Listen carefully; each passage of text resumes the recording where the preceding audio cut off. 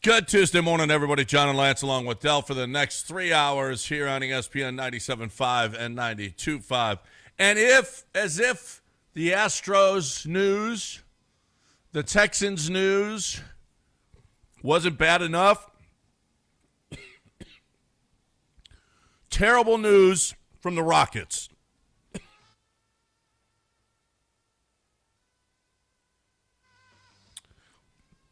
And my voice. What's wrong with the voice? I couldn't tell.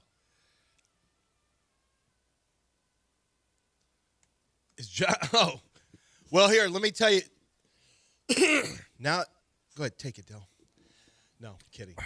Now, with John out, I'll tell you what the terrible news is. Fred VanVleet, torn ACL, out for the year. Who even tears their ACLs anymore? The only injuries now are torn Achilles and Tommy John injuries, the UCL. That's the only two injuries that there even are anymore. You have Tommy John injuries. Well, you also rip hamstrings off the bone. We also have those too. We still do that. But also Achilles are the big one now. Achilles, we had Achilles injuries that popped up yesterday. Actually, yesterday was a terrible day for injury news across sports. But the one that affects us the most, obviously, the one that affects us, period, is Fred VanVleet. And this is really, really tough on the heels of, Rockets are legitimately one of the three big favorites in the I don't know anymore. I think they still will be. I don't know that Fred VanVleet is sneaky problematic, the loss of him. Kevin Durant was in Phoenix with no point guard. And it really, really affected. Yeah. I mean, it really affects the team. Fred VanVleet. My thing is not how it affects. Like they don't have a typical system where a point guard gets into all the offense. But here's what I wonder, John. This is the problem. Jalen Green functioned as a primary ball handler. He's gone. So so now you said, okay, our primary is going to be Fred. We don't know on Reed Shepherd yet. Amen Thompson turns the ball over a lot. This is the concern. You just lost two primary ball handlers, not just Fred. You lost Jalen Green, who was one of the primary ball handlers who got you into the offense. So who gets you into the offense? There's a big question to be answered by Rafael Stone, and I think we're going to get a guest on later in the show to talk about it. But John, I don't know. Look, you still have Alperen Sengun coming off of a phenomenal week plus of basketball in the European Championship, whatever he was playing, and he was unbelievable. We still have Kevin Durant, who I have the same issues for Kevin Durant I've always had, which is, can he hold up? But if he plays well, he's going to be fine as long as he's healthy. Amen Thompson should get even better this year. There's a lot still to really, really like about the Rockets. But the question is going to be, is Reed Shepherd ready? Yeah. Well, now you have to have Reed Shepherd ready. It's year 3 now. It's year 3 now. He's the number 3 overall. You have to have Reed Shepherd ready now. He's got to be ready. And he didn't, and Reed Shepherd, that's a big question. Is Reed Shepherd ready to make some noise for you? And I don't know. And look, can he shoot it? I think he can shoot it when he's got open shots. And I think he's got a lot of talent. The problem is he ready to take on the role of being a primary ball handler for over 20 minutes a game? Listen, he almost has to be, because otherwise Gary or Israel are going to call in. Which one is it that hates him? That's Israel. Israel hates him. I'd almost rather hear from Vanderbilt Keith than I'd rather have Vanderbilt win than Reed Shepherd play. Well, he's poorly. just going to be preying on Reed's downfall. And if it turns into that, we just want to let you on the air. Because if you're just a caller who wants the local teams to lose, you're just not going to get on the air. No, maybe you want to call and say things that you're disappointed with the local teams or whatever, and that's fine. But if you're just trying to be a hater and bring everyone's gods down, then you just won't get on the air. But I'm telling you now, John, they're going to have to. I think they may need to take a look. My son immediately. What? Coach Fritz is with us here on ESPN, as he does every Tuesday morning here on ESPN 97.5 and 92.5. Coach Willie Fritz joining us here once again. Coach, welcome to the show. Congratulations on the win last week. You had a bye week. What'd you do during the bye? Did you go to the beach all weekend? What'd you do all weekend? Yeah, I went to the beach for a few days, and then, no, I didn't go to the beach. No, we practiced Monday, Tuesday, Wednesday, Thursday last week, and gave the kids off Friday, Saturday, and then got back after it on Sunday. It's going to be a Friday game coming up, so you kind of kick everything up a day. But got some good work in, and ready to head on out to Oregon. I've never played out there before. I've never been in the state before, so this will be fun. Yeah, Friday night matchup at Oregon State, a 9:30 kickoff in Houston against a football team. They took it on the chin, but Oregon is pretty damn good. How does it feel? We're looking at all the standards. There's 30 teams left that are undefeated, and you're one of them, Coach. So congratulations there. Well, that's great starting off this way, but we know we got to play fantastic every week. And looking to improve, and that was the big challenge. I told the guys we got all this time to prepare for Oregon State. This ought to be our best performance. Absolutely. Okay, Coach, you got a chance to watch some of the Big 12 games. You see some of the competition. You see what Texas Tech is doing, Iowa State, you guys, Arizona State. You guys are all up at the top. What are you thinking so far, the Big 12 this year? Well, it's like it was last season. Everybody's pretty good. You got to strap it up every single week in order to have an opportunity to win. I've said it before. I've been in a lot of different conferences as a head coach, and there usually is a couple games where maybe you bring your C game and you're still able to win. That's not the case in the Big 12. Everybody's pretty darn good. Very competitive league. Yeah. I want to. We spent a lot of time talking about your offense, and Connor and Dean's done a great job on the ground. Has been It's been a fun back to watch. The thing that I think is the most fun to watch is the way your defense flies around. This is such a dramatic improvement defensively, at least on the surface for the first three games. The way that you guys not just fly around, not just the speed, but I think the aggression, I think the way that everyone rallies to the football. Can you talk for a second about that? Had to have been a priority for you to get that defense dialed up the way you wanted it dialed up, and because you are stepping into a tough Big 12. This is a pretty loaded Big 12 top to bottom this year. Yeah, Austin Armstrong, the defense coordinator, does a really nice job. We played against him when I was at my previous school, and he was at Southern Miss, and just admired how he runs the defense. And, we're doing a few things that we did last season as well, and I think he's got a great defensive staff. Oscar Giles, I think this is his third tour of duty here at the University of Houston. Does an excellent job at defensive line. James Ross, defensive ends. Got P.J. Hall, who started for me 4 years at Tulane, and Josh Christian Young, who actually played for me at the University of Central Missouri many years ago. So these guys really understand how we like doing things. But the best thing I feel like they do is play great effort. I know everybody thinks that should be a given, but it isn't. You got to teach effort, coach effort every single day, and I think we play with really good at leverage, over the top leverage, inside out leverage, outside in leverage, not allowing the big plays or the ball across your face. And I think we spent a lot of time on tackling. That's a big deal for me. I've always, been a tackling head coach, I guess, ball security coach as a head coach. And, I think Austin and the defense staff did a fabulous job of just reinforcing that every single day. You get into the season, everybody just takes that for granted. And that's a skill you got to work on year-round, really. Hey, you're talking about technique and discipline. You just got done telling everyone that technique and discipline is going to be a priority for you. Tackling is a technique and discipline instrument. You leverage the two different types of leverage you talked about. That's about discipline, being where you're supposed to be. Run fits, discipline, and I think that gets. Sometimes that's not preached as much. It's we're going to go out there, we're going to hit. I want you to bring, and there's a lot of talk about how you're emotionally going to get amped up to play. But with emotions come mistakes too. I think, Coach, with emotions comes you get ramped up and you start to break down some of your technique, and some of your discipline can break down when you get a little too over your skis. And I like the fact that there's that focus on discipline and technique always being at the forefront. Yeah, very, very important. I tell our guys all the time, we want to be great tacklers, not great hitters.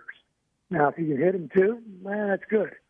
But, so many guys, when they tackle, and it almost looks like they're blocking somebody. They're cutting guys, and they're not using their arms to wrap and squeeze and getting two arms around two legs or two arms around torso or whatever the case may be. But it is so important to reinforce that over and over and over again. But you got to drill it. You got to be able to look at it when you're watching film. And, we do a little deal where we tag off, on everything that we do, during practice. We can't tackle, every single day, or we won't have enough guys to play. So we tag off, and it's the approach to tackling is just as important, if not more so, than the actual tackle itself. So we're always working on that. And we work with, we call them donuts, these big old round deals that we can roll, and we got, agile bags we can use, and we do close proximity tackling or putting the guy on a mat. So we try to get some body-on-body tackling, during the week as well. Willie Fritz every week joined here on ESPN 97.5 and 92.5, brought to you by HRP every week here on the show. Coach, it doesn't feel like you're playing a college football schedule. Thursday night, Friday night. It's been kind of weird, but it's nice to be weird at the beginning of the season, right? Yeah, it's obviously I don't set the schedule up. I think our schedule's set until maybe 2029 or something like that. So, this is all done way out in advance, and TV kind of dictates when you play and what time you play and all those kind of things. But it's going to be nice. I told our guys we're going to be on, ESPN on Friday night, and if you're going to watch football, you're going to be watching the Cougs.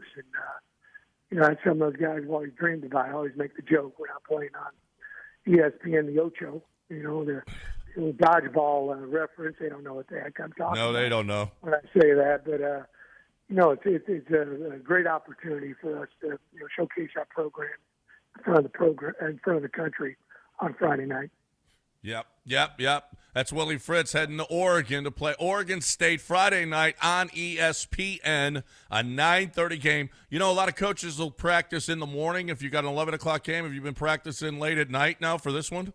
No, class doesn't allow us to do that. So we practice in the morning. Matter of fact, we're going to start meeting here in about 15, 20 minutes. And, we go in the morning. But one of the things that's good is, you get out there, whether it's a home game or a late game, the guys get a rest in the afternoon, take a little nap and sleep, and they don't normally get an opportunity to do that. So we'll be in great shape. Yeah. Well, congratulations on the Colorado win, Coach. You guys look great. You guys did a great job. I know they're never easy. It was a big night at TD-ECU Stadium. We haven't talked to you since then. You had the bye week. Now you got Oregon State and then Texas Tech looming. So you can't overlook this one, Coach. I know Texas Tech. Did you watch that Tech Utah game? Watched a little bit of that. I watched a lot of football on Saturday. Which I don't get a chance to do very often, but it's a benefit of the bye week. So saw quite a few games. Yep. Well, they look pretty damn good. So this is going to be fun. Oregon State Friday night, Coach, 9:30. We'll all be watching. Can't wait to see you guys. Good luck up there in Oregon. Thank you very much. Go Cougs. All right, there he is, Coach Willie Fritz, brought to you by HRP every week right here on ESPN 97.5 and 92.5. Yeah, that was some good news with an undefeated team. Let's get to a break so we can get to more bad news about the Rockets. We got more bad. We haven't really been able to flesh out all that bad news. We got a lot more bad news to get to, so let's not delay anymore. Yeah. Let's talk a little Walmart. That's good news. Yeah, Walmart is good news. What's good news for you is that the prices don't change when you have a delivery from Walmart. Walmart, they do deliveries. You're used to other companies, that big company that's multi-quadrillionaire who's always got everything in the world that's available for you on his website. Well, how about the fact that Walmart has 500 million items on their website? 500 million items online. Incredible. And that includes groceries.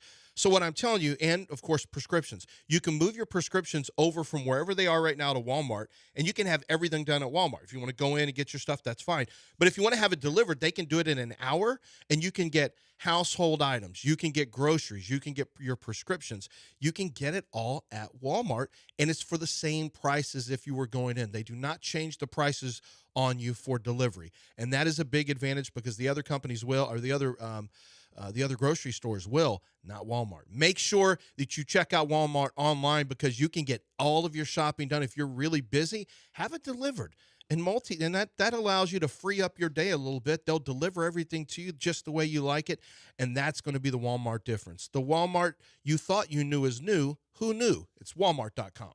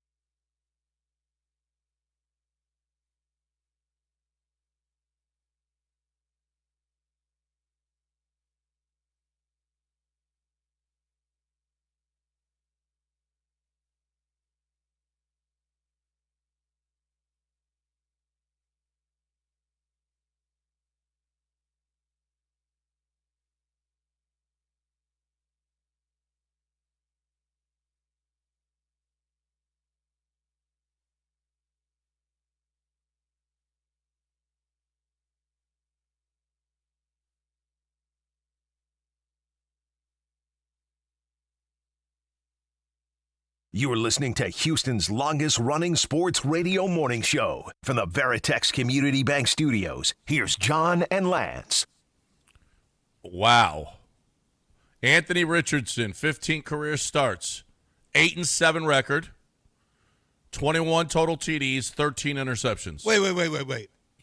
What? Anthony Richardson from the Colts? Yep.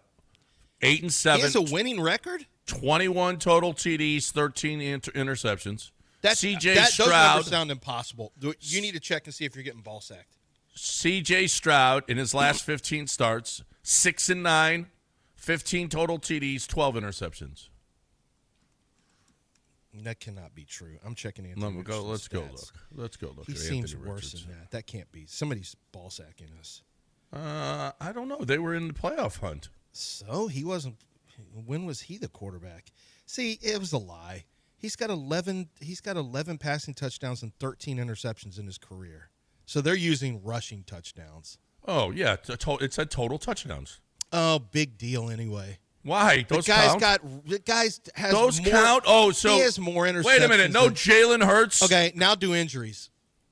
Now He's Jalen played Hurts. 16 games in 3 years. Who cares anyway? That's data dredging to make CJ look bad. Have your quarterbacks back. Okay, how about that? How about you have your find really some good isn't. stats. It really isn't data dredging. It's actually those are that's data. Okay, are you going to do the fumbles? He had 7 last year, Anthony Richardson.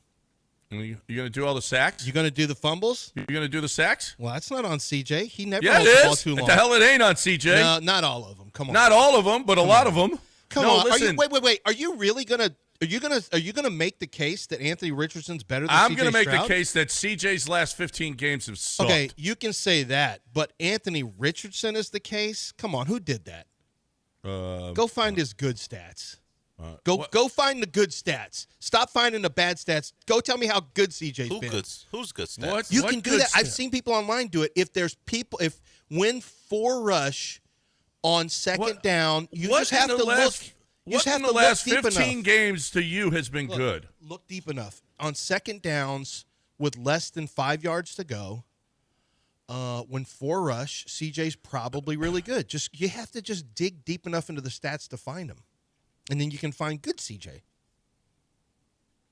Yeah, What we're not going to do is say Anthony Richardson's better than him. Anthony Richardson is basically dead in the water because Daniel Jones. Thank God we don't have Daniel Jones here. Yeah, what if we had well, we do. We have Davis Mills. At any point in the last game, did you think, this is what I did think in the last game. You know, back in the day, it doesn't happen anymore. It used to not be that crazy in the 80s for a backup quarterback to come in like a relief pitcher, and then there was no quarterback controversy. Right. It's like he went back to the bench, and your starter was back in. Michael Penix got Jim benched in the Kelly last got game. benched. Yeah. Michael Penix got benched in the last game, or in his last game. There was a time where I thought, you know, back in the day, you'd bring Davis Mills and see if he could do anything. Yeah. Now it turns into a huge quarterback thing. So then it'll be. Can we stop sending the C.J. Stroud, Caleb Williams post game? Can we please stop sending that out? I mean, because it is just. I mean, Caleb Williams is destroying him ever since that point. Caleb Williams has 27 TDs and 5 interceptions. CJ has 19 and 15. Caleb is 27-5 since then? Since then. How many did Caleb have last year? That's all the interceptions He actually had some nice stats. He just got sacked all the time. Yeah. Well, and a lot of that's his fault. He's got like a tremendous amount of time to throw. Well, and he buys himself time too. So that's part of it. Yeah. But I thought Caleb Williams in the last game looked really good. We're starting to see, he was 20-6 last year. Yeah. He's starting to look a lot better. Look, the bottom line is we have a quarterback right now who's in the bottom third of the league, more than likely. He's not even in the top 20. I don't think. I mean, I can go based on how he's playing right now, and you have to go to his rookie season to make an argument. You have to go 2 years back to make an argument that he's in a top 15 quarterback right now if you take everything into account. But who does that? I always take into account this year and last year. That's all I can do. I can't go 2 years back because the argument has been made that C.J. Stroud now doesn't handle pressure as well as he did previously, that maybe he sees some ghosts now, that maybe he is a little bit shaken by sacks from the past and pressure from the past. And if that's the case, John, it is hard to come back from that. Yeah, no, obviously. Now, Troy I keep going back to, listen, Blaine Gabbert, because I never seen a quarterback with worse feet, happy feet, scared in the pocket. And I don't know that CJ is that. He was that way in college too, though, Gabbert was. Yeah, he really was. But he had, obviously it was he had a lot easier in college because he didn't have. He had a lot of talent. Yeah, he did. So I listen. CJ isn't at that point, but he doesn't look good. He's fallen back. It seems like he's never stepping up in the pocket and and keeping his eyes downfield. He's bailing out really quick, or he's just backing up and throwing all arm. Yep. I mean, it just doesn't. He doesn't look like he is comfortable. And listen. How can we blame him though? How can we blame him with this offensive line, with the scheme that they're using, with no help on? There was one play where they put Harrison Bryant on Josh Hines-Allen by himself. Yeah, Harrison Bryant trying to block. That should never happen. That should never happen. He just bowled right through him. Josh was like, you guys are kidding me, right? You're kidding, right? Oh, my God. Josh was running through Ursery. Yeah. You don't think he's going to run through Harrison Bryant, who's like 244 pounds? Come on. And you know what? Here's the deal. I'm not going to blame, like you say, how can you blame him? That's fine, but just don't come asking for all that money. Don't come asking. Ain't nobody paying you for what you're not doing. When it comes time for David Mulgeta to – and David's going to try to get CJ out of Houston. I already see how this is going to happen. Yeah. This is already going to – CJ, he's going to start to whisper to Ryan Clark, who's also his client. Here's how it's going to happen.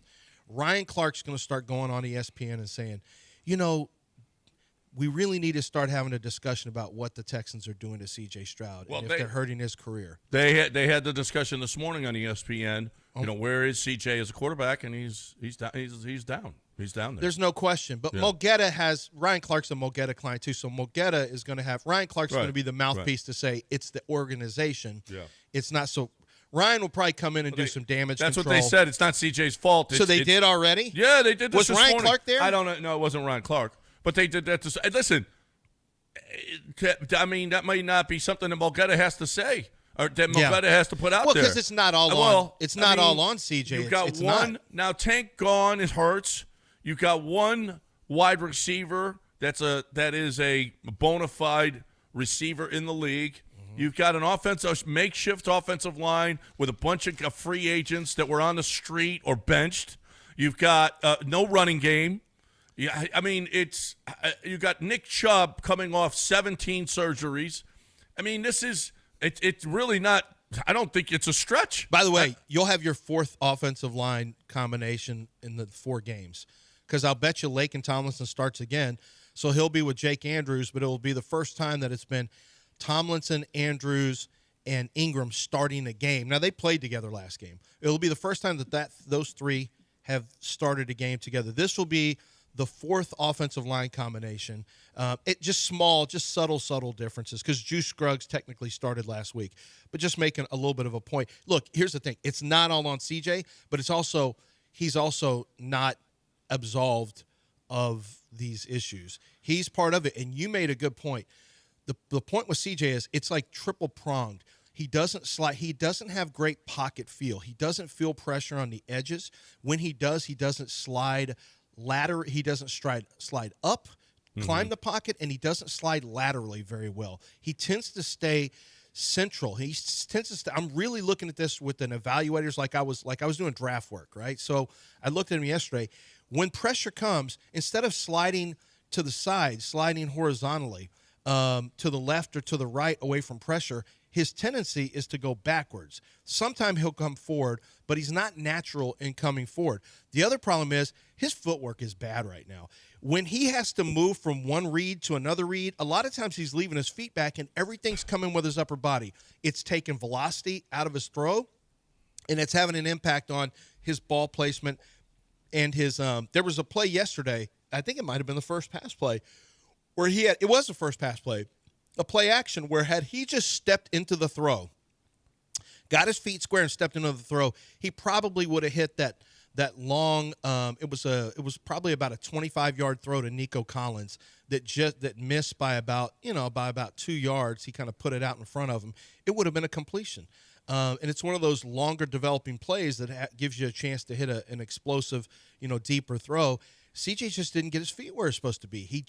So some of the stuff is his footwork is not where it needs to be. And I guarantee you, he knows this. If you ask him, he'd probably be accountable with it and talk about it. So CJ has things that he's got to get fixed. That's going to be on Gerard Johnson.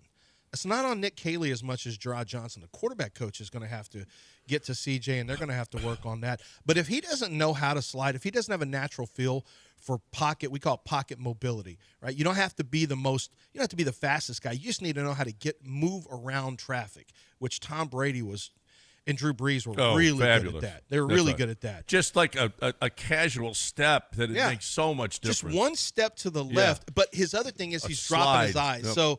So when that pressure, if any pressure comes from guard to guard, if it starts to come up into the pocket and push, he has a tendency to no longer look down the field. He drops his eyes so he doesn't see, not all the time, but I've seen it. And that's when he starts to move backwards. And while he's moving backwards, you can't throw while you're moving backwards. Right. You can't get anything on throws. So there's issues that to me are not easily correctable with this team. That's what I'm really concerned about. Yep. All right, 713-780-3776. You guys want to get in, you're more than welcome. Yeah, Caleb Williams, 27-7. 27 touchdowns, 7 interceptions right now. Two of them came before that game. Two what? 2 interceptions. Came before what game? Before the Texans game. Oh, did they really? In week 1. Yeah. Oh, my gosh. So he's 27-5 since 7-1 this year, touchdowns, interceptions this year. Yeah. He's been 6 sacks in 3 games, which is way hey, better little than fella, last year. you're going to be okay. Just don't hold on to the ball. You're going to be okay, buddy. No, funny that CJ would tell people to stop holding on to the football. Don't take all them hits. Yeah, don't take all them hits. You're going to be okay, buddy. Okay, buddy. It's rough. Oh, my God. This is awful. This is. I can't believe can you believe where we're at on this? No, we're a poverty franchise now. This I was is all making. your You fault. were the Seems like one. just yesterday, I was. You ruined this whole thing I was for everybody. making fun of every other poverty is franchise. all your fault. And now we're a poverty franchise. Houston sports is, But and the lessons you learn nothing Nick's not from them. concerned. Well, And he D'Amico's might not be, concerned. I think they may be more concerned now. I bet he wouldn't. I bet you. They may wouldn't say not this. admit it, but I bet you they're more concerned now. Yeah. Yep. All right, we got a break. 713-780-3776. I'm talking about Dream Rate. I'm talking about my man Kent Jones over at Dream Rate Mortgage. Look, I don't know where interest rates are. I don't know, what kind of situation you're in. But Kent Jones, if you're somebody that's even thinking about it, or you can call him and say, "Hey, Kent, we got this much saved up. How much? What would our mortgage be on a house that's this expensive? Hey, can you give us some advice on when we should lock in? Okay, with the interest rates." Kent has seen it all. He knows. The game. He's done over 1,400 career closings, so he's got great advice for you. Nobody knows exactly when to lock in, but Kent Jones, I want to go with a guy that's been doing it for 30 years, and he can help you out. I want to go with a guy that knows everything about the mortgage game. Even, you know what? You might be a great businessman, think you know everything about business and all of this stuff. You ain't as good at mortgages as Kent Jones is. You're just not.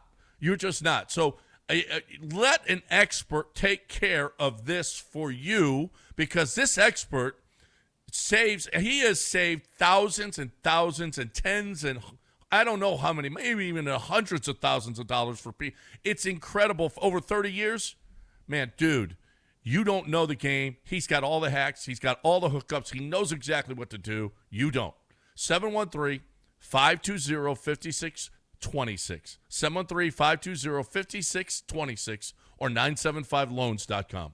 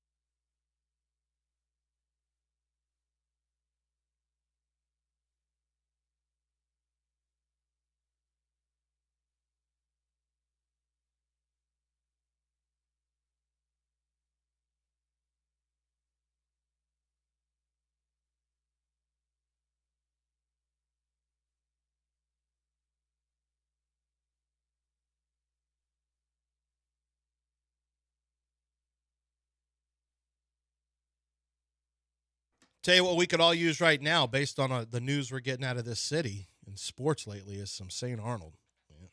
I don't know. I mean, you might want to get lawnmower. Maybe you got some lawnmower. That's typically going to be the summer beer. You have Art Car. I'm kind of sliding into that. I want to tell you about the food. The food is awesome. They have a great chicken sandwich and the pizza, mushroom pizza, that is unforgettable. But I mention that because that can be part of the package of what you get when you have your private events at St. Arnold. When you go to the Investors Pub, which is going to be from 20 to 100 people, or beyond that, you can go to the beer hall, which is their larger event space. They'll take care of your entire party. They take care of it with your beverages. They take care of it with your food. If you're looking for something smaller, they can do that. If you want something larger for a feast, they can do that. You have wedding receptions there. You have big company parties. You have huge events there with AV technology or capability. So they've got a microphone ready for you at all times and video capability as well. So you really can get work done there or have fun. Use it to have fun, show pictures, whatever the case may be. I just know that St. Arnold, we had our listener party there, and they did a tremendous job. And they'll do the same thing for your event. Get to starnold.com, click private events, and get your event booked there. Or at least go check into it so you can, ask them about pricing and things like that, because it's going to be a great spot for you to have your private event. Trust me on that one. It's starnold.com. That's starnold.com. Click private events. You are listening to Houston's longest-running sports radio morning show. From the Veritex Community Bank Studios, here's John and Lance. All right, who wants to get in? 713-780-3776. The number to hang out with us. Anthony wants to get in here. Let's get him in. Hey, Anthony, what's going on? Hey, gentlemen. Good show. I couldn't call in yesterday because I was so fuming from the dry turd of a game that the Texans left. It was like a dry, white turd that was checkered yesterday. Sunday of the game. So I was at church with the youth, and a 13-year-old girl was like, hey, why is CJ, every time he gets the ball, starts backing up and running around in circles and throwing the ball? And she don't know anything about football. So if a 13-year-old teenage girl who goes to church all her life can basically break down film better than the entire coaching staff of the Texans, it's sad. So, when is D'Amico going to be held accountable? Because if we lose against the Titans and we lose against the Ravens, we're going to be pissed off after last night's game. So we're going to be 0-5. And we have 7,000 safeties, no cornerback depth, the same defensive tackles that we had since 2010. And it's like the defense is the same since he's been here. They still commit penalties since he's been here. And CJ is running around in circles, and it's way worse than he was his rookie year. So it's like he has to be held accountable. Nick Caserio has to be held accountable. I mean, it's the same team. And we've not gotten better. We got all this money and spent all this time on all these players, and we're getting worse. Somebody needs to be held accountable. That's what I'm talking about. Yeah. Well, okay, I'm seeing a lot of Nick Caserio criticism. Seeing a lot of D'Amico. CJ obviously is catching at the offensive line. So this whole we're close thing. Their EPA per play, they're 29th in the league. Success rate, 30th in the league offensively. EPA, DB, 28th. Drop back, 23rd. EPA rush, 26th. Rush SR, 32nd. Defensively, EPA, 16th. Success rate, 19th. EPA DB, 11th. Drop back, 14th. I mean, they're a meh team. At best, they're a meh team. They're a bad offensive team. At best, and this is not data dredging. This is a lot of different statistics that they don't excel in anything. They don't excel in anything. They're not a top 10 team in anything. This is supposed to be a top 10 defense. Now, when the offense goes 3 and out or 4 and out in 6 possessions, that makes the defense look worse, right? Yeah.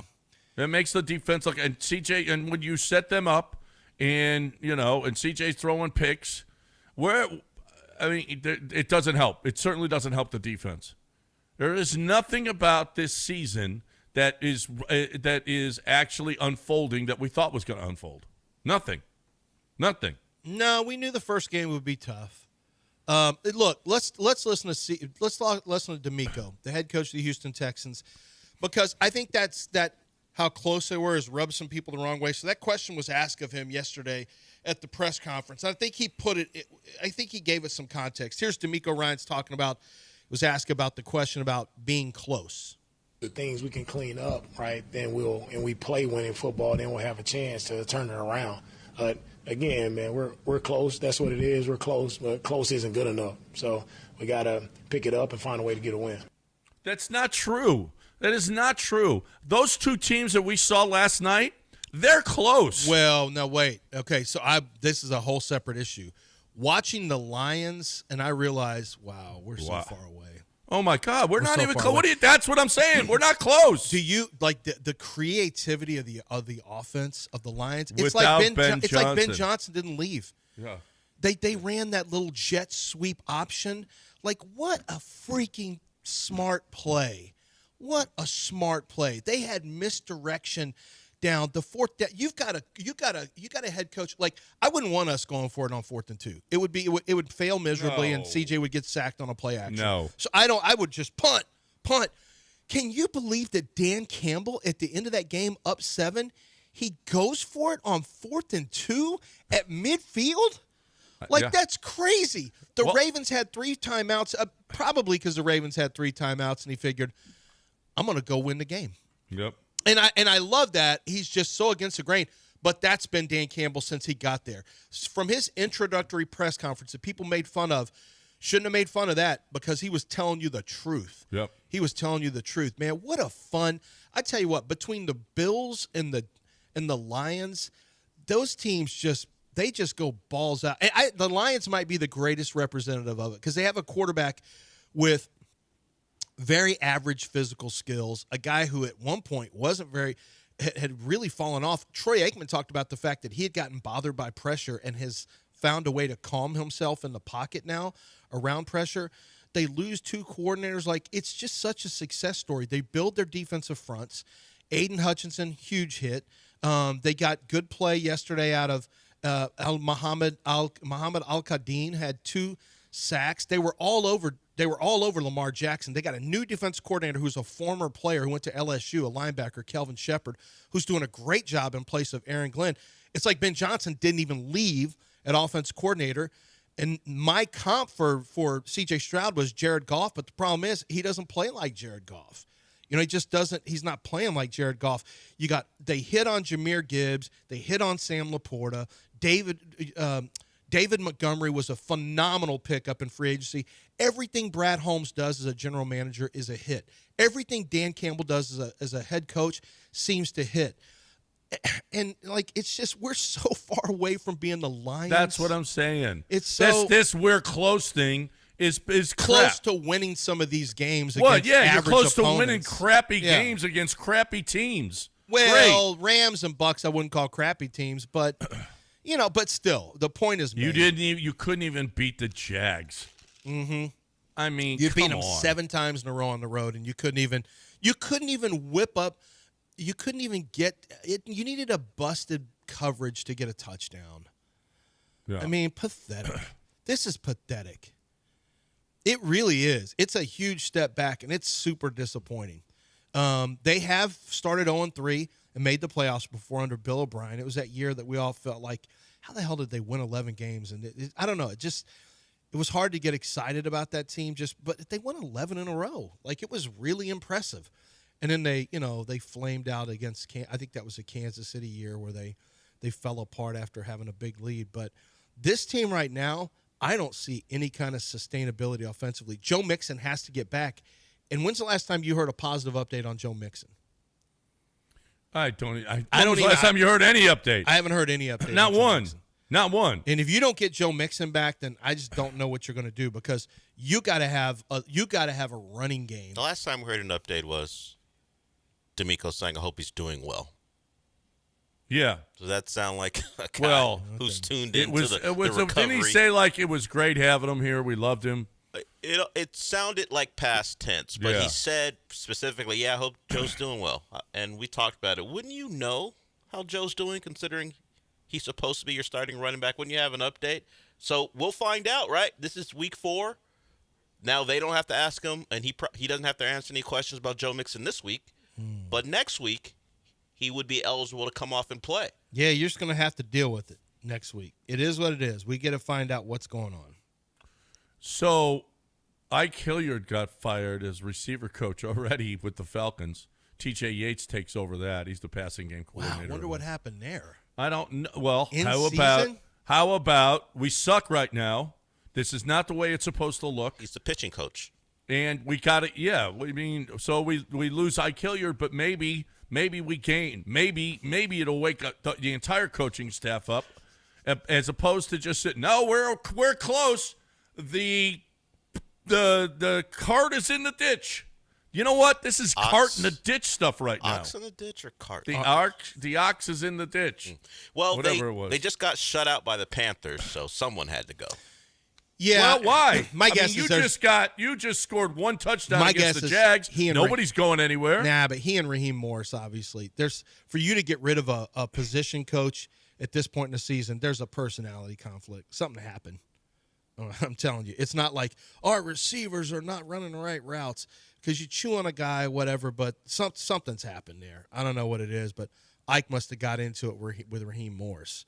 For him to got after 3 games in the NFL season, something's up. But that's still, regardless, that means things aren't good. Hey, listen, losing will test everything was good with the Texans when they're winning. You always find out about a quarterback's mental toughness. You find out about a team's mental toughness. You find out about head coaches when you go through duress. And is there going to be instability, or do you rally and get over and overcome? We're going to find out a lot about this team right now. At 0-3, you're going to find out a lot, especially if they come out and play badly against the Titans. God forbid they lose to the Titans, which I can't take that off the table. I can't take a loss to the Titans off the table. Actually, Cam Ward has had some moments. He's actually had more moments than CJ has this year. Oh my God! No, I mean it's true. He's had some. He's had some moments. He looked like crap the other day. You want to go through his numbers and CJ's? You want to play that game again? Well, they're not good. I mean, they're not good. But are the good. Texans? Well, is CJ in Cam Ward? Is he in that a comp now? Are you kidding me? No, it's not a He's comp. at that level. It's He's, not a no, not they're a at the comp, same. But well, CJ's not having a big impact on winning, is he? No. Well, that's my point. I keep seeing this play where Christian Kirk is running up the sideline. You got a safety coming over. He threw the ball over his left shoulder, which was where it was supposed to be because the safety was coming over from the middle. But Christian Kirk was open, and CJ just missed him. It was 17-10 at the time, going up the sideline, and CJ just missed him. I tell missed him.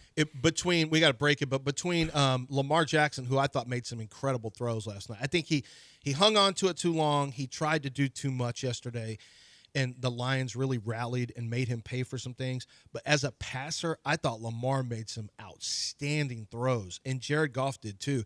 And it really, some of the things I was watching with Lamar, like I can't believe how much better his accuracy has gotten. I can't believe how much better Josh Allen's accuracy has gotten. And it all stems from they really bared down on technical stuff. And Lamar made some throws where he got rid of the ball. Like what CJ doesn't do is, and this is what arm talent is, on a play action, Lamar saw Mark Andrews breaking open, and he threw it before he had his feet set because he realized from a timing standpoint, I got to get rid of the ball now. And he made a beautiful, perfect throw on a corner route. And CJ has to get his feet settled, and then it's like too late. And then it's too late. Then he's thrown into a covered play, covered throw. All right, we got a break. 713-780-3776. You got any thoughts on this? I'm watching. I can't even watch the Dead Lions and the Ravens. It's like a different league they're in. I don't want to see those games. I'm not going to watch those games anymore. I'm only going to watch Titans versus Falcons. Dolphins. Well, Monday. Watch Dolphins. You can games. Watch Dolphins football. You ain't got it. Well, you're 0-3, so I don't know why you're taking No, we're shots. watching Dolphins But you can football. watch the Texans hopefully It's like beat we have more wins. No, you don't. You're actually worse. You don't score touchdowns. You can watch the Texans on Sunday and hopefully get a win, and then see a comparable teams on Monday. Yeah, who is it? Dolphins Jets play the and Jets. Dolphins? Good. Dolphins, Jets. We're like Dolphins, them. Jets. Now, that one I can watch. And you know what? I'm going to do it and feeling good. You know why I'm going to be feeling good? Because of Game Day Men's Health. I'm feeling real good about myself right now. As a matter of fact, I got the pellets put in, okay? You can get shots. You can take pills. You've got all kinds of other pills that you can take, which will accelerate the testosterone. It is and make it and give you free testosterone, which is important as well. Free testosterone is what you're looking for, and you know it's such a great game plan that they've given me. I'm going to the Willowbrook location with Sean and Jamie and Patricia, and they're awesome. They take the time every single time. They're making sure they're looking at the numbers. They got a lab on site. And they're making sure that everything is going really, really well for me. I think I found my solution with the pellets. I love it. It feels great.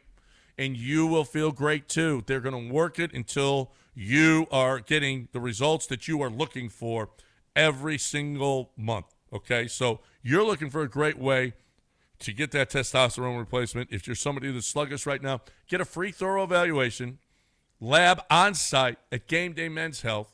Let Game Day Men's Health make you feel, look, perform better. GameDayMen'sHealth.com. There's locations all over the city. Make sure you tell them you heard it here.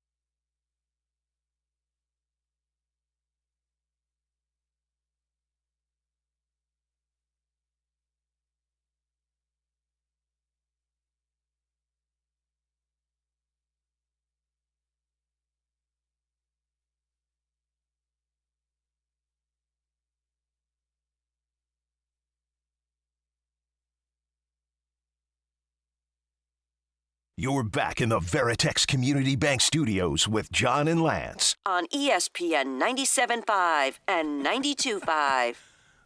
Have you seen Aaron Donald curling his wife?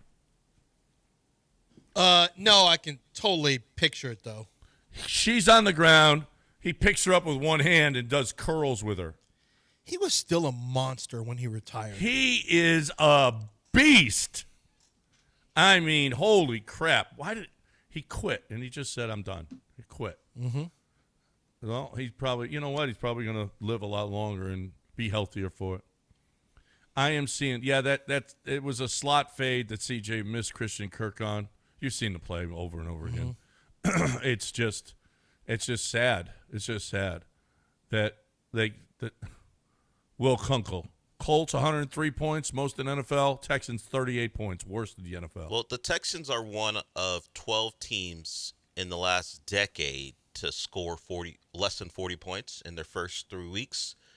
5 of those previous 11 have picked in the top 5 the following year. Like the 2019 Dolphins scored less than 40 points their first 2 weeks. And that's at least over the course of the first 8 games or so. They were one of the worst teams ever. And Flores picked it up later. So the Texans are in really bad company. Yeah. What do you think about this players-only meeting that They haven't done it yet. Yeah, no. They're thinking about it. Okay, so I'm seeing a quote Where we got a report about a team thinking about a team meeting? Well, he was asked in the locker room yesterday about it, and he said, we had a couple last year. You know, it's under consideration this year. Here's JJ's quote on it. If you're at players-only meetings point, go ahead and book your January vacation. JJ Watt? Yeah. Okay. It's over. And week 3, we're talking about players-only meetings. Yeah, what is a appropriate time where it doesn't mean your season is toast? Because we know the Astros have had them this season. And they're firmly in the playoff picture. JJ would know way better than I would, and he's been on some teams that started. Now, he was on a Texans team that started 0-3. I guess they didn't have a players-only meeting, but I don't see what the problem is with the players-only meeting. If the coach isn't getting through to you, which, you know, I'd have a hard time believing that's the case with D'Amico, but at least it's showing something where you want to try to have some accountability. You want to try to get things going. I've seen it work for the Astros before. I don't know about this year, but I don't know. I don't have any problem with a players only meeting, but JJ would know much better than I would. Yeah, players only. Look, they may be cooked already. The Colts now have a 3-game. You got to sweep the Colts this year. You have no choice. You got to beat the Colts twice because you can't afford to lose a tiebreaker to them. So you need to sweep them because right now you're back 3 games after 3 games. You got the Ravens coming up, and they're going to beat the ever-living piss out of you. That's just going to happen. So you have to beat the Titans and look good doing it so you have a little bit more confidence. And then just throw Davis Mills out there throw him out to the Ravens. Just throw Chum out there like, here, treat it like a preseason game. Here's Mills, and we got Jalen Knoll and Justin Watson. Or is he hurt? I think Justin Watson's hurt. We're going to run, just put all the backups in and let them get beat up, lose your game by 40 or whatever, and then just move on to the next week. To don't get anyone hurt for the 49ers game. Just treat the Ravens game like a preseason game. Yeah. They beat you up anyway when your starters are playing. Yeah, at least have plausible deniability the next time you score 2 but points. But you can't look like you did on Christmas against them. You can't. Oh, I bet you can. No, but you can't do that this year. Because but I bet you're able to do that. So D'Amico, Del, get that ready about the yelling. You guys were convinced that he was yelling at the referee. But they were in up tempo at the time, and then they slowed it down. And here's what D'Amico said yesterday on the Texans, the little show Johnny Harris and Mark Vandermeer do. CJ does a good job. The 2-minute, the tempo, that's where he operates really fast, decisive, making really nice plays. We have to lean into that more. So the thought is that when Kaylee slowed it down, D'Amico got pissed and was yelling at him. Mm-hmm. But D'Amico was asked yesterday about the yelling on the sideline, and here's what he had to say. I was not yelling at anybody on our sideline, any coaches, any players. I'm too cool for that. I'm too cool for that. It was obvious because I think he might have been yelling at the referee. That's what I mean. He was. It was that's obvious. what I mean. That's what was spotted obvious. it. Dell talked about it yesterday. Because on the big slant to Nico, the Texans wanted to go fast, and the ref held them up. He stood over pretty much over center, say you can't snap this football, and that's what they're furious about. I imagine they don't believe they substituted, so they thought they could go. And then they hit a past Hutchinson, and then CJ threw the pick, but they wanted to go fast. The referee stopped them, and that's what they're yelling about. Yeah. It wasn't. And well, somebody asked him, "Were you yelling at Nick Haley?" Right after he said that I wasn't. Yeah, I was. He literally said what he was yelling about, and then somebody goes, Were you yelling at Nick Haley?" He goes, "I literally just told you what I was yelling at." I wasn't yelling at anyone on like our sideline. Somebody was on their phone or wasn't paying attention to ask him. Literally, was it Nick Haley you're yelling at? I just told you, dummy. Can you imagine what Bill O'Brien would have done if you had tried to come with that question after he told you? Yeah. Absolutely. In all fairness, we do that all the time when somebody says something here on the show. Yeah, but like, don't do that to. Yeah, but they're you want that to be journalists. the standard? But they're journalists. We're you not want journalists. us to be the standard? Yeah, not really. But I've not listened to a coach before and asked a question. Yeah, I've done that.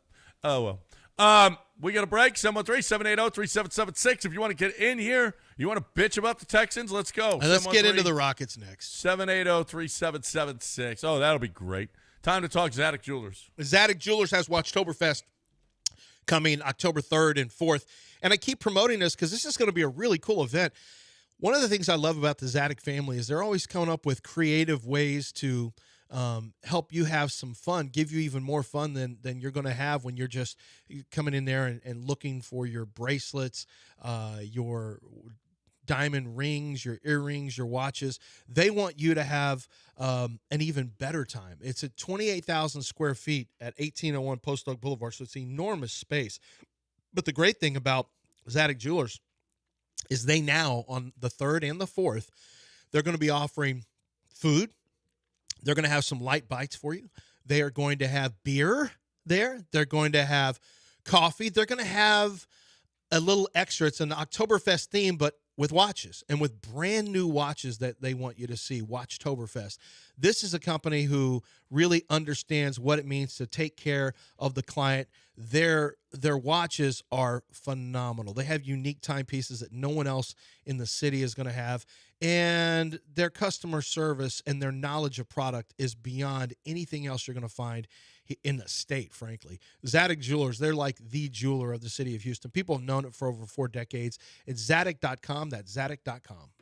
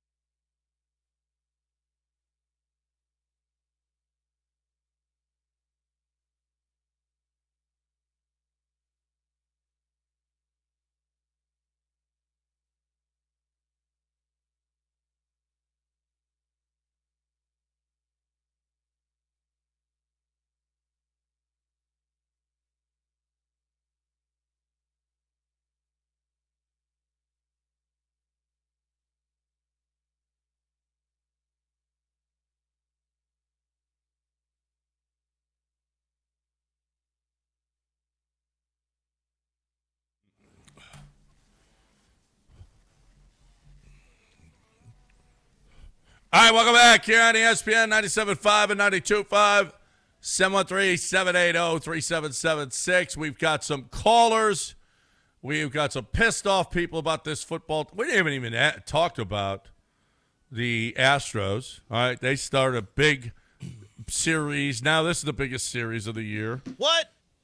Yep, biggest series of the year. Because, 3 straight biggest series of the year. Well, yeah, they get bigger and bigger. Each and, bigger you know than the especially next. since you're behind now. But you don't know. You got to win these. You got to win all these games. So otherwise, you're out. So where was does the Mariners series now drop to the 3rd biggest series because they did their part to exclude the Rangers and put them in a spot where they can still compete for the playoffs? How do we rank them as we go forward? No, the Mariners series was the biggest, and you laid the big now egg. It's the second. The Rangers was the second biggest, but you kept you in it. And now this is the biggest because this will eliminate you. This will put you. This will help put you in. So by the end of the year, the Mariners series will be the 3rd biggest series. Quite possibly. And then the Rangers the 4th. Quite possibly. Okay. Well, then the Angels series is the biggest. That's what I'm saying. By the end of the year, you'll have this will keep going. Well, it does. What are you gonna? Well, I'm sorry, but yes. If you want to stay in the playoffs, yes. I can't get excited about this series because I know the next one's bigger. Yeah, well, so how excited can I really be if I already know this is the second biggest series of the season? Well, and the good news is you're facing Jeffrey Springs, who was the pitcher that gave up 2 hits over 6 innings when Nick Kurtz went 6 for 6 with 4 homers. Yeah, but that was at home though. That was at home, and this is a Sacramento. The A's stink in Sacramento. They're actually better on the road, so no worries. No worries. So you're just going to knock Jeffrey Springs all over the park. What about that Oriole who nearly no-hit him, and then the next time they saw him, bing, bang, they boom. crushed him. Bing, pow, boom, Bing. pow. Of course, he sucked against everybody else. Yeah. And then had the filthiest stuff against us in game 1. And then next game is revenge game. Back. Yeah, this is a revenge game, John. Yeah. No question. And Christian Javier is due for a good one. So you beat that guy's ass. That was You believe awesome. that, Lance? That Christian Javier is due for a good one? I'm working on it. Yeah, he's I'm working overdue. on my belief system. I want to. We teased it a couple segments. We got to get to it. Fred VanVleet out for the year with an ACL. They're not saying out for a year. He's out for a year.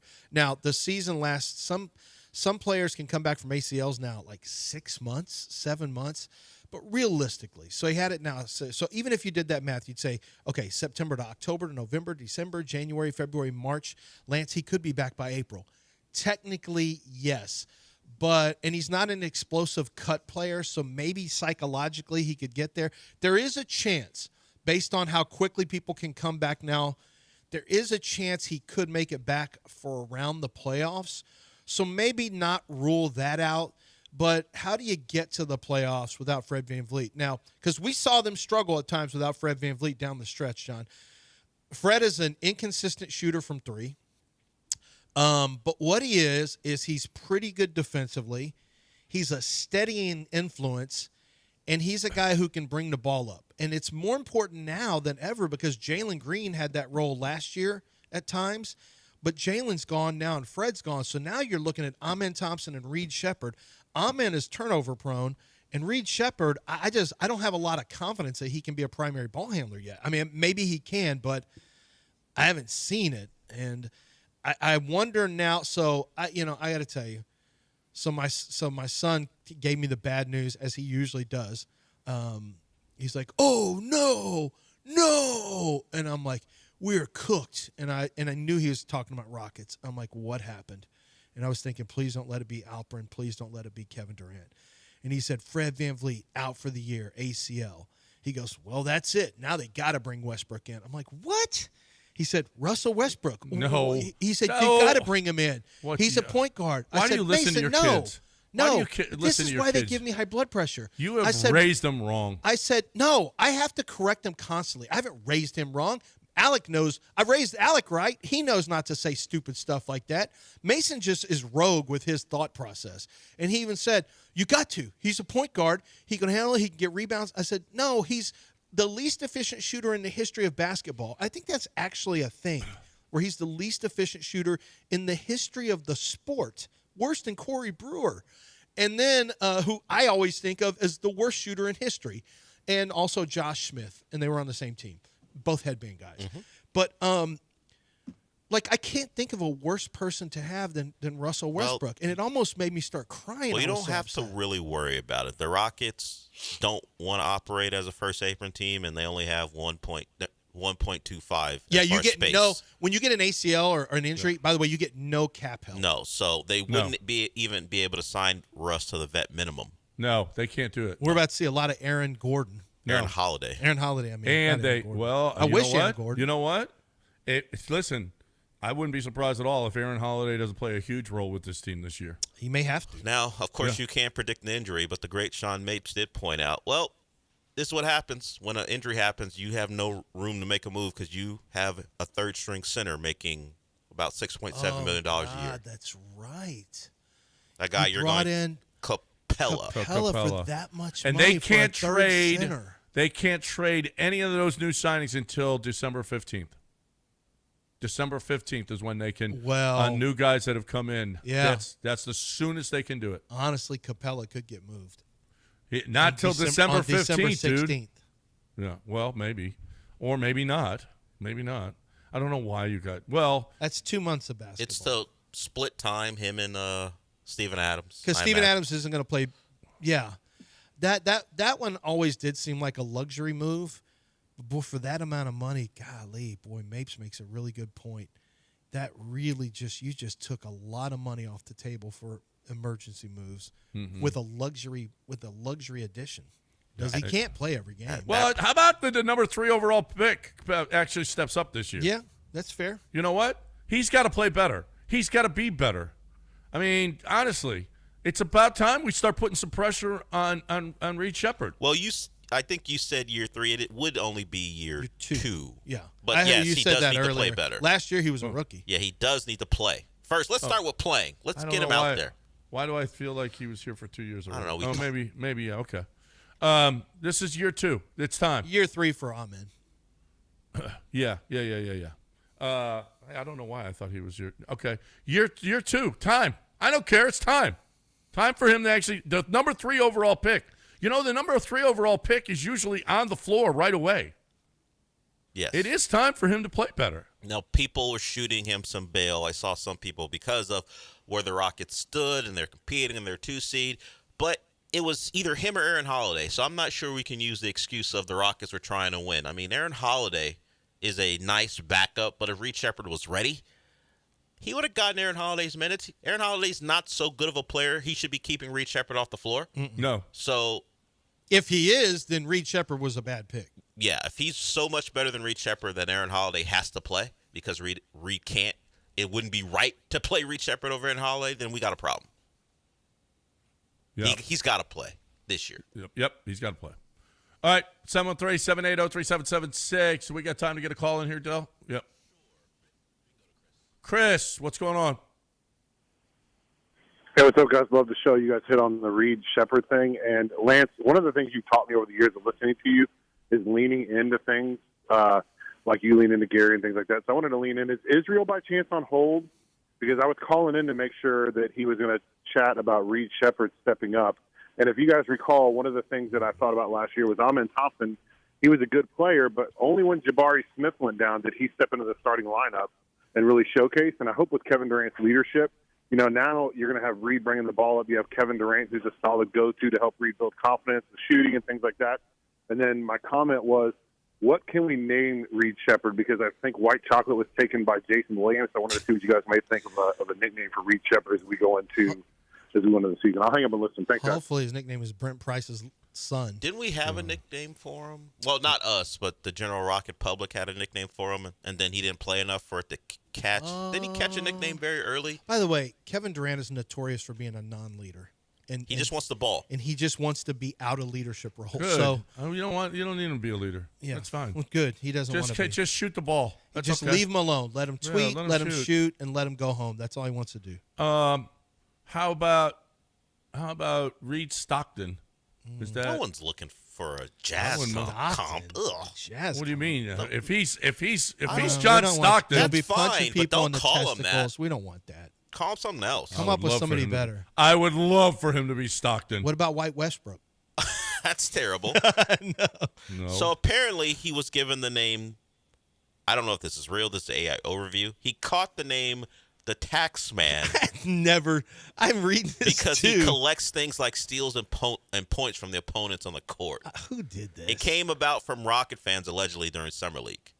Well, the Tax Man. He's a Summer League magician. He is. It's not the Chef. A high school video was created with the nickname that nicknamed him the Chef. But no one's. But his nickname is not as widely used as the Tax Man. Is that widely used, the Tax Man? Maybe for 3 weeks in the summer. Well, maybe with the Vipers it is. Yeah, maybe for 3 weeks in the summer, but that didn't catch on because he'd never played. In Rio Grande, he's known as the Tax Man. Okay. The Tax Man. Who's next, El? Well, you want to go to Biscuit here or go to break? Let's go to break. Yeah, because Biscuit's our basketball guy. Yeah, Biscuit. We'll get it on the other side. Right now, though, we got to talk Underdog. Let's talk about Underdog Fantasy. I gave you guys, I did it for you. If you listened to me yesterday, you would have had a bunch of W's on that Monday night. Derrick Henry, that was an easy touchdown. Figured that one was coming in. I had higher on rushing yards for your boy Jared Goff as well. And there you had it. There was a 2-pack right there. You know, you can do as few as 2, and that's going to pay. Typically, it'll pay you at about 3-1 because Derrick Henry was the favorite to score a touchdown. It paid at about 2.74 to 1. But that's the thing, is you can alter some of the statistics that are out there for different players and increase the payout by making it harder, or decrease the payout but increase the probability of winning by making the statistic easier to accomplish, whether it's higher or lower. And there's so many players. In football, it's great. It's my favorite in football because there's a ton of different stats for every single player, and a lot of players are involved in Underdog Fantasy. You can choose the player and the statistic you want. You go higher or lower. When you make your picks between 2 and 6, you got a chance to win a lot of money if you hit all your picks. But if you play the flex option, which is available, that just means you have to win 3 out of 4 or 4 out of 5. Your payout's a little bit lower, but of course you can lose but still win. That's Underdog Fantasy. Use that sports knowledge instead of all that arguing that you do online, on social media, with your friends, at the workplace. Why don't you download the app, Underdog Fantasy, use promo code Lance for your first deposit, and when you spend your first $5, they're going to give you $50 in bonus cash for you to put your money where your mouth is, or their money where your mouth is, and win real money with the Pick'em Challenge thanks to Underdog Fantasy. That's Underdog Fantasy. Use promo code Lance.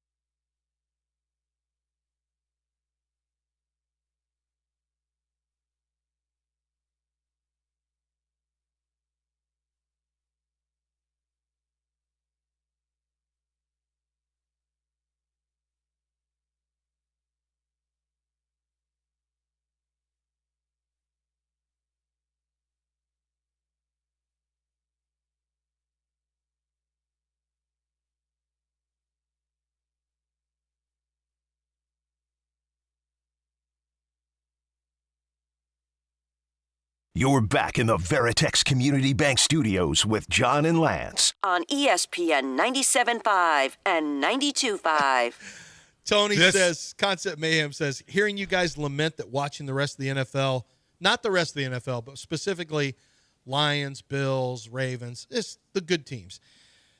Lament watching the rest of the NFL feels like a different sport than watching the Texans is exactly how I felt watching the rest of college football for the last 10 years as an Iowa football fan. Well, that's true.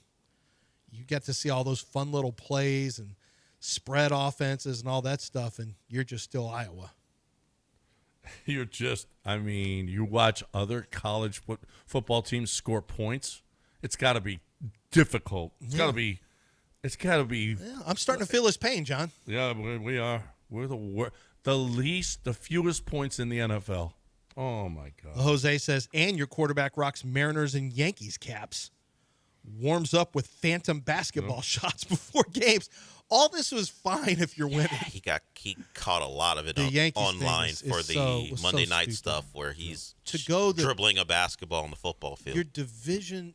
Yeah, I don't. Yeah. He's done that though. Yeah, but it's not so fun. It's not so cool whenever you're losing. Right.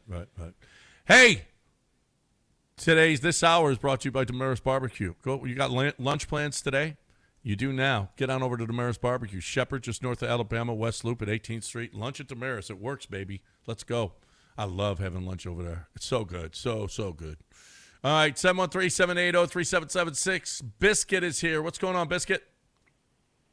Hey, what's happening, my brother? Top of the morning to you. Hey, John, before I get to my second question, I want to ask Lance.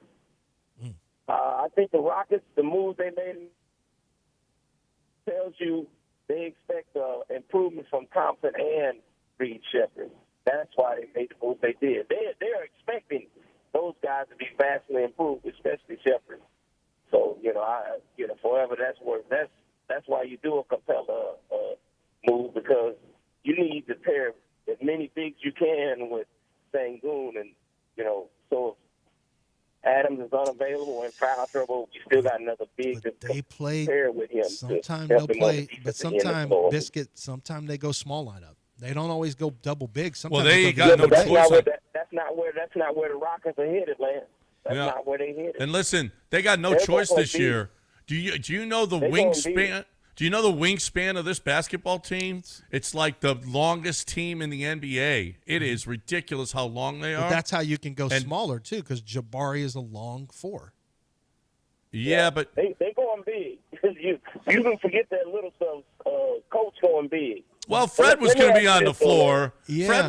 Fred's a little guy. He was going to be on the floor. And they pushed Reed into a new level, though. I get what you're saying. What you're saying, Biscuit. But now, with Fred out, that literally pushes Reed into a new level. He was going to back up 1, back up 2. You had, now he's pushed into a must-play role. There's a lot more on him now. Well, I don't know. Aaron Holiday's probably. Then you failed at the third. Aaron Holiday won. If Aaron Holiday is the guy, you're saying Aaron Holiday and Reed Shepard is going to be the backups? I mean, I guess they have to be. Listen, Ahmed proved he can't run the team. When Fred was out last year, Ahmed couldn't run the team. Ahmed is so good up front in the front court, grabbing alley-oops and rebounds and playing defense. I mean, Ahmed isn't the answer. Reed Shepard's got to step up. Reed Shepard's got to step up. Go ahead. Let me ask you this, as far as the Texans go, and this is just curiosity as far as that. Okay, number one, what happened to Fisher, man? Why? Explain to me why you would want to play Robinson over Fisher, even if if neither one of us going to be that great. I feel like you would want the younger guy to Fisher's terrible. To improve or whatever. I mean, and then the other thing, Lance, is number 79. You know more about it. Talk about 79. And my question is, why you don't help that guy? I mean, at least line a tight end over by him or have a back. Why you got him on an island knowing he's overwhelmed by number 41? It just seems simple. Explain to me those questions. Maybe I'm missing something. Well, D'Amico mentioned it yesterday in his press conference that they didn't do a good job of helping out the rookie who was getting beat by Josh Hines Allen. He referenced it. That is directly pointed at Nick Caley. And he referenced we should have given him help. We got to do a better job with chips or whatever to help him out when he's getting beat by this guy who's really, really good and yada, yada, yada. That was basically saying Nick's got to make the protection calls. Either that. Well, that's a Nick call. That's not a CJ call. That's a Nick call. So that was his. It's not a shot at Nick. He's just saying what everyone knows, which is the offense coordinator's got to put him in a better position to succeed by giving him some help. The other thing is, and Ursery's got some. He's got some leaning issues. So what he does is he leans forward into contact too much instead of staying back. When you lean forward and you're a waist bender, it's harder to slide laterally, keep moving laterally with rushers. But what he was getting beat by with Josh Hines Allen was straight power. So he was running speed to power on him, and it means when I was watching him, his feet weren't really set all the time, and he wasn't sinking his hips. That's one where I just think he was going to have a hard time. I don't think it's a good matchup for him. I think every time they play Jacksonville, that's going to be a hard matchup for him. Well, he's got to have help. He's got to have help. Yeah, he does. But Blake Fisher is bad. Blake Fisher in the preseason was so bad, and I don't know what happened to him. I thought Blake Fisher had tremendous potential and ability on tape when he came out, but he has no confidence. His technique is bad, and I really focused on him on the preseason because I thought this guy's going to could compete for a job against Ursery, and it never materialized because he was bad. I would much rather have Cam Robinson in a game than Blake Fisher. Blake Fisher, second rounder. Yeah. Juice Scruggs, second rounder. Ursery, second rounder. I mean, listen, premier guys are. I mean, we keep settling for second rounders that are. CJ, Will Anderson. These are your first rounders, John. CJ, Will Anderson. Kenyon Green. Well, yeah, Kenyon, but we're missing. Well, we didn't have a first rounder. Oh, and then we traded out of one. We traded out of it. Traded out of one. That's right. To get Ursery later, instead of and Jaden Higgins. Yeah, and Jaden Higgins, who they're using tremendously right now. Actually, Ursery was your pick. Jaden Higgins was your trade out. Ursery was 48. That was your pick. So Jaden Higgins would have been the trade. Yeah, but you could have used 23 on Josh Simmons. You could have if he were on the board. I don't think he was on the board. As a matter of fact, I know he wasn't on the board. Simmons was gone? No, he wasn't on their board for other reasons. I got you. Either physical or character, yeah. They wanted Donovan Jackson, and once he got picked right ahead of them, they traded How's he doing in Kansas City right now? Simmons? Some ups and downs. Some ups and downs. He's what you'll hear from some people that want you to hear this is Josh Simmons is incredible. What people in Kansas City will tell you is he's had some good and some bad, like any rookie would.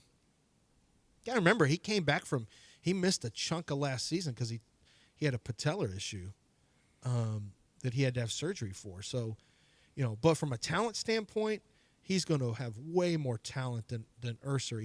But it's not even worth discussing if the Texans say, we don't want this guy, we don't want to draft this guy. This is not a guy who meets our standards. And Kansas City will take anybody. So you can't, just because Kansas City drafted someone, that doesn't mean anything. Kansas City will literally take anybody. You can't do anything bad enough to keep Kansas City off the board. And it's crazy. You got a Mormon head coach in Andy Reid. Brett Veach is, Brett Veach is Brett Veach. I don't, but you literally cannot get off the Kansas City board. There's always a spot somewhere on the board for you. Yeah. And look how many issues they've had with guys. I mean, they've had so many issues. They brought Kareem Hunt back. Like, come on back, Kareem. It's been a minute. Let's come back. Remember that time you kicked that girl? Come on back. They were legitimately surprised that the media found out about Tyreek Hill's what Tyreek Hill got in trouble for in college with, being accused of domestic violence with his girlfriend or pregnant girlfriend or whatever, that they were like, we can't believe how much crap we took on draft day for drafting him. And they had DeMarcus Robinson, who was flunked a bunch of weed tests and had a credit card had credit card theft on his docket, and then they drafted Kevin Hogan between them. Like, we thought that was a palate cleanser. We just got some plain Jane milquetoast quarterback from Stanford between Robinson and Tyreek Hill. We figured no one would notice those guys. Well, they did. They drafted who was it? Del, who was the guy from Michigan who the defensive end, Frank Oh God, that went to Seattle. Yeah, he beat up. Clark? So Frank Clark held his. I had to write about this.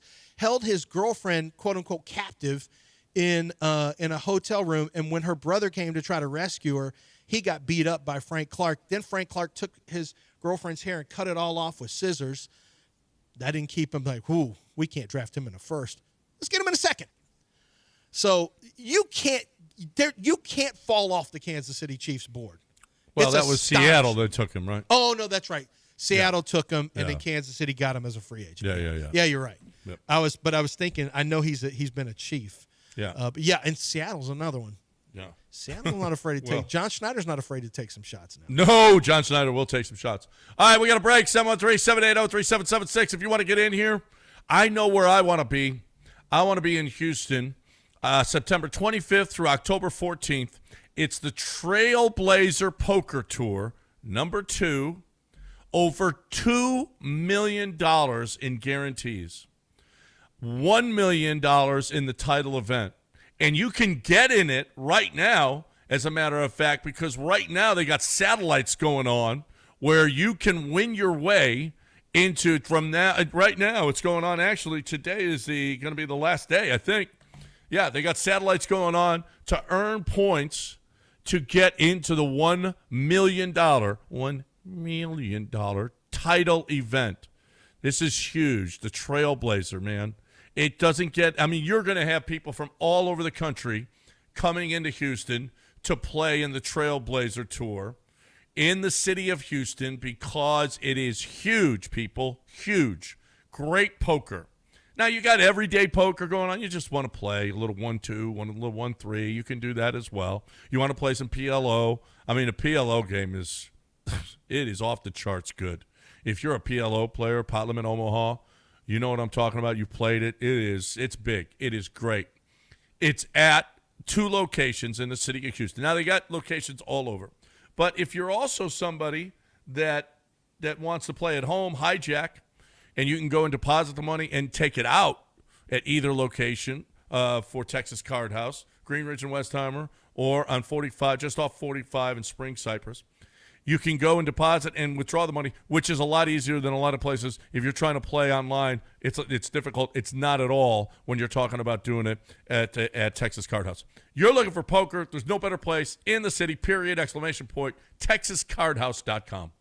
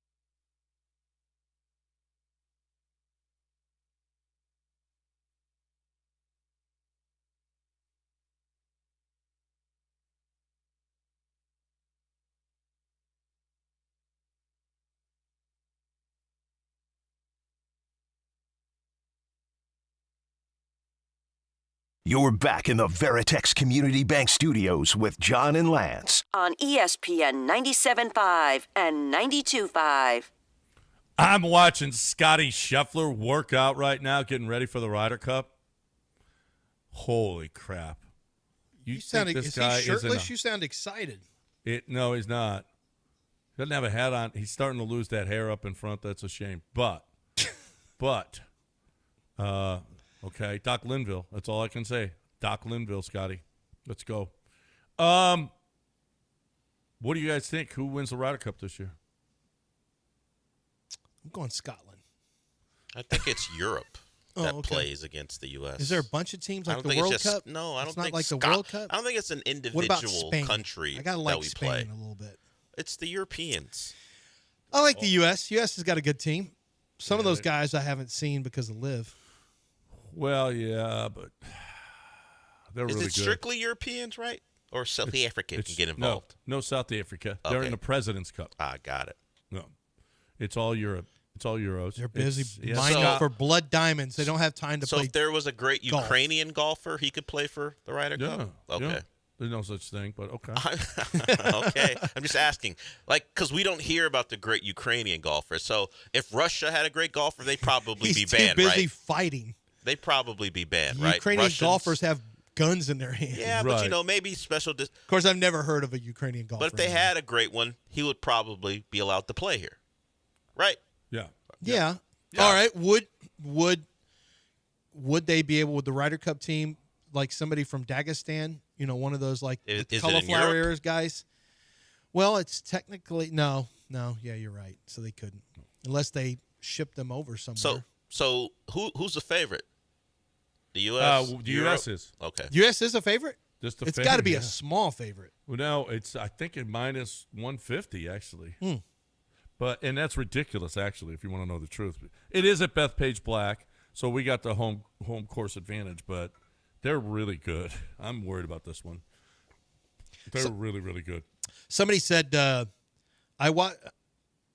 somebody said that watching as a Texans fan, watching Detroit's offense last night, he said, it's like I'm a caveman witnessing fire for the first time. Here's another one who says, I watched highlights, and I'm unfamiliar with this sorcery, this trickery. Yeah. Yeah, dude. I mean, how glowingly did the broadcast, Joe and Troy, talk about Amon-Ra? I mean, the Detroit loves him. They say he is the hardest blocker on the team. Doesn't care, just wants to win. He'll do everything he can to win the game. He went down inside like he was Tank Dell trying to block on a goal line play. I mean, this guy, he ain't no Tank Dell, so stop, okay? What about the option pitch by Amon-Ra to oh my gosh. Makes it look like a jet sweep, and all it does is hold the defensive end just for a second. That's all you want to do. And then he pitches it to Gibbs. I've seen that play before, by the way. That's not the first time I've seen that play run. I've seen it before, but not often. I saw it, and I want to say, yeah, you have to do it in a handoff. You cannot do it well, you can do it forward because you can always pitch laterally. That's not a problem, but it's just a really smart play. Just, this is what we're talking about. It's just, come up with something. If you're not as good as the other team up front, come up with something, Nick Caley, like against Tampa Bay, where you've got I don't know what their callers, what the name of it technically is, but you've got plays that you hold on to. Like, I'm holding on to this play for when we need a score. I'm going to have, these are my 5 plays that we have. And you design them specifically to misdirect and create an opportunity for your offense. And you design plays and you practice them and then you save them and you save them and you hold them for something like that. And granted, they're not down there very often, but when they are, they didn't have anything for the like they don't have anything tricky. They just, I guess we'll just give it to Nick Chubb and see what happens. So you're saying the Texans aren't very creative? Okay. It doesn't appear to be the case. Okay. Well, they weren't creative under Bobby Slowick either. And you don't have to look, if you're really good, you just execute, you beat people's brains in, and that's fine. This is a team with a really good offensive line. It's a team with a really good power back in David Montgomery. No, the Lions. Oh. And they still come up with stuff. And they still, for the last 2 years, come up with shenanigans and trickery. And they give you the hustle buzzle, and you don't know what the hell's going to happen. So you're constantly on your toes. That was foreign football to me. I don't know what any of that stuff is. What they were doing yesterday, Monday Night Football, I don't know what this is. What are they even playing? What are they doing? There's points being scored, not just points, touchdowns being scored. There's tough decisions being made that are successful. There's execution. There's misdirection. There's running football. David Montgomery, I thought, man, Marlon Humphrey made a phenomenal chase down. He was I had to go back and watch replays. He was not close to that, and he ran. And immediately in his mind, he went, that's David Montgomery. I can catch his ass. And he went down and caught him. And I think it still ended up in a touchdown because it would have been phenomenal if it had ended up in a field goal after he ran him down after a 72-yard run. I was tired of watching everybody else play good. Yep. All right. Who's on the line, Dale? Poverty quarterbacks, poverty offensive line, just everything sucks. Let's get Underrated Mess in here. Hey, Underrated Mess. Hey, good morning, fellas. Hey, Lance, you have an inside scoop on the UT, and I was just thinking Arch Manning's probably the perfect representation for that yuppie university. I mean, elite white kid bullying the others that are less fortunate than him. Any feedback on that?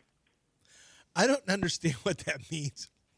Any feedback? He was bullying the Sam Houston State guy. Do I have an? Were you laughing in there again, Del? Did I hear you laughing through the door? Yes, the less fortunate part got me. Mm-hmm.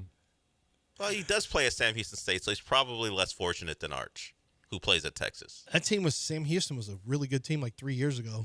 Not currently. They not were only terrible. Not only they've moved up to the FBS, right? Woo! Haven't they done that are they? the last couple of years? I think so. I don't know, but their players weren't good. They were bad.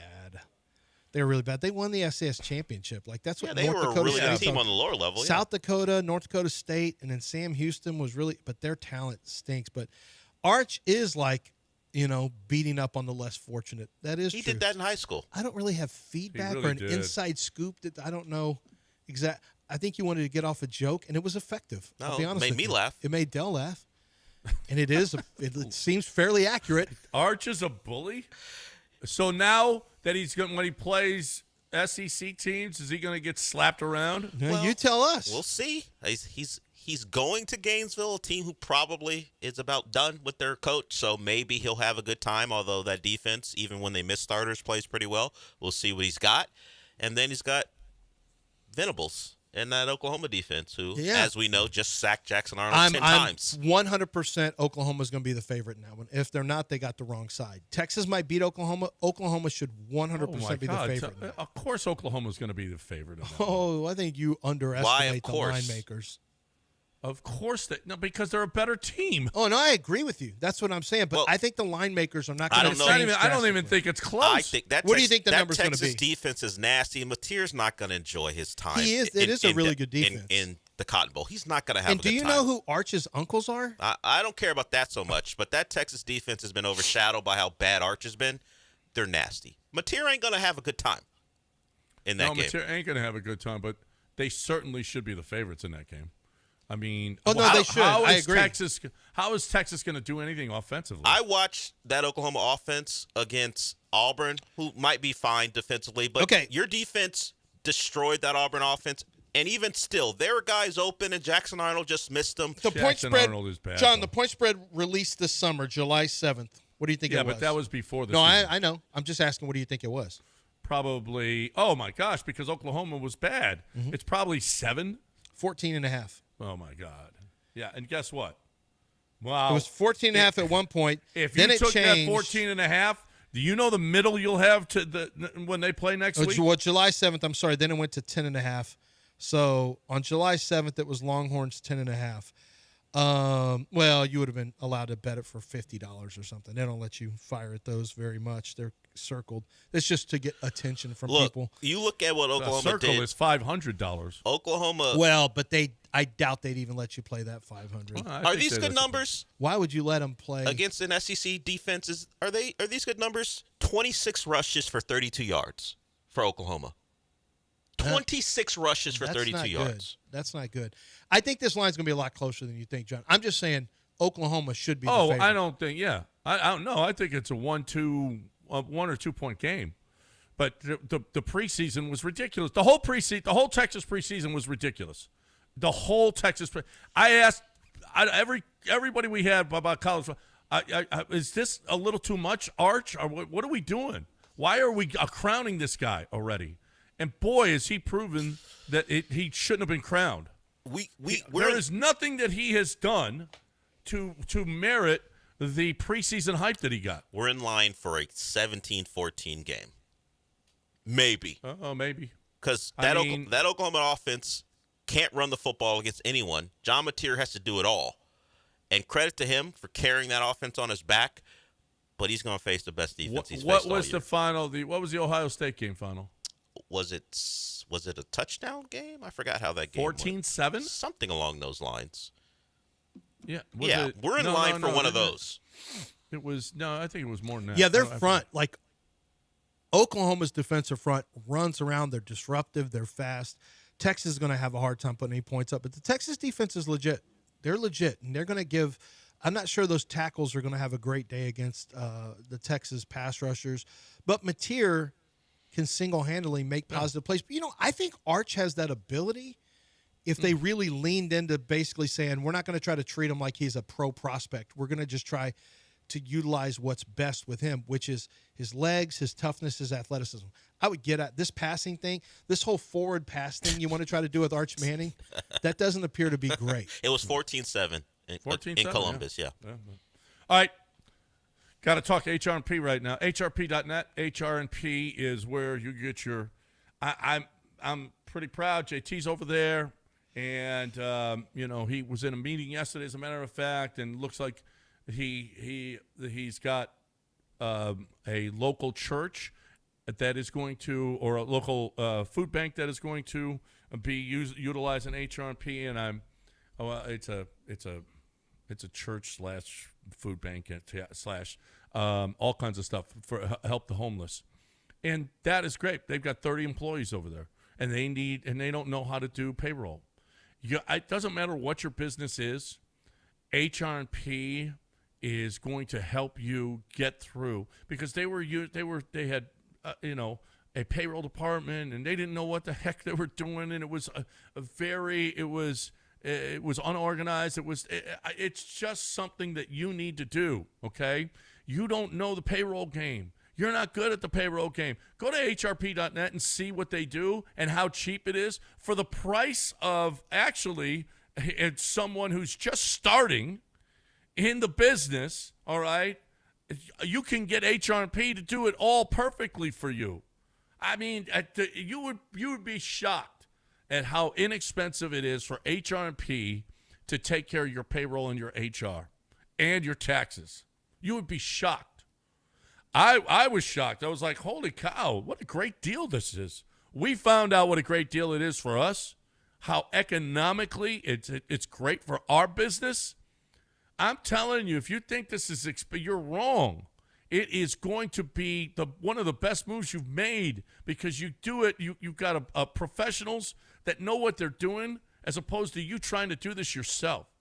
HRP.net. Give them a call and see.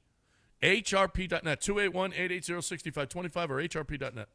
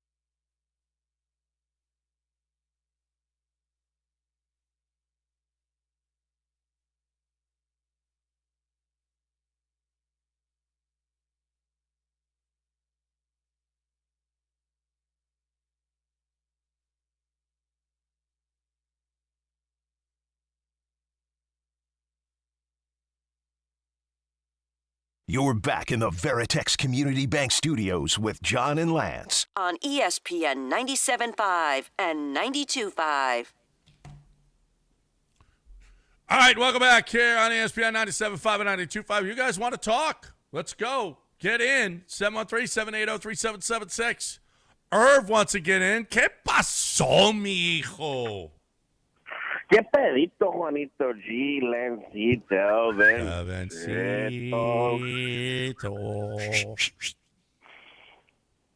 But man, I'm just trying to figure out something. Okay, I don't know what it is, but is it just me, or is it CJ doesn't seem like the same CJ as he was before? I heard about something about him big dogging Caleb Williams and stuff, and ever since that he's been trash or whatever. And I also think ever since he's been remember that little mishap that happened with Amber Rose, and he gave her a ride. I think that was a little bit of a sidestep too, because that was a demon in disguise, as you can call it. But for me, I haven't heard CJ talk about God, man. Jesus Christ, what is going on? Help me out, bro. I think we need to get Father TJ to pray for this man and get all these demons out, because he looks like he a deer in the headlights, like he's scared of something, man. I don't know what the hell's going on, but I really do got a question for y'all. Do y'all see the Texans going 0-5 before the bye week? And also, update, Lance, hey, my boy Luke over there in Pittsburgh, he came back and won the game with 3 touchdowns against Fort Hayes. Who is he? Who is it? His boy Luke. I know. Boy, what's his last name? Nope, not doing that. It's not Noah. It's Luke, and I always forget who Luke is. Luke's the tight end who was pretty athletic. Yeah. Remember? Oh, who is he? I just can't stop thinking about Noah. Yeah, well, Noah Kanega is who you're thinking about, but there's a Luke on Pittsburgh State. What's his name? He was the original. That he brought to the table. If anyone's got a name that's an unfortunate name, La Raza's going to have it before everyone. It is Luke Naysayerman. No, it's not. Yeah, Luke Naysayerman. Where's he play? He plays at Pittsburgh State. Luke Naysayerman. Pittsburgh State? Oh. Pittsburgh I State. thought one of them went to Central Michigan. Well, that is Noah Kanega. Oh, no. Yeah. That's right. How in the world are they handling that one? I don't know how they're saying. I think they say it exactly how it's written out. Mark Vandermeer prays these guys don't get drafted by the Texans. No, or even, you just call them Noah and free Luke. agent. That's going to hurt their. That's going to hurt their chances. That's an easy one. They've worked that one out. Noah Kanega. They've even gone Aga. Yeah. Well, soft A. But Luke Naysayerman. That's tough. That's a tough one for the play-by-play I'm going to listen to how guy. they say it. They say it the way it's spelled out. They just push through. Yeah, they do. I've heard a call. Whoever the Pittsburgh State play-by-play guy is says that name the way it's spelled. He does. Yep. Lance heard it. He does. I just played it off TikTok. Yeah. He goes, I'm a professional. It's his last name. He's like, I'm not playing with you punk ass kids. He's a professional. I'm going to say this man's name the way it's his name. I'll say it that way. And what?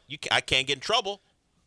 I'm saying this man's name. Stop playing with me. I'm sure he's very deliberate in how he says it. Just to Sometimes make sure. you have to be careful what you say. For example, my 14-year-old daughter, Madi, who you know is tends to be – now she's not as puritanical? Yeah, as she once was, because she goes to an HISD school. But it's still there. Over the weekend, Alec is doing some senior thing where they do a bar crawl. My son's 21. He's at Alabama. And they dress up in a banana outfit and then do a bar crawl. They hit 6 different bars. I don't know what this is. I have no idea. And my 14-year-old daughter says, because she always tries to use whatever the newest terminology or phrases are, because she knows them, because that's just her age group. And she goes, Alec's not going to be she goes, Alec's not going to pull any huzz with that. I said, excuse me? She goes, huzz. I said, what does that mean, Marty? She goes, that means pretty girls. He's not going to be able to pull any huzz with that. I said, no, it means hose. They changed hose to huzz. Where did she hear it from? I said, because Alex said it. And she goes, no, it doesn't. Huzz means pretty girls. I said, no. You said your brother's not going to be able to pull any hose with that banana outfit on. You just called him and she started arguing, and my wife goes, I said, Marty, you need to trust me on this. And my wife goes, Marty, stop talking back to your dad. He's going to be right on this one. She said, don't use that word because it probably means hose. I said, it 100% means hose. Huzz? Of and your course it does. 21-year-old brother saying, I'm not going to pull any huzz. I'm trying to pull them huzz. He's I'm trying to 21 pull and those pretty girls. Come on, Marty. pretty girls Context is huzz. clues. It's an easy context clues. Huzz is not pretty girls. It's hoes. Please stop. Stop saying. It's like if Alex came in and said, I love a thought.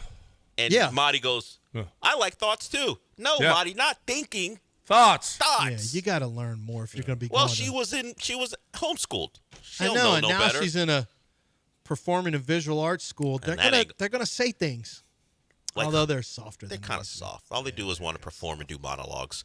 But Huz, she's got to learn.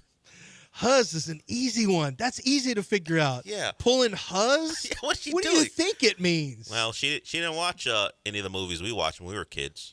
That's like whenever she said in Spanish, she heard a TikTok video or Reels or whatever, where somebody said something in Spanish where it means it was like a snake or it's a bad word in Spanish. I don't know. I told the story on the air before, and I can't. One of you is listening, you can remember. She said that word. She said the phrase. I think I knew what it meant. I think she said something, and I said, "Hey, I want you to call Mimi, your Mimi, your why? grandma, Why and would tell you her do that? and tell her what you said." Because I needed to teach her a lesson when she was 12. And she said that, and Mimi goes, "Oh, my good, don't say that anymore, Marty." 713-780-3776. Well, did Alex pull some Huz? He's pulling no Huzz. Oh, man. He's dressed like Not a pulling any banana. Huzz? He's working 45 hours a week in the football side, doing his business classes, and he's dressed like a banana. What do you think? No Huzz for him. And I don't want him pulling Huzz. I need him to keep his head down, get his grades, keep his scholarship, and go get a job in the NFL. Don't worry about Huzz. Huzz man. will come later. All work and no Huzz Huz. means pretty girls. All work and no work and no Huz Huz. makes Alex Yeah. a dull boy. Dull boy. That's true. He is a dull boy. That's true. Get some Huzz. No, Huzz are the root of all evil. What? That's Alabama not true. Huzz. Huzz? Alabama pretty girls? Huzz. Yeah, pretty girls aren't the root of all evil. Yeah. No. I mean, If only Huzz meant pretty girls. if only. Do we want to go? Yeah, we got to go to a break. Dan, Javon, Blake, sorry. Man, we got a full board and we're Sorry, talking about Huzz. Lance had to I tell know. a story, guys. I ain't loyal to these Huzz. No, you ain't. You never have been. Them Huzz ain't loyal. These Huzz ain't loyal. It's bad that you brought that to the show because John's going to just be calling people Huzz Huzz. all the time now. But Let's first, talk John Daspit. He ain't no Huzz. No, he's no, not at all. And he's not. And he's gonna put them Huzz in their place on the insurance side. If they're trying to squeeze you, he's got your back. He's not gonna let that happen to you. He understands what it means to get squeezed because he's seen this happen before with people who try to come to him after it's too late, after they've already signed off with the insurance company, and they come back and they realize they have all these bills and like, John, can you help us? We signed we signed off with the insurance company, took their check, and we want to go back after them because we have more injuries. I'm sorry, you're not going to be able to do it. It's too late. You signed it away. That's why it's important that when you're in an accident, at the workplace, the roadway, out on location somewhere, whenever someone else's negligence has cost you, you need to call John Daspit and the Daspit Law Firm at 713-CALL-NOW. Early on, it needs to be the first call that you make so that you can protect yourself against, someone taking advantage of you. And that's what insurance is going to try to do. They're going to try to take advantage of you. Make sure that you make the phone call and let John Daspit start fighting for you and his law firm. They got a huge law firm so that they can keep their workload small per lawyer so that you get attention that you deserve. It's 713-CALL-NOW. That's 713-CALL-NOW, or go to DaspitLaw.com.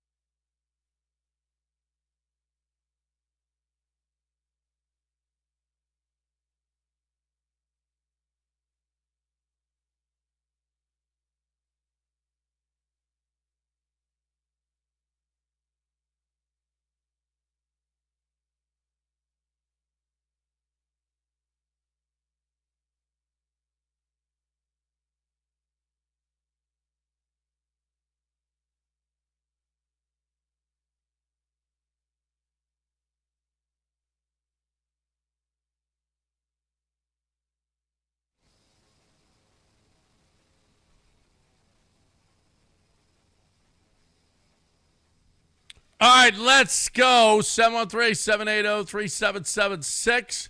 You want to get in here, 713-780-3776 is the number to hang out with us right here on ESPN 97.5 and 92.5. Blake, you're first up. What's going on?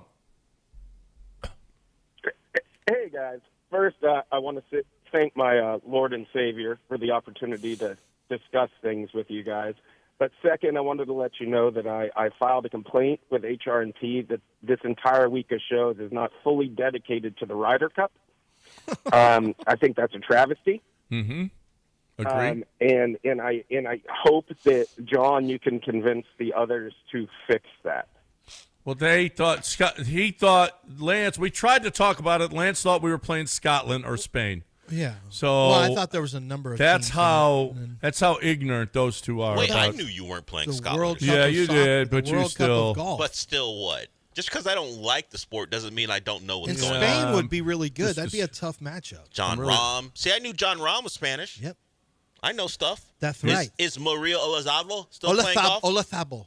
Is he? Olazabal. Is he still playing? No, he's not. No. Neither is Sergio. He's not in it. Does the Ryder Cup have special theme music? That would help. Like the Masters has the Masters music. Does Ryder Cup have their own? No, they don't have music. Well, that's poor branding. You got to get that done. Yep. Yeah, so we can't do it, Blake. Blake, what do you want to talk about? Then the last one, you guys haven't talked about how Mississippi State is going to go undefeated through 5 games. We really haven't because that would be Vanderbilt has stupid. taken up that airspace. Honestly, we can't do 2 lower tier SEC teams and their run to 10-2. We can only do 1 at a time. Right, one horrible team. Right, fair enough. Yeah. Thank you, Blake. Thank you, Blake. Mississippi State. Well, they do have that big win over That's Arizona like Crash State. just called in. No, yeah. Chris Harmon went to Mississippi State, right? I thought Rick did. Oh, Ricky did. Yeah. Ricky. Yeah, Mhm. one. I think he Where did. Where did Chris go? I forget. I don't know. Yeah, they're gonna suck by the time the season's over. Good they'll start suck. to the year, though. Congratulations. Yeah, it's real nice. Positivity. Real nice. Yep. By the way, Bruce Pearl, did you guys see he Retired. shut it down? Their season's coming up not that long. That's how you do it. You set it up so they can't do nothing but put your son in place. That's how you do it. Oh, That's so it. his son steps in. You That's quit what at, it is. You quit at the end of the year or even in the Smart. middle. You quit at the end of the season or even in the middle. They can't make a go move. look for anyone No, else. They can't look for it anymore. No. Now, you're stuck with them. That's exactly what happened. There's Absolutely. no question. Yep. Everybody's got a job. Also, Nick Bosa out for the year. Yep. How about Najee too? Did you see Najee Harris go? out for the year? Yeah. Nick James Bosa Conner out for the year. James Conner out for the year. Fred VanVleet out for the year. That all came out yesterday. And CD is probably going on IR. That's what Jerry came out and said. There's a chance that CD's going on IR. Probably 4 weeks, right? Yeah. All right. Who's next, though? Dan is next. What up, Dan? What's up, fellas?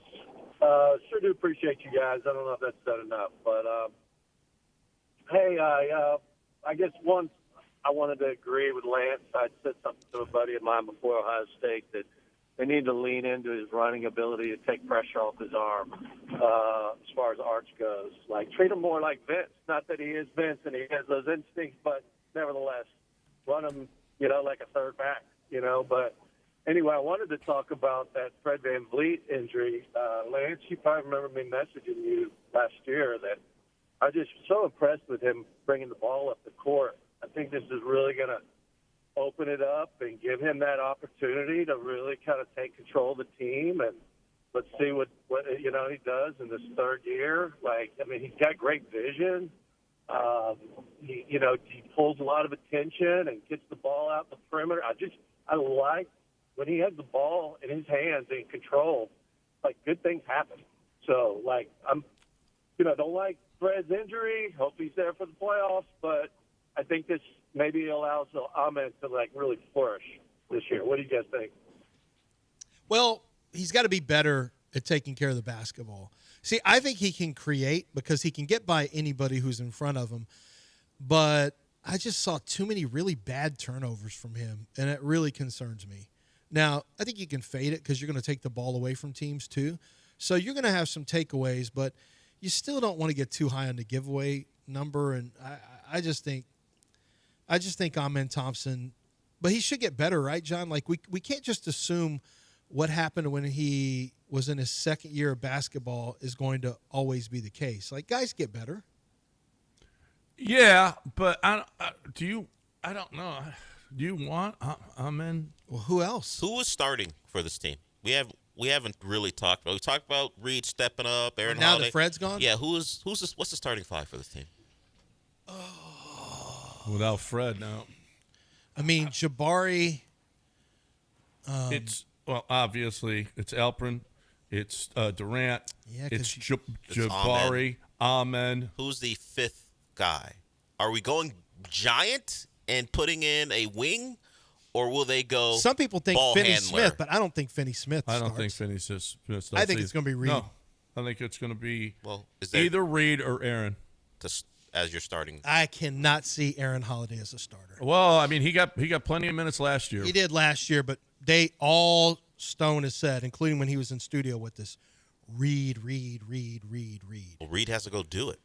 I know. I think he's going to get his opportunity now. I mean, even in they're going to camp. find out early in the year. Now, Reed's going to get the first crack before Aaron. I mean, even Holiday at camp, like the way they project themselves as, Reed's going to have to beat out Aaron in camp, and if he doesn't, Aaron Holiday's your starting point guard.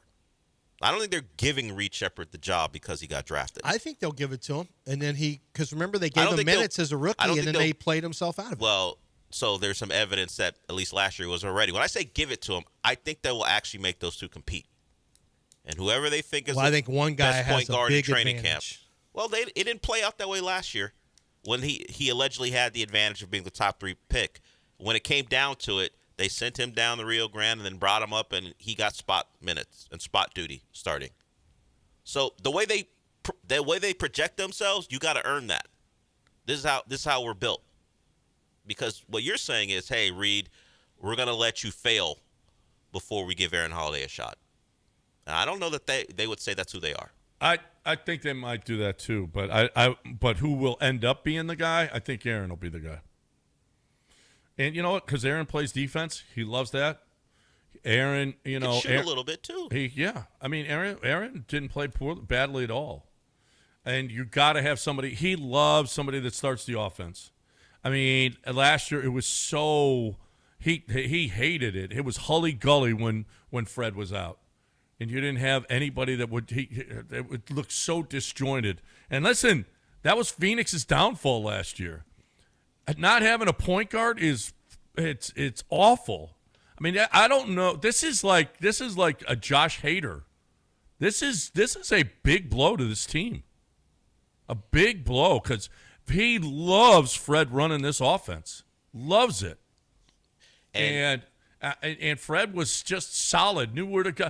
Listen, Fred's not a good shooter. Fred is, and every once in a while. He's a streaky shooter. I mean, he can have a real hot streak, too. Yeah, he could take over a game at the end. Yeah, he did in the postseason at times. And, but he was too up and can't shoot. Fred is streaky. Yeah, right. Well, it's going to be different then. I mean, Amen's going to be driving the lane. Amen's going to be it's not going to be anything like with Fred. I think Aaron Holiday or Reed Shepherd will be a lot more like. We'll see. Someone to organize. You don't even need someone to be a guy who initiates, but you need someone who organizes. And they don't currently have that unless it's coming from Aaron or Reed Shepherd. Right. Exactly. I mean, this is a big blow, you guys. This is a big blow. 713-780. Yeah, but it's not a death knell though. Number one, they're still. I just think they need to get a steady hand there. Well, we don't know what Reed Shepherd's going to bring to the table. Reed Shepherd is a phenomenal shooter. He just has to be put in position where he gets some makes. I think confidence is a big necessity for him. But if Reed Shepherd can really shoot it well, that could end up being a huge advantage. It's going to be a downgrade defensively any way you look at it because Reed's not – and I've heard he's gaining weight, he's stronger and all this. He's much better defensively. I don't care. Y'all can tell me that as much. The Rockets organization can say that as much as they want.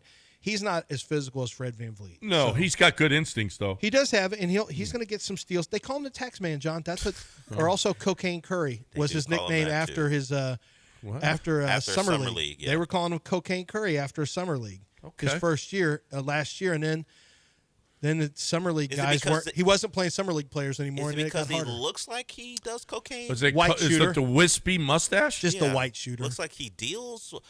So That's mustache. That Movember stuff better not come back. as much as yes, you believe there's some Reed Shepherd potential there. You're talking about a guy that was going to play 35 minutes a night that you just wiped off the roster. Yep. If he can pick up 20 and Aaron picks up, and then whatever. This is a big blow. I'm telling you, this is as big as Josh Hader. This is bad. This is bad. 713-780-3776. If you want to get in here, I want to talk a little Coors Light right now. Love me Coors Light. I mean, it's Tuesday, so what's going to happen? Probably Coors Light, I would think. I mean, it's a Tuesday, so why not? I grabbed another 12-pack at the store yesterday, as a matter of fact. That's a true story. I would never tell lies about my Coors Light. I've got them hanging out here. If you come over today, I got some Coors Lights for you. I've got my nephew is coming, and so I said, well, let me stock up a few Coors Lights because I know he's going to want some when he gets here. We'll play a little golf together, and I can't wait. I can't wait to throw down some Coors Light, play some golf, watch some football, watch some baseball, some big baseball. This is the time, man. This is so much fun, and I like to enjoy it with a cold, clean, crisp, refreshing Coors Light. I hope you do too. If you're looking for a great way to entertain, you always have them on hand. Make sure that you got them on hand so that your boys will go, hey, thanks, that's great. I see my mountains are blue. This is awesome. You're looking for cold, clean, crisp, and refreshing. I got one way. I got 2 words for you, Coors Light. Climb on, brother. Let's go. Let's get them Coors Lights in the fridge. Cold, clean, crisp, and refreshing.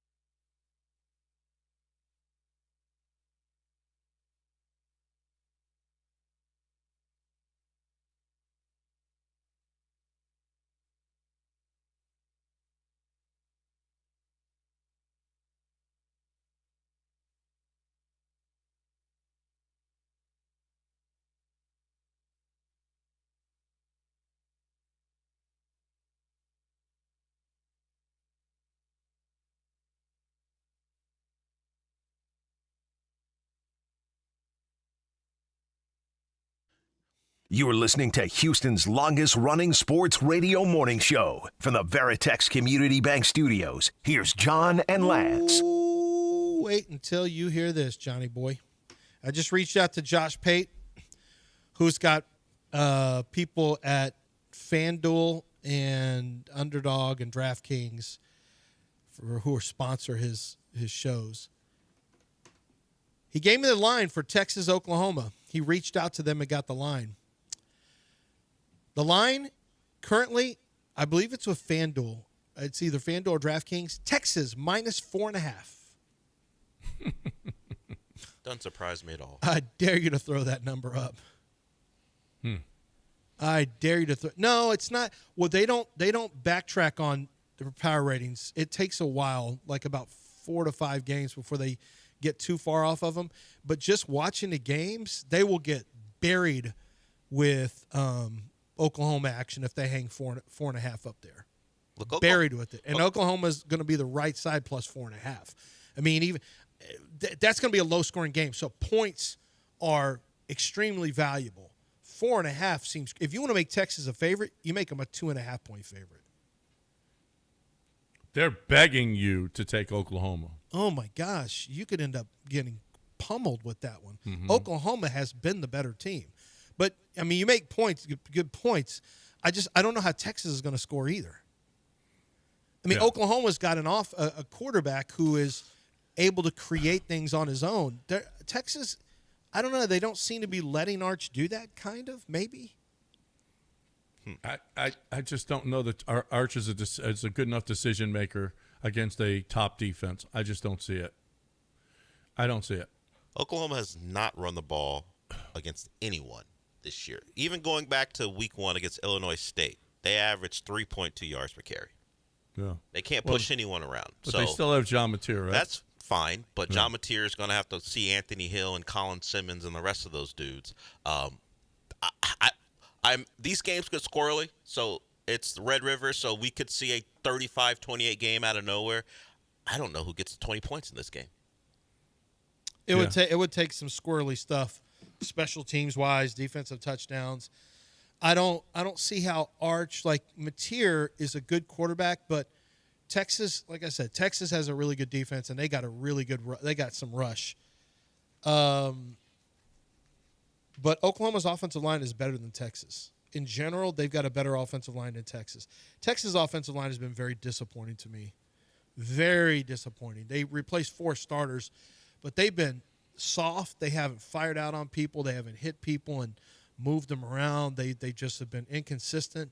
It hasn't helped Arch Manning at all, having an offensive line that's been inconsistent. But how in the world do you find points when you can't even attack? As John mentioned, he's not, Arch hasn't been a very good decision maker. He doesn't see things on time to where he throws with timing. He's not throwing with any accuracy.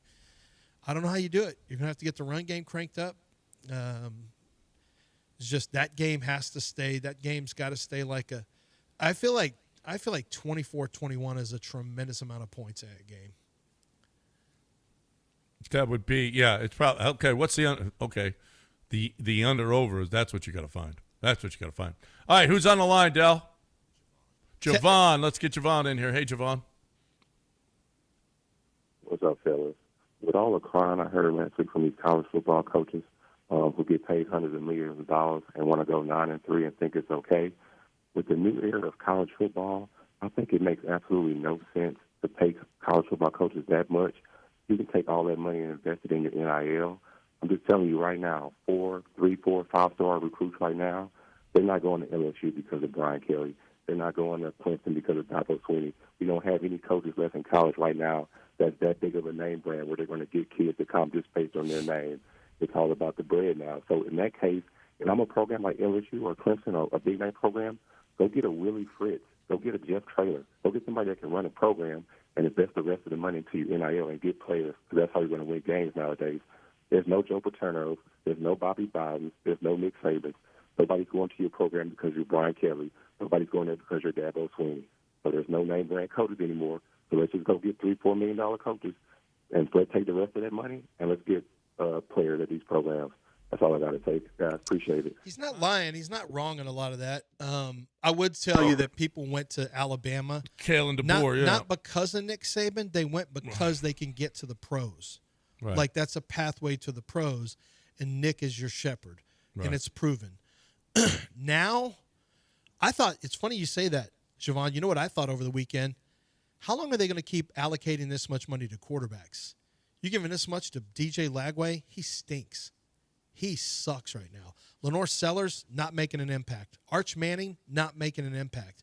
All these quarterbacks who are supposed to be the big-time quarterbacks, some of these programs probably want their money back. Well, perhaps you don't pay a high price for the high school quarterback. You pay it for the portal quarterback. That's what SMU told me when I talked to one of their line coaches. He said, we play – well, their offensive line coach.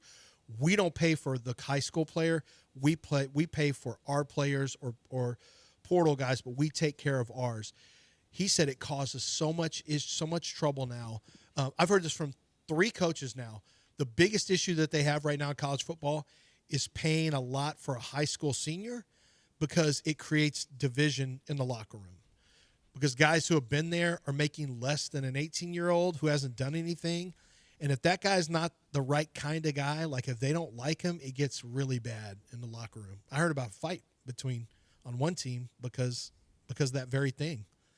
Because they thought he didn't earn it, and this kid was kind of talking and turned into an ass whipping in the locker room. So a Draymond Jordan Poole thing? When Jordan Poole called Draymond a backpack, Steph Curry's backpack. Yeah. And then Draymond. And you can see how it would make a guy who's been grinding and hustling and doing what he's doing and working hard in the weight room, and he's a junior, and then you got a freshman coming in who doesn't put the work in, not in his opinion, and he feels like doesn't deserve the money. He's getting paid way more than a player at the same position. It does cause some problems there. Now, portal's a little bit different. You got guys who have proven it somewhere else for the most part. But the freshman recruits, that's a tough one. You're paying for guys who haven't done anything yet. That's like the difference between it's the same thing, paying for draft picks versus paying for free agents. Well, draft picks have there's a rookie wage scale so that's under control. You don't kill yourself by missing on draft picks. Free agency is where you get paid. That's where some of the big money is. Some teams just say, we're going to do the same thing with portal, but I'm telling you now, I don't know that I can give quarterbacks they have really thrown money away on quarterbacks so far this year. Thrown a lot of money away on a lot of quarterbacks. What are you going to do? I mean, what are you going to do? Why not? It's the same as when you hit like Tennessee hit, when you hit. Yeah, but that doesn't cost you an arm and a leg. Well, that's the point. Is you go get a Fernando. What's his name at Indiana? Mendoza. Yeah, go get a Mendoza or an Aguilar. What I'm saying is a Mexican so what quarterback. You're saying you need a Hispanic quarterback. Well, that's what the numbers are telling me. I don't know that Mendoza's Mexican, but yeah. Diego Pavia. You got Mendoza. Pavia's probably You Italian. got Aguilar. You got. Are you kidding me? I'm sensing Who's the trend. taking over now? I'm sensing the trend. Maybe Irv. Maybe instead of Israel calling about black quarterbacks, maybe Irv should be calling about Hispanic quarterbacks. Maybe that's the thing. Okay. Maybe that's the thing. I know this much, though. You can go spend your money. Nico tried to gash Iamaleava tried to gash Tennessee. They went actually cheaper and got a much better player. Yeah. Pavia's Italian, so. Yeah. Same I can't thing. believe you're not. It's not the same. close. You should be It's claiming romance. that. They're both romance Close. languages. Romance. Del. Are you kidding? The languages? But it's not the same. Almost the same. I don't know. Spanish doesn't sound like a romance language to me. When it's spoken real fast, there's nothing romantic. When you hear it, well, you don't hear it in your house because your wife doesn't speak Spanish. Yeah. No, when in I Spain do watch. it I've is. got Colombian Diary. I do follow an Instagram account that's got a lot of Colombian stuff? Yeah, but it's not as much. Surprise. It's just a lot more of visual than audio. Papacito. It's just girls saying that. Pretty much, it's the only thing that's on. Yeah. No. That's very romantic. Yeah, that is romantic. Yeah, that is romantic. All right, let's take a quick one here. Talk about Billy Brown over Aqueduct Plumbing Company because Billy is our friend. Billy is a family-owned and operated business that we love that. Billy's been in business. Billy's got now more and more trucks out on the street because the message is clear. We are going to come to your home. We're not going to charge you to give an evaluation of what's going on with your house. We're going to give you a great price. We're going to give you great workmanship. We're going to make sure that it's done perfectly. They have the knowledge. They have the expertise. They have and you know what? Billy he doesn't kill you. Billy's going to do a job with your plumbing. You need Billy. You have to have, if you've got any problems with any pipes or bathrooms or showers or whatever it is, you got to have Billy, Lance, and Billy's going to do a great job. I don't know why these guys, these companies gouge you when you know that's the last time. That's the last time you'll ever use them. Yeah, right. You're like, I am never getting taken like this again. That's why Billy Brown says we don't have to. First of all, he's not the kind of person, and secondly, he wants your business for everything, for remodels, for leaky faucets, for leaks in your, under your slab. He wants your business all the time. So his prices are fair. His work is awesome. He's completely transparent. And they get out to the job and get the job done quickly. It's aqueductplumbingcompany.com. That's aqueductplumbingcompany.com.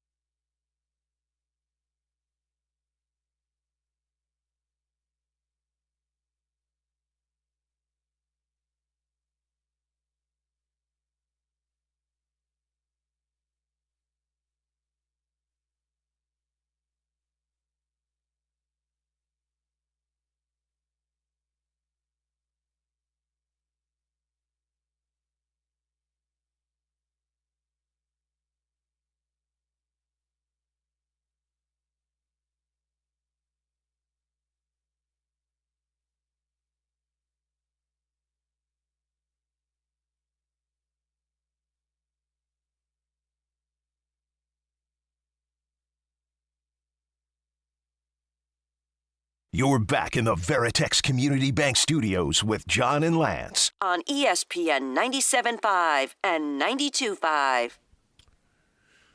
All right, just a couple segments left. If you want to get in, hurry. 713-780-3776 is the number if you'd like to get in here. 713-780-3776. The Astros tonight, we haven't even really talked about it. Jeffrey Springs on the mound against Christian Javier. Jeffrey Springs shut the Astros down earlier this year. Nobody really has hit the dude. They've got 3 total hits out of everybody in the lineup. Huzz. Against this guy. Yeah, he is a huzz. And so this is going to be a tough one tonight. No question about that. If we just don't pay attention to it, will they win? If we don't pay attention to it? Yeah, like if we focus on it too hard, like that series against the Mariners, they really got bamboozled. Pummeled. Yeah, completely destroyed. if we just don't whatever happens. Do you think they just if we give it a laissez-faire attitude, do you think maybe they just roll right into the playoffs? You know who we've got. You know who Cleveland has, who they're going against today, right? I'll just tell you this: they're in trouble. Yeah, that's right. They got a 3-game series against Detroit, right? Yep, and they're going Scooble today. Well, except Detroit is on an historic free fall. Oh, it would really be one bad. of the. This is one of the worst collapses in Major League history. They led Minnesota by 14 games and Cleveland by 15.5. So if they lose this thing, it is one of the worst ever. Like the Cubs collapse in '69. I mean, this is bad. There's only 3 instances of 15-game comebacks: 1915, 1951, and 1995. We need Scooble to put the Guardians in trouble. Yeah, we absolutely do. We need Scooble to bring his A game because he's been a little bumpy lately. Yeah, and the Astros, you got to take care of your own business. You got to take care of your own business. Lee, look at these losers. 1-9 in their last 10 and 6-game losing streak. Loser Tigers. Well, they're not as good as they were. I mean, they're just not that good. The Astros have the same record. You're right. We did catch. No, we're right. Caught You're them right. if we could have won. We may catch the Tigers. If we win 2 out of 3, better we're right there with Detroit. You better hope we don't catch the Tigers. You don't want to catch the Tigers because the Tigers are playing the Guardians, and if you catch the Tigers, that's bad news. Yep, because we need to. Yeah, it's easier to catch the Guardians than the Tigers. If the Tigers fall all the way out of the playoffs. Playoffs? Well, it's possible. It's possible. It's possible. Yeah, I mean, if Cleveland pulls a Mariners on them, Detroit's in trouble. Especially if the Astros are able to win, even just 2 out of 3 against the A's. Yeah, they could. There is absolutely a scenario where the 2 teams that have led the division almost all the year, the Astros and the Tigers, are going to be fighting for the last spot in the playoffs. There's absolutely a scenario like that. I don't see it. There isn't a scenario where, actually, I take it back. Yankees, Red Sox, and Guardians could all be in, and the Tigers and Astros looking on the outside. Well, here's the thing you got to do: win, just win. Yeah. Okay. If you win out, you're gonna. If you go 6-0, you're in. You're in. Like you're not technically in, but you're in. If the Guardians go 6, but you'll also pass the Tigers. Well, depending on what they do in their final series too. But not if you win out. If you win out, you're fine. You're ahead of the Tigers. And they lose out? Yeah. Well, either way, right. But if you win out. Yeah, if you win out. Good luck with that. Yeah, winning the last 6 is you're in.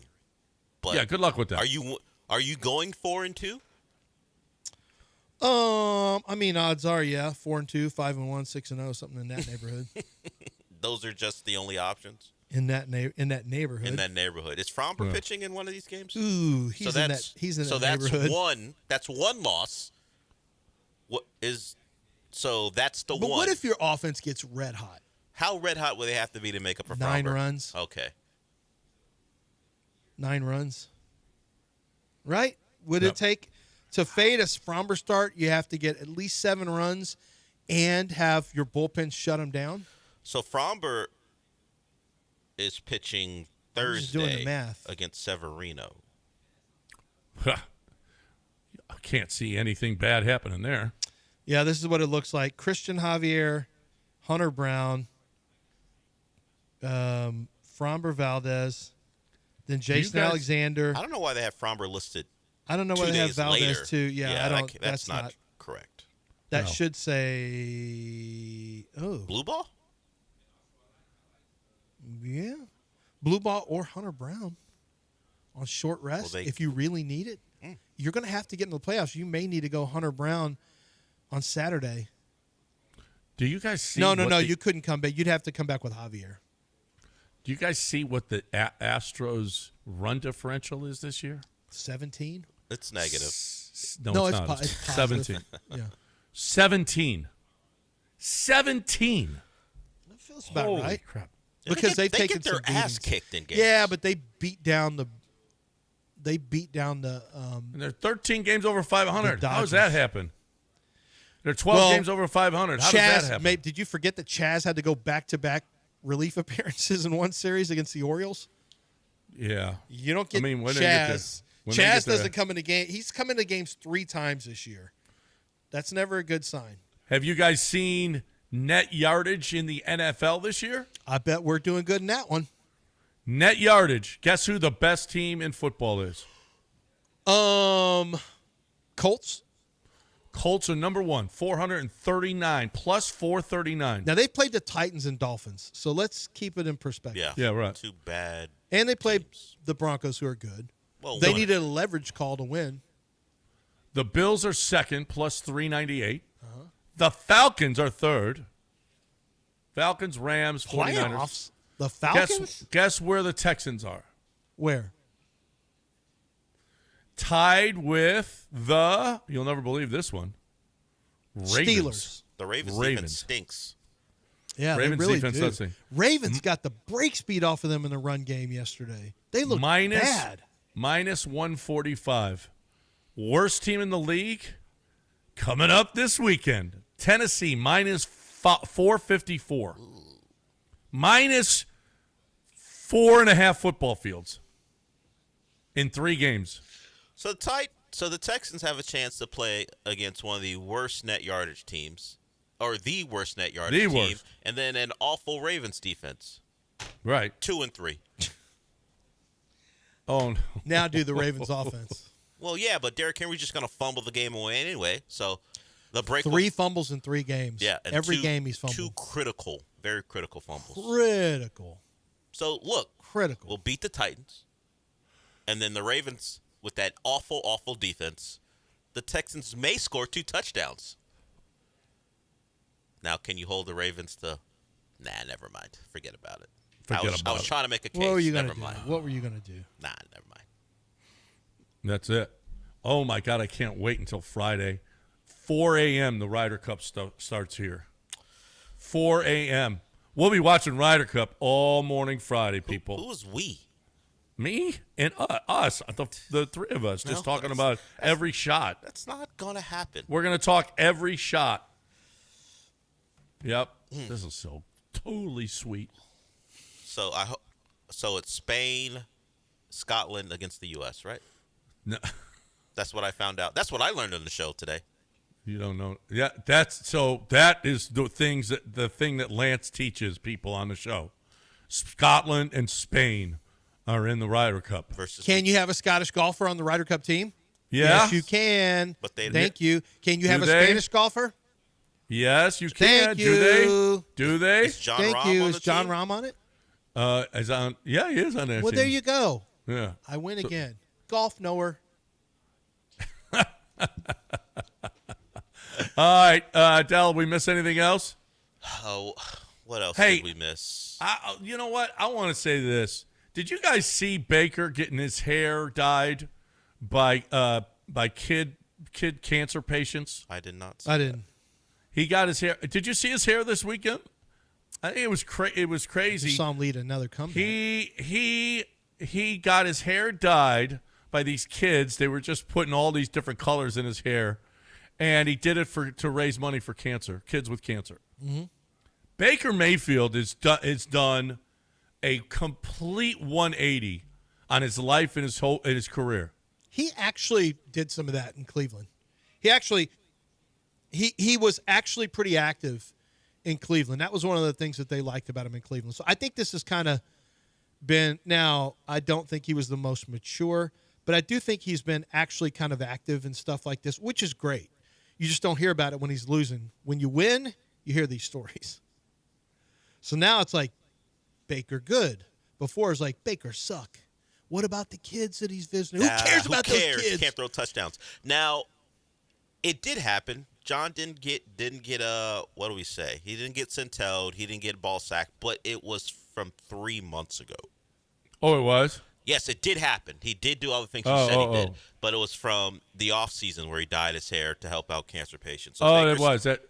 I got September 20th. I don't know why they put it that way, but because I looked at him at the presser when he was saying it really felt good to beat the Jets because Steve Wilkes was on the other side and he played a part in getting him cut at one point, or he got cut by Wilkes. But yeah, it was in the off season. But yeah, Baker's made a home in Tampa and he's been great for them.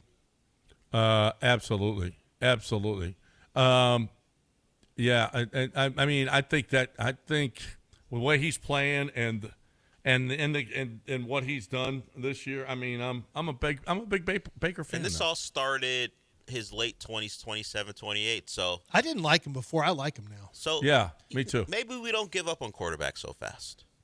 Yeah, I think you need to have a certain level of play, though. You need to be playing at a certain level. Like we saw Daniel it for Jones. we saw it for Baker Mayfield. One. See, I didn't even think he was that great at Duke. We saw it at Baker at Oklahoma for 2 years in a row. He was in his senior year. He got way better, and he was good throughout the year, not just in one game against Georgia. Baker was good throughout the whole year. Then he had a good rookie year. Baker had a good rookie year. The reason that Kyler Murray had a chance to be the first pick, in my opinion, is because Baker kind of gave the green light on drafting a 6-foot quarterback. Baker's 6'1", but it was a smaller quarterback from that offense, and everyone said, okay, you know what?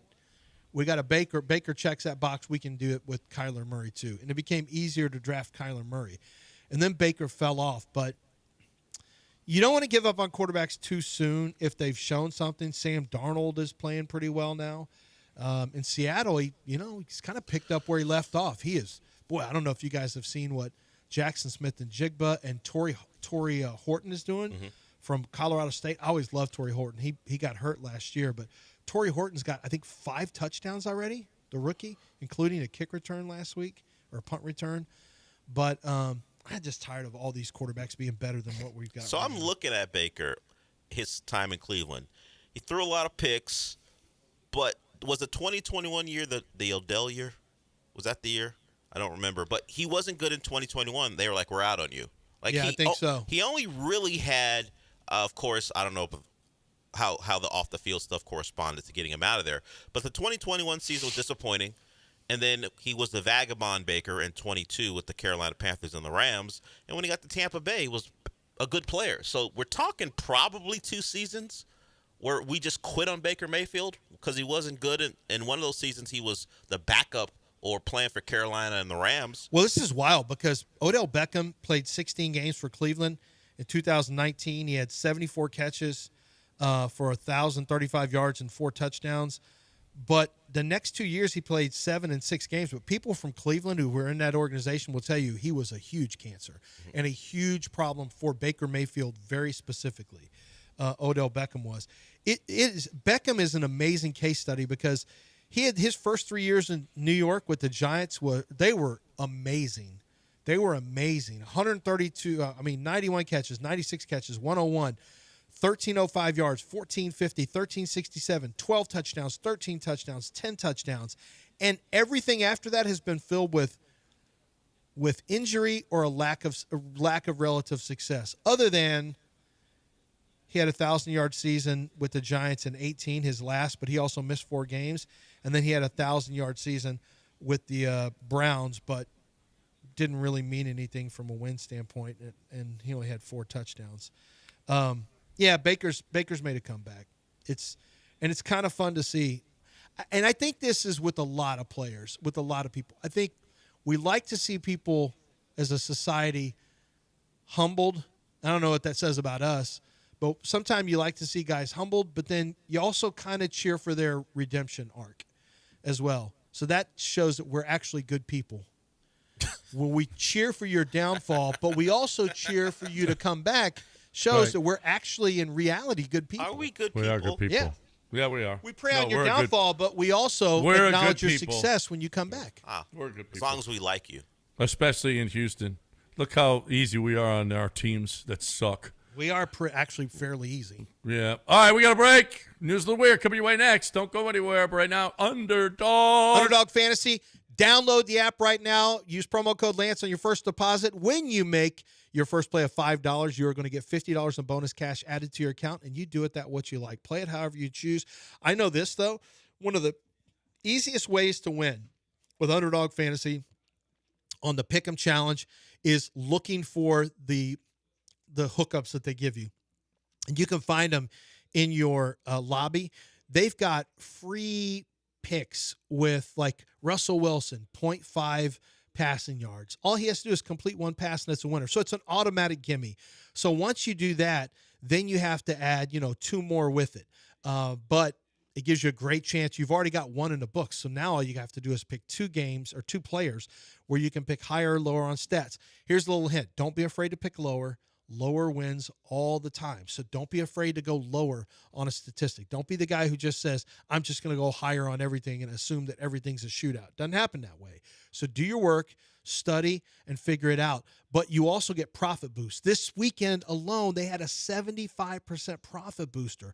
75.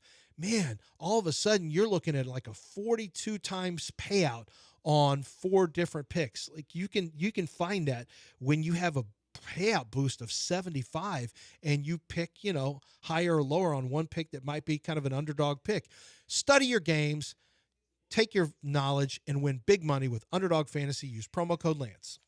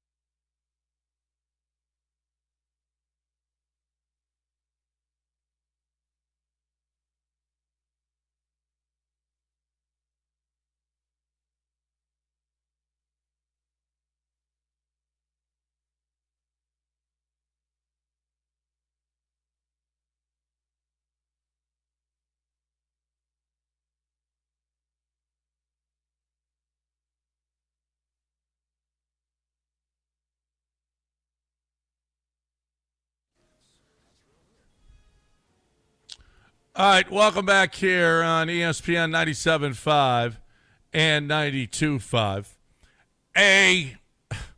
Okay, so this actually happened. A Lansing kid, found a schoolmate, 11-year-old, found a schoolmate with a gun, took the gun away from the kid, and gave it to the authorities. The kid who took the gun away has been suspended for the year. Not just gave it to the authorities, disassembled the gun to make it a non-threat anymore, and then gave it to the authorities. Made it and he's the one that got suspended. He turned that gun into a non-threat, and then he gets suspended. Yep. He said he was able to disarm and disassemble the gun because of his hunting background. And the Lansing School District suspended him for the year. Hero. You, sir, have too much knowledge about guns. We're going to need to sit you down for a year. That's what they did. Hey, you're too knowledgeable about these guns. You understand how to break them down, disassemble them, make sure they don't hurt anyone. So you got to go. What about the kid who brought the gun? What happened to him? Oh, did we report on that kid? None of your business. Wait, he gets to stay in school? Why are you going to get in that kid's business? I asked you a question because you have the story. Did the kid who brought the gun get to stay in school? I hope not. It's not a great thing going on at schools right now. No. Well, there should be some type of there follow-up should be some on repercussions, that kid. Yes. We need to know what happened to him. He should be shut down. You're homeschooled from now on, little Gary or little Junior. Gary. It doesn't say whether or not the kid who brought the gun in school. I would imagine they had to suspend him. What that too. kid look like? I know what the kid who got suspended looked like. Yep. You want to play that game? No idea. I saw the picture. And you want to play that game? I saw the picture of the kid who they decided to sit home for a year. Yep. That's true. That is true. A teacher was arrested for using poop spray in school, and it cost the campus more than $50,000 in repairs. Wait, what do you mean spray? Do you think not just a fart spray? It's poop spray. Ooh, what? I don't know what that is, and I don't want to know. Fecal matter coming out of a can? It plagued the campus for weeks. Yeah, it smells like it's designed to mimic farts or it's the smell of feces. So it's just the smell. It ain't actual. It's the smell, right. So like liquid ass and stuff? Yeah. They just pretty much. They just spray that around for people to smell? It cost the school nearly $55,000 in inspection and air conditioning repair costs. Ooh, he put it into the air conditioning system so that the whole school smelled like poop. I mean, I don't think this guy likes his job. I mean, I'm looking at the picture. It's of a the guy. teacher. Assistant. Teaching assistant. So he ain't a full teacher. So that's maybe he didn't have the forethought to know that you're gonna have to deal with this. 32-year-old Alexander Lewis, according to the reports. I'm looking at him. Yeah, he looks like a guy who carries around poop spray. Yeah, Florence, South Carolina. Yep, I see this. Yep. More than $55,000 for inspections and repair to the air conditioning system. Yeah. That's rough. That is rough. All right, we are done. Mopey and Mapes are next. No Mapes. Where's Mapes? Is a new college football game out? No, that didn't come out till next year. He will be filling in later for BMAC, so it'll be me and AJ. AJ, your favorite, one of your favorites. My favorite. Even though he's a Cowboys fan. Yeah, that's kind of stupid, but he will let that. But he's such a good producer. Yeah, at least he's not you, is what you're saying. He may be a Cowboy fan, but he's not Dell, so we like him. Right. I could see through all your nonsense, John. But Lance, people gotta sell houses. Who are they gonna sell them to? Green light offer. That's who you're gonna sell. Let me tell you something right now. You know the guy goes, woo! Whenever he's selling those houses for you, closing within 7 to 10 days is typical for them. A lot of people are selling their homes quickly because of divorce situations. This is something I haven't talked about. But when you get a divorce, one of the things is the division of property, and you, in many cases, will liquidate the home, and you want to do it quickly. It's nowhere near being ready to go. Greenlight offer says, look, let us take the home. We will buy the home from you, give you a fair offer, and then we'll handle everything that has to be done on our end to get it ready to sell so you don't have to worry about that. Retired landlords, people who have been a landlord, who have had a property, and it's a property maybe that needs a lot of work, and you say, you know what, I just want to cash out. I've had this property. Let me just get my money for this property now. I'm not going to try to dress it up and sell it. I don't want the hassle. I don't want to do showings. I don't want to do have to get new carpet, have to redo the walls, whatever the case may be. Just cash out. Okay? Cash out, and Greenlight Offer will come and buy the home from you, and they take care of all the heavy lifting. Job relocation, that's another one. People need the house sold quickly. They're going to move. Greenlight Offer is great for that as well. And even vacant or fire damaged properties are something that Greenlight will specialize in. Greenlightoffer.com, greenlightoffer.com.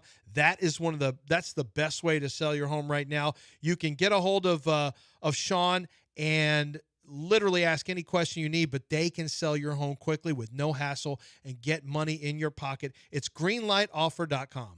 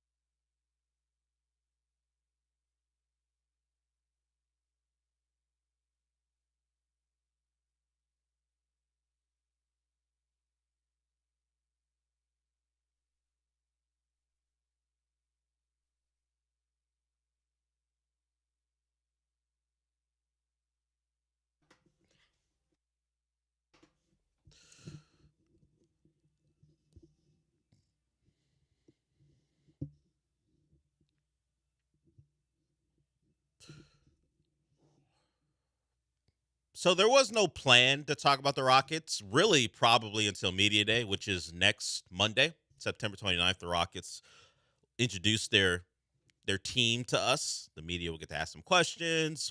The guys will take pictures for all the promo material that you will see throughout the season. So that was when I probably was going to start talking Rockets. Just make a note, hey, it's Media Day, and maybe move on after that, see if any quotes come out of Media Day that are of any importance. But we got the news yesterday.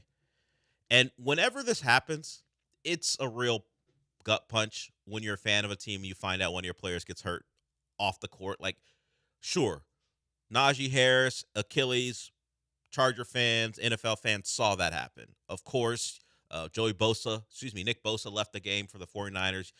That happens. But when it happens away from the court, when it happens in a practice, or particularly in the NBA offseason, when it happens in a workout, as they call it, it's tough.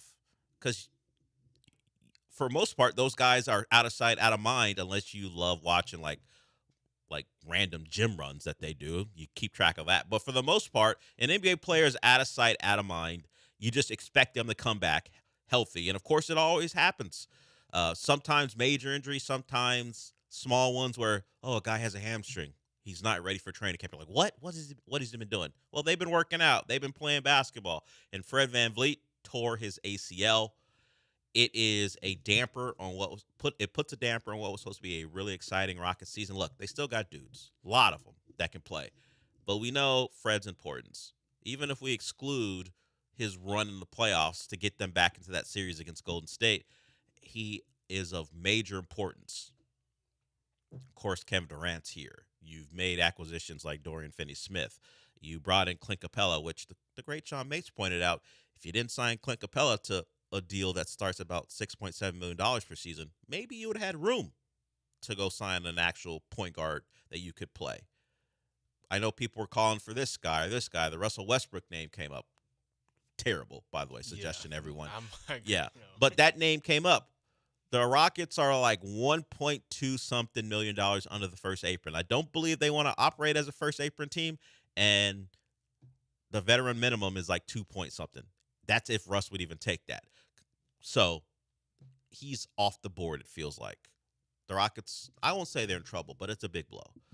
They have to find answers to what we didn't think was a major question. Who's going to be your fifth starter? I say it that way because I'm not sure it's a guarantee that they're just going to throw a guy who fits the point guard mold there.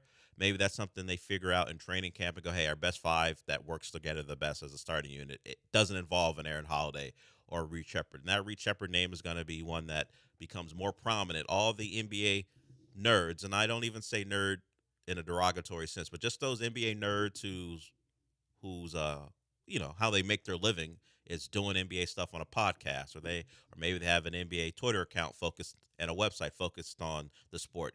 They're going to think of Reed Sheppard, the number 3 pick from last year, who got limited opportunities coming off an impressive summer league where everyone thought this is clearly the rookie of the year. Did not turn out that way. And now he may be thrust into a spot where he could be your starting point guard, or at least someone who gets more consequential minutes than he got last year. Of course, Aaron Holiday is back, a guy that Ime leaned on. Aaron Holiday, he didn't shoot it at volume, but he was a good three-point shooter. He's at about 38% or so. A couple years of the Rockets, he's been around that range, 38, 39%. So on those opportunities, he can knock down shots. So he can maybe someone who's a spacer, because you're going to have guys who are going to have the ball in their hands quite a bit in that starting lineup, whether it be Kevin Durant. Amen will get his opportunities. And, of course, Alpern will be someone who will have a pretty high usage rate as well. So I don't know that you need a high usage rate guy, just a more of a ball handler, organizer type, who fits that role the best. Because we think of Reed Sheppard, number 3 overall pick, as a potential dynamic player who certainly can have the ball in his hands, knock down shots, but that might not be what the starting lineup needs. You have options.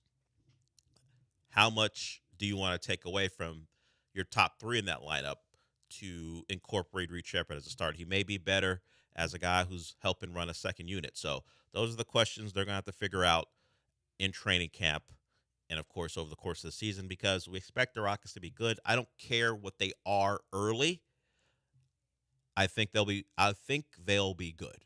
But what they are, who they're leaning on, what their lineups are when we get into the back half of the season and of course into the playoffs are what matter to me. The Rockets as a 2 seed last year set a standard where I think at least they're a top 4 seed if more major injuries don't happen. The question will be the habits they build and the expanded role some of these guys have as they hopefully push for a potential championship run. So it gets off to a bad start. I'm sure we will hear we probably won't hear from them until media day since it's such a short time away. So there'll be a lot of questions about the plan and the loss of Fred VanVleet. Now they're positioning it as could miss the entire season.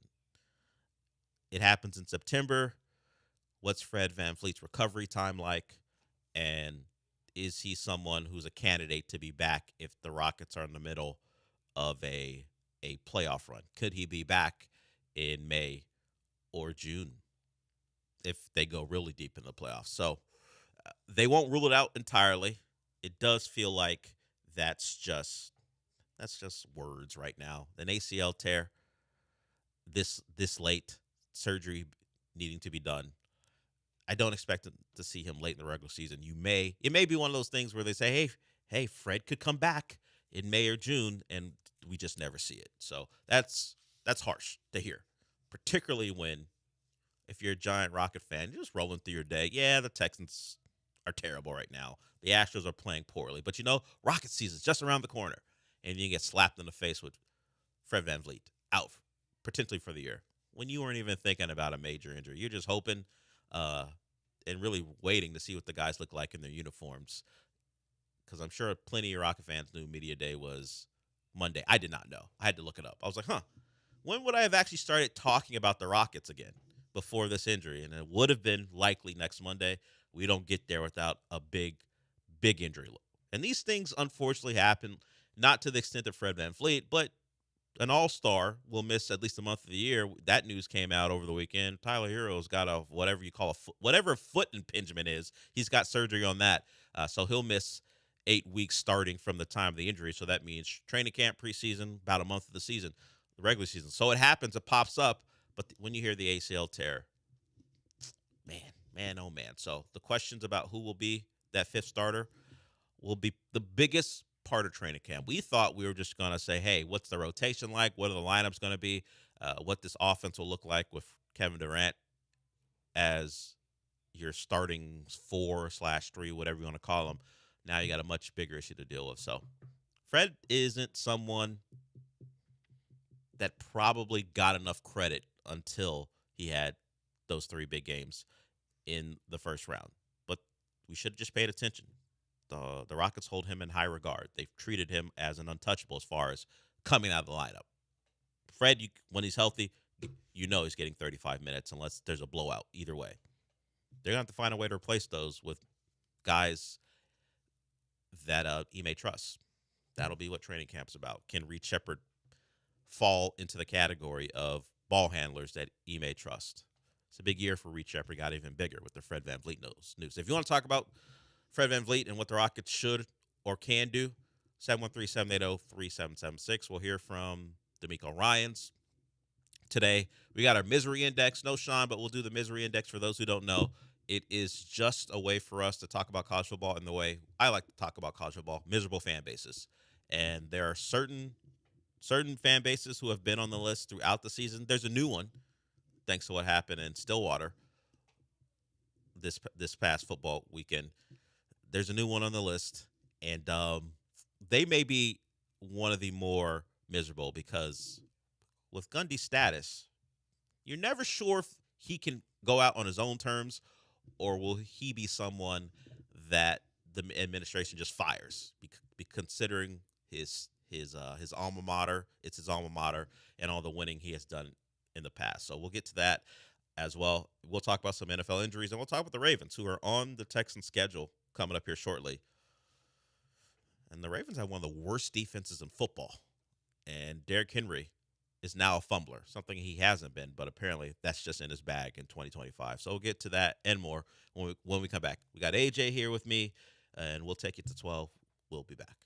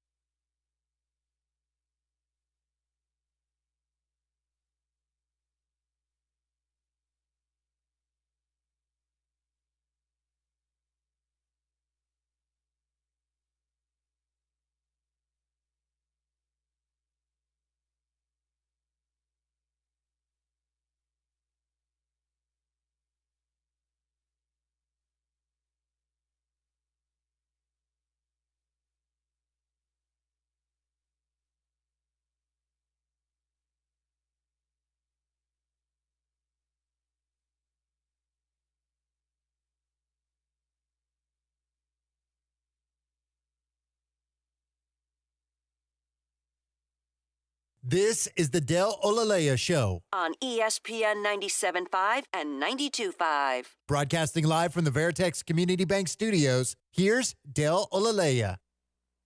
So D'Amico Ryans had his day after presser yesterday. He did the rounds. He did the presser in front of the entirety of the media. Then he did one of the 610/Texans radio shows with Mark Vandermeer. And the takeaway there was he believes that that CJ at least may thrive in a more up-tempo pace. They tried to do that a little bit on Sunday, but will they become a team that's more Ohio State-like, at least when CJ was there? Because that's the ask from some people, that, you know what fixes everything? Going 4 wide, spread it out, and let CJ pick defenses apart, even if it is with the quick passing game. Take stress off the offensive line and let CJ just deal. If they were going to lean into that, I think that would have happened in the offseason. I don't know that you install an entirely new offense in season. But I think they can certainly do more up-tempo stuff. And they have tried. They've done that over the last 2 seasons. And they tried it in the game on Sunday. And it led to some speculation of whether D'Amico was yelling at Nick Caley. He cleared that up. We'll get to that in a little bit. But let's hear from D'Amico on this particular subject. They're 0-3. Generally, when you're 0-3, you have very little chance of making the playoffs. And the Texans don't look like a team capable of a turnaround. But here's D'Amico Ryans on 0-3 and where they go from there. That's why we play the games, right? We're 0-3. We don't want to be 0-3, but that's the matter of the fact. That's where we are now, right? We have to go out. We have to play better. So for our fans, just continue to support us. If you want to, I know how everybody gets rowdy, everybody gets upset. You should win every game. I get it. We're trying to win every game. We're working hard. We're doing our best. We just got to go play better to make sure we give our fans something to be proud of. That's all it takes. You beat the brakes off the Titans, and people will feel better. Now, of course, the Ravens are following that up, so they may feel much worse after that. But win a game. That's where it starts. There is nothing else that can be done. He understands that. The conversations about what this team can be, what changes need to be made, that will continue to be the case because beating the Titans doesn't clean it all up, but you got to start with something. You got to beat a bad football team. You beat them, and then people will take a little bit of a breath, and whether they are fully back in, that's up to each individual, but no one likes the feeling of being winless 3 weeks in. It means you're a bad football team, and the expectations were this team was supposed to be good. The level of expectation is once again about the individual.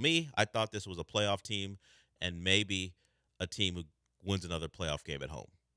That's felt like their ceiling to me because of what I consider their fatal flaw, the offensive line. And while they don't cause all the problems, they're a big part of why this offense operates the way it does, because you cannot count on that offensive line to hold up down to down. It's just what it is. And while the conversations about who they brought in and how they weren't concerned, the Casario quote from some fan fest type question he was asked, they operate in a way that is clear that they're concerned about that offensive line. Because the times they do want them to hold up when they have 4 or 5 out and they're out, and it's just CJ in a straight drop back situation, we saw what could and does happen. Whether it was the Jaguars pass rushers beating up on your young left tackle throughout the game or on the most pivotal play of the game. Whether that pass was going to get completed or not, the play that ended the game, they had guys out in the pattern. You had your left tackle isolated on the Jags' best pass rusher, and he won. Almost took the ball right out of C.J. Stroud's hand. C.J. Stroud got the ball off, and it resulted in the pick. So this offense can't operate consistently in the drop-back game. So they are severely hampered. But this is the path they've chosen, so they got to find a way around it. And it starts with beating the Panthers. Excuse me, not the Panthers, because the Panthers actually have a win. The Titans, who are winless. You got to beat the Titans. No, seriously, you have to beat the Titans. There's no excuse. The Titans are bad. They got a rookie quarterback. You got a defensive front that should wreak havoc. Find a way to win.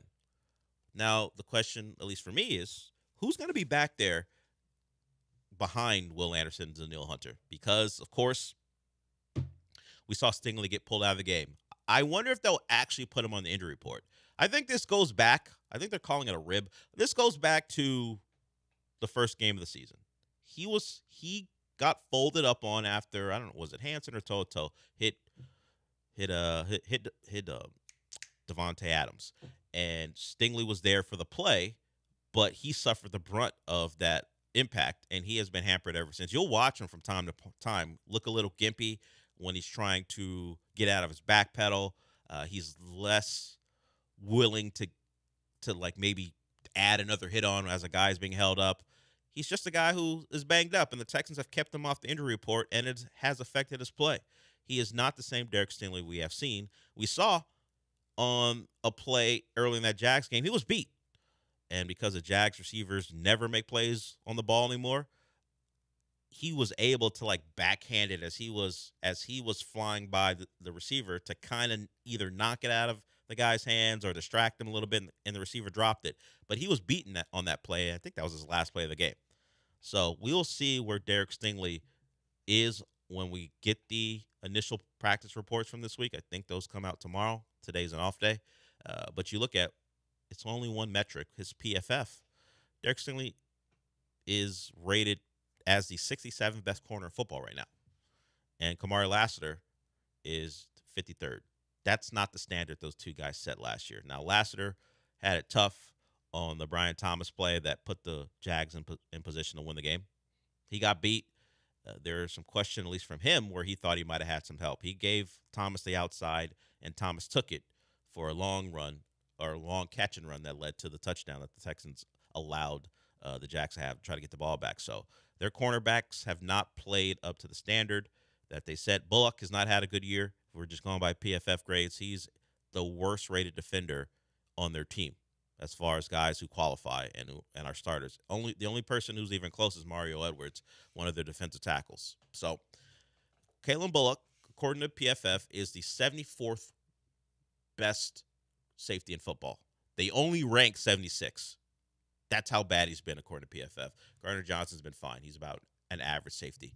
So we've talked a lot about the talent on that defense in the offseason, last year, and the start of this year. And the defense has held up well enough. They have given up enough points to really be 3-0. They haven't been elite, particularly late. They've given up late drives, but it's that secondary, the one we thought really highly of, that hasn't played as well, at least according to these numbers. Now, Petry's been fine, better than maybe even you think. He does have a pick. That'll help, but he's as I look at it, the 20th best safety in football. So he's been better than even I thought he might be, considering I had seen enough of him in a slot to be worried, but he's played well tackling, and he does have the turnover. So the offense isn't much better.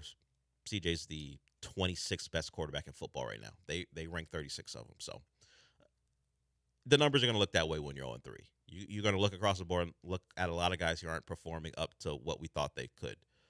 And I don't think it'll be crazy good against the Titans, but it is a get-right game for a lot of people. Rookie quarterback on the other side. You got a team that's not very good that you're playing against. And, yeah, they're desperate, but you're desperate and you had expectations. So that should lead to a win. And they did lose to him last year. Yeah, you're. Why are you bringing up old stuff? Look, nothing about saying the Texans should win that game is anything more than hope, because you're 0-3. You make dumb mistakes, you commit penalties, you turn the ball over at the worst times. So all I'm going by is preseason thoughts on both those teams. I can still hold those in my head 4 weeks in. But the Titans have every possibility of changing my thoughts on them and the Texans if they win. Look, the Titans have Sweat, T'Vondre Sweat, Jeffrey Simmons. That's not going to be good. That's not going to be good for that interior. So they have a chance to wreck games. They just haven't been able to do it. Now, they have had to play the Rams and the Colts, so they've played some good football teams.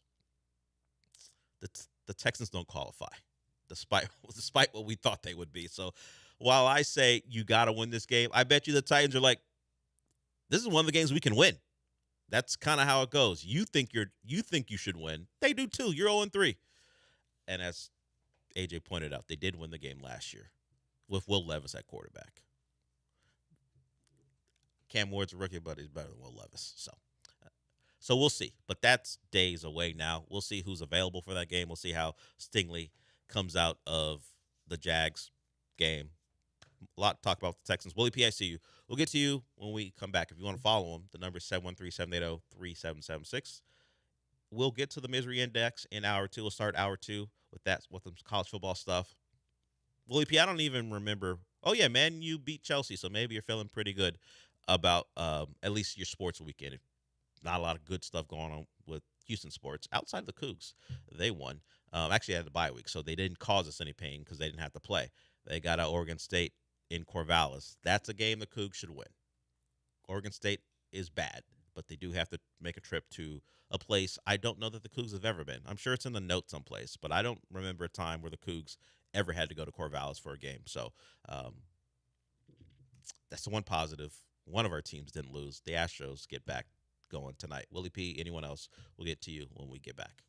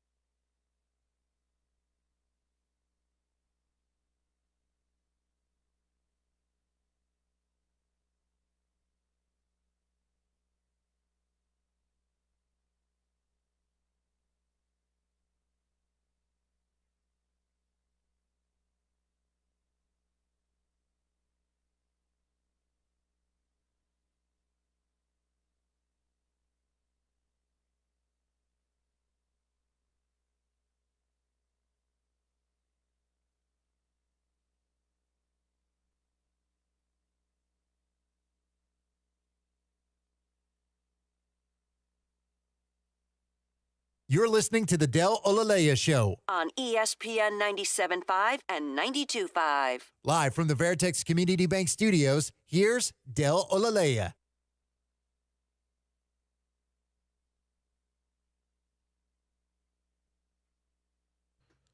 We'll get to Willie P here, but just some numbers on the next couple defenses the Texans play. Look, they're bad on offense, but the defenses they're facing present an opportunity. The Titans have given up 94 points this year, which would have them as the team who's given up the third most points in football.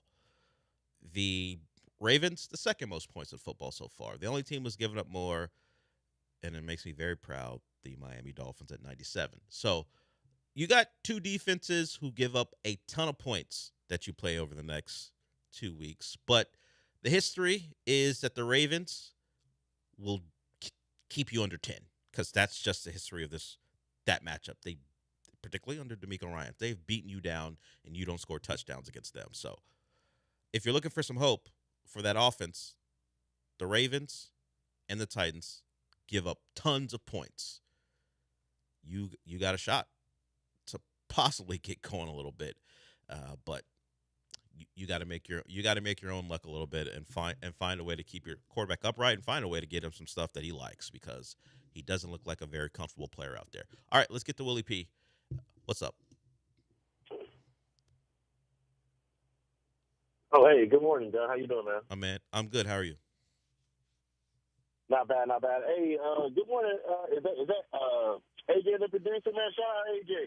I know I always call and I forget to look and see who's producing, and then I'll say what I got to say, and then I'll hop off and show Sean love, and then you'll be. And every time I turn on the radio, it's like, yeah, Sean's not here. It's AJ the producer. So shout out AJ. Good morning, dude. But yeah, no, it's funny. So Manchester United won this weekend, and I told my dad, I said, Manchester United won. I said, you know what that means, right? And he's like, what does that mean? I was like, the Texans are going to lose, you know. Neither one of my teams can win on the same damn day. Also, you forgot the Houston Dynamo. They won 1-0 at home. Sure. They're only 1 point out of the playoff position. So, I mean, if you guys are off the Astros Texans bandwagon already, hey, come slide over to the Dynamo. Show us some love, too. But yeah, no, real quick, I just want to say three things. So one, I got dragged over the weekend because I said, you know, I think it's better that the Astros, they miss out on the playoffs. You know what I mean? Give them a full off season to rehab and just figure out what's going on with the medical staff, the coaching staff, and what's going on with these pitchers and Jordan and stuff. We need to get healthy. I love this city. I love this team. And one thing I don't want to see is for them to go, you know, barely scrape into the playoffs in a wild card round and then get mopped up and get embarrassed. Like, that's not something I want to see for Jose Altuve and the rest of those guys. So I think it's in their best. And I mean, I'm not saying I want them to go out there and lose. Of course, they're professionals and they're going to give it their all. But I would rather them miss the playoffs this year so we can, you know, reset, regroup, and get back at it next year. Two, with the Fred VanVleet injury yesterday, injury news, him, you know, being out for the season, I think that we're in good shape. I saw people crashing out on Twitter yesterday, and my whole thing is like, now, look, the season hasn't started, training camp hasn't even started, but we've been seeing videos of the men out there putting in work. Now I'm in those, you know, I'm a starting point guard. This isn't necessarily his team, you know, it's KD's team, whatever, but he's going to be starting point guard. He knows what he needs to work on. You know, and I feel like he's going to make, well, I hope that he makes that superstar leap, you know, that turn. I told my brother this morning that I think that Amir Thompson is going to be an all-star this year for the first time. So I hope that happens. And I hope everybody just, you know, relax with the Texans. You know, it's still a long season. We got, 14 games left.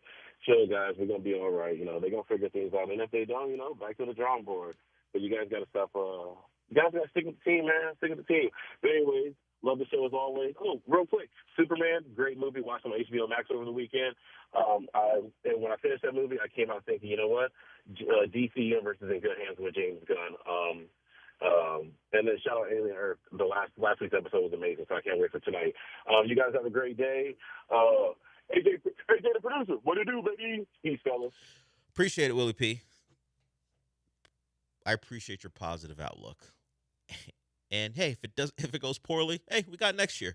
It's not the approach a lot of people have, particularly who wait all year for football, or at least wait all off season for football to come back, and then they feel like what they thought was going to happen was they're going to be able to see a good football team, and now they don't. I don't think anyone will completely jump off, but hey, maybe you just say, hey, this season it ain't going to happen. We'll be back next year. But if it goes as poorly as it has been going, there'll be some real questions about the direction of the team, because whether you want to use the term honeymoon or saying that D'Amico was pretty Teflon for the first couple of years, that starts to go away when you have your first year of disappointment. It happens to kind of every coach and every quarterback. Once you let's put it this way, once you fail in the eyes of the people who thought you were untouchable, it starts to erode. The confidence starts to erode, and then people start to pick at even the little things that they didn't care about before, like a presser and they don't like your body language, or the fact that CJ likes to wear hats of teams who would be considered rivals of the local baseball team in town. That stuff starts to wear on people. It's dumb stuff. It shouldn't matter, but it only matters when you lose.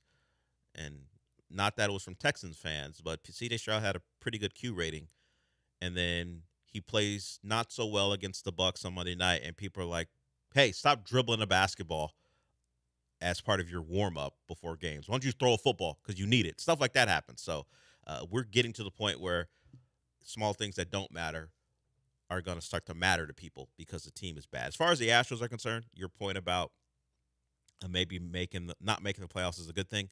While I do not agree, and you said it, you don't want them to lose on purpose, I don't know that missing the playoffs would mean anything unless there's some guarantee that the Astros would take a top-down look at what the issues are. Like if you told me that this team, who I don't think, because of my lack of confidence in their pitching staff, can go out there and win a World Series, which they state as their ultimate goal. If you told me they missed the playoffs and they just roto-rooter this thing, they take a look at everything. They inspect everything with the organization to figure out some of the things that aren't passing their own sniff test and that they're good self-evaluators. You know what? I might agree that said, hey, the agent of change for the Astros, starting with their medical team, is a missed chance at the playoffs. I'd be like, you know what? I'm down. But I don't know that that's going to happen. So if you can't guarantee me that, just make the playoffs. I don't know. I'm not looking for tonight and going, you know what? I hope they get smacked around the yard. I hope the A's take them out because there are no guarantees what happens on the other side. And as they are presently constituted, what major changes would happen? Like Paredes will come back fully healthy next year. Of course, Jordan, we hope. If it doesn't happen this year, he'll be back fully healthy next year. You're kind of set. You're going to need at least the lineup as the lineup is concerned. You're probably going to need two starters. You got to find two starters someplace at a minimum. Just don't know where they're going to come from. I don't know how you trust anyone who has come back from injury this year and may be available next year. That's pretty much Lance McCullers because Arrighetti ain't going to be around next year. Luis Garcia ain't going to be around next year. So you're looking at the likes of Javier, McCullers, Hunter Brown, and whoever you sign in the offseason to take up some of the slack with Frommer being gone. You thought you could go into next year not worrying about maybe making a giant acquisition with a starting pitcher because you thought you would have Garcia back.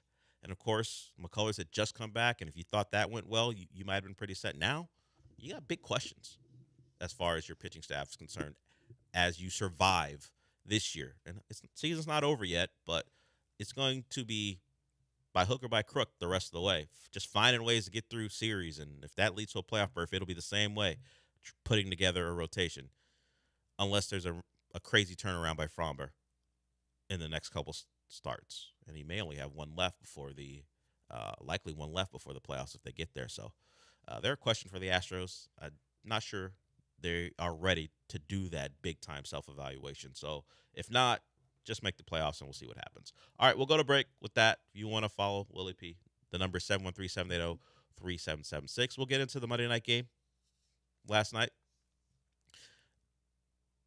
There's been conversations this morning about those two teams are playing a different brand of football than the Texans are.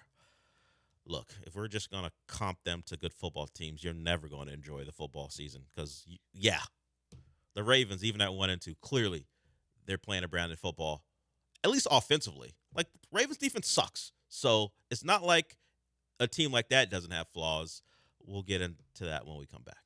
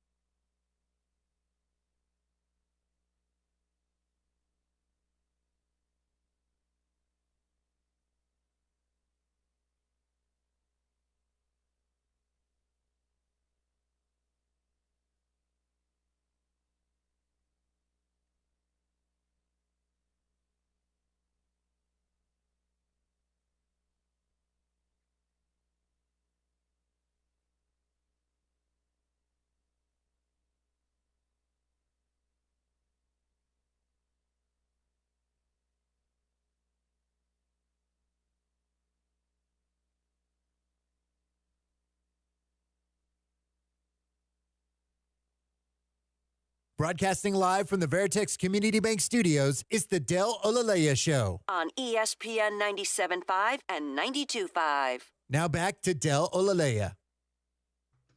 So since we're short on time, we'll do the Monday night game stuff in the next hour. AJ, did you check up on all the people you love to make sure they're still here? Oh, yeah. Yeah. Did you just send a couple text messages to make sure everyone's... Well, you would expect to have gone with them, I guess. But if you don't know, there became a belief that the rapture was happening today. I, who grew up in the church, was always told that no man's going to know the time, when or where. That's part of it. So I never buy into the predictions because way back when I went to my non-denominational church, they said, hey, no living man's going to know. Exactly. It'll just happen. So I wasn't too concerned that a particular date was picked out. Me either. Yeah, so I hope no one sold their homes because people did, which doesn't make sense to me. Like 2012. If you're going to sell why are you selling your home? What do you need the money for if the rapture's happening? What are you selling your house for? Are you selling your house to a non-believer and taking their ill-begotten gains? Why are you selling your house if you believe you're not going to be around for it? So people are selling their houses and their cars in preparation for a thing that anyone who had actually, paid attention to what they were taught when they were in Sunday school, exactly, was was going to happen. You're never going to know. If I hope everyone who does believe did not allow this to get you. That's all. So the rapture did not happen. At least not at the time it was predicted. So there that is. I hope everyone didn't actually need to text people because you know better. Right. Yeah. So that is something going around, and I don't know how the people are going to overcome this disappointment, but there it is. Yeah, you're right. It happened in 2012. It comes around every decade or so. Yeah. And with social media, this one went even more viral than others, and it's like, come on, people. When that happened in 2012, I was in 5th grade, and like the lights went out at school. At middle school, I was like, they were like, oh, like they were scared and stuff like that. Well, it wouldn't be the lights that you'd have to worry about. I know, right? It'd be all the missing people. Exactly. It was not along the rapture, but I was watching the video, and this parent knew. The parent was asleep. It was a sleepover, apparently. Mm-hmm. And the kids were up with the Ouija board, which I don't mess with. They had a Ouija board. So they went down to the fuse box and started flicking the lights. Oh, my God. You could hear the screams of all the kids while they were playing it. That's the closest people would have come. Right. To if the lights went out and a couple of your buddies ran out of the room because they wanted to mess with you. But other than that, everyone, come on now. It started with some South African pastor, and it just picked up steam. What are we doing here? Yeah. Learn your lessons. Every time this happens, nothing happens, so cut it out. All right, we'll move away from that and get to the second hour of the show. I'm just hopefully everyone was aware of this and its unlikelihood. That's all I'm saying. All right, we'll get to hour 2. We will talk some college football. We will talk the Monday night game, and we'll certainly get back into the Astros as they have a big series. I was told this morning because the Mariners series was the biggest series of the season.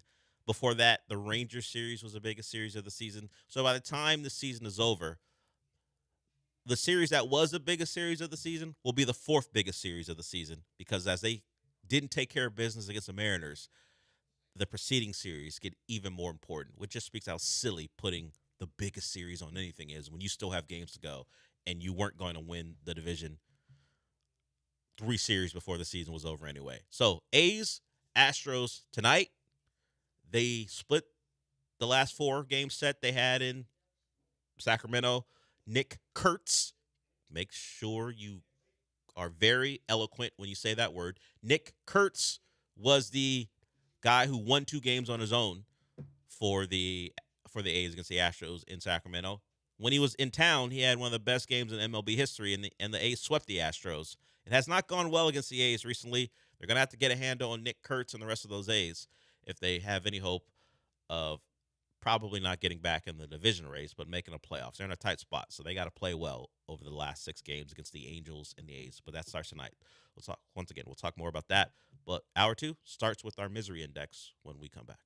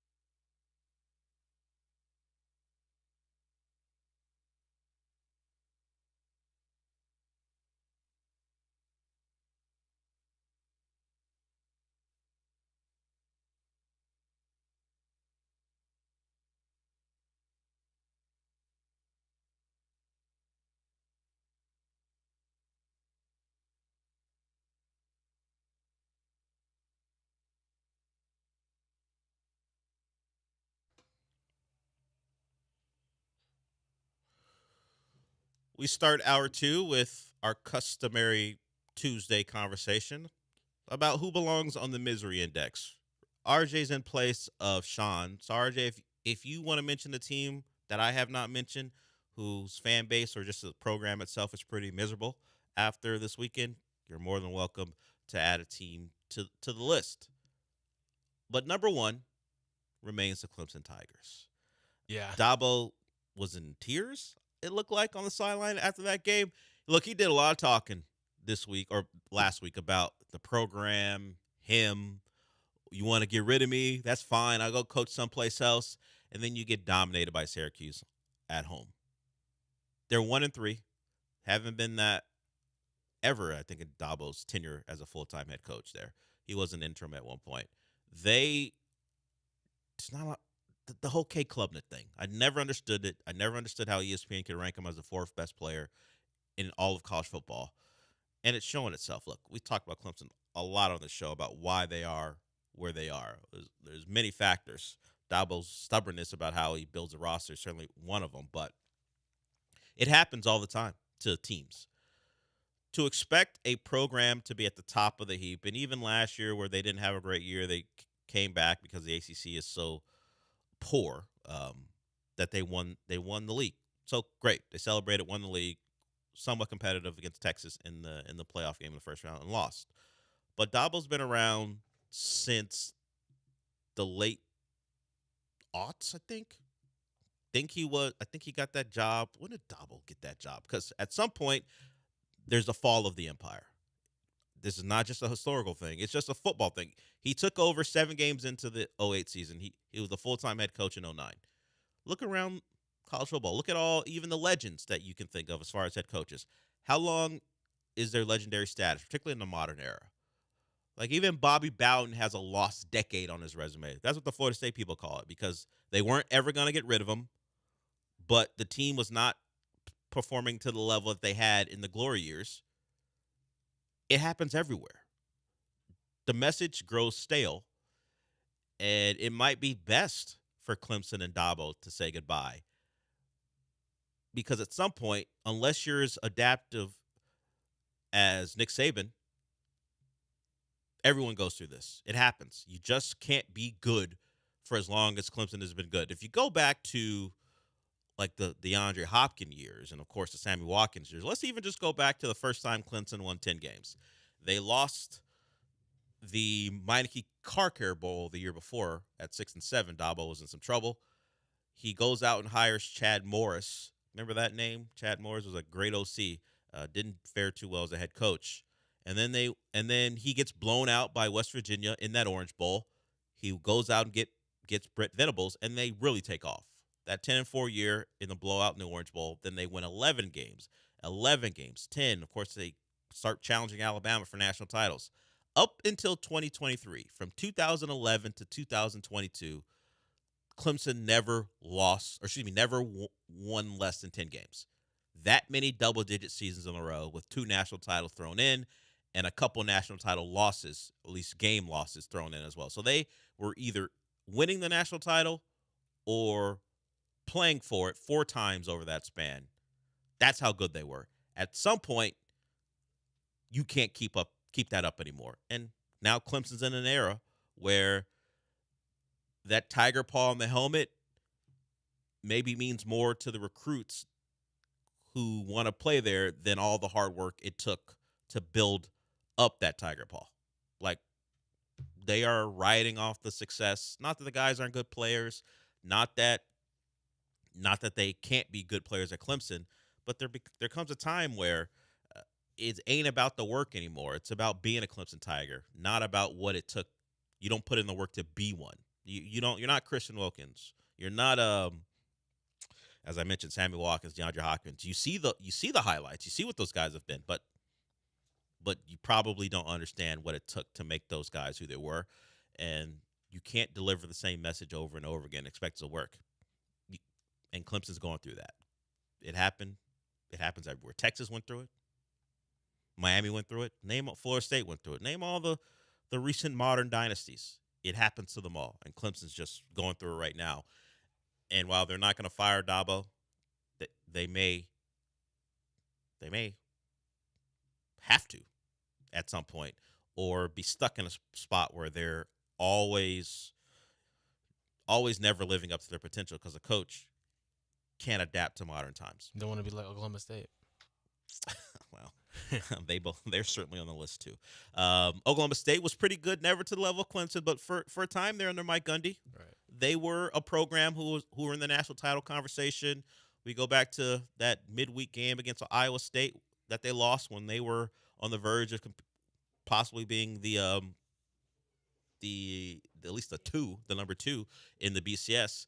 They lose that game to Iowa State. They've had good teams. Hell, they were a couple years ago they played Baylor in the Big 12 title game, and if they get in the end zone on 4th and goal, they are in the playoff. Right. Instead, they don't make it. So it hasn't been that long ago that they were a good program, but they have their own problem in Mike Gundy. That's why they're on the list. They lose to Tulsa, and you think, okay, a Big 12 school losing to a non-Power 4 school, it happens, so be it, but not losing to Tulsa. They haven't lost to Tulsa in Stillwater in 74 years. That's how long it's been. Like, they don't play every year. They used to play every year. I think it stopped in 97 where they play every year, where Tulsa and Oklahoma State would play every year. But they play consistently enough that it's still a relatively big deal, at least for Tulsa in their rivalry. Like, they played in 2019, 2020, 21, and then 24 and 25. And Tulsa hadn't beaten Oklahoma State since 1998. In Tulsa.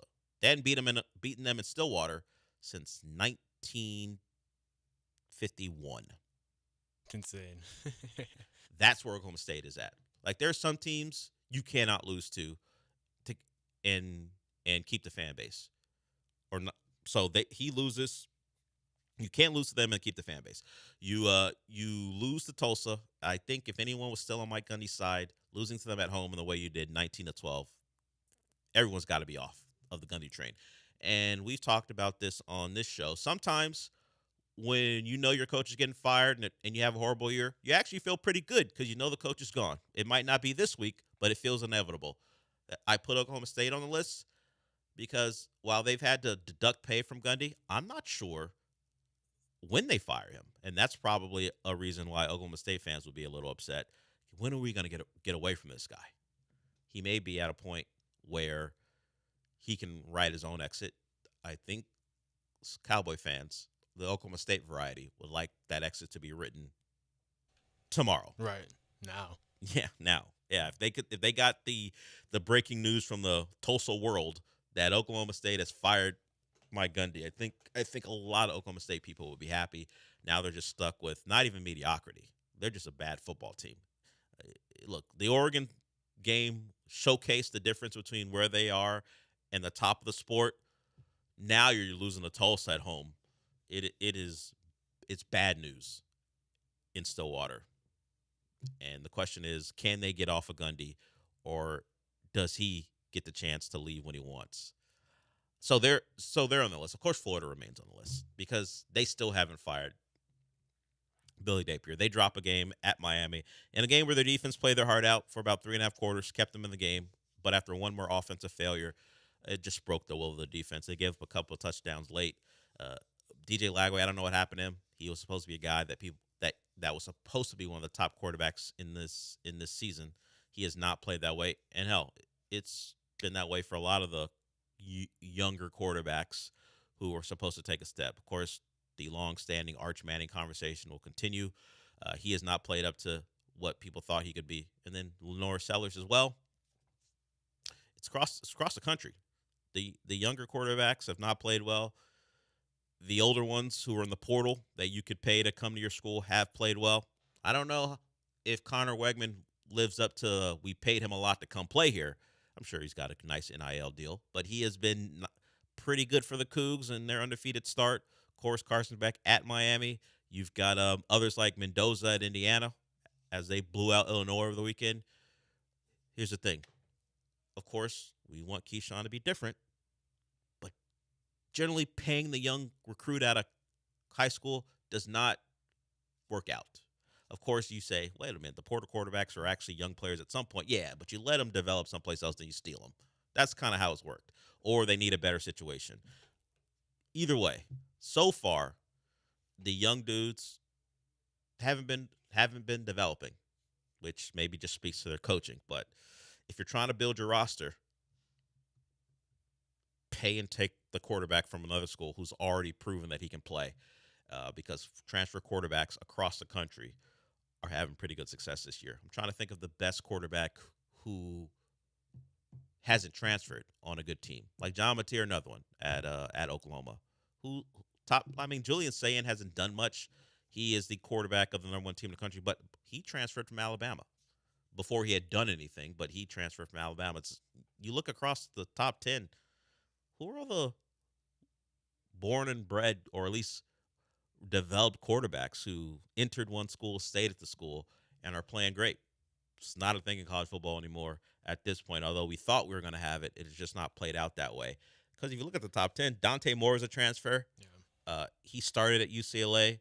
I guess you give it to Gunnar Stockton and Nussmeier. Those are the two. Nuss hasn't been great this year. Right. Stockton made some big throws against Tennessee. But right now, it's a transfers world when it comes to good quarterback play for some of the contenders. You can throw Drew Aller as a guy who who enrolled at Penn State and has stayed there. But if you know this show doesn't have a lot of belief in Drew Aller. Yeah. Exactly. Exactly. He is barely all right. And we'll see. As they get their first test, they finally play someone. Penn State, Oregon, they play on Saturday. It is the biggest game of the weekend, and a weekend full of big games. And number 4 on the list, got to throw Nebraska on there. Nebraska continues what has been the Nebraska way, losing close games. Michigan was, I would say, much better than Nebraska. Nebraska had a couple big plays, including the Hail Mary. Michigan was going to go up by 7, was going to go on the half by 7. They hit the Hail Mary, which tied the game and certainly made it a ball game. But I never was really fearful of Michigan losing that game. They're up by 10. Nebraska scores a late touchdown. Michigan, I believe, recovers the onside kick to close it out. So Nebraska, I put them on the list because this has been the story of Nebraska really since Scott Frost took over. They don't beat ranked teams, and they lose close games.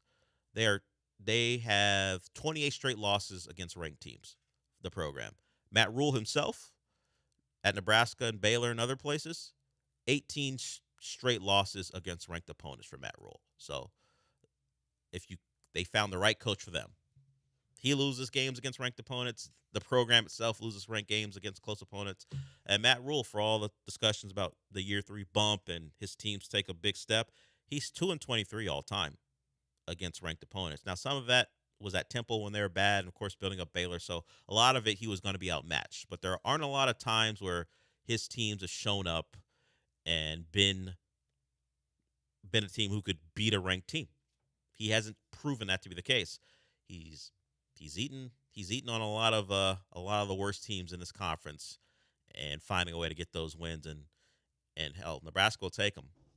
But that was an opportunity against a Michigan team who isn't what Michigan has been, not last year but the previous years when they were national title contender. They got a young quarterback themselves, and Nebraska had their opportunity, but they're not right on the lines yet. Like Michigan, there's been some attrition on the O-line and D-line for them, particularly their D-line. They lost 2 first-rounders on their D-line last year. Kenneth Grant and Mason Graham are both the NFL. So they're not at Michigan's best on the D-line, but they still dominate Nebraska.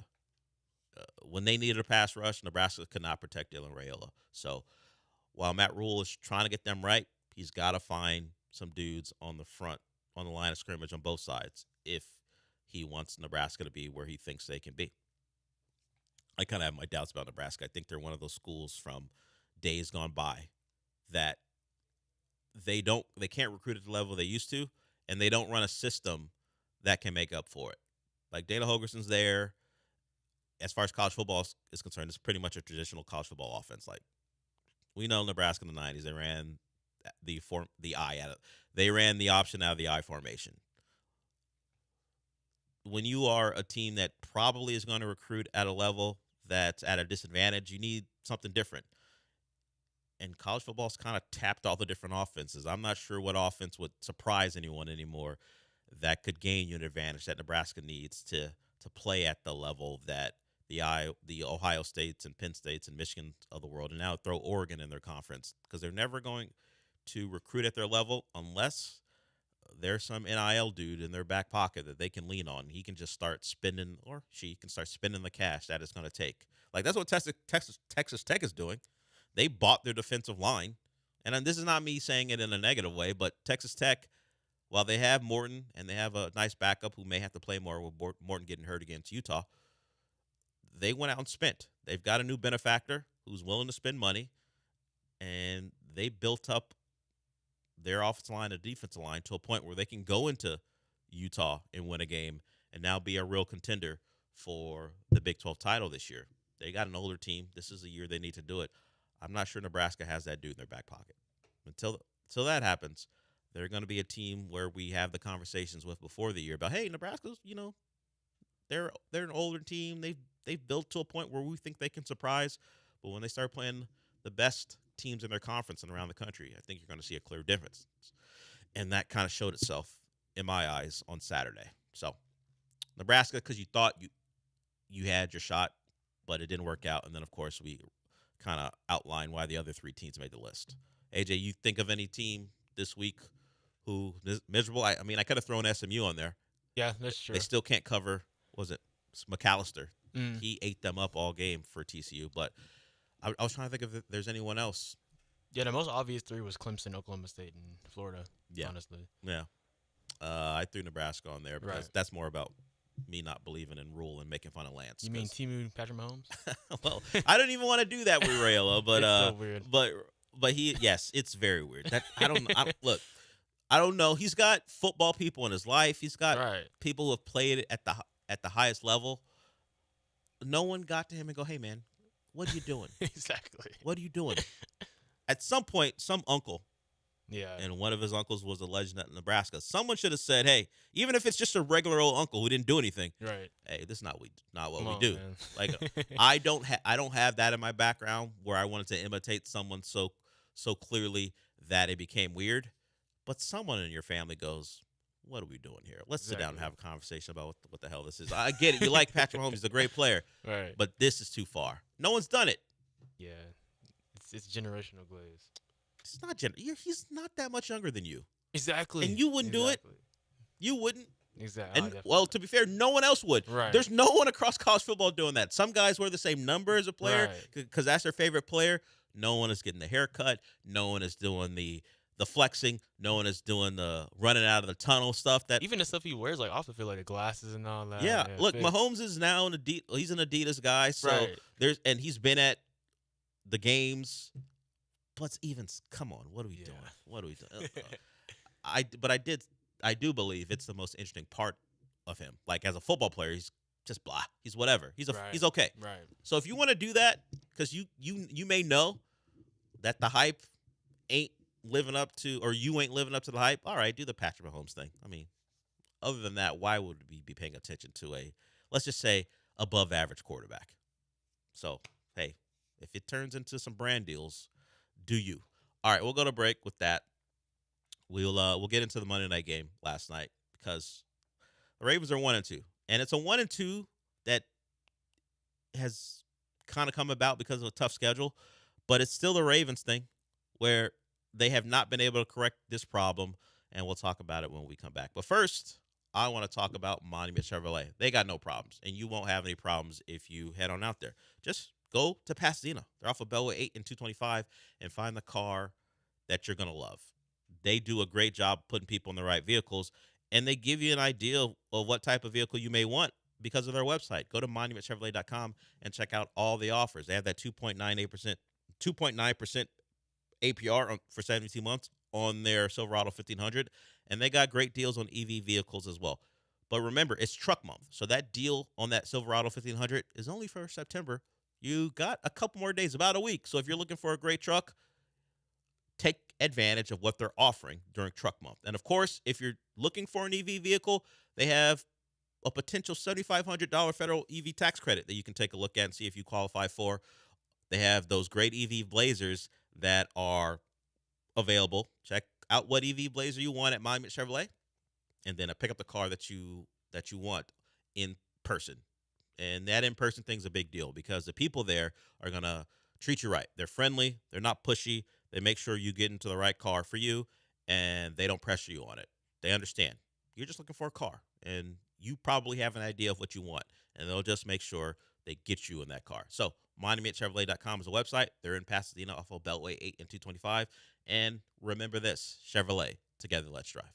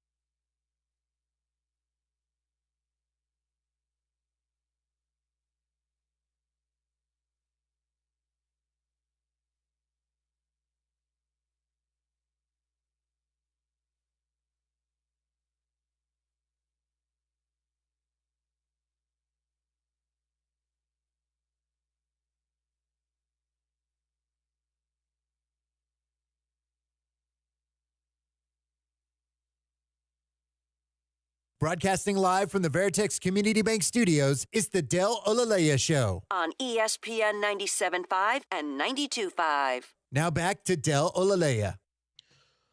So I talked about the Ravens and the way I'm about to talk about them after the Week 1 loss to Buffalo, and that's the problem.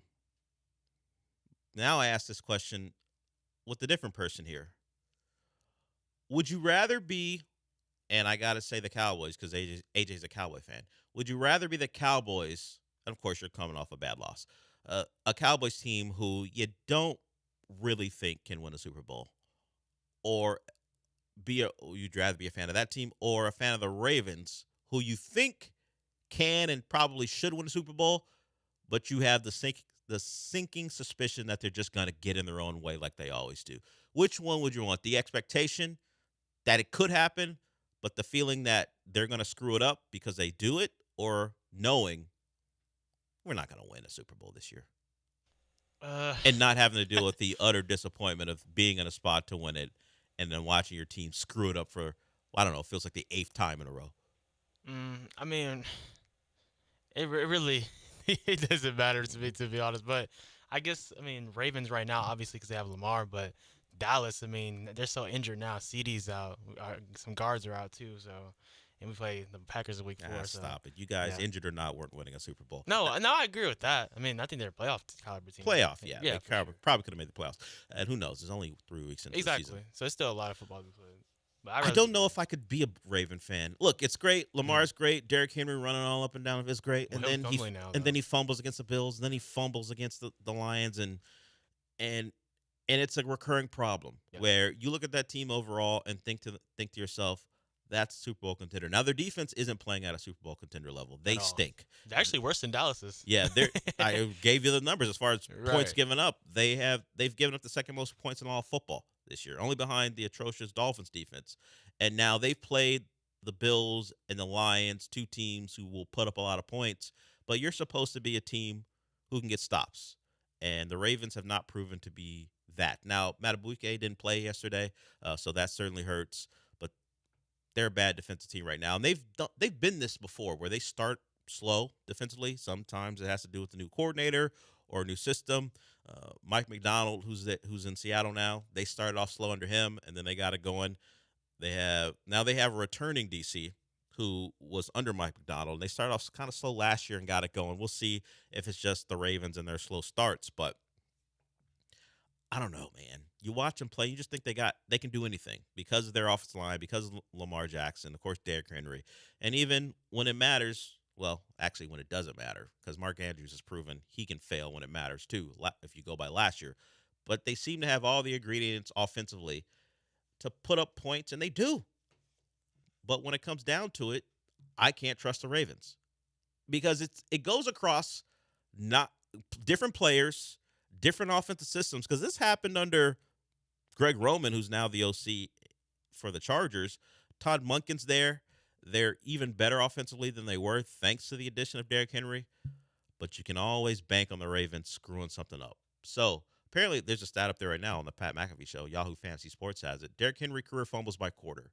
4 in the first, 3 in the second, 2 in the third, 10 in the fourth quarter. Wow. He has more fumbles in the fourth quarter than the other 3 quarters combined. So Derrick Henry he's a perfect Raven. He'll be great. And then in the biggest moments, he'll screw up. And he has fumbled the ball 3 times in 3 games. So while he does not have the reputation of a fumbler, he'll fumble in the fourth quarter. And that has happened this year. And that's why the Lions won. Look, the Lions are fine, everybody. People were worried about them because Ben Johnson was gone, who had a nice outing, at least the Bears did, in totality against the Cowboys to get their first win, get his first head coaching win. But the Lions appear to be just fine in their offense. They replaced a couple offensive linemen, and they have put up points last week against the Bears, this week against the Ravens.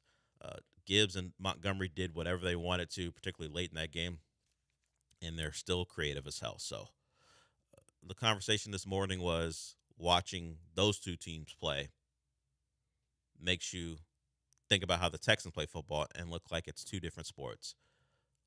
Sure, offensively, there's no doubt about it. But while the Lions weren't good defensively last year because of injuries, they've been better over 2 games before last night where the Ravens put up points against them. But the Ravens defense is much worse than the Texans. Like, obviously we do the thing where, hey, if we combine one part of a team with the other, we'd have an unbeatable team. But as bad as the Texans' offense is, and particularly in comparison to the Ravens' offense, the Ravens' defense compared to the Texans' defense is the same as far as the difference between the two. I don't know if that's talent-based for the Ravens. I imagine it's not, but they have played as poorly as the Texans' offense has played, and that is partly why they're 1-2. Plus the Derrick Henry fumbles. I don't know, man. Is there something in just putting on that all-black uniform? I don't know what it is. They just feel like a team that probably should have won a couple Super Bowls already. But they just got a bunch of guys who, for whatever reason, just screw up in big-time spots. And it happened again last night. So they dropped that one. You have a bad defense and you make mistakes when it matters most. That's not a really good combination. But we still expect the Ravens, particularly in that division, where the Steelers are 2-1, the Bengals are 2-1, but no one believes really in either one. Like Aaron Rodgers apparently is going to have a good game every other game. We'll see how he responds in week 4. And the Bengals, of course, were terrible thanks to Isaiah Rodgers and his incredible day for the Vikings. And they have Jake Browning at quarterback. So it still feels like the Ravens division, but that's not the Ravens' goal, much like it wasn't the Texans' goal. Now the goal is for the Texans to find a way to scrap and win the division. But the goal was to be better than that, and that's what the Ravens see themselves as. But they can't get over all the mistakes they make. So I guess it'll be Steelers and Ravens and Bengals, and they'll fight it out in the division as far as when they're playing each other to figure out who's going to win that one. But just watching that game just reminded me of all the times I've watched Raven games, and I was like, hey, man, that's a great football team. Until they're not. They'll collapse. Until they screw it up. And that's their reputation until proven otherwise. And at this point, as I said, it's going across multiple players and multiple teams. That's just a Harbaugh thing at this point. Who else do you point to? John Harbaugh. He is one of the few factors that have been consistent since the Ravens began doing this. And he's one of the best coaches in the game. And yet, he can't figure out a way for his team not to throw away ball games. This one wasn't as bad as the Bills games because it was all one possession.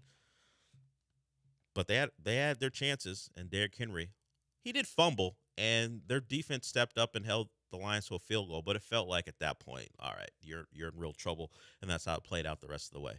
All right, we'll go to break with that. We got a couple segments left, so if you want to join us, 713-780-3776. We will hear again from D'Amico Ryans. So he talked yesterday about what would be good and what C.J. Stroud is good at and what that might mean for what they do going forward. So I'll reiterate that.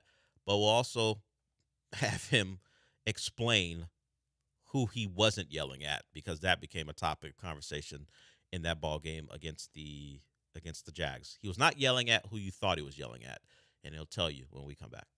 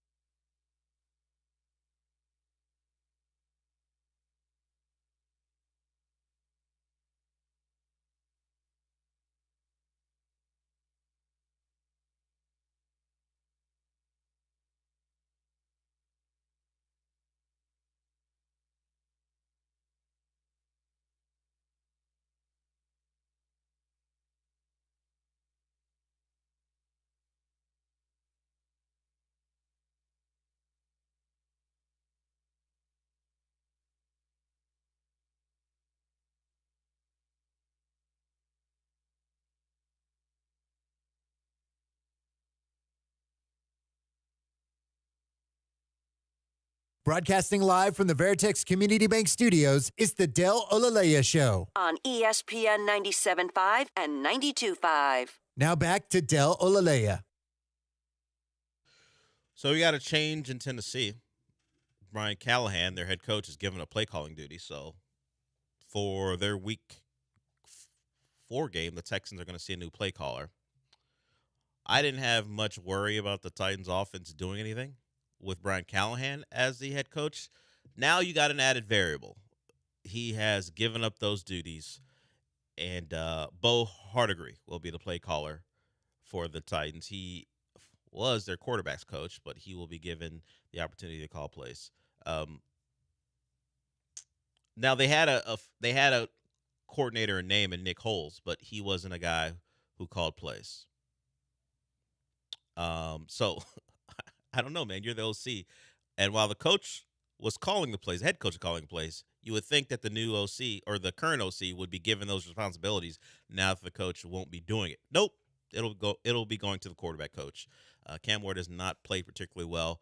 He has been sacked 15 times. Look, I'm not watching a lot of Titans games. I know Cam likes to hold on to the football, so I'm not sure if that's the Titans offensive line being bad or just his play style. They were expected to be a pretty good offensive line, but they have given up a league-high 15 sacks so far. So 5 per game is bad. We think the Texans do a poor job protecting their quarterback, but it ain't to 15 sacks per game. So that may be a combination of Cam Ward and a combination of that O-line. But, yeah, a new play caller. And my buddy KJ tweeted us about the matchup and said he gave credit to his own buddy because he has a name for it. A matchup between teams of this caliber, you call it the Battle of the Bums.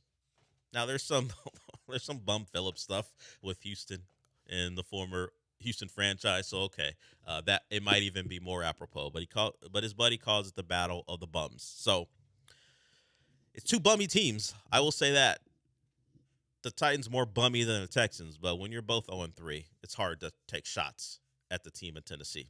Their excuse would be, we got a rookie quarterback. Less excuses here, but the record is the same. Okay, so I mentioned earlier that DeMeco Ryans may be hinting at a different type of offense going forward. I don't know if you can implement this in the entirety of what he was suggesting, but he said CJ fares better with the up-tempo stuff. And as I said, they did try to get to that. We'll hear sound from DeMeco Ryans about some confusion that happened, at least fan confusion and announcer confusion and media confusion about a particular happening in the game in the fourth quarter. But CJ may be better suited for a more up-tempo, quick passing game. It is something we can point to from his time at Ohio State where they would spread it out. He could just dissect the defense, a college defense, by the way. I know there's some thought that this could just transform the way they play. I don't know that simply spreading it out and having 4 receivers on the field and letting CJ play point guard is going to happen to the same effect as it did when he had the best wide receiver talent probably in the country if you go depth-wise. We're talking about guys who are across the board in the NFL. Smith and Jigba, Ibuka, Marvin Harrison. Those are the guys he threw the football to in college. So yes, spreading those talents out against the cornerbacks they got to face week after week was going to be a good bet for Ohio State. Not sure throwing Higgins and Noel and Kirk and, of course, Nico is going to lead to the same type of success. But it may be something you see a bit more of, at least in situations. So in a moment where they were trying to go up tempo on Sunday, it was the slant to Nico for a first down in that fourth quarter, and then the Texans hurried up to the football. And after the completion to Hutchinson, you saw DeMeco Ryans yelling, and then they cut to Nick Caley, and it made everyone think that he was yelling at Nick Caley. Well, here's DeMeco Ryans on that assumption. I was not yelling at anybody on our sideline, any coaches, any players. I'm too cool for that. So I didn't think he was yelling at Nick Caley. I thought it was pretty obvious in the moment because you see an official slowing them down. CJ doesn't understand why they have to slow down. He even gives the hands out. Why are we stopping? With gesture. I don't know if the officials thought the Texans had substituted, but for whatever reason, they stood over the ball, or at least stood in the way of the snap. The referee was like at the center's hip. So that was the reaction from D'Amico. I think even in the presser he said no. Earlier he said it wasn't about the coaches, and then he got asked again, was it about Kaylee? He goes, no, it wasn't about Kaylee. So that was a reaction to the officials slowing them down. I didn't watch the all 22. I didn't watch back to see if they ran a guy off the field or not, but you saw multiple Texans coaches not be thrilled with that situation. And the sequencing was Hutchinson catches a ball and then a pick. So it did not play out well for the Texans, that 3-play sequence. So maybe they have every right to be upset. But can we see that? They've done that, I believe, over the first 2 years. The let's jump the ball after a pretty good play and see if we can get a couple more snaps with the defense not ready to go. I don't think it'll be a thing that just becomes a part of the offense. For those who are a little bit older, I don't think we're going to see the K gun here. I don't think we're going to see Jim Kelly and the Bills and never huddling. I don't think we're going to see that. I think D'Amico Ryans had a plan for this offense in the offseason. He picked a particular coordinator because of the way he wanted his offense to go. I don't think we're getting away from power football completely, even though the Texans' success rate running the football has not been great.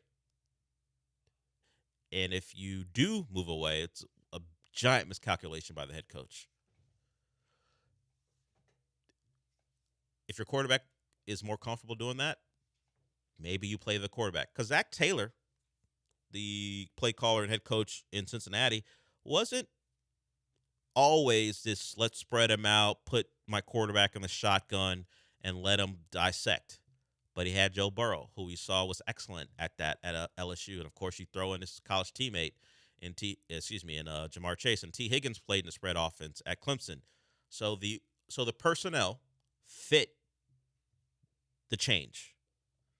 And if you go by what your quarterback was here when he was at Ohio State, CJ was a guy who played in an offense that gave him that type of a look. We have been a very under center power football team. Now, they were more outside zone and zone running last year. They wanted to go to a more power gap scheme this year. That has not worked out because your offensive line, I don't know what their offensive line is built for. Whatever it is, it ain't this offense. And we've seen the results. They're one of the worst offensive teams in football.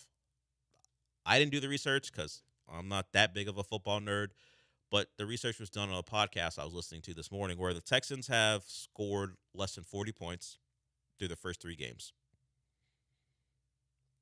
5 of the 11 teams who did it previously were picking in the top 5 in the next draft. That's where they stand right now. One of the worst offenses of football, and history says they could be looking for at a top 5 draft pick. Over half the teams it's happened to, or at least, a little under half the teams it's happened to. So the Texans are right in line with some of the worst offenses in football. Not something we would have imagined, considering what we thought of the offensive talent. One more segment to go here. You want to join us? The number is 713-780-3776. It's me and AJ. AJ, are we doing this tomorrow? Are we sure? Because I know there's an issue that led to this. Are we sure about tomorrow? I'm not sure yet. Yeah, we're not sure. So we may get more of AJ with us tomorrow. And Iskowski, I'm not reading what you said. We do like AJ, and I don't believe we're torturing him by what he has to do after the show. That was rude, what you wrote. All right, we will go to break with that. We'll get to any calls that want to come in before we wrap it up. We'll be back.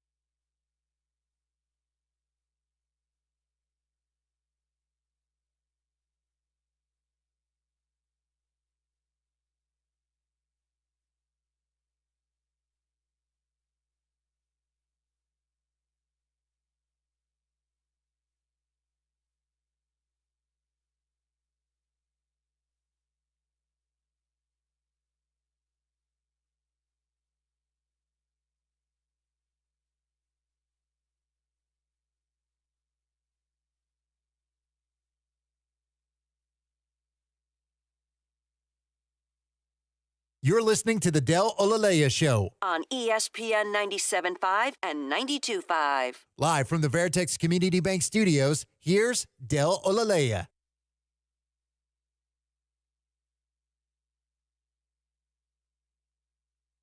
So our intern got a call about who are the teams who scored less than 40 points through their first 3 weeks and who wound up in the top 5. As I said when I made the comment, I'm not that type of nerd. So I have typed those parameters into AI Overview to see who the teams are. Now, the Texans were one of those teams in 2023. They scored 9, 20, and 6, 35 points in their first 3 games. The Jets are among those teams that led to drafting Zach Wilson. The Dolphins in 19 were one of those teams that led to drafting Tua. Now, the Texans didn't obviously draft top 5 because they went on to have a good season in 2023. The Texans in 2022 scored 40 points and then went on to draft C.J. Stroud. So it wasn't less than 40, but it was at 40. It's not great that the Texans, 3 out of 4 seasons, are on this list. I'll say that. With C.J., without C.J., in the last 4 seasons, they have been on the score 40 points or less side of the equation. Not great. Some other teams on here. I mentioned that team that wound up taking Zach Wilson, and the team that Arizona team who wound up taking Kyler. They scored 26 points through their first 3 games. That was the Josh Rosen era Cardinals for that one season he was there, and that led to them getting Kyler Murray. So you're not in great company, as you can tell. I did not know the Texans were on the list 3 times. Inept they've been offensively. 2 seasons with C.J. Stroud, they couldn't get over 40 in their first 3 weeks. I don't think they'll be drafting top 5, but that's only because of what I thought of them preseason. I mean, how they're playing. Okay, I'll say this. Also because of their defense. I think their defense is good enough that if they get it somewhat together, they can avoid the disaster of picking in the top 5. But at some point, if you're out of the playoff picture, picking in the top 5 ain't so bad. I don't know how far they will fall. Like, if you look at it, we've kind of run it down. They got Tennessee, who stinks, but so do they. But they are a different level of stink. They're like, how do I put this? They're like garbage day stink, the Texans right now. There's a story that John did in News of the Weird where this guy had, like, poop spray. That's what the Titans are. They smell like poop. There are differences in the level of smell. That's what the Texans don't smell great, but they ain't Titans level bad. But they do have the Ravens coming up, so they could very well be 1-4. And then at that point, if the Colts still haven't lost, now the Colts have to go play the Rams this week, so you would think that's a loss, but you never know. So if the Colts are 3 to 4 games up on the Texans after 5 weeks, maybe we have different conversations going forward. It would be way earlier in the season than we could have ever thought. But if we're talking draft stuff, by the time week 6 rolls around, we're talking about guys. We'll actually probably start talking about guys who will be around for that draft. Not D'Amico, I think he's safe. But if they are in a spot where we got to start draft talk before November, we're going to be having conversations about who should be around, who shouldn't be, to be making those picks, if you get what I mean. So for that caller, if AI Overview can be believed, there's some of the teams. And you're Houston Texans, if you are a Texan fan, we're on that list, or have been on that list 3 out of the last 4 seasons. Terrible. All right, a couple other things before we wrap it up. We got Astros tonight. That noise means I don't know what the hell is going to happen. It's the A's. The A's stink at home. You would think they'd get back on track, but the Astros have been so unpredictable. And you can't go into games feeling great unless Hunter Brown's on the mound. But you also have the offensive side of the equation where they're almost completely healthy. Perez is hampered. Of course, Jordan's not available. But the offense can disappear. They did not lead against the Mariners. Not once in that series were they ahead. couple games. Well, actually, only one game they fought back. They were within 2 runs with 2 men on in the 9th, I think, in the Saturday game. But other than that, non-competitive baseball. That has to change tonight. And I believe it starts with Javier on the mound. And what are we going to get out of Christian Javier tonight? Can we get 5? Can we get 4 with 2 given up and keep yourself in the ball game? Hopefully the bats are alive today. I don't know how you can say you know anything about what this Astros team will do day from day. So we'll just sit and watch. We'll sit back and hope for the best. And hopefully the losing streak doesn't stretch to 4. As far as the Mariners are concerned, if you're still harboring hopes of winning the division, they have the Colorado Rockies in town. So clear disadvantage for the Astros. The Rockies are pitching someone named McCade Brown. You know what McCade Brown has done over the course of his season this year? He's got an ERA over 9, a WHIP over 2. He's 0-4. Rockies really rolling out their best. So if you had hopes of a potential collapse from the Mariners, now the Bryce Miller hasn't been great this year, but he's been better than McCade Brown. McCade Brown is so anonymous, so if you go to ESPN and look up the matchup, he doesn't have a photo. I don't know how many times you see that, but McCade Brown has pitched. At least he's a pitcher of record 4 times, and they don't have a photo of him. That's how bad he's been, or also how anonymous he's been. So that's where we are, as we hope for some luck in the Pacific Northwest. But take care of your own business, because while the division race seems over because of what happened over the weekend, you're still in the wild card chase. So Javier versus Jeffrey Springs. Jeffrey Springs he's okay. He's 10-11, ERA just over 4, WHIP 1.22. So WHIP's not bad, but ERA 4.17. So let's see the bats tonight. It's the strongest part of your team tonight. Can you scratch 5 across and win a game in Sacramento? It's a place where the bats can come alive, and you just gotta hope they show up. So we'll talk Astros tomorrow. Texans have the off day.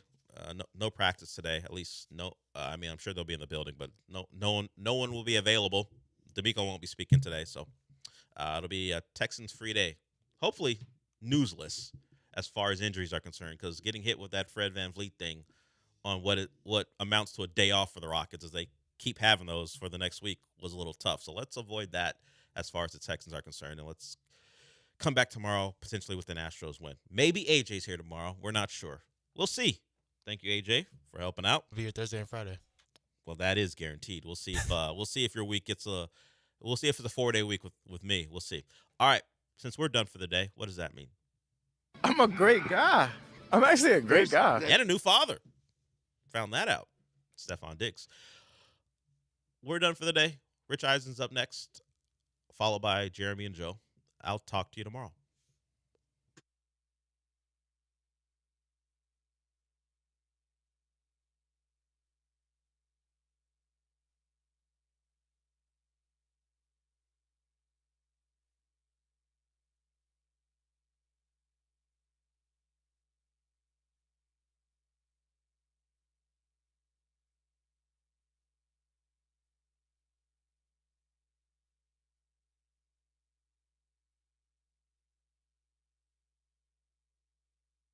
Miss the deadline. You're stacking new debt on top of what you already owe. Call Priority Tax Relief now. Their experts fight back fast and are saving their clients millions in tax debt every month. I owed over $50,000, and they settled it for pennies on the dollar. These guys are as legit as they come. After speaking on my behalf with the IRS, my entire debt of $25,000 will be eliminated. Whether you've received collection letters or you're already facing liens and garnishments, call for your free consultation. There are no upfront fees. Priority Tax Relief. Let's make your taxes our priority. Call 800-860-6195. 800-860-6195. 800-860-6195. Priority Tax Relief. I'm Ed Evans, CEO of Consumer Cellular. We're dedicated to serving people 50 and up like me. Our needs are different. Big Wireless wants us in an unlimited plan, but if you're not using all that data, you're probably getting used. At Consumer Cellular, we're focused on affordable, reliable plans, including data that suits your needs, not ours. Our plans start at just $20, and you'll get the best customer service in the business.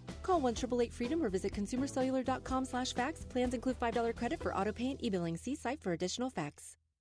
Drivers who switch and save with Progressive could save hundreds. With that kind of money, you could go big time on a fancy water bottle with ultra titanium alloy metal. You're not sure why you need all that. I mean, it just holds water. But you're getting it anyway. Because if you're hiking near an active volcano and you accidentally drop the bottle into molten lava, your water will still be icy cold. Switch to Progressive and you could save big time for water bottles.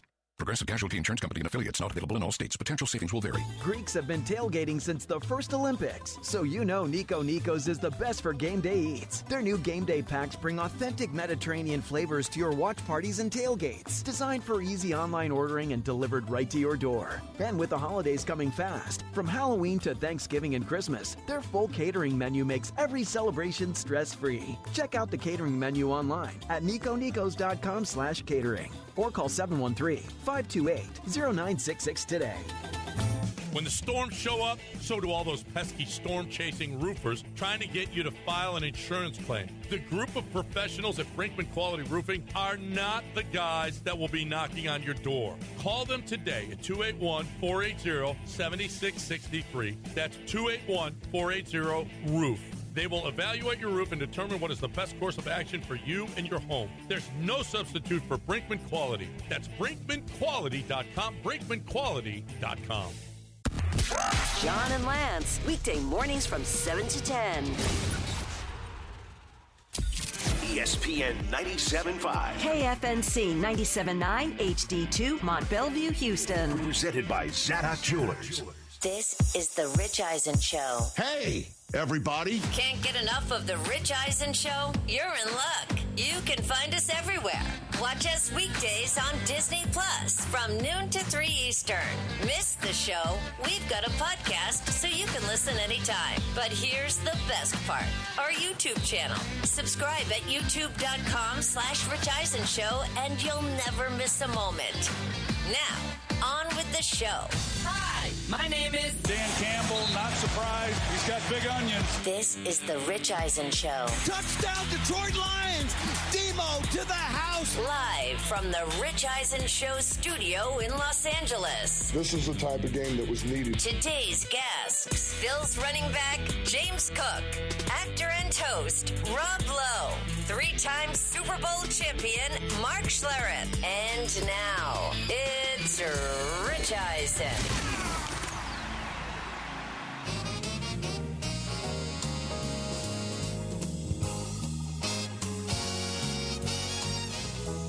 I can confirm that. It is me.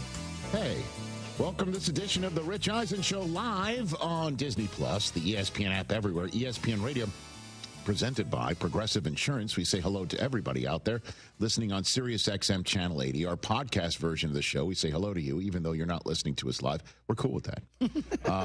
And all 3 hours are available through the Rich Eisen Podcast Network and the ESPN Pod Center. And youtube.com/Rich Eisen Show for anything that you may miss. Lots going on here in this neighborhood. James Cook first up. Rob Lowe stops by, one of our favorite guests in our soon-to-be 11-year history of the show. He's here in the middle of hour number 2. Mark Schlereth brings his stinking truth back to the program in hour number 3. There's you at 844-204-RICH being the number to dial. It's also a Tuesday, a football Tuesday, so it's our 2 staple segments on a Tuesday. Overreaction Monday on a Tuesday. And Jerry Jones has spoken locally and said something that invariably will piss T.J. Jefferson off. So I would stay tuned for all of that over the next 3 hours. Good to see you over there, Christopher. How are you, Chris Brockman? What's Rich, going on? I'm okay. I got chopped in the guillotine league. The Leading Pasquantino guillotine league. There was no Monday Miracle for the second straight week. I know. Sadly. So Sarah got guillotined last week. You got guillotined this week, and So Cage is not in the league, right? Cage is not in the league. So good luck to you and TJ the rest of the way. I appreciate that. DJ Mikey Diaz and D's Nuts. Rich, I got bad news for you. Oh, wow. What's happening over there? I need to replace your batteries at some point because I forgot to do it this morning. Okay, so I just want to inform you. I appreciate that. So at any point in time, you're saying during the segment, these things could go completely out. I'll be over there. Oh, that'll be great. Yeah, I'm sorry. Anyway, good morning, Rich. Excellent foresight. Well done, sir. I forgot. Good looking out. I forgot. Yeah. Good looking out. That's on me. TJ Jefferson, how are you, sir? Good to see you over there. I'm feeling better than I did yesterday, so that's a good thing. Why is that? I think I caught something in Indy, man. Stay away. Last night was rough, but I feel better today. I appreciate that update. Right now, but last week I was in rough shape. This is great. This entire last minute of the show is filled with information I really didn't need to know. So you don't care that I didn't actually, feel that's good? not true. I really needed to know that my ears could go out. That's actually for somebody in my position. It's like, other than the lights going out and everything just stopping to work, that's a top three things that I don't want to have happen. Exactly. It's a bad Look, we've had that happen and we powered through it, so it's all good. Listen, I'm again spending the first month of our relationship with Disney Plus and ESPN Radio and the ESPN app, and just assuming that there's some new folks out there who haven't been with us over the last 10 plus years. So just to catch you up to speed, I am not concerned at all about being wrong about things. I will always raise my hand and say, a mea culpa, or admit that what I'm saying isn't yet right. How about that? That's the case. In that case, for all of you out there, new to us, certainly in the last couple of weeks, see Browning, Jake. Okay?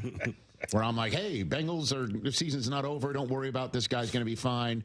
And then dreadful. It was positively awful. And there may be some out there, certainly in Bristol, who utilized that take in many ways to create conversations on their programs. Again, something we're not used to around these parts. That I might invariably be wrong. We're marathoning. We're not sprinting. And in that case, I always like proving out that something is proving out for me. And after week one, my take that the Detroit Lions were going to win the NFC didn't look good. And it didn't look good when Green Bay also looked the way they looked on the following Thursday, 5 days later, before the Lions took the field again and looked as great as they looked against the Washington Commanders, a team that bounced them in last year's playoffs. And, so. But we're marathoning. We're not sprinting. Yeah. Long season. And look who showed up and hit the Baltimore Ravens repeatedly in the mouth and the head, neck, and chest area and just body blowed and haymakered their way to a convincing W last night in Balmer against a Ravens team that after almost beating the Bills and having a shocking loss handed to them by the Buffalo Bills in the opening Sunday night of the season in a still to date in the clubhouse leader best game of the year, 41-40 Bills over Ravens Sunday nighter. They started slow against the Browns and then looked as great as they looked in the second half. And now we're page turning, and now the Ravens are going to show up and look like they did last year. And look who looks like they did last year instead. That would be the Detroit Lions, who, if it's all going well for them, will run it down your throat, control the line of scrimmage on both sides of the football, and have Jared Goff be efficient, not turn it over, make some plays with his arm, with his neck-up ability, get it to Amon-Ra, get it to Jamison Williams, get it to Laporta, get it to either one of his backs as well. And if those are all boxes to be checked last night, check them all. Check them all with such a force that the pen rips through the paper. That's why I liked the Lions coming in. That's the Lions that we're used to seeing with Dan Campbell being the head coach there. I guess since that season opening win in Kansas City, ruining their banner-raising night and shocking the world, it's been that way since that day. Chock full of fourth-quarter decisions that make you scratch your head, and in one case helped end a season in San Francisco in the NFC Championship game.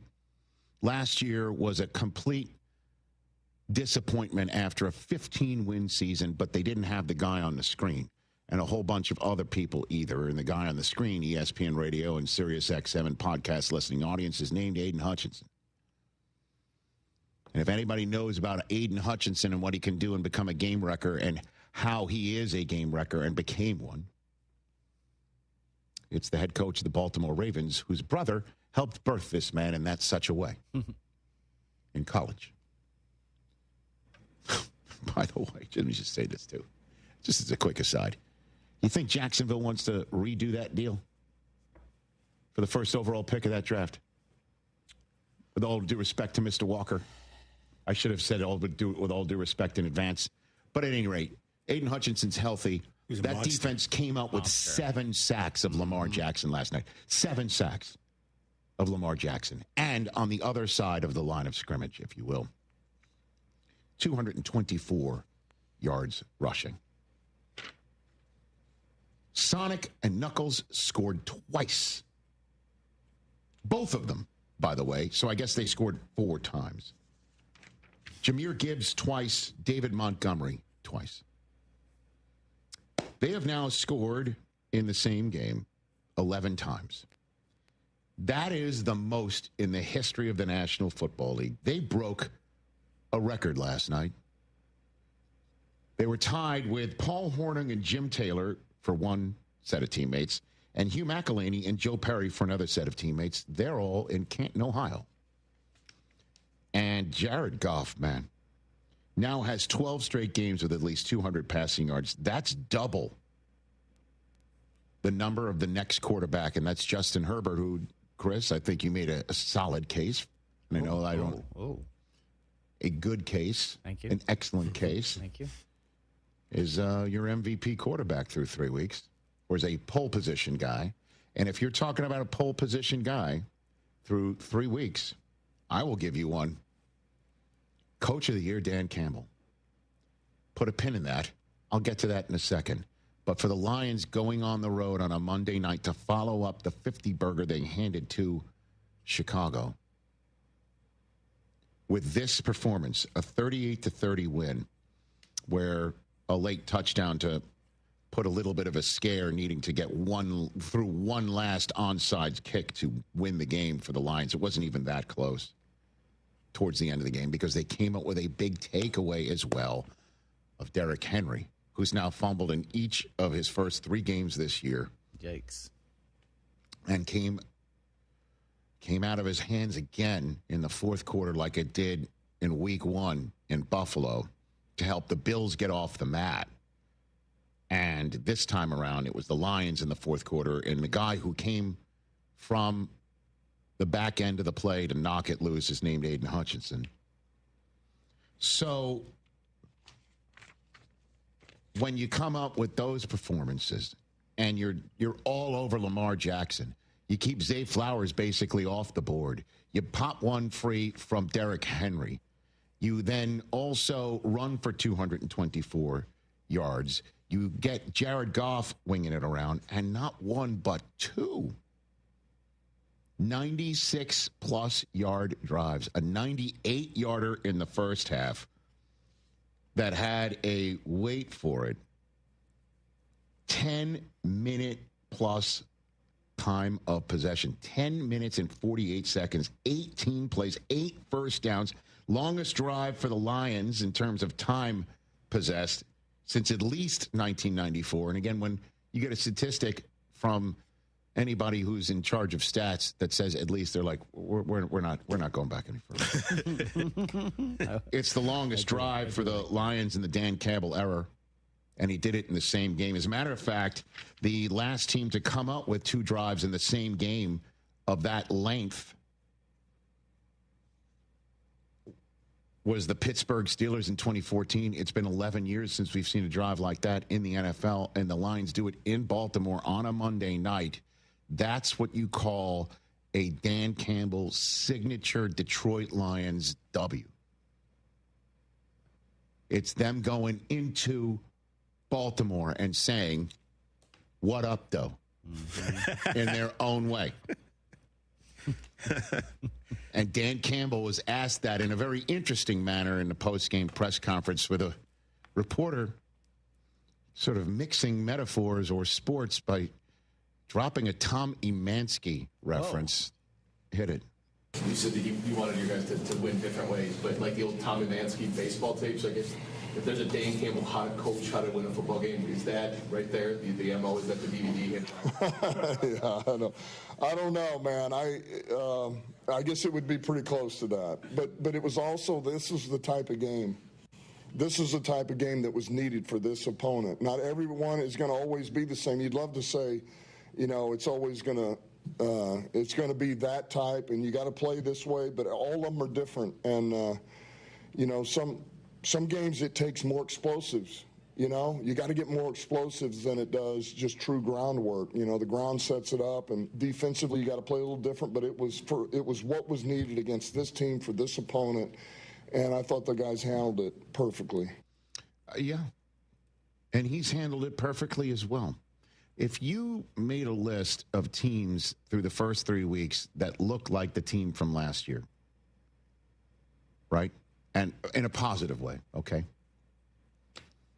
You'd go Bills, right? You'd go Eagles, right? You'd go Bucks, in a way, because they're playing winning football. They might be playing better than they did last year, actually. Rams, I think you'd say the Rams kind of look like the way they did last year. And you're not going to have a recency bias knock you off of that. Then you go Lions. You go Packers, too. The Packers look good. The Chargers were a playoff team. The Chargers are better. They look better, but that's where I'm going that. Okay, you're going there. Where they look like the team that did well last year. You go Lions now, and you wouldn't have said that after week one, and that's where I'm now returning to Dan Campbell as a coach of the year type candidate, right? And because this team, we thought last week against the Bears, at least I did, that the head coach and the Lions were making a point against Ben Johnson. Yeah, we don't need you around here anymore. You're not the secret sauce. The secret sauce is our locker room and the guys on the roster. And we're going to beat you up. We're going to put a 50 burger on you. And the conversation, Lions are going to be less than this year because their coordinators are gone. Aaron Glenn is in New York and Ben Johnson is in Chicago.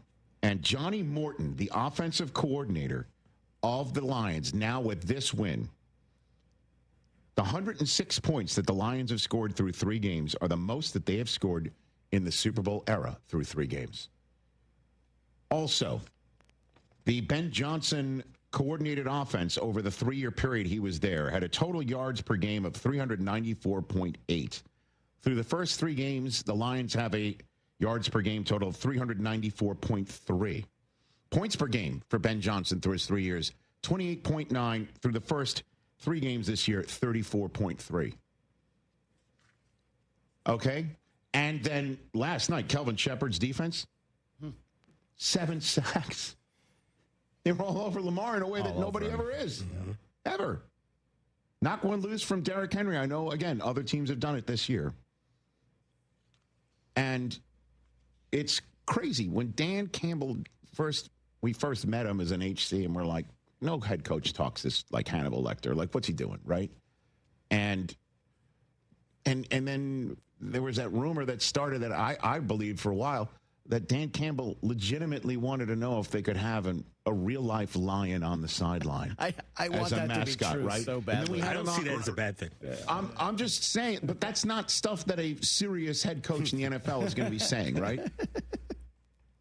And this guy is a serious head coach in the NFL. Very much. And the thing we love about the NFL, okay, is it's a mixture of brains and brawn. We're going to beat you with our muscle and our gumption and our want to and our brutal physical nature. But when it comes down to it, we're also going to figure out the math on some analytics, and we're going to roll the dice, and we're going to go for it. And we're going to come up with some smart plays like fourth quarter just after the 2-minute warning, 4th and short. We have some options here. You know what we're going to do? We're going to go for it, and then we're going to sneak Amon-Ra St. Brown out to the point where Marlon Humphrey's going to hold him because he's going to beat you on this play design, and Jared Goff is just going to feather it in there, and it's going to be all she wrote. Beautiful pass. They are right now a perfect mixture of brains and brawn, and nobody ever thought that Dan Campbell could do that when he started talking about biting your kneecaps off. That's what I'm talking about. If this team wins their division again, tall order, Packers are for real, and the Packers have already beaten them. The only team to do so through 3 weeks. Right now, we're in the part of an NFL season where we're like, are you set up? Chargers are set up. They're 3-0, beat everyone in division. They're 2.5 up on everybody. The Bills are set up. They are set up. Mm-hmm. Okay, there are some other teams that we can make a case that are set up, like the Bucs are set up. And sometimes, the Lions are set up to go on a nice run, and they're set up with this coach. If they do it again with 2 new coordinators, and he's just like, I got this. We're going to find 2 other guys who know our system, and it's about what we do here, and it's about our style of what we do here, and our front office knows it. They know how to feed this system, and we're going to coach them up, and we're going to look the same, if not better, with 2 new guys, and we're going to come beat you. How's that not coach of the year material? Got to give it up. Well, there's a team in Indy that no one thought would be this good. That's true, too. And those are the other coaches of the year. It's just like, wow, you come out of nowhere. But that's typically what wins that award. I get it. Yeah. Or, Andy Reid and Bill Belichick hardly ever won. But the fact that you're including Dan Campbell, even in that regard, I think speaks volumes as well.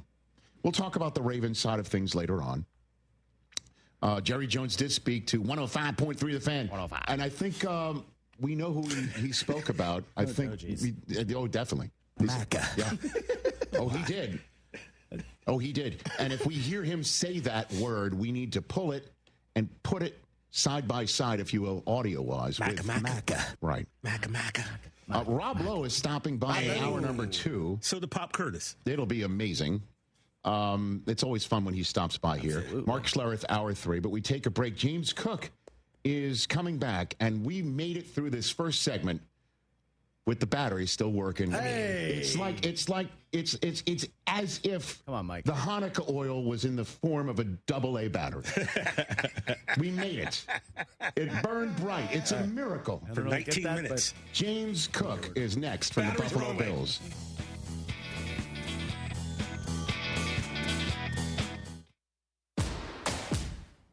The John Deere Gator XUV lets you cut, pack, drive, scout, weld, stack, feed, pull, load, tow, spray, and haul, all in a single day. Because with the highest cargo box volume in its class, customizable features, and a towing capacity of up to 4,000 pounds, it gets the job done. You just have to get in the seat. Learn more at your John Deere dealer or visit johndeere.com/Gator XUV. Oh, could this vintage store be any cuter? Right? And the best part? They accept Discover. Accept Discover? In a little place like this? I don't think so, Jennifer. Oh, yeah, huh? Discover's accepted where I like to shop. Come on, baby, get with the times. Right. So we shouldn't get the parachute pants? These are making a comeback. I think. Discover is accepted at 99% of places that take credit cards nationwide. Based on the February 2025 Nielsen report. Hey everyone, it's VMAC. Have you tried Old Humble Distilling Company yet? If not, you're missing out because their award-winning small batch Texas whiskeys are the real deal and unique to the Gulf Coast. You can grab a bottle at Specs, Total Wine, or finer retailers. Can't find it? Just ask for Old Humble Distilling Company by name. Better yet, swing by their Humble Tasting Room, open Tuesday through Saturday till 6 and Fridays till 9 for date night, where every Friday from 5 to 9 you can get 2 whiskey flights, 2 premium cocktails, and a charcuterie board, all for just $50. Try Old Humble Distilling Company because life's too short for factory whiskey. When you're hiring, have you ever felt like you're missing out on meeting truly great candidates for your roles? It seems impossible to find them, but they have to be out there somewhere, right? Well, they're not hard to find when you know where to go, and that place is ZipRecruiter.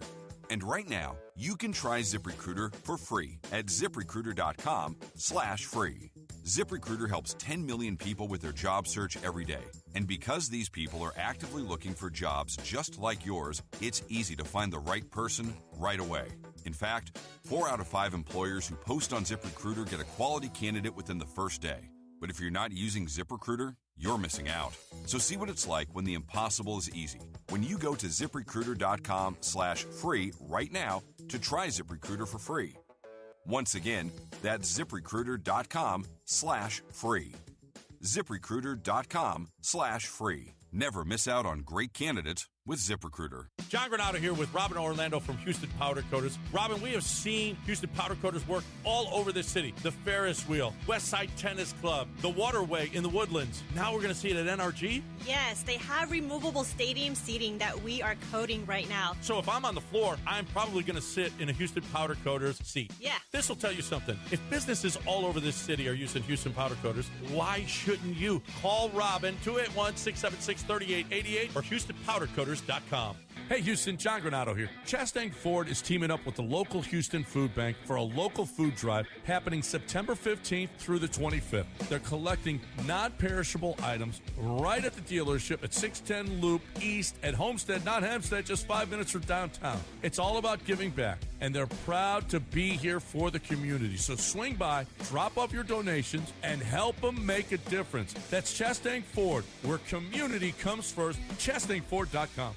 Contact Tax Relief Helpers for details and restrictions. Attention, anyone that owes money to the IRS. Every day, your unpaid tax debt gets bigger and bigger from daily interest. The longer you wait, the more you will end up paying. If you owe $10,000 or more, now is the time to settle your debt before the IRS takes aggressive action, like taking your wages or property. A special toll-free number has been established so you can stop penalty fees, avoid liens, levies, or other hostile measures by the IRS. Call Tax Relief Helpers right now. I got behind on my taxes and owed $48,000. I called and they got my bill lowered to just $3,500. I owed $87,000 in taxes and it was scary. I got the amount I owed down to just $3,500. I saved $83,500. If you owe money to the IRS, don't wait another day. Your tax debt gets bigger and bigger from daily interest. Call right now before the IRS enforces liens, levies, or other aggressive measures. The call and consult are absolutely free. Call now. Call 800-692-7009. 800-692-7009. That's 800-692-7009. It's your guy, Sean, with Greenlight Offer, and guess what? We are still buying houses at fair prices. If you own a house and want to sell it fast in the most simplest way, I'm your guy. Call me today at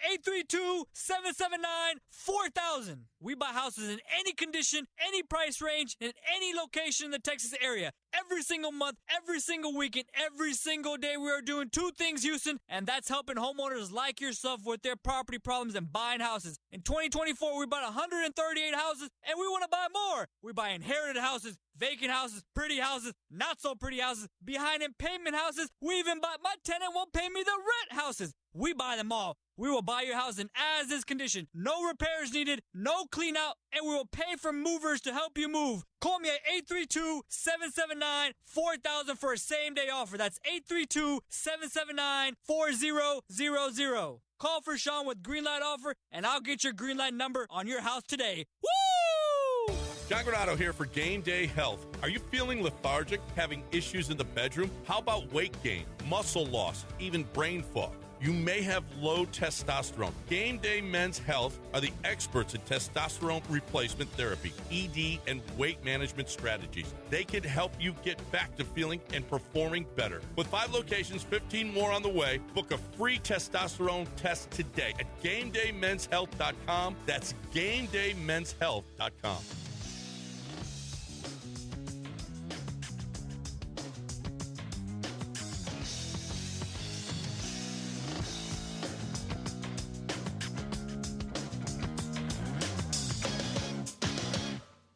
Back here on the Rich Eisen Show, 844-204-RICH is the number to dial. ESPN Radio is presented by Progressive Insurance. If you're a renter, make sure you're protected. Renter's insurance includes options that cover stolen property, personal injury, and living expenses if your place is damaged. Quote, renter's insurance at progressive.com. James Cook was supposed to be on a Zoom now, but we're told he needs a few more minutes to get positioned. I guess that's the way the James Cookie crumbles. Wait a minute. I'm not just doing a dad pun. Wow. He's coming on if he does, in fact, get positioned to come on here. a James cookie. He's selling a James cookie. Hey. And I can't help him. I already bought some stuff from Cage this morning. Yeah, so. okay. It sounds delicious. Yeah, I can't help they're it. sending him to the studio, and they're not here yet. Kind of like the guy the cookie's named after. But he'll be joining us shortly. 844-204-RICH is the number to dial on the program. Let's go to Joe in Arizona. Joe. Yeah, this one intrigues me. What's up, Joseph? Hey, Joe. Hey, good morning, gentlemen. Good What's morning, going on? Rich. How are you, sir? First of all, Hey, Joe. hope I'm saying it right, Rich. Happy Rosh Hashanah. Rosh Hashanah. Rosh Hashanah, yes. Thank you, Joe. I greatly appreciate it, though it points out that I'm here and not where I religiously should be. But that's okay, Joe. I'm not the Sandy Koufax of sports talk. Yes, sir. I was calling to Sandy see you. ruined it for all of us. Do you know anything of it? Are there any good running backs out there available that the Steelers can get? Because our running game is off. Who would I don't be know a why running- they haven't used the rookie. I don't know, man. Jalen Warren is going to be Jalen was okay. struggling trying to get those hard, short yards. Hey, man, he's their yak guy. He's the yards after the catch guy. You know, Yeah, that's and he's a true. guy that Rodgers needs to find every now and then when he's running for his life. I don't know, but I know what you're saying, Joe. You're looking for that Steelers run between tackles, hit you in the mouth, Talk about control smash mouth. control the play clock, but I don't My know, brother-in-law man. is a Cowboys fan, and he jokingly was saying Ezekiel Elliott get them short yards, but I don't know about that. Okay, Joe, thank you for the call. Appreciate it. There's breaking news. I need Here it comes. And my eyes see. Breaking news. All right, Adam Schefter, our colleague at the worldwide leader in sports, Here as it it used to be comes. known. I'm batting 1,000 around here, man. I'm like, there's no way the Giants are going to start Jackson Dart against the Los Angeles Chargers the way that this defense is marauding and confusing veteran quarterbacks like, say, Patrick Mahomes, keeping him off kilter. Okay? There's no way. Okay? With what the Chargers just did with Bo Nix in his second year, right? There's no way. Geno Smith was just, and Geno's been at it for a long time. Mm-hmm. Geno Smith didn't look great either on Monday Night Football. No way that the Giants are going to start Jackson Dart against those guys this week. Well, I'm off.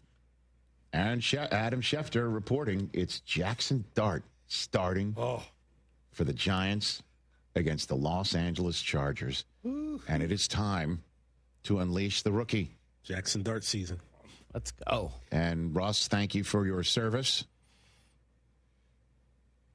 And that's the way the Giants are going into Week 4 at 0-3, and then they'll get him a start in New Orleans, and then he'll have a bye. And coming out of the bye, he's got the world champion Philadelphia Eagles on a Thursday night, right? Then he's got there's no bye. Pardon me. Then he's got New Orleans. Then he's got a short week against Philadelphia. There you go. Yeah, then at Denver. Then at Philadelphia. That's tough. Well, I mean, it's all going to be tough. Yeah, I mean, he needs But that's why you draft somebody in that position. Yeah. You know? So it's going to be time, and it's going to be Dart and Scattaboo. So their rookies are starting quarterback and starting running back. I'm wondering the last time the Giants started a rookie at quarterback and running back in any game. Frank Gifford and I don't know. I mean, and somebody else. And Y.A. Tittle and Frank. You know what I mean? I mean, and then neighbors. I mean, that's it. This is the future of the Giants, and it's go time now, which surprises me. I'm not going to lie. But two things. One, it's got to get better than what we've seen. And Jackson Dart is a guy that you traded up, and I'm not in the building. So Daboll's got to take a pulse check of Dart's ready. And then two, is there somebody in the locker room that's kind of like giving the indication to the coach that we've got to go to the kid? Or, I guess here's a third. Management puts a large thumb on the scale and says, this is what we're doing. And at 0-3, it's time. And if management doesn't get the sense that Daboll's coaching it up right, then there will be changes. Hey, Jackson, just hold on to the football, head on a swivel, hold on to the football, give your defense 2 scores. Problem is the Chargers were the best scoring defense in the NFL last year, and giving up 20 points, just 20 points to the Broncos, raised that average just a slight tick. That's it. It's going to be a massive test for Jackson Dart coming right out of the gate because, that's not Vanderbilt walking through the door. 844-204-RICH is the number to dial. But Giants fans, you're going to get what you wanted to say. It's Jackson Dart. All right. Is the man on the Zoom right here? Fresh off of back-to-back 100-yard rushing games. And he is in support of the James Cookie that is available now for purchase at richesusa.com. Ladies and gentlemen, James Cook here on the program. Good to see you, James. Yeah. How are you, sir? How you doing? How are you? Good. Good. Yeah. You try your cookie yet, James? You like your cookie? Yeah, it's good. By the way, I've never used that as an opening question in my entire 30-year history. Do you like your cookie? Where did this whole idea come from, James? I guess my last name. Okay. All right.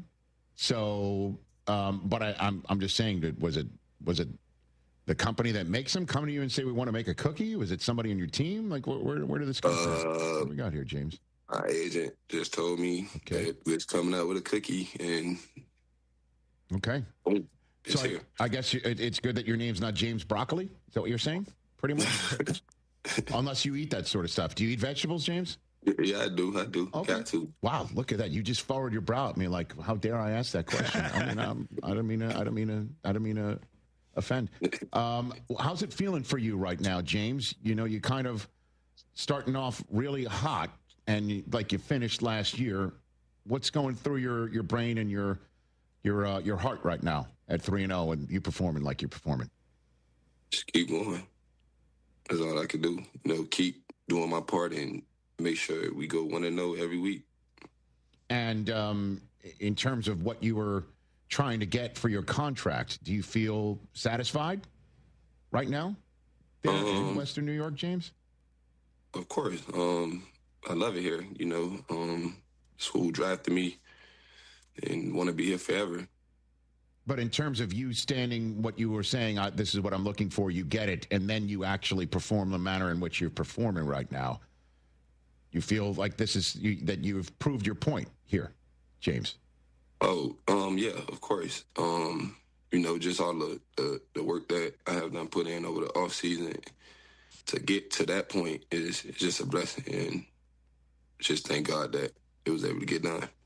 What was it like for you that night on opening night, seeing the scoreboard and then the comeback hit? What was it like in that building on opening night, James? It's nuts. I ain't even know. I thought the game was over. Literally, we just kept fighting, and something happened. And I don't know what happened. It just, I don't know. It just clicked. I'm like, hold on. I looked up, I looked down, looked back up. Game was over. We was winning. Did Josh say anything to you? What was the sideline like at that point in time? It was crazy because Frank Gore, he was like, "Oh, we got time to come back. We got time to come back." That was when we just hadn't got to stop. And so I'm like, I done lost all hope. When he done said that, I'm like, oh yeah, we gotta come back now. And then it just happened. And what's it like being in the huddle with this guy? And it's fun, a great player, great teammate, and just everybody don't know he one of the best persons. He gonna make sure you all right. He never gonna leave you in the blind, and he just gonna be always there for you. What do you mean? Can you give me an example of that, please, James Cook, about Josh Allen? Just a kind person, a genuine, and always look out for your person. When he sees you for the first time, he checks in on you, what's going on in your life, things like that? Yeah. I mean, not everybody does that. You know what I mean? So, in the world. But he does do such a thing. Okay. Yeah. All right. And, when he calls a play in the huddle and you're getting the football, what goes through your mind, James? My mind, I'm ready to score. That's my mindset. Like, I got to score, like, at least break or something. And are you guys openly talking about Super Bowl, James, there in Buffalo? No, I'm not right now. It's too early. It's early. We just keep playing football, and like I said, we're gonna keep going 1-0 each and every week, and focus on us. And do you feel you're the best team in football? I'm not gonna say we're not, but okay. Well, I mean, so then is that a way of saying yes, you are the best team in football? Is that what you're saying? Pretty much. Okay, so when you hear some people that need convincing of that, because I guess your quarterback, you are one of the only ones that are taken highly, if you will, in fantasy football, and this is the truth. This is the way of the world. What do you think of when you hear that sort of stuff, James? Like far as what? Just in terms of folks not believing. Like last year, it was now finally time for the Bills to take a step back. Right, because the names changed on the roster. This is another such year after even last year, where we're all wondering if the Bills are any better. What do you think of when you hear that sort of a conversation? I just ignore it, because it don't matter what y'all say. Because at the end of the day, you can't go out there and play for us, and you don't put in the work that we put in. So we just try to block the outside noise and stay focused on what's in front of us and just keep going. Okay, so your cookie, the James cookie, did you have anything to do with what's in it? Did you have to approve? Yeah. Okay. So does that mean you like pretzels? Because there's praline-coated pretzels. Is that it? Yeah. Okay, Rice Krispie Crunchies. Ooh. You like those? Yeah. Okay. Yeah. Toffee bits. You're a toffee guy? Yeah. Okay. White chocolate and red, white, and blue sprinkles. Sounds delicious. Yeah, I should try one. I'm gonna bring one. I'm gonna send something to y'all. Oh, yeah. Well, I mean, what's up? Just send me the address. Okay. I'll make sure. Let's go. So I'll make sure they be there. Okay. All right. I mean, we want to score too. Yeah. I got you. Okay. I guess there's a question here. What goes better with milk, the James cookie or the Josh's Jack's cereal?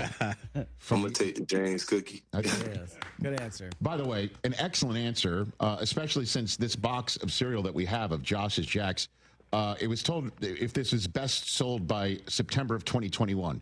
So I think you're definitely more fresh. Yeah. I would think so. Okay. Well, it's good to see you, James. Congrats on your cookie. richesusa.com for more information on that. Best of luck against the Saints, and we'll chat down the road.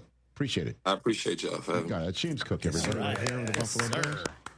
You're on the program, everyone. If James wants to send like a Bills helmet or a jersey to us too. Oh, sure, yeah. Come on now. Just don't go in with both hands here. You don't get what you don't ask for. Yeah, it's true. Okay. And I knew Hoskins won't ask for it. We'll settle for cookies. You know what I mean? Oh, he's listening right now. Yeah. Okay, pop him back on. So, do you hear TJ? Go ahead and ask him. Go ahead. Go on with both hands now. go on with both hands. Well, I mean, Brother James was offering cookies. He said he was going to send us something. I said, hey, if he wants to throw in a Bills helmet or a jersey, we'll take that too. Put it in the studio. I got you. Oh, yeah. My man. What else? Tell my agent to send it to y'all. Keep going. What else? Well, what else you looking for? Maybe like $20. I could hold that. No. Yeah. I mean, I guess, see, that's what happens when you sign a new contract, James. People start coming to you and asking you for $20 bills. You know what I mean? Okay. But I appreciate y'all for having me. Right back. Stay healthy. There you go. That's James Cook. TJ. All right, let's take a break. 844-204-RICH is the number to tell. Giants fans, I want to hear from you. Jackson Dart is getting the start down Ryman like it's a Dr. Seuss poem. Wow, what a piece of news today. Every great team has its core players, but when the season gets tough, adding the right free agent can make all the difference. The same goes for business. At Robert Half, we found that 67% of companies surveyed plan to increase their use of contract talent to handle workload peaks and backlogged projects. With Robert Half's specialized recruiters experience, combined with our award-winning AI, you can quickly find the skilled candidates you want. At Robert Half, we know talent. Discover how we can help at roberthalf.com/talent. Feeling stuck on your own 10-yard line in the career game? Maybe it's time to just go for IT. My Computer Career has the game plan to score a rewarding new IT career in months. Whether you're a rookie, a breakout career changer, or a military veteran ready to serve. Why spend years chasing a college degree when you can fast-track your future in IT starting now? Take your mark, get set, go for IT. Take the free career evaluation at mycomputercareer.edu today. Financial aid is available to those who qualify, including VA benefits. How old is your home? If it's 40 years or older, you might need a whole house repipe. Old pipes leak and corrode. This can damage your home and give you crappy quality water. Plus, old pipes can burst in freezing temperatures. You need Aqueduct Plumbing. They'll repipe a one-story, two-bath home for only $5,500. Even if your home is larger, they have great pricing. Aqueduct has done thousands of repipes. Visit aqueductplumbingcompany.com or call 281-488-6238. That's 281-488-6238. Let's hydrate. Grab a Rambler Sparkling Water, the official sparkling water of ESPN 97.5 and 92.5. A Texas mineral blend available in original lemon lime, grapefruit, satsuma, blackberry, and now wild cherry. Get Ramblin', Houston. Hey guys, this is Lisa Zadok from Zadok Jewelers with a hot tip on how to keep your lady happy. Visit the Zadok Bridal Shop, a modern bride's dream. We work with our global network to source GIA-certified ethical diamonds for you at a fair price. Not only do we carry a selection of the finest diamond settings, we also have a full custom design team ready to turn any ring dream into a ring reality. Zadok Jewelers, where Houston gets engaged. Attention taxpayers. If you owe $5,000 or more and have missed another tax deadline, you're officially on the IRS's radar. The IRS has resumed aggressive collections. That means wage garnishments, bank levies, even seizures of your home, car, or retirement accounts. If you owe $5,000 or more and missed the deadline, you're stacking new debt on top of what you already owe. Call Priority Tax Relief now. Their experts fight back fast and are saving their clients millions in tax debt every month. I owed over $50,000. And they settled it for pennies on the dollar. These guys are as legit as they come. After speaking on my behalf with the IRS, my entire debt of $25,000 will be eliminated. Whether you've received collection letters or you're already facing liens and garnishments, call for your free consultation. There are no upfront fees. Priority Tax Relief. Let's make your taxes our priority. Call 800-860-6195. 800-860-6195. 800-860-6195. Priority Tax Relief. Summers in Texas are hot, but not for me, John Granato, because I have Coors Light. And Coors Light is all about keeping Texas chill. Do you want to beat the summer heat? I recommend cold, clean, crisp, refreshing Coors Light. Grab a 12-pack or case so that you've got your home base covered. And when you're hanging at your favorite watering hole, order a bottle or a bucket with those beautiful blue mountains. I love me some Coors Light. You will too. Choose chill. Choose Coors Light. This message is approved by the man of the people, John Granato. Raise your steins and break out your lederhosen. Oktoberfest is coming to Kima Boardwalk, October 4th and 5th. It's 2 full days of beer, brats, Bavarian beats, and boardwalk fun. Sample brews like Bell's Oktoberfest, Shiner Oktoberfest, Voodoo Ranger, and more. Don't miss the stein holding contests, costume contests, polka dances, cornhole tournaments, and live music. Beer tickets are just $6.50, and admission is free. Visit KimaBoardwalk.com/Oktoberfest for more details. Prost. You've heard me talking about Two Creeks Crossing Resort. What a beautiful, relaxing place. We took the family when school got out, and we had a fantastic time. We stayed in the treehouse. You know the kids love that. I drove up after I got off work and was there in 90 minutes, which is pretty close to my normal commute. The family took it all in, from exploring their 92-acre property to fishing in the creeks and their catch-and-release pond, which the kids loved. Everybody had a great time, and we can't wait to go back. Book now at twocreekscrossingresort.com. John Granato here with Robin Orlando from Houston Powder Coaters. Robin, if I want to do my patio furniture, get it Houston Powder Coated, I need to do it now. Yes, because it is a standard 4 to 5 week turnaround time, so don't delay. Call me today. 281-676-3888.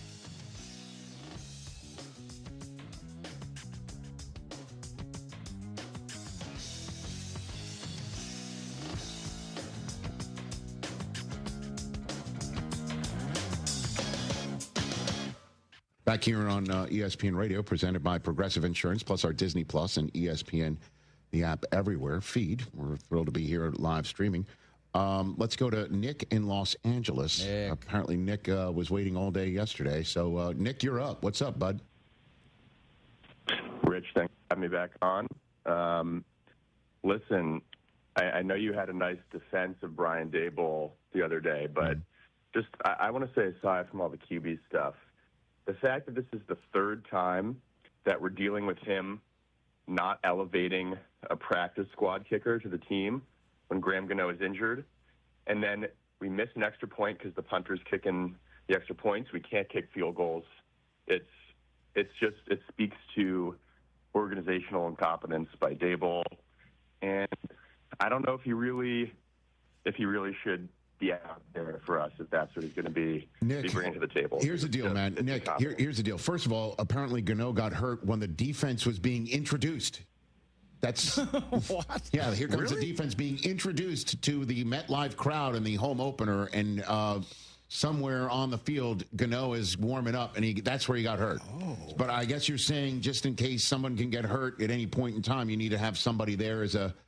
I guess the third time under Daboll that we've been in this situation. I don't know. I've never heard of that happening. Have you ever heard of that happening? Never heard of that. I have not, Nick. And listen, I understand that you're all Giants fans. I totally understand. All your Giants fans are rightfully just pissed that here you are again, and yet more points challenged offense with some studs on that side of the ball. I totally get it.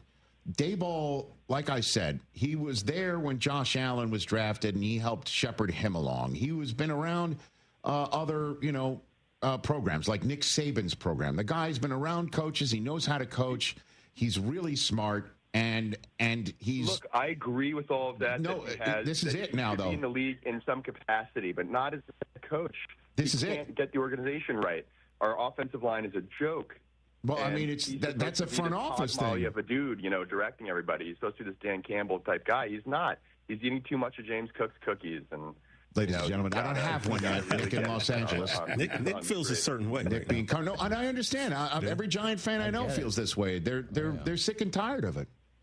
They're sick and tired of it. But this is it. This is the last chance saloon. They drafted the rookie. And they drafted Jackson Dart, and they used draft capital to pop into the first round to take him. So they handpicked him.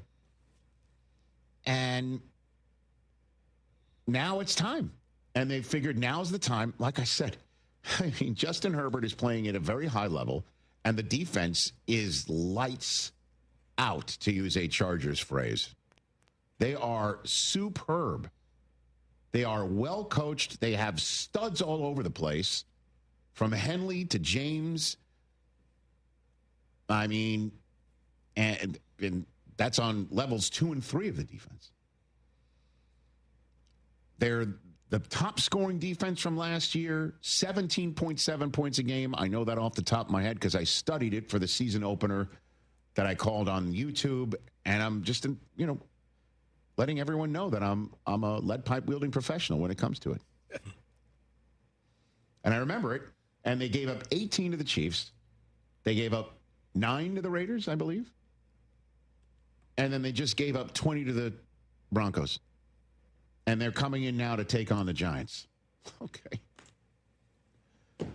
Now Herbert's going to have that front seven in his grill the entire day. Jackson Dart, hold on to the ball. Let's see what Scadaboo does with 20 touches now, wouldn't you say? Scadaboo. He's the clear number one. Well, Singletary's there to spell him, but 20 to 25 for Scadaboo. So Scadaboo's going to get the touches. Jackson Dart's getting the start. And Malik Neighbor's going to be like, I'm here, I'm open. Yeah, and he's going to get the ball, actually, this time. And the ball's not going to end up in the tunnel behind the end zone. Russ threw for 450 yards a week before. That says more about how bad the Cowboys are. Okay. He's right, And that gift to Morgan Freeman, he's right, that's true. All right, we'll see. You may be right. Giants getting 6.5 this week, and I'm just saying it might be a sneaky play. What are you saying? Giants getting 6.5. Let's go. Dude, Jackson Dart has never started an NFL game. In his first game, if you had to name, again, the top 5 defenses I wouldn't want a rookie to face, the Chargers would be on the list and way up there on the list. West Coast team going east, early window. Okay. So you're taking the Giants this week? Yeah. Okay, great. Oh. Yeah. I'll hold you to it. To win the game? Give me the points. No, plus 6.5. No, I'm saying to win the game. Well, is that a new line? Is that including the rookie? Because that's going to go up. Mark that. This is updated. Is it? Yeah. Oh, okay. Okay. I don't understand how these things work. Good luck, man. Baptism. And that what leads Dart me to is believe. going to look so much better than Russell Wilson. Does everyone understand that? Why do you say this? Russell Wilson's career is over. It's sad, but it's a reality.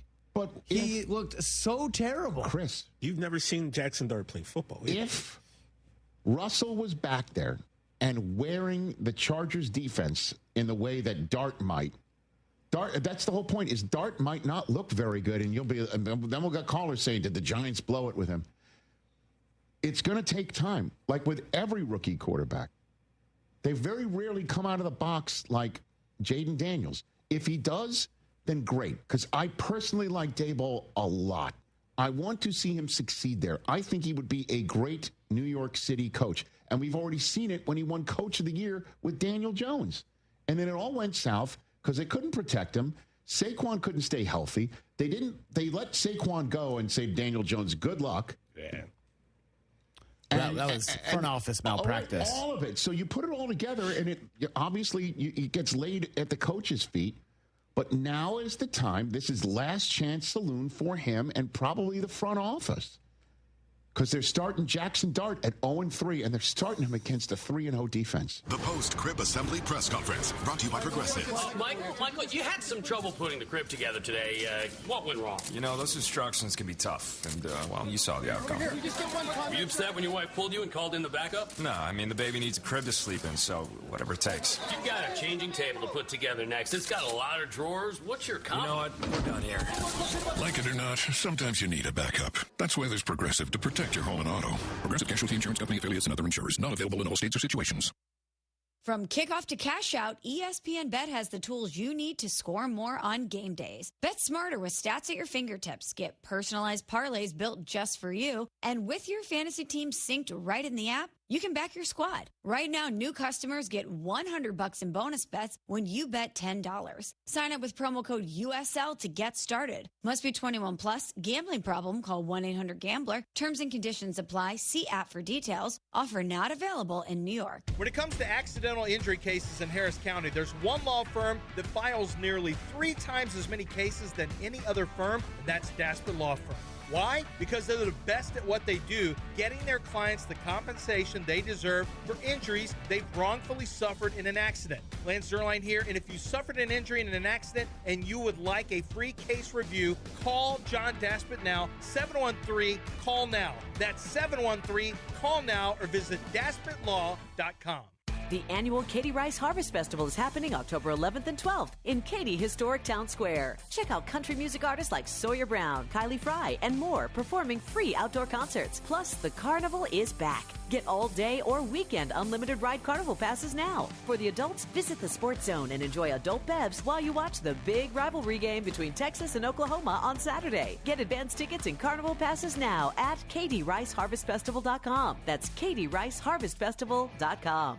Has your roof started to experience leaks or been damaged from recent storms? When it comes to roofing in Houston and surrounding areas, Brinkman is the only name to trust with your roofing needs. Brinkman's team of professionals will work with you, and only if necessary, your insurance company, to get your roof repaired or replaced with as little inconvenience to you as possible. There's no substitute for Brinkman quality. Visit them at BrinkmanQuality.com. That's BRINKMANN quality.com.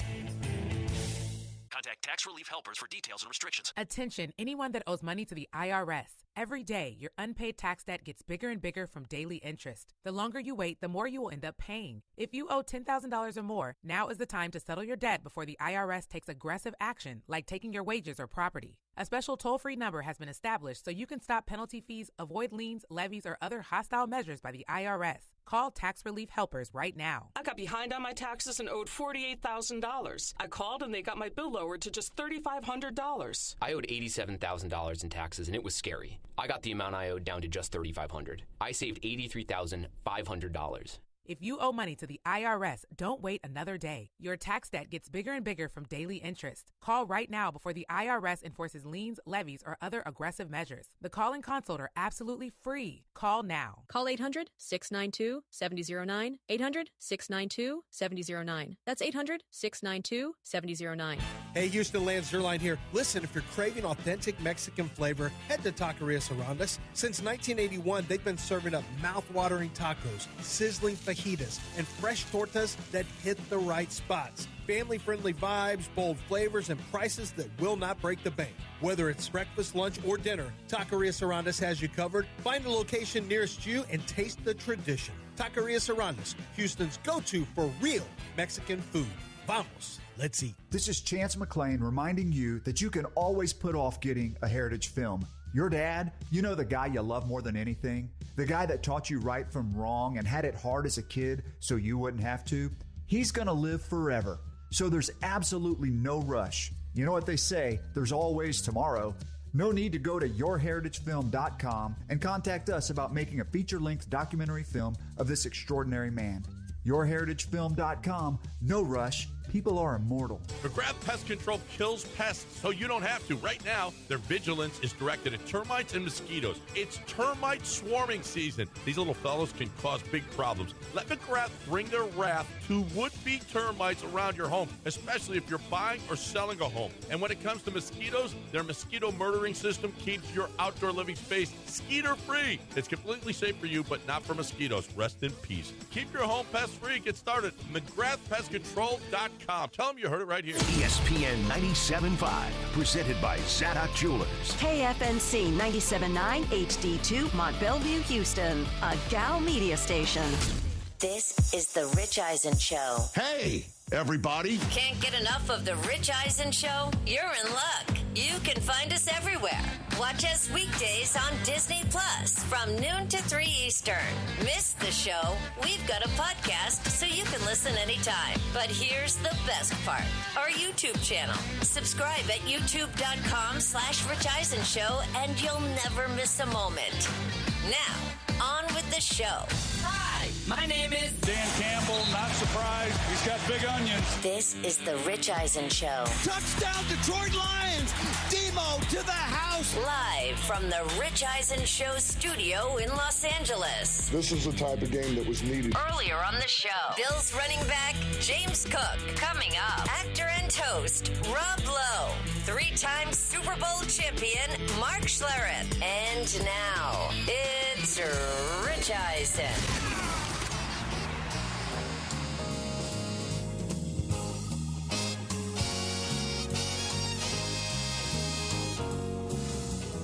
Hour number 2 of the Rich Eisen Show is on the air here on Disney Plus, the ESPN app everywhere, ESPN Radio, presented by Progressive Insurance. Just had a nice chat in our green room with a frequent guest back here on the program, one of the best storytellers we've had on this program. Rob Lowe, everybody, is going to be here in support of another season of The Floor on Fox. He's up for talking baseball. Oh. Because in that respect, playoffs are around the corner. Yes, sir. And I do believe he'd like to talk about the Los Angeles Dodgers, just like Mike Del Tufo. Oh, yes, another Dodger fan. I think Rob is a bit more steeped in the history. I mean, of being a Dodger fan. Diehards. Although, if I'm not mistaken, Rob is from the state of Ohio. Right. And might have some red leg history. And maybe we'll talk about that with my Met friend over there, who's feeling the heat. That object is as close in the rearview mirror. It's not even in the rearview mirror anymore. Standing right there. And isn't Rob a Colts fan from Peyton Manning back in the day? Rob's an NFL fan. You saw that. He loved Peyton Manning. Yeah. Yeah. No, but he's an NFL fan. Good one. Yeah. Yeah. We'll talk about baseball with him. Love it. And it was funny, the other day we were talking in our family, believe it or not, the whole family talking about this. And Zan checked out because, Terry Francona was never in a Taylor Swift video like Ethan Hawke was yesterday. But Francona's a Hall of Famer right now, correct? Oh, yeah. Correct? Yeah. Correct? For sure. If he takes the Reds even further, that just cements it. Correct? Right? I believe so, but of course I'm biased. I mean, broke the Red Sox curse. Yeah. Damn near won it with Cleveland. And now he's just amazing. He comes back and the Reds might make the playoffs.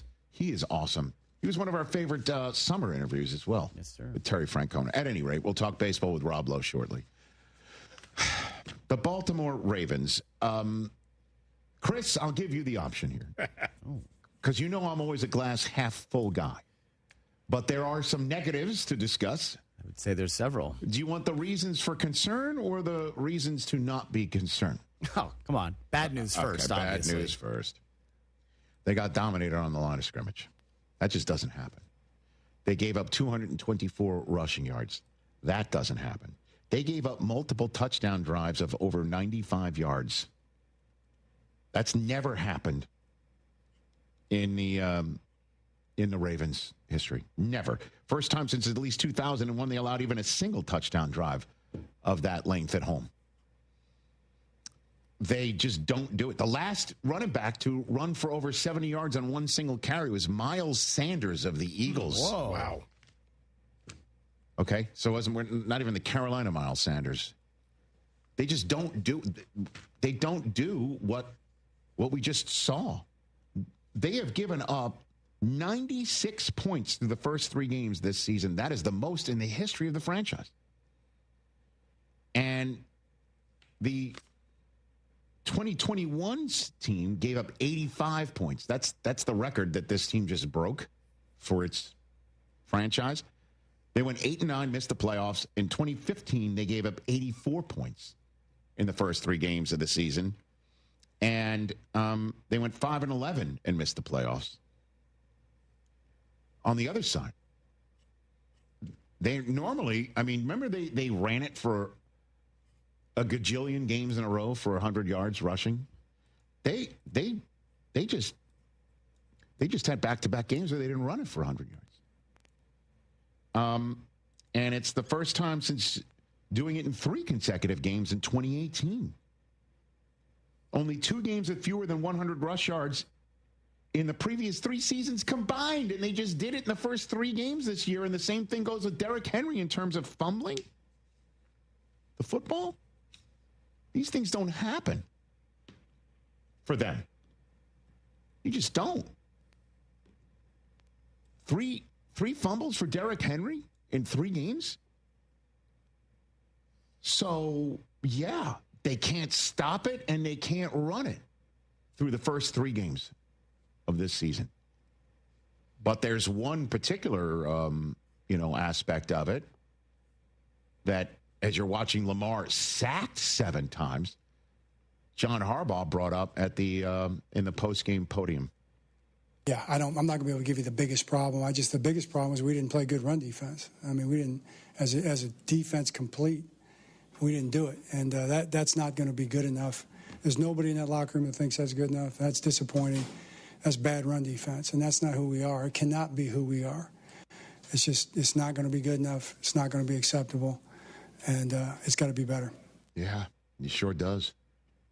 It sure does. The Derrick Henry thing I can't get. In the last 2 years, 2023 and 2024, 3 fumbles on 652 touches. This year, 3 fumbles on 43 touches, including 2 in the fourth quarter. That's never happened to him in the same season. And it's already happened in the first 3 games. Thanks. Fumbles in the fourth quarter. He was beside himself. I remember once upon a time when I covered the Rose Bowl in my senior year, Bo Schembechler, and his last game as head coach of the University of Michigan Wolverines, faked a punt in the Rose Bowl with 3 minutes and change to go, I think. And it worked. And then it got called back on a holding penalty. And he got so pissed, he took his headset off and threw it down on the ground and got 15 yards for it. He threw it down so hard he nearly fell over. And Derrick Henry, when he took his helmet off last night, slammed it on the bench to put it up, and he nearly fell over. Yeah. And he's beside himself. So he was nearly falling over himself, and then after the game, he is beside himself. Yeah, man, I'm my worst critic, so I'm going to watch the film. I continue to watch it. I know we got a short week, but it's just crazy. Man. 3 fumbles straight. Trying every day to fix a problem. Just keeps occurring, so I'm trying to work on it, man. I'm my worst critic, so I'm not going to try to beat myself up too much, but it's hard not to when it's consecutive and consistent and doing the same thing. I don't know what to say. Yeah. 3 straight games of the fumble is tied for the longest streak of his career. He's the only running back in the NFL to fumble in all 3 games of 2025. It's crazy what's happening there. Zay Flowers got wiped out by the Lions last night. If you had Zay Flowers in fantasy and needed him to do something last night, you lost. That sounds very Warner Wolf-like. Yes.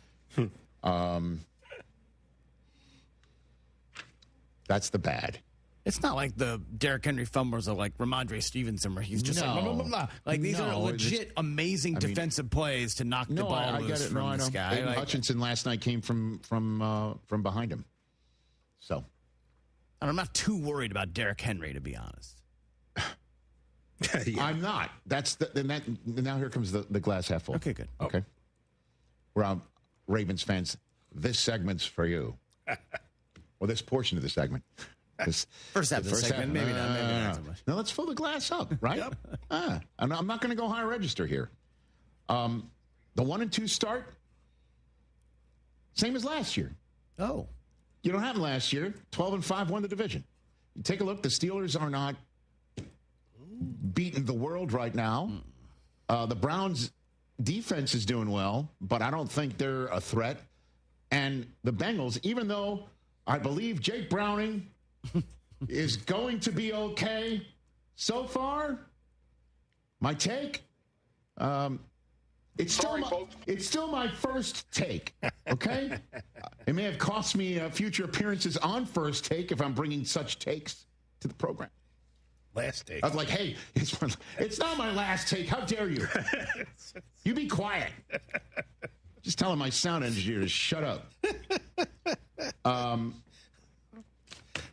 But you're not, I mean, you concerned about the Ravens still not being the best team in the division? Not me. Certainly not when they've got Lamar Jackson. 9 passing touchdowns and 0 interceptions in the first 3 games of this season. And he's the 6th quarterback to do that in the first 3 games of a season. All time. All time. And he's got 2 or more passing touchdowns and a 90 or better passer rating in 11 straight games, including the playoffs. He's 1 behind Tom Brady, 2 behind Peyton and Phillip Rivers, and 3 behind Aaron Rodgers for the most in the history of the NFL. He's going to have this record so going away, it's not even funny. He's still Lamar Jackson, man. Not bad for a guy who some thought should be like wide receiver, huh? No doubt. Just one of the dumbest moments in the history of the combine. Just surpassing my idea of maybe I should run a 40-yard dash. Well, yours turned out to be fantastic. Well, lucrative for a charitable. That's great. 21 of 27 for 288 yards and 3 touchdowns and a passer rating of 148.1 in the loss. I mean, it's his 9th career game with that passer rating that high and 3 or more passing touchdowns. He's remarkable. I'm not worried about that. And the defense at some point is going to have to tighten up. Especially up the middle. I got it. They were just getting served. They were missing Matabike last night. They're missing Kyle Van Noy as well. True. And they took on a team that's fully equipped to exploit it. And they did. Yeah.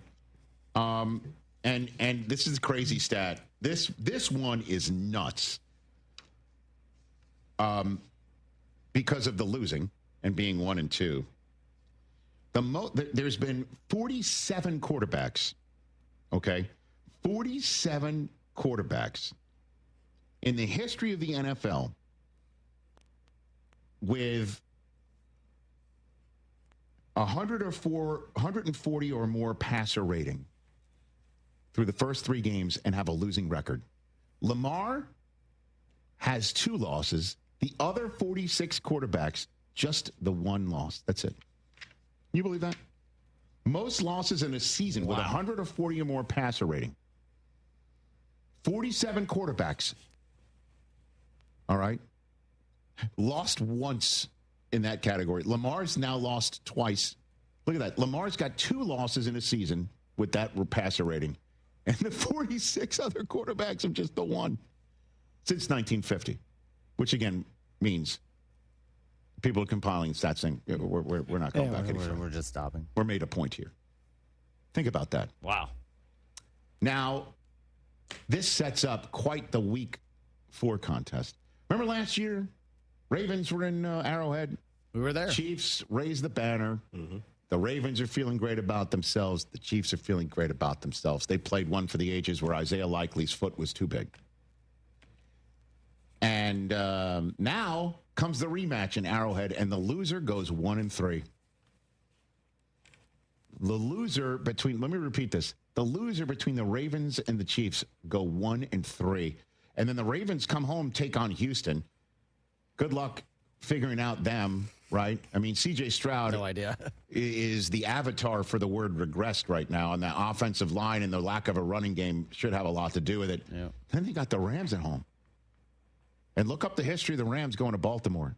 They do well there. They put up points there. So, reasons for concern, and then there's 8. There's number 8, and then there's number 22, who's going to hold on to it more. There's number 4, who's really good. DeAndre Hopkins is making some plays as well. Yep. Mark Andrews showed up. Mark Andrews, big game. Okay. Huge game. They're just not used to being dominated on the line in the trenches. Yeah. That you're not used to seeing. But the rest of the division, there's nobody 3-0 there that's killing it. And the only team that's above 500 in the division is Pittsburgh, who, I mean, are you writing home about them? Is it getting said to head to Ireland? No. Okay. And what about the Bengals? Everybody sits there and thinks the season's over, except this guy sitting here. This is a hill I am standing on right now. All right, we take a break here on the Rich Eisen Show. Rob Lowe is here, baby. This is one of my favorite guests in the history of this program. And Rob is coming out to talk about the floor. The ceiling's very high for this segment as well. It's coming up.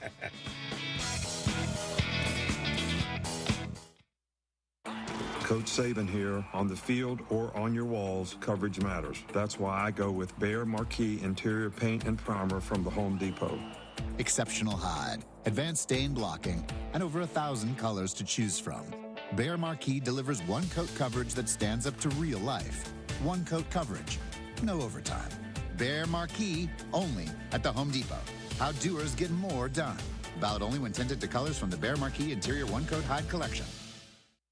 What is it that makes the all-new Hyundai Palisade hybrid an incredible SUV? Is it the spacious interior that's comfy for the whole crew? Or the capability to go off-road? Maybe it's up to 600-plus miles of range. Is it the driver behind the wheel? What if it's all of that and more? What is it then? The all-new Hyundai Palisade Hybrid. So much more than just another SUV. Visit HyundaiUSA.com or call 562-314-4603 for more details. That's 562-314-4603. We welcome you to college football in the ACC. Oh, my brother, you don't have to follow in your bloodline. Every big play. Down the sideline, touchdown. Every milestone moment. That's what you dream of playing, is playing games like this. An insight you can't get anywhere else. This guy is elite in every sense of the word. All the pride, passion, and pageantry right here. ACC Network, your home for ACC football. All season long. Amber and Ian. Let's start with the one that I think is the most surprising. The island you were once on, and then you swam away from it, even though now you deny that you ever swam away from it. Daniel Jones Island, which has made a stop in Indianapolis, Indiana, which I'm not sure any of us predicted that. Daniel Jones with an offensive line and talent at wide receiver. He's one of the best stories going right now in the NFL. Amber and Ian, weeknights at 7 Eastern on ESPN Radio. Attention taxpayers. If you owe $5,000 or more and have missed another tax deadline, you're officially on the IRS's radar. The IRS has resumed aggressive collections. That means wage garnishments, bank levies, even seizures of your home, car, or retirement accounts. If you owe $5,000 or more and missed the deadline, you're stacking new debt on top of what you already owe. Call Priority Tax Relief now. Their experts fight back fast and are saving their clients millions in tax debt every month. I owed over $50,000.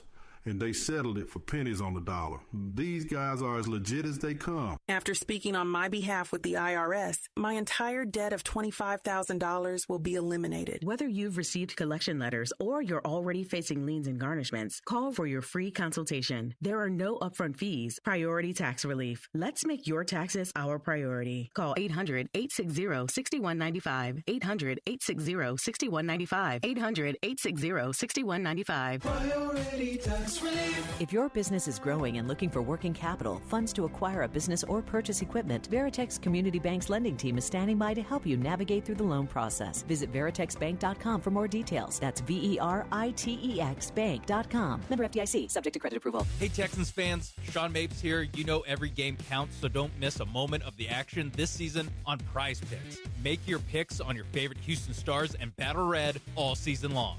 Prize Picks is the best way to win cash this football season. You've been waiting all offseason preparing for this moment. Which players are going to go off? Which ones aren't? Make your picks, and in less than 60 seconds, you can turn your takes into cash all season long. Prize Picks is simple to play. All you have to do is pick more or less on 2 to 6 player stat projections. If you get your picks right, you can cash in. And don't worry about injuries because Prize Picks also offers injury reboots. If one of your players leaves the game in the first half and doesn't return, Prize Picks won't count it as a loss. Download the Prize Picks app today. Use promo code MAPES to get $50 in lineups after you play your first $5 lineup. That's promo code MAPES to get $50 in lineups after you play your first $5 lineup. Prize Picks. It's good to be right. Must be present in certain states. Visit prizepicks.com for restrictions and details. Hey everyone, it's BMAC. Are you looking for a drink that's unique to the Gulf Coast? A handcrafted spirit made the right way to give it a better taste than the big name brands? Then you must try the Special Reserve from Old Humble Distilling Company. It's a straight whiskey that they sent back to the barrels to relax and age a bit longer, which gives the Special Reserve a deep, dark color with a smokier flavor to warm your spirits. You can grab a bottle at Specs, Total Wine, or finer retailers. Can't find it? Just ask for Old Humble Distilling Company by name. Try Old Humble Distilling Company because life's too short for factory whiskey. Hi, this is Sean with Greenlight Offer, and I buy houses cash. If you own a house and want to sell it fast at a fair price, I'm your guy. Call me at 832-779-4000. I can pay cash and close in as little as 3 days. I buy houses in any condition, any price range, and any location in the Houston area. I'm a local real estate investor who buys several houses a month, and I want to buy more. I buy inherited houses, vacant houses, behind in payment houses. I even buy my tenant won't pay me the rent houses. Do you own a house that is trash and needs thousands of dollars repairs? That's fantastic because I love buying junk houses too. Skip all the hassle and headache of listing, dealing with agents, showings, and who knows what else. If you own a house and want to sell it fast, give me a call today. Sean at Greenlight Offer, buying houses. Call me at 832-779-4000. That's 832-779-4000. Call for Sean with Greenlight Offer, and I'll get your Greenlight number on your house today. Woo! Raise your steins and break out your lederhosen. Oktoberfest is coming to Kima Boardwalk, October 4th and 5th. It's 2 full days of beer, brats, Bavarian beats, and boardwalk fun. Sample brews like Bell's Oktoberfest, Shiner Oktoberfest, Voodoo Ranger, and more. Don't miss the stein holding contests, costume contests, polka dances, cornhole tournaments, and live music. Beer tickets are just $6.50, and admission is free. Visit KimaBoardwalk.com/Oktoberfest for more details. Prost. Houston is Soccer City, USA, and World Cup 2026 is coming our way. Join me, Glenn Davis, every Tuesday and Wednesday, 6 Central Time, for Soccer Matters ESPN 97.5, presented by the Daspit Law Firm. Thinking about going electric? Now's the time. Right now, you could get up to a $7,500 federal tax credit when you buy an EV. It's like getting paid to drive off in a quiet, comfortable, cutting-edge new ride. EVs already save you big on gas and maintenance, but that tax credit ends September 30th, so don't miss out. Head to Monument Chevrolet, where EV Blazers are in stock and ready to roll. Visit Monument Chevrolet off Beltway 8 and 225, or go to monumentchevrolet.com. Chevrolet. Together, let's drive.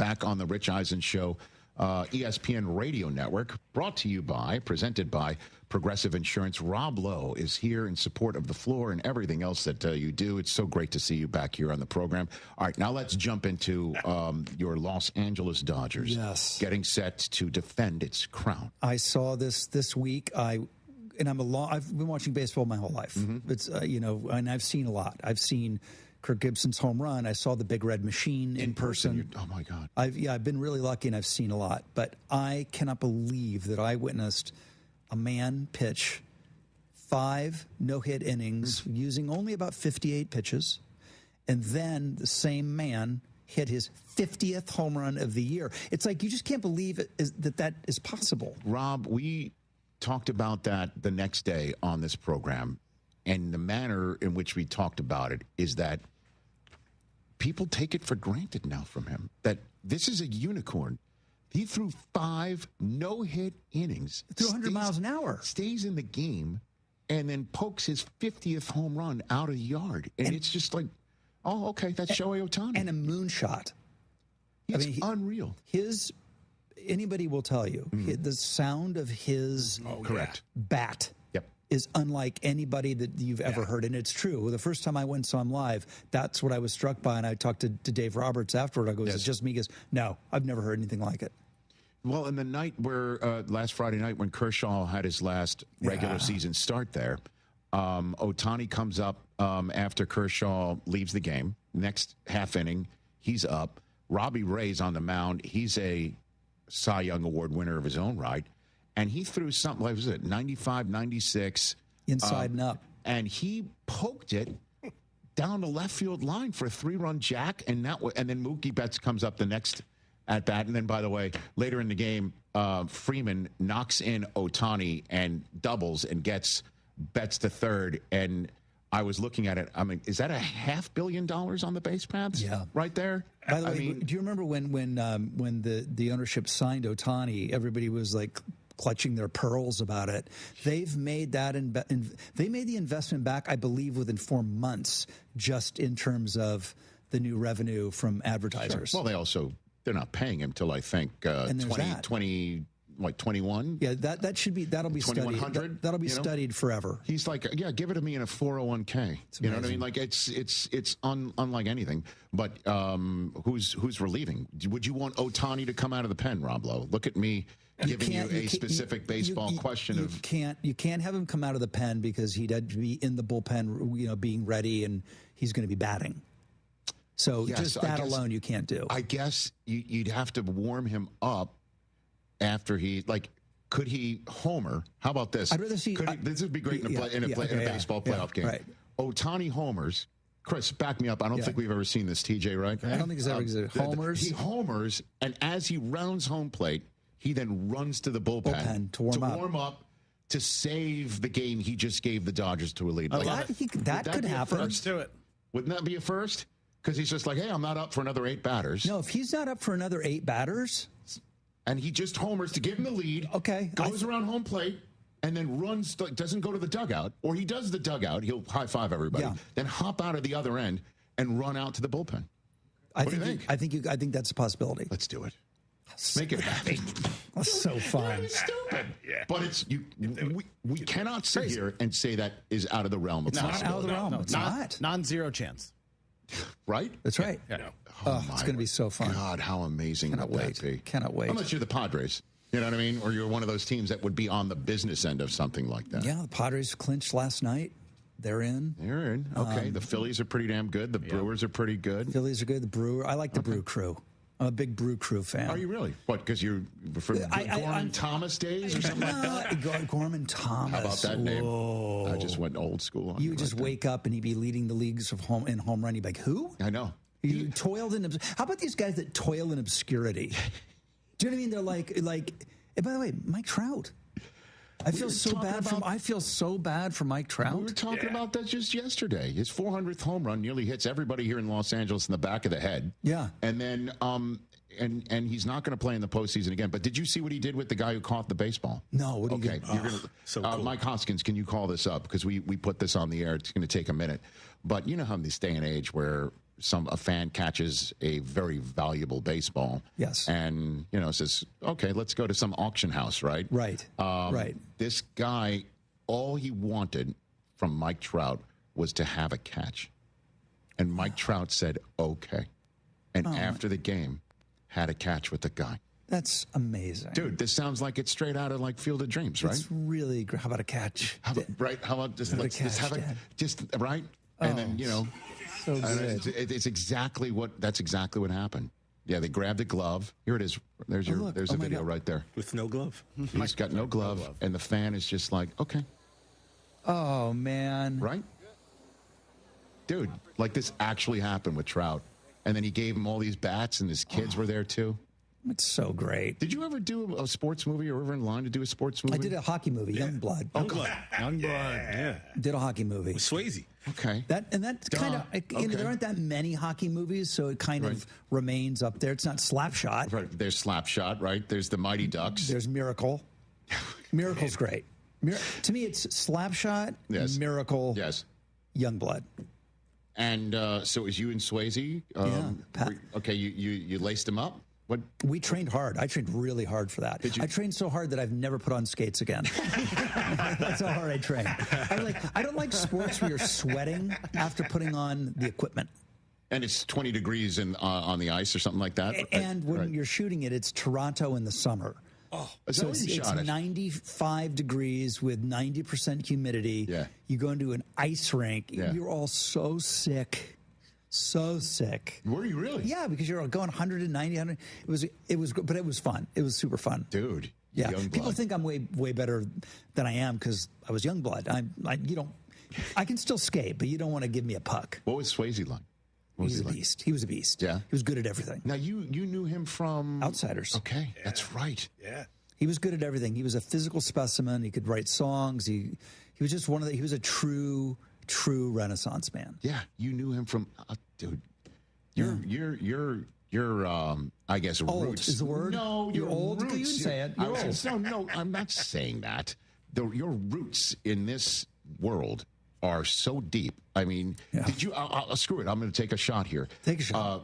Robert Redford, did you ever meet him, know him, work with him? Rob Lowe. He was one of my idols. He's one of the reasons I ever wanted to be an actor. I remember seeing 3 Days of the Condor and All the President's Men. I had an All the President's Men poster in my bedroom.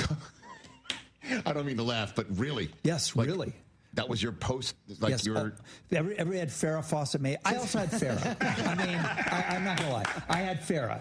But Farrah was next to All the President's Men. That's quite a two-poster combination. It kind of tells you really all you need to know about me.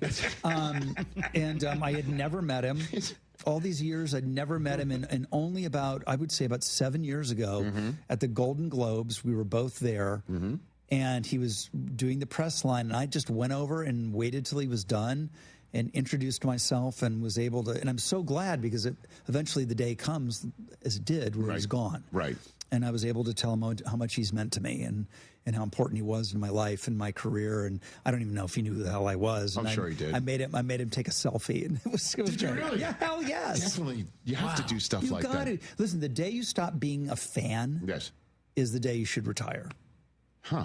Really. And so I guess All the President's Men, part of your DNA, working on the West Wing. Then go to West Wing. Yeah, it's really true. No kidding. Yeah, all of that is. So that's where I guess some of the basis of my interest. Yeah, and that kind of watching the Watergate hearings when I was a kid. I'm gonna go here on this front. Screw it. The Watergate hearing. One of my first childhood memories were those hearings. Same. Okay. And I just remember the thing I couldn't get over were the number of microphones that would be right in front they were like 30 of them. Yeah. And then look at you. What are you behind? You're behind a microphone. Oh my God. My head is now exploding. See? Now you're behind a microphone. But my brother and I, what we used to do in Staten Island, New York, where we grew up, we went to a diner. And what we would do is we would get all the straws from the diner and stick them in our glasses. So we would play Watergate, where we'd talk into the straws. That actually happened. Milkshake Watergate. That's what. It's amazing. By the way, write that down. That sounds like a great fantasy team name. Milkshake Watergate. Or is that a band? Is that like a cover band? Put your hands together for Milkshake Watergate. That's it. Or like, hey man, come out, my cover band. We're all playing on Friday night. You want to come in and see it's Milkshake Watergate? Who do they cover? Who does Milkshake Watergate? It could also be a dance, a TikTok dance. Oh. Look at you going, Connor. Milkshake Watergate. Okay. I don't know what it would be like. We're just riffing right now. Next thing you know, Robbie, you'll have kids pouring milkshakes on their heads. That's We don't need that. But that's what I did in a diner. We used to just lean in and just talk into the straws. It's amazing. Yeah. What's your favorite let's go there. What's your favorite West Wing, I guess, soliloquy or anything like that for you? For sure, it's the episode that I think probably that was the episode that got me nominated for Miami. Was it's called "Someone's Going to Emergency because Someone's Going to Jail," and Sam gives a speech about the country was founded on an ideal, and that's for sure But I was like, I had a lot of great soliloquies. There's one about why we went to space. I love. There's one about that schools should be cathedrals. I mean, it goes on and on. Well, I mean, and there's a guy that you knew as a kid, right? Yeah. You know, like Martin Sheen. Again, you're I look like a baby. Yeah. Well, I mean, this is a long time ago. I know. It's 25 years ago. Weren't you like, when did you first meet Martin Sheen, though? Like, as a kid, correct? I met Martin Sheen I remember I was on Halloween. It was, he was a very mysterious character because he was an actor. Mm-hmm. And I wanted to be an actor. I just arrived from Ohio, and I was like, an actor lives there. But he was never around. We never met him because he was away doing a movie called Apocalypse Now. Wow. And it was going to be a really gnarly movie. And then, so, in that neighborhood, Halloween, we were hoodlums. We egg people with eggs. We'd shaving cream. All we wanted to do was cause trouble. And Martin was a big, Law and Order guy, and so Martin was marching around with a baseball bat and fatigues. What? And that's how he came out of a bush and was like, "Son, what do you got in there? Let me see what you got in your, my little pillowcase." Yeah. "Just candy, Mr. Sheen." Let me look at it. Are you serious? Yes, that's the first time. So, were you trick or treating with Charlie and Emilio? I don't even think I was with Charlie, but I was near his house, so he was protecting the property. He was. A bat, baseball bat. So fatigues from Apocalypse Now. I don't know if they were from Apocalypse, but he was ready. Wow. Dude, isn't that great? Yeah, isn't that funny? True story. That's how you met Martin Sheen. Yes, that's how. And now you're. Did you bring that up to him at any point in time while you were on the set of West Wing? I don't think I ever did. I mean, we were neighbors for 9-10 years. We were our families were close and. Yeah, well, that's a great photo. What do you think of when you see this photograph? I mean, I just think of how lucky we were to be able to be a part of something like that, and that those opportunities come around so infrequently. It was really a special moment for sure. What did you say? Say out loud, Chris, what you just said in my ear about this. I was just looking up when West Wing aired, the dates, and it premiered September 22nd, 1999, yesterday. Happy anniversary. Wow. Look at that. Did you not know? I remember that day very, very well. You do? Yeah, because it's going to sound insane because we've since had Veep and 24 and House of Cards. But then a political show was ratings poison. They were not done. It was a surefire way to repel a viewer. So we thought we were going to be making one of those beloved 6 episodes canceled before their time. No kidding. Shows. We knew the show was really good. Even with Sorkin involved? Oh, yeah. Sure. Yeah, I mean, Sorkin had done one movie and Sports Night he did, which was, people loved, but didn't set the world on fire. Yeah. And then I got a call. I remember my phone rang at 5 a.m, 20, however many years ago. Yeah. And it was the president of the network saying the show's a hit. And that was surprising. And you were like, no kidding, huh? I was like, we didn't know. We knew it'd be good, but good doesn't mean hit. And by the way, hit doesn't mean good. Was a Few Good Men had already been out though, right? Yeah, for sure. And American President. American President. Okay. Well, yeah. So, okay. And everyone's like, oh, let's check out the American president guys cooking up for serious business. Yep. Dude, unbelievable. Yeah. Pretty cool. The Floor on Fox.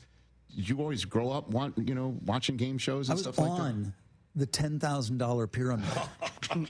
With Dick Clark? As a 15-year-old. Come on, dude. Are you serious? Can we find this somewhere? You can find this on YouTube. Is it out there? Yeah, it's out there. It's embarrassing because speaking of Farrah Fawcett Majors, I had her poster on my wall. I also had her hair on my head.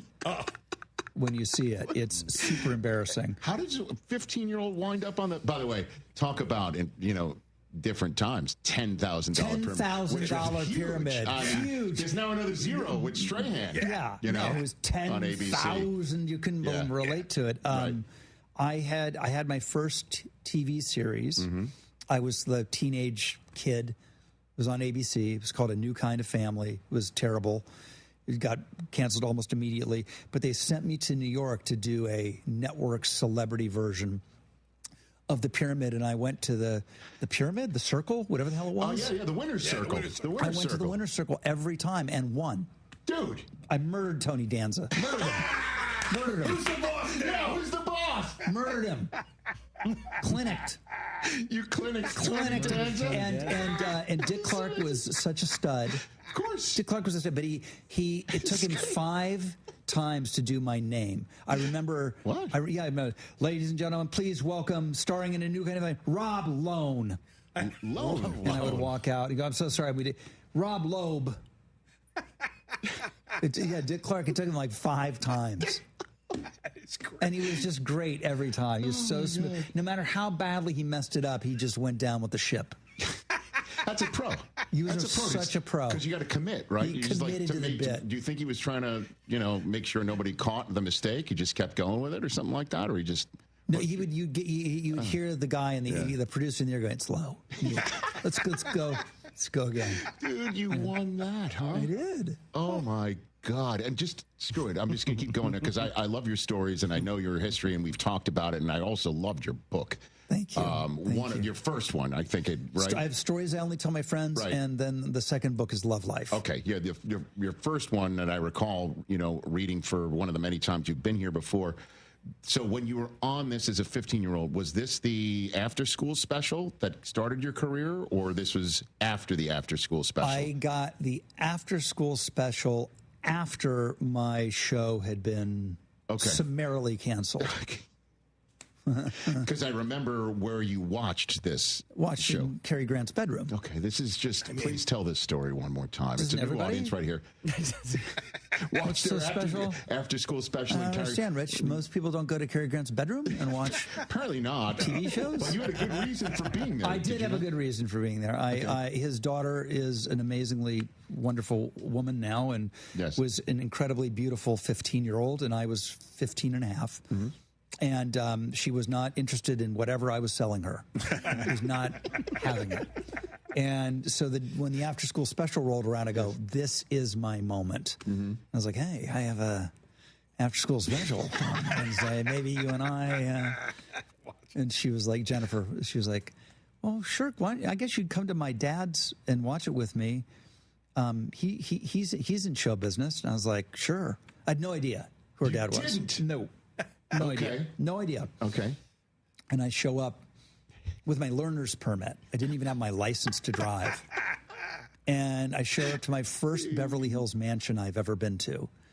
And Cary Grant answers the door in a white bathrobe. And I'm like, I know I should know this guy. I'm like, Cary Grant, like Cary Granite from the Flintstones? Nice. I knew Cary Granite from the Flintstones. Wow. But not quite sure I knew Cary Grant. Mm-hmm. And he's like, Jennifer's she's waiting for you. I thought we would watch in the bedroom. And we watched it. We watched my show, and he was great. He was like, you remind me of a young Warren Beatty. And I was okay, like, now you got that reference. Now I was like, yeah, this old guy, he knows what the hell's what. What did he give you at the end of this? So he was one of the first sort of celebrity ambassadors, mm-hmm. and was actually on the board of Fabergé, mm-hmm. which made colognes and, skincare products. And as I was driving away, I look in the rearview mirror and he's running down the driveway in his robe and with an armful of products. The young man, I thought you'd like these. And so I had soap on a rope in the shape of a microphone for Cary Grant for years in my shower until it just withered away. Your first ever parting gifts. Swag. Would be that. Swag, yeah, swag. There were no parting gifts on the $10,000 pyramid. You walked away with a check, sir. That's right. Fantastic. You did. Yeah. And now you're giving away cash and prizes right now. Changing people's lives. It's a lot. We're like, we do $40,000 just for like one answer on an episode. And then at the end of the year, it's $250. It's a lot better than 10. And you're just meeting everyday Americans. It's so fun. I love banter and the interaction with the players, because it gives me a chance to be. It's being the host of the floor is like one part stand-up comedian. It's one part air traffic controller, because you're running the game and you're getting information in your ear. It's one part being a producer and knowing, okay, I got to lean into the reality and the drama. This is about to change this person's life. Or am I going to go comedy and do it all live by yourself alone? Is live to tape is super exciting. That's why I'm still doing it. I'm so surprised at how fun and invigorating it is. Yeah, season 4 of The Floor, again, premieres tomorrow on Fox at 8 Eastern Time. And I guess we'll have to tune in to find out if the Brat Pack question was answered correctly. You have a clue in that I'm here promoting The Floor. Okay. If the first picture had been Andrew McCarthy or Anthony Michael Hall, I might not be here now. Because I have a healthy ego, okay? I'm just saying. Okay, understood. I mean, let's be honest. We don't make it to these microphones. Yeah. We don't make it away from Milkshake Watergate. Milkshake without an ego. Watergate is 100% a fantasy team name for sure. That is great. So good. For sure, and we drink it up. And the logo on the side of the helmet is a huge milkshake with the multiple straws coming out. That's it, the multiple straws. Yeah. I like that. Absolutely. And I just could not, I can't believe you had Dustin Hoffman, Robert Redford, Farrah Fawcett, Major Wall in your room. Kind of the holy trinity of the 70s. It is, in fact. You can throw in a Cary Grant soap on a rope and you are locked in. Yes, that's right. Season 4 of The Floor, again, premieres tomorrow, Wednesday at 8 Eastern on Fox. I love when you come on, man. So fun always. Right back at you. Great to see you. Best to your family as well. Thanks, brother. That's Rob Lowe, everybody. Check him out on all forms of social media at Rob Loaf. Wait a minute. Rob Lowe. Oh, Rob Lowe. Okay. This college football moment is brought to you by ServPro. College football teams have moments they recovered from and made it like it never even happened. Like on September 24th, 2016, when Tulsa found themselves down 31-0 to Fresno State. With 10 minutes left in the second quarter, Tulsa fought back to tie the game at 41. And then won 48-41 in double overtime. ServPro, like it never even happened. Out here, it's football season, where nothing beats backyard grilling, gathering around the fire pit, and cheering on your favorite team with friends. The yard is mowed, the lights are strung, and the grill is warming up. Whether you need to fill up your propane, get a new grill, or even a generator, out here, it's game day. And we're ready for it. Tractor Supply, for life out here. Trust, price, and ease of transaction. That is GiveMeTheVin.com. We love to buy cars. People don't trust car buyers. People think the price is going to be wrong, and people think it's going to be a hassle. Trust, price, and ease of transaction. That is what we do at GiveMeTheVin.com, and that's what makes us America's best car buyer. Go to GiveMeTheVin.com right now and get a quote on yours. Sell us your car. GiveMeTheVin.com. So easy you can do it in your underwear. John Granato here for Game Day Health. Are you feeling lethargic, having issues in the bedroom? How about weight gain, muscle loss, even brain fog? You may have low testosterone. Game Day Men's Health are the experts in testosterone replacement therapy, ED, and weight management strategies. They can help you get back to feeling and performing better. With 5 locations, 15 more on the way, book a free testosterone test today at GameDayMen'sHealth.com. That's GameDayMen'sHealth.com. Contact Tax Relief Helpers for details and restrictions. Attention, anyone that owes money to the IRS. Every day, your unpaid tax debt gets bigger and bigger from daily interest. The longer you wait, the more you will end up paying. If you owe $10,000 or more, now is the time to settle your debt before the IRS takes aggressive action, like taking your wages or property. A special toll-free number has been established so you can stop penalty fees, avoid liens, levies, or other hostile measures by the IRS. Call Tax Relief Helpers right now. I got behind on my taxes and owed $48,000. I called and they got my bill lowered to just $3,500. I owed $87,000 in taxes, and it was scary. I got the amount I owed down to just $3,500. I saved $83,500. If you owe money to the IRS, don't wait another day. Your tax debt gets bigger and bigger from daily interest. Call right now before the IRS enforces liens, levies, or other aggressive measures. The call and consult are absolutely free. Call now. Call 800-692-7009. 800-692-7009. That's 800-692-7009. Greeks have been tailgating since the first Olympics, so you know Nico Nico's is the best for game day eats. Their new game day packs bring authentic Mediterranean flavors to your watch parties and tailgates, designed for easy online ordering and delivered right to your door. And with the holidays coming fast, from Halloween to Thanksgiving and Christmas, their full catering menu makes every celebration stress-free. Check out the catering menu online at niconicos.com/catering or call 713-528-0966 today.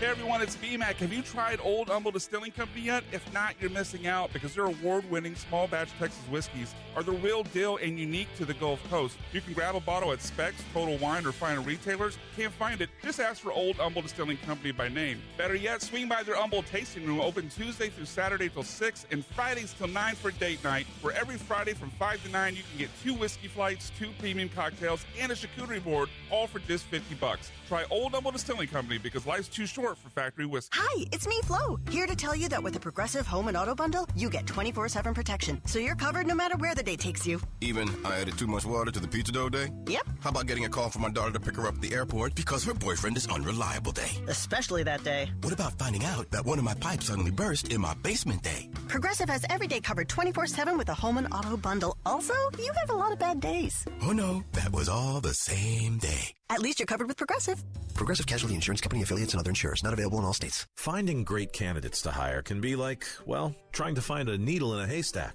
But not with ZipRecruiter. Its powerful technology actively finds and invites qualified candidates to apply to your job. So while other companies might deliver a lot of hay, ZipRecruiter finds you the needle in the haystack. See why 4 out of 5 employers who post a job on ZipRecruiter get a quality candidate within the first day. Try ZipRecruiter for free at ZipRecruiter.com/free. That's ZipRecruiter.com/free.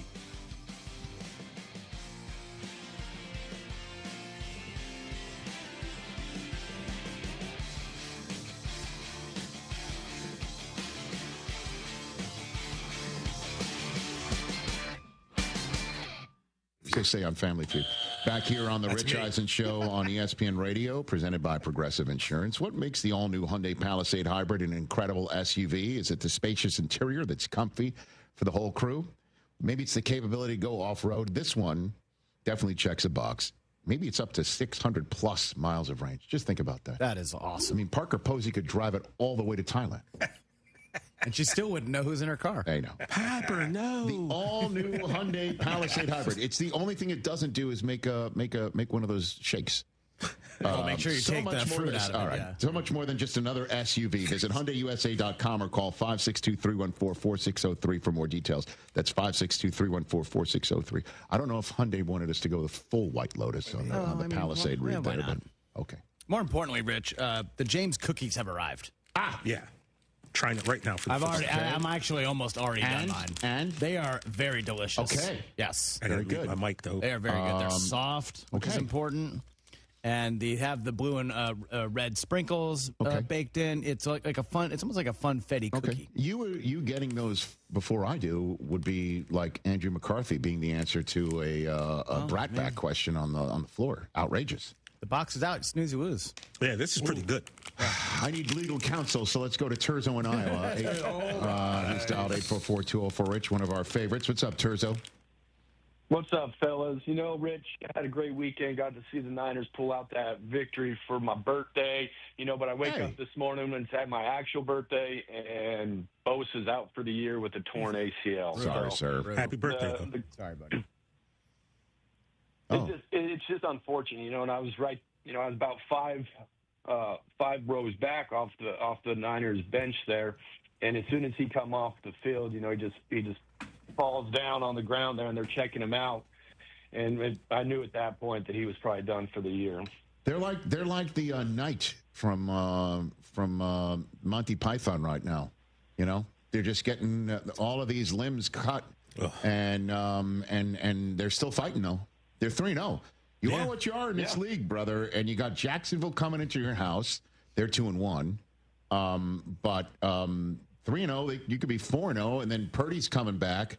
You got a Thursday night game here in Los Angeles. That'll be a big kickoff to Week 5, and then at Tampa, maybe Kittle's back for that. I go high register. I mean, and then Ayuk starts to return. Get healthier. And like you said, we just gotta weather the storm. But a question for you: how long and how many games do the Bengals need to keep losing before the Niners get on the phone to try and make a trade for who? Trey Hendrickson. I think the calls have already started. You think so, huh? Got to. Terzo, why would you lead me down the path of me saying that the Bengal season is not over? Yeah, you know how he is right now, Terzo. Rich, sometimes it just kind of happens pretty quick. I don't know. You said, you are who you are in the league. The Bengals would have to lose. 0-3. Put up the Bengals schedule. Thanks for the call, Terzo. I'm going to entertain this for you. Rich, I wonder if Terzo was the person that Bosa was signaling to. It could have been that. It might have been Terzo. He was looking, and then he gave him. I don't know. So at Denver versus Detroit, at Green Bay, home for Pittsburgh. If they run that table in the manner that the rest of our friends at ESPN feel Jake Browning will run, and I'm sitting here saying no, sort of like Braveheart holding, then that's right around where the trade deadline hits on Week 9. They'd have to go. They'd have to be November 4th trade deadline. Right. So that's what I'm saying. So that's 6 games to the trade deadline. They go 2-4 in those 6 games. Then they're 4-5, and they're not trading them. I'm telling you, they'd have to fall off the cliff. Thank you. So but that's only if you think have to fall off the cliff. Joe's coming back. And remember, it's 3 months at the earliest. I understand. Which, by the way, would be Week 15 against Baltimore. So, if it's 3 months at the earliest, that would be Week 15 against Baltimore. Again, they would have to fall off the cliff to say, we're done here. Trey Hendrickson's a 49er. Did you watch them play on Sunday? Okay, stop it. Stop it. I did watch them play, and I was texting you throughout the game to say this isn't good for me, and by that manner, us. It's not good for us. It was a rhetorical me asking if you watched. No, a rhetorical The best thing about us, though, is it's about us. Yeah, don't forget it. Well, he just got the benched, phrase of, so. That's true. Not the best avatar for our... From kickoff to cash out, ESPN Bet has the tools you need to score more on game days. Bet smarter with stats at your fingertips. Get personalized parlays built just for you. And with your fantasy team synced right in the app, you can back your squad. Right now, new customers get $100 in bonus bets when you bet $10. Sign up with promo code USL to get started. Must be 21 plus. Gambling problem? Call 1-800-GAMBLER. Terms and conditions apply. See app for details. Offer not available in New York. A SoFi personal loan is here to help you achieve something once thought impossible, overcoming high-interest credit card debt. Walk the tightrope of your finances with one low, fixed-rate monthly payment, no fees required, and as soon as the same-day funding. That's right. Pull off your own debt-defying stunt with a SoFi personal loan. Visit SoFi.com/trick to learn more. Loans originated by SoFi Bank, N.A., member FDIC. Terms and conditions apply. NMLS 696891. How old is your home? If it's 40 years or older, you might need a whole house repipe. Old pipes leak and corrode. This can damage your home and give you crappy quality water. Plus, old pipes can burst in freezing temperatures. You need Aqueduct Plumbing. They'll repipe a 1-story, 2-bath home for only $5,500. Even if your home is larger, they have great pricing. Aqueduct has done thousands of repipes. AqueductPlumbingCompany.com or call 281-488-6238. That's 281-488-6238. The annual Katie Rice Harvest Festival is happening October 11th and 12th in Katy Historic Town Square. Check out country music artists like Sawyer Brown, Kylie Fry, and more performing free outdoor concerts. Plus, the carnival is back. Get all day or weekend unlimited ride carnival passes now. For the adults, visit the Sports Zone and enjoy adult bevs while you watch the big rivalry game between Texas and Oklahoma on Saturday. Get advance tickets and carnival passes now at KatieRiceHarvestFestival.com. That's KatieRiceHarvestFestival.com. Hey guys, Lance Erline here. Football is so back and Underdog is ready for you. It's the best place to make picks, and of course, it's available for you right here in the state of Texas. Playing on Underdog is easy. Just pick whether your favorite players will go higher or lower on stats like touchdowns, receiving yards, interceptions. Get your picks right, and you can win up to 5,000 times your cash. You can play with as little as $1. This year, there are 2 new opportunities for you, ladders and streaks. Make 3 to 5 picks and progressively win more based on how well each pick performs. Win a little on a different night and a lot on a great night, up to 250 times your money. That's a ladder. For streaks, each streak starts by making 2 picks. If both picks are correct, the next pick for the streak becomes available. Get all 11 correct and the prize is yours. Download the app today and sign up with promo code Lance. You are going to score $50 in bonus funds when you play your first $5. That's promo code Lance. Millions of fans are winning with Underdog Fantasy. Must be 18 plus, present Texas terms apply. See website for complete details. Concerned with your play, call 1-800-GAMBLER or visit ncbgambling.org. Attention taxpayers. If you owe $5,000 or more and have missed another tax deadline, you're officially on the IRS's radar. The IRS has resumed aggressive collections. That means wage garnishments, bank levies, even seizures of your home, car, or retirement accounts. If you owe $5,000 or more and missed the deadline, you're stacking new debt on top of what you already owe. Call Priority Tax Relief now. Their experts fight back fast and are saving their clients millions in tax debt every month. I owed over $50,000.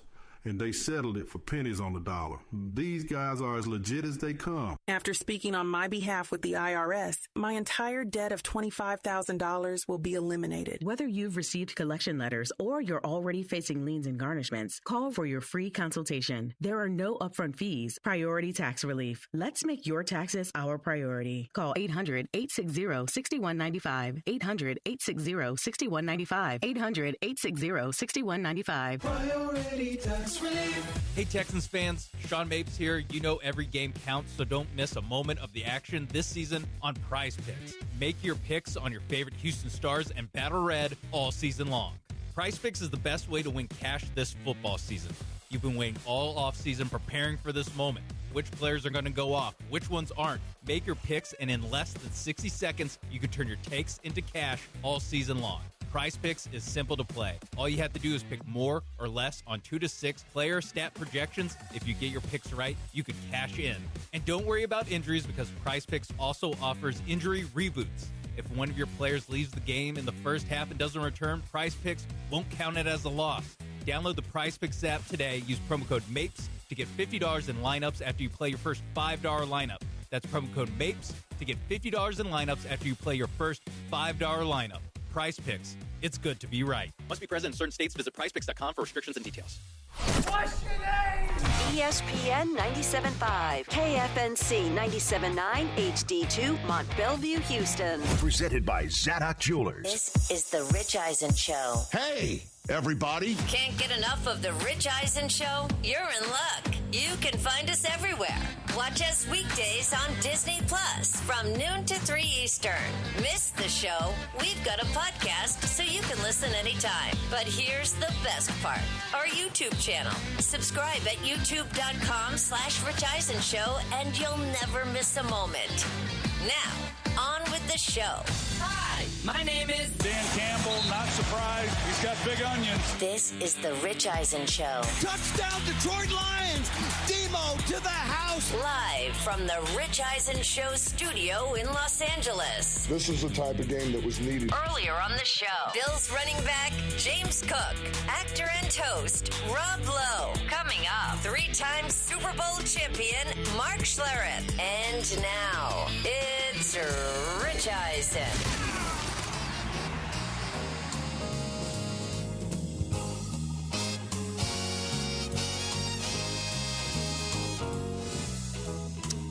Number 3 of the Rich Eisen Show is on the air. Rob Lowe just left our studios. What a delightful, as always, funny, engaging appearance with the host of The Floor on Fox.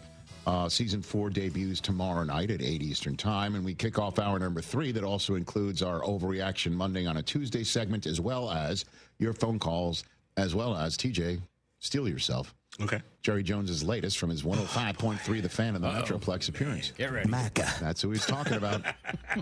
Is he going to say something like we're still in playoff hunt or something? Because I don't think I can take it. No, I don't know. Just be on the edge of your seat. Just sit tight. But I don't have patience to jack with you today. Exactly. There's lots of ways that Jerry Jones chat can go. I just want to get another drop. By the way, I am just a couple of bites into the James cookie. It's delicious. Bro. Yes. My God. Yeah, Hoskins wants one in the back. Will somebody get Mike one in the back? If you, I'll go take him one. John. John and I'll Mike. take one right now. Bring him a box. Hoskins and John both are asking. While I chat with our next guest back here on the Rich Eisen Show, the host of the Stinkin' Truth podcast, and fresh off of calling Raiders Commanders on Fox, is our friend Mark Schlereth. Good to see you, Mark. How are you? I am doing great. I've never had the chance to meet Rob Lowe, but my college buddies still call me Big Fat Rob. Oh, so yeah, that was my nickname in college. Was Big Fat Rob. I had back in the day. I had this mullet, and I was pretty fit and ripped, and so they used to call me Big Fat Rob Lowe. And so anyhow, I've never had the chance to meet him.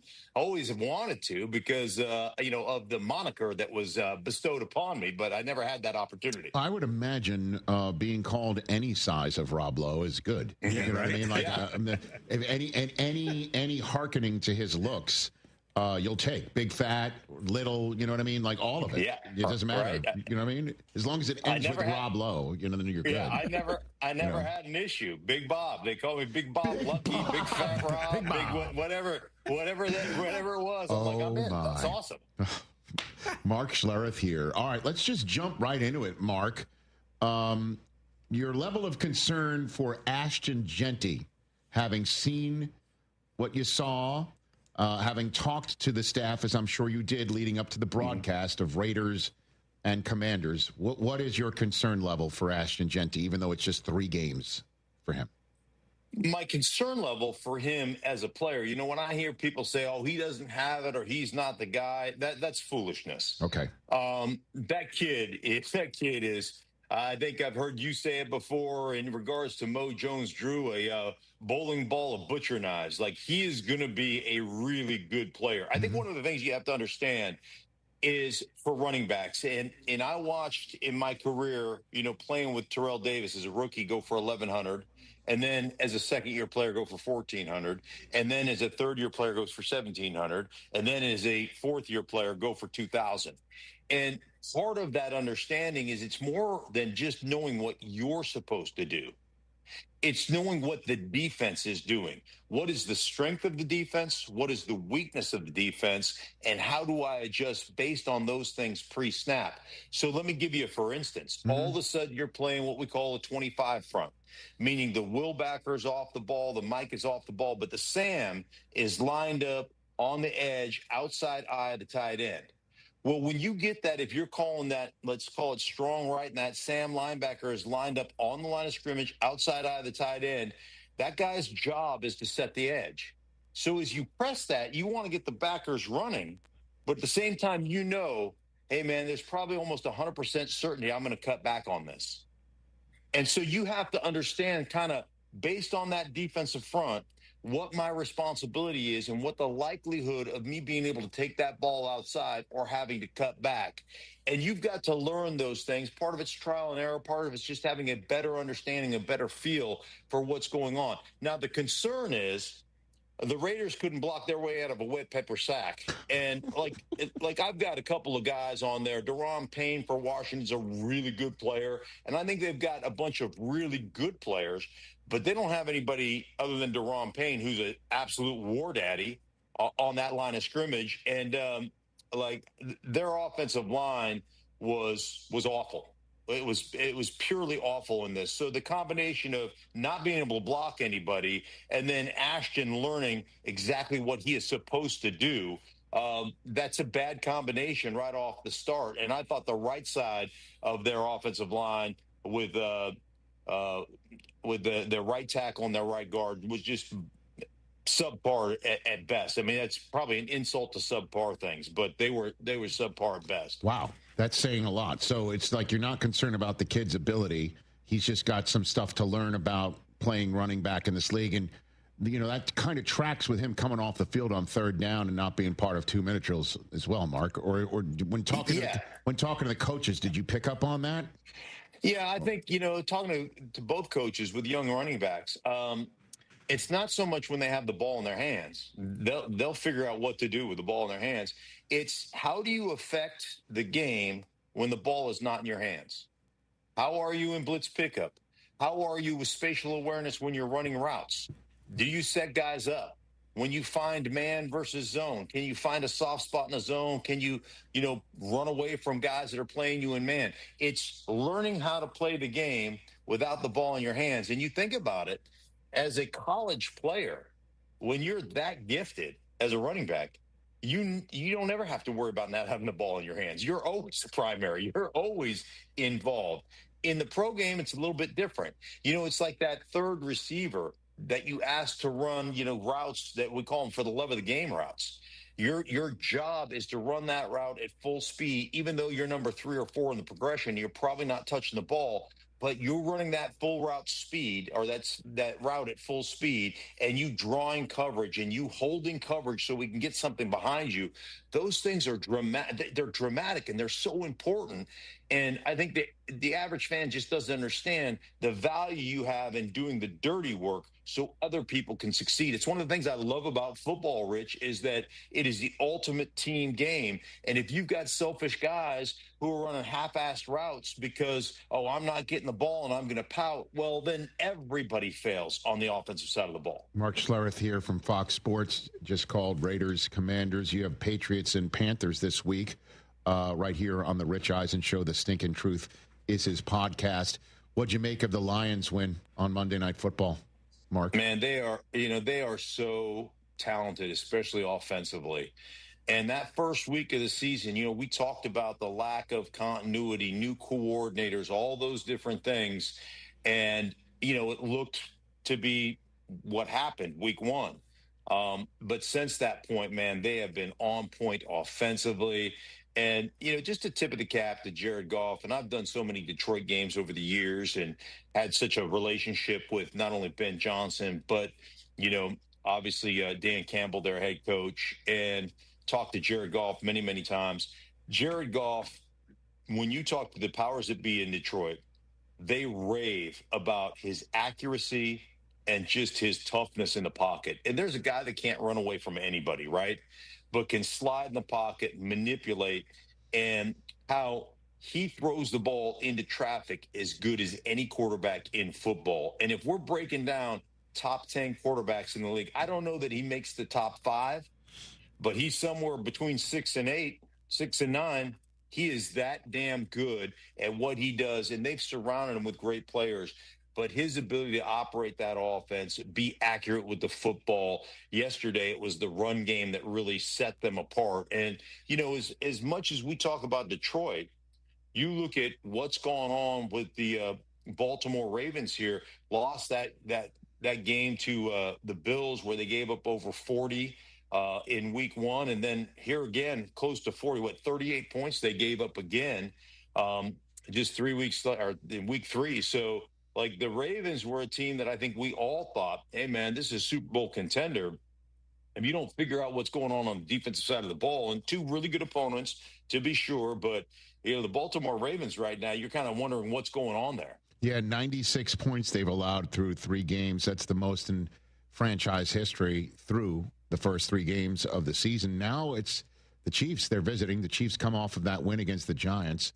We'll talk about them and their decision that was announced moments ago, or at least reported moments ago, about Jackson Dart. But it's Chiefs-Ravens in week 4, Bud. and that's for the loser goes 1-3.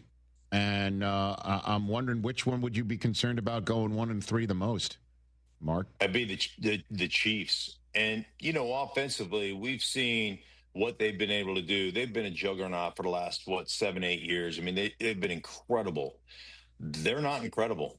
And if you ask me to point one thing out offensively they've done well, I can't give you one thing that they've done well. Right. They haven't blocked anybody well.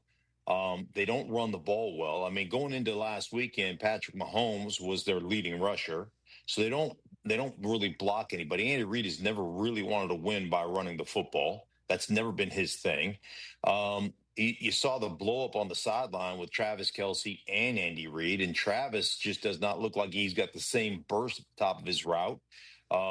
That hasn't gone well, and you don't have a go-to guy. You don't have one thing that you do. And I always say this, just throughout my own career of playing offense, it's important to have one thing that you can hang your hat on.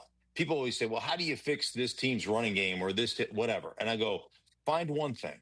It's like Curly from City Slickers. Remember Curly from City Slickers? He goes, the key to life is one thing, and then he drops dead, right? Well, for me, football, the key to life is one thing. Find me one thing that we do well. And then we can change it up with formations and motions and shifts. But we just run that one thing. Make it look like 6 things to the defense. But give me that one thing. Let me build my identity in that. And then all of a sudden I say, hey, man, let's run some play action off that. Let's learn play pass off that, run action, play action, whatever. But all of a sudden I can start building on something that I can hang my hat on. A tenet that I can hang my hat on. And right now I look at the Kansas City Chiefs. I go, there is not one thing I can point to that I say, hey, man, they're really good at this. Well, 2 things. First of all, of course I remember Curly from City Slickers, the actor Jack Palance. He won the Oscar for that role. And by the way, spoiler alert, give somebody a heads up if you're going to talk about somebody saying a line and then dropping dead, Mark. I mean, I understand we're talking football here, but still, I mean, you gotta have your head on a swivel here if you're listening to Mark Schlereth. My gosh. Right.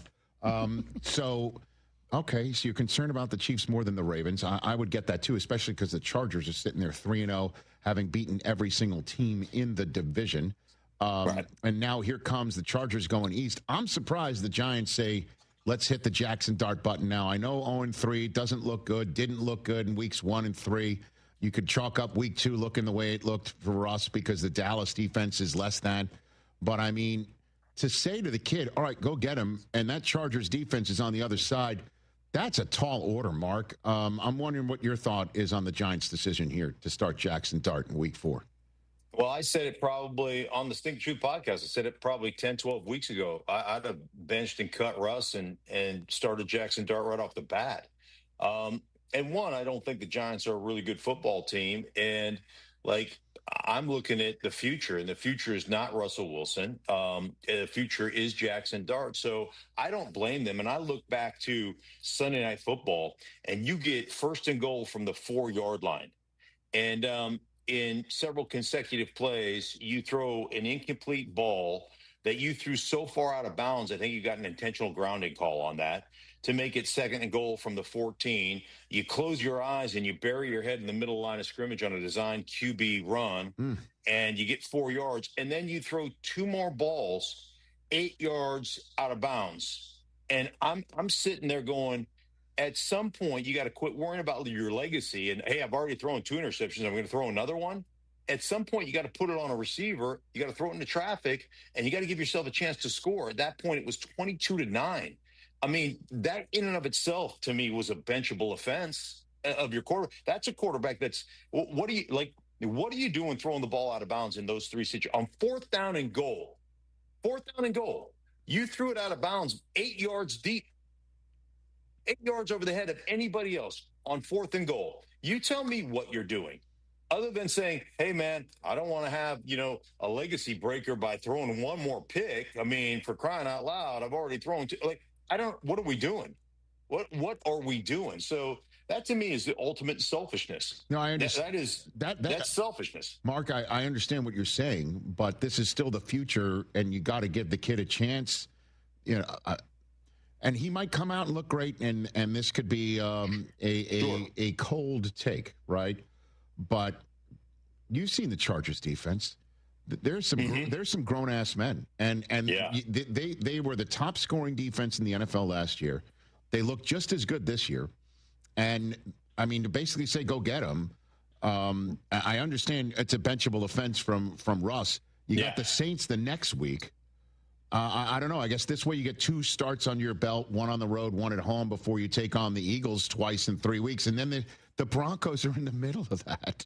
And you know how good that defense is as well, Mark. So there was no easy situation, and that's one of the reasons I said I'd start from day one, because their schedule is brutal. It's absolutely brutal, and so everybody had talked about that New Orleans game maybe being that as the headliner, but maybe you go get a feel for this against the Chargers, and then you've got an opportunity to win at New Orleans, but it's not going to be easy. And then you mentioned it. You got San Francisco, you got Philly twice, you got the Packers, who up until last weekend were the best team in football, in my opinion. And then, Chicago and hey, Matt Eberflus, by the way, finally figured out how to get the best of Caleb Williams, didn't he? Wow. Congratulations. He finally figured out. It took him all last year. He never quite got it. But hey, listen, man. Now he finally got it. Congratulations to Matt Eberflus and Caleb Williams for figuring it out together, man. What an unbelievable opportunity, and what a unbelievable showing from the quarterback. Now, Mark, I called a game last year in which Caleb Williams threw 4 touchdown passes against the Jaguars for Matt Eberflus. So, okay. But I know what you're saying. It's the second time. It's the second time Matt has had him play well. That hurts. Okay. That hurts. All right. But so that is the one thing, and then I'll get close to letting you go here, Mark Schlereth. The Cowboys' back end of the defense, without Micah on the front end of the defense, is a bad recipe right now. And with CeeDee Lamb being out, I am genuinely concerned for the Cowboys. Tell me if I'm right or wrong here, Mark. Yeah, no, you've got every right to be. And ultimately, I mean, the Cowboys defense is giving up explosive plays on the defensive side of the ball like it's their job. I mean, it's one after the other. It's a 20-yard gain. It's a 40-yard gain. It reminded me, watching that tape, it reminded me of, one of those Christmas shows that Oprah Winfrey, like, you get 40, you get 20, you get a 20-yard gain, you get a 20-yard gain, you get a 40-yard gain, you get a touchdown, you get a touchdown. It's just been, it's been mind-boggling, the amount of breakdowns they've had, the amount of missed assignments they have, and then, ultimately you look at a guy like Diggs who just isn't right. You can tell that he's not 100% coming off the ACL. He's been getting, they just run by him like it's just unbelievable to watch that stuff. So their defense is struggling. They're giving up all kinds of big plays. And I'm with you, man. I'm really concerned about the Dallas Cowboys, because I thought with Dak back, if they had that defense squared away, a little bit better running game, they'd be okay. But Dak's not going to be able to overcome 8, 10, 12 big plays a game, explosive plays a game. All right, before I let you go, Eagles, Bills, Chargers, Colts, Bucks, Niners. I believe I'm getting all the 3-0 teams right here. There's some 2-1 teams like the Rams, who almost made sure the Eagles weren't on that undefeated list. And you got, again, the Lions we saw last night, 2-1. There's another handful of 2-1 teams that I'm not talking about right here, I'm sure. Which is the best team in the NFL through 3 weeks now, do you think, Mark? Yeah, I would probably pick the Bills for what they've done. The Eagles right there. The Eagles were so impressive because they really didn't look very good for 3 quarters. And then it was like, we know how to win. We know what we're doing. Let's flip the switch and let's go quit, messing around. And that's an impressive victory over the Rams. But I'd probably give it to the Bills, number 1, probably Eagles, number 2. Okay. And what do you think of when you see Jordan Davis at 336 pounds do what he did as a big man, Mark? What do you think? I think, thank goodness I don't play this game anymore. Come on now. Look at a big man with football. 4th heaviest man in the history of the National Football League to have a thick 6 of 50 or more yards. Period. Can you imagine being that big and fast and strong? Scooped I it can. Up. He scooped but it too. You can't. You can't imagine that, but I can because I was that big, fast, and strong. I actually covered kickoffs as a rookie for the Washington Redskins. R1, running down, busting wedges at 285. I was only 285. I was a skinny guy back then. Nice. The man, the myth, the legend. Stinking Truth podcast with Mark Schlereth. Thank you. Or Big Fat Rob Lowe. Big Fat Rob Lowe. I believe Smitch is. Look at that, dude. Look at that guy. Who would be Hello, sexy. What a unit. That's you. Yeah. Big Fat. That's I don't. Who calls you Big Fat? When you're looking like that, this is it from Idaho. Is that what I'm saying? Yeah, right? That was in high school. I was 17, right there. You were in high school? At about 220. Damn, that doesn't even seem fair. Yeah, the other 17. It wasn't. It wasn't fair. That's not fair. It wasn't. It's not fair. Okay. No. All right, Big Fat Rob Lowe. I will have to push back on that. 0% Fat Rob Lowe. Right? Okay. Shredded all right, Rob Mark. Lowe. Great to chat with you, man. You be well. You too. Take care. There he is. There he goes. Check him out on Fox for Patriots and Panthers. Panthers coming in with some momentum off of that one. I feel bad that Mark has to watch that game. And the Stinking Truth podcast. All right. ESPN Radio is presented by Progressive Insurance. They offer auto, home, and commercial auto insurance. Visit progressive.com. When we come back, guess what? Overreaction Monday on a Tuesday. And Jerry Jones talks Cowboys with his local radio show audience. Oh, boy. And it's Micah week as well. This is Joe Budden. You and I make decisions every day, but on Prize Picks, being right can get you paid. So I'm here to make sure you don't miss any of the daily fantasy action this football season with Prize Picks, where it's good to be right. Download the Prize Picks app today and use code PLAYNOW to get $50 in site credits after you play your first $5. That's code PLAYNOW to get $50 in site credits after you play your first $5. Prize Picks. It's good to be right. Must be present in certain states. Visit prizepicks.com for restrictions and details.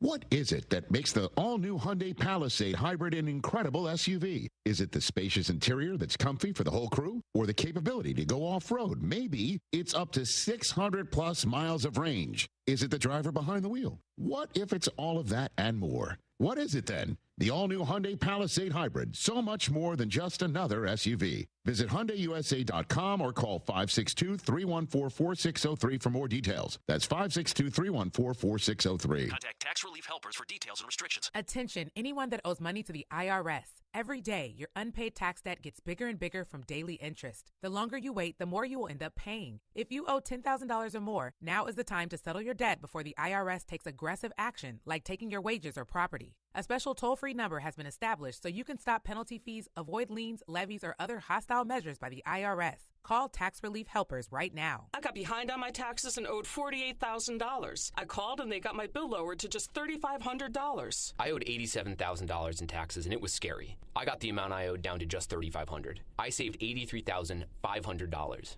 If you owe money to the IRS, don't wait another day. Your tax debt gets bigger and bigger from daily interest. Call right now before the IRS enforces liens, levies, or other aggressive measures. The call and consult are absolutely free. Call now. Call 800-692-7009. 800-692-7009. That's 800-692-7009. What are you doing every day to support your liver? If you enjoy sweets, fast food, alcohol, or take any medications, that's a vital question to ask. Hi, I'm Sherry Torkas, pharmacist and health author. For over 30 years, I've helped people make informed decisions about their health, especially concerning prevention and long-term wellness.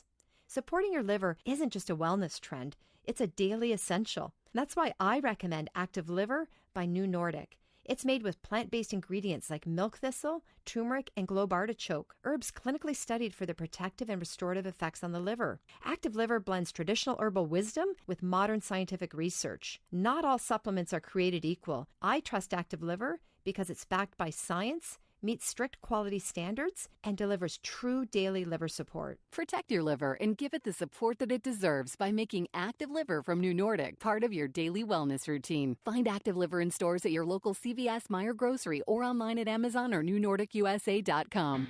Hey, it's John Granato. If you've been waiting for the right time to buy a truck, this is it. Right now at Chastang Ford, get 0.9% APR financing on select 2025 F-150 XLT models or lease from just $397 a month.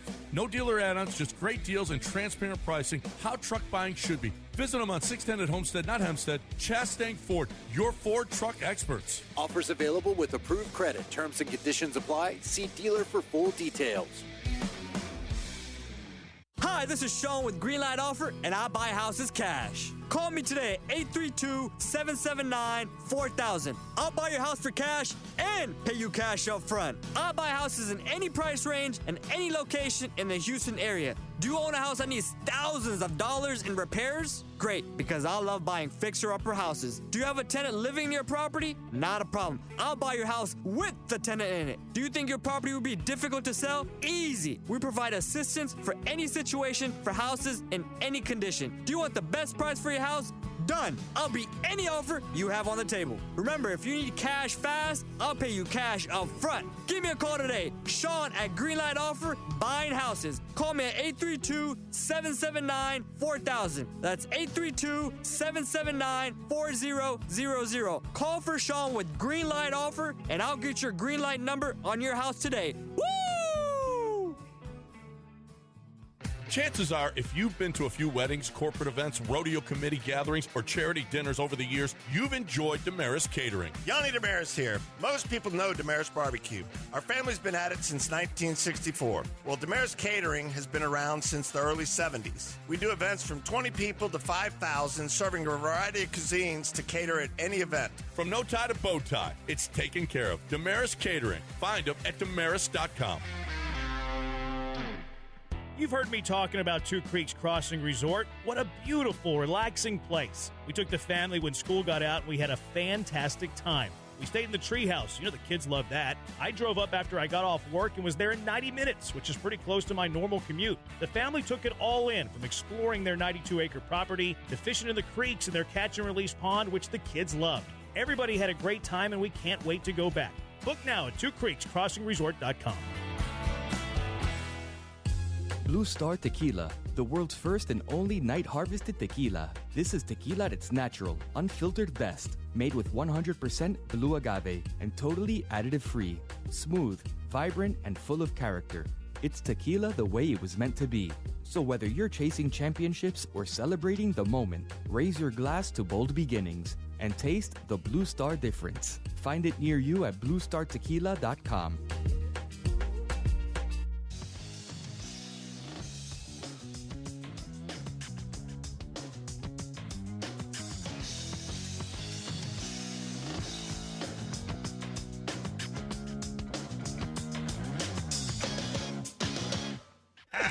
Back here on the Rich Eisen Show, ESPN Radio, presented by Progressive Insurance. We're back on the air.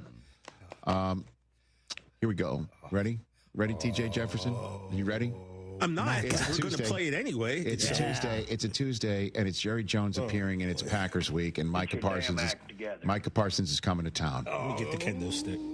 Jerry on 105.3 The Fan. Any competitive drive, Jerry, to beat the Packers with Micah Parsons coming to your house this week? Your answer, please. Gary, do you feel any extra competitive drive to win this week with Micah Parsons coming back? Yes, I do. Have said this time and time again. I think the world of Micah, and as an individual, and of course know him well.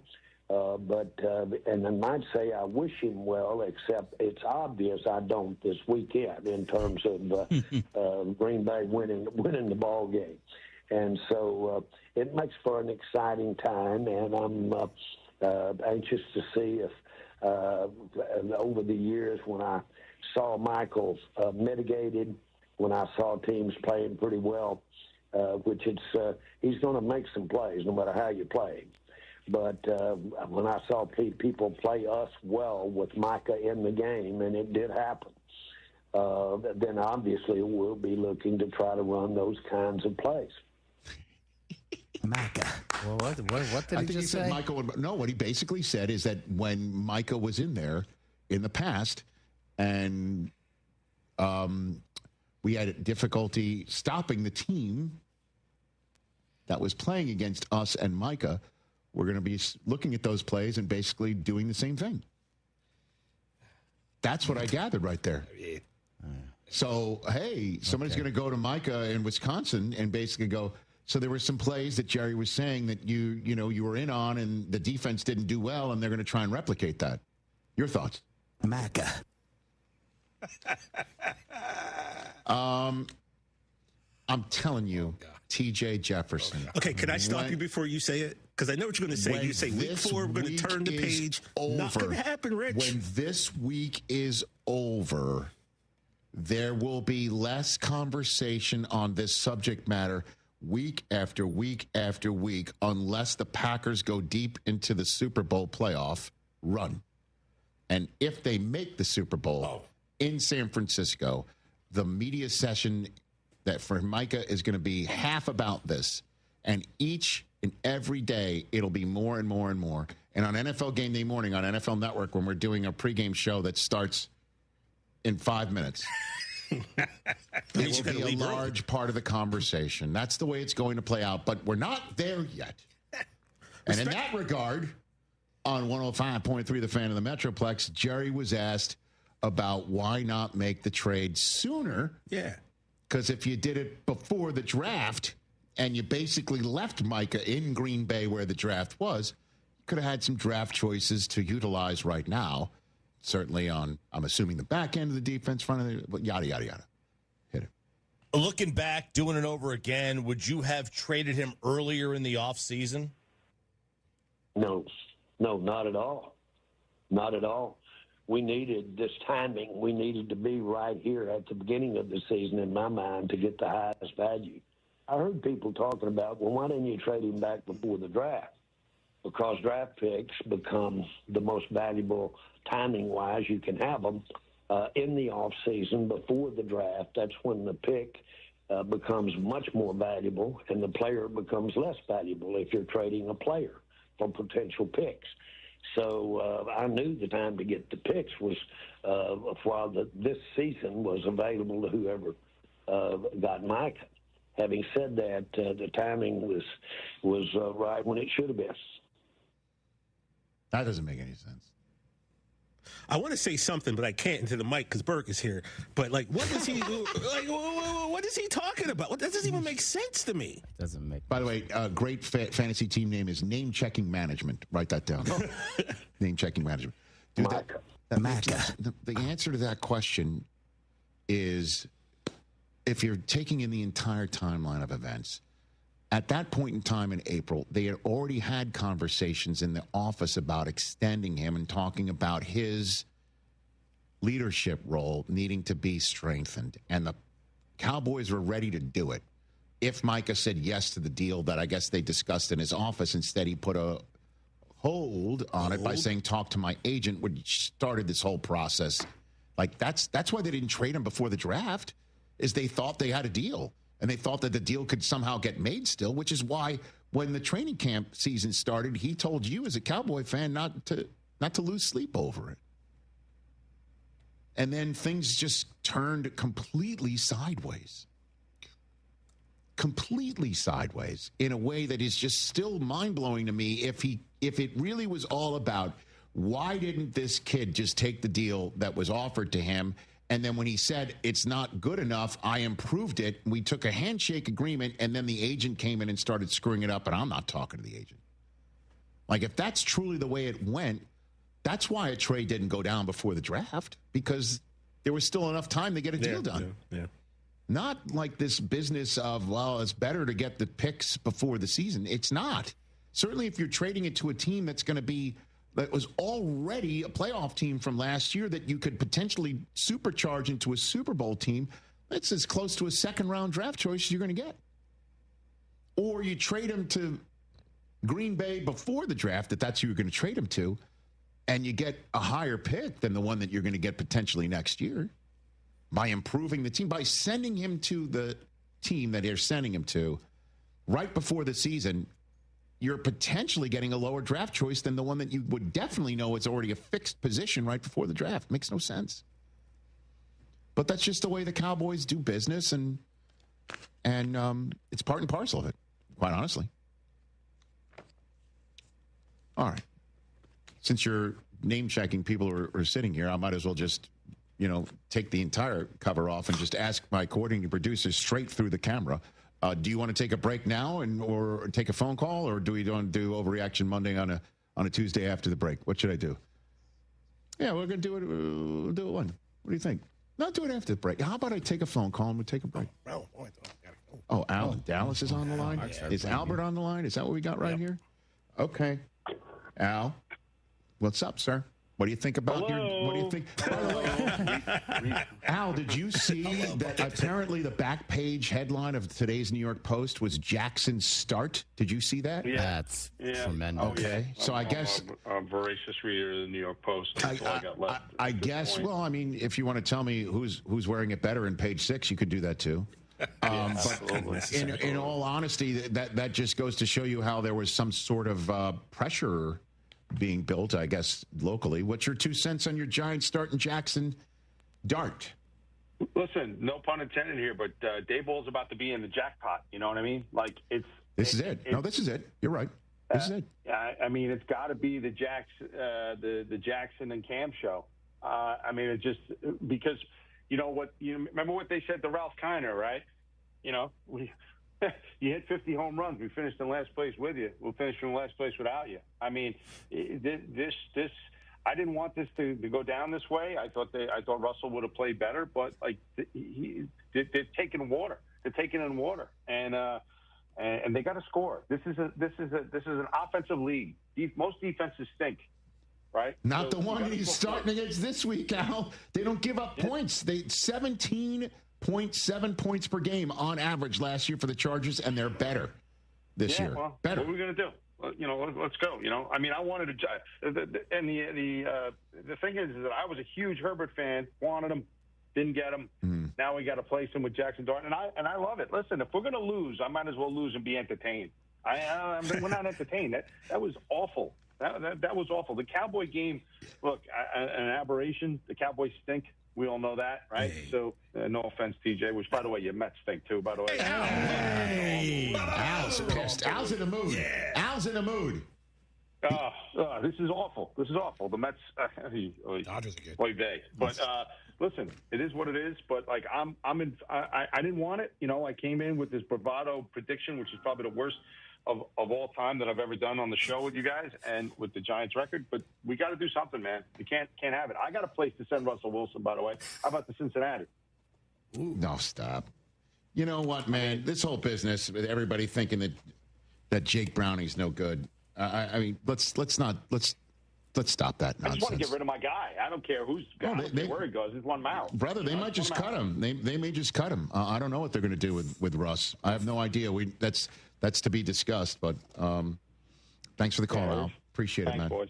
That's Alan Dallas, literally one of our longest callers into this program, 10-plus years. We'll take a break. Overreaction Monday on a Tuesday. Maybe we sneak in another phone call right here on The Rich Eisen Show.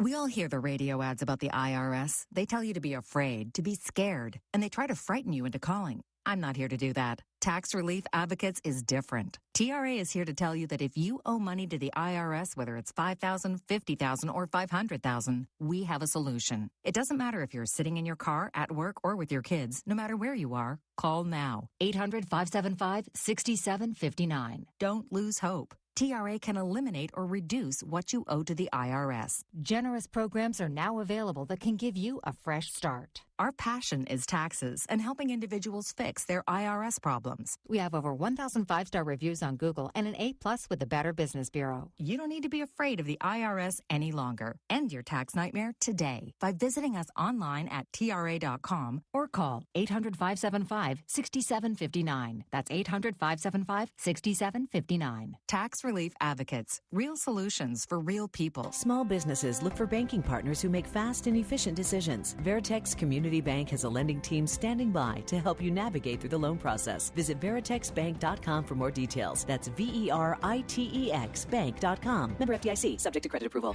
Hey, why do people always put off minor plumbing problems? Are they afraid a dishonest company is going to try to rip them off? Don't be scared. We all done this. So work with Aqueduct Plumbing. They're straight shooters and take care of the 97.5 listeners. Listen, plumbing problems usually start out small and get bigger and then more expensive. So have Aqueduct Plumbing come out to your home at the first sign of an issue. Check them out at aqueductplumbingcompany.com. That's aqueductplumbingcompany.com.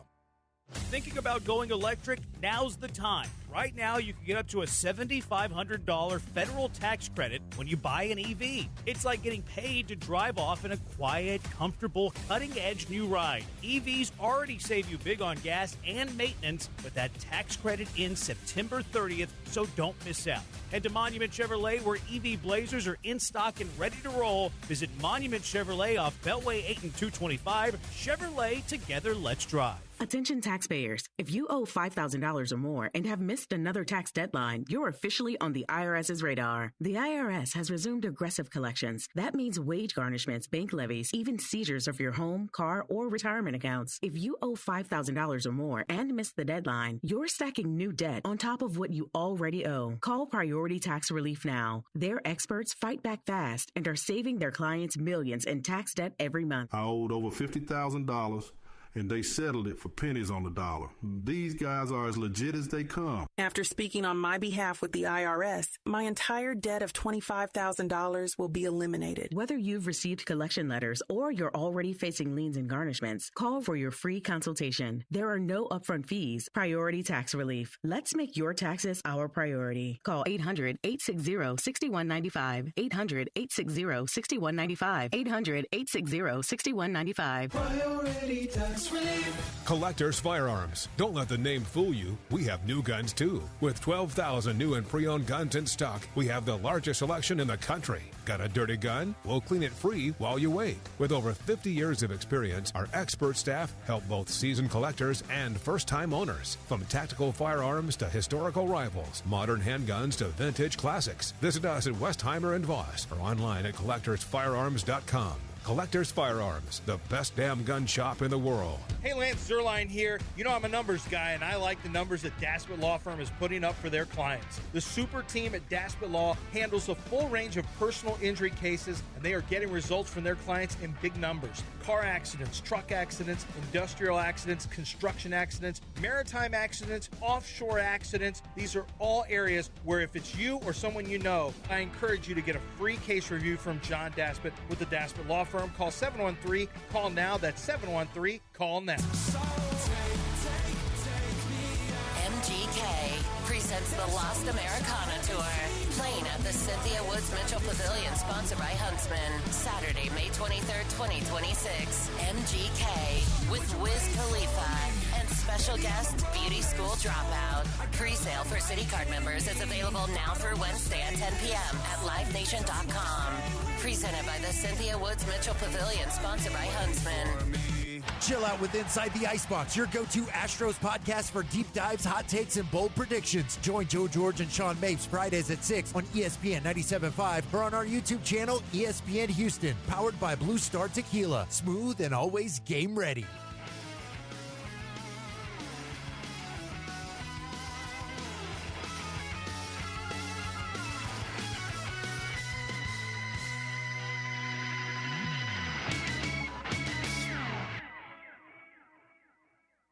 What's your problem? Back here on the Rich Eisen Show, one big happy simulcast family on Disney Plus, and also ESPN the app and ESPN Radio. Just want to ask you one more time the rhetorical question of what makes the all-new Hyundai Palisade an incredible SUV. There's a spacious interior. You can go off-road in it, and you get up to 600-plus miles of range. Could also be the driver behind the wheel. It's all of those and more. The all-new Hyundai Palisade Hybrid. So much more than just another SUV. Visit HyundaiUSA.com or call 562-314-4603 for more details. That's 562-314-4603 for more details. Fun show so far here. Rob Lowe in hour 2. James Cook in hour number 1. He's sent to James Cookies to our studio. We're all getting fat on him. And then a guy said he was nicknamed Big Fat Rob Lowe in college, Mark Schlereth. If you missed all that, there's our podcast version wherever you get your podcasts through the ESPN Pod Center and all of our friends at ESPN. And Overreaction Monday still sitting there. No Contest Wrestling. You and O'Shea Jackson Jr. We recorded late last night. Came back from WrestlePalooza, where you hosted the PLE event show. Yeah. Okay, it's a mouthful, but Road to WrestlePalooza did very well on their YouTube and Facebook pages of ESPN. I'm saying all of that to say that if you don't get our podcast, how dare you? This is a segment version. Overreaction Monday on a Tuesday. Hit it. That was terrible. That was crap. That was garbage. This place sucks. Overreaction Monday on a Tuesday. Christopher, well, let's start it. Everybody good? We're good. Good to see you guys. We got James Cookies. Couldn't feel any better. I love it. It's a waste of 10 seconds. Oh, how can you say that? What else? You know who feels really good today? Who does? Not me.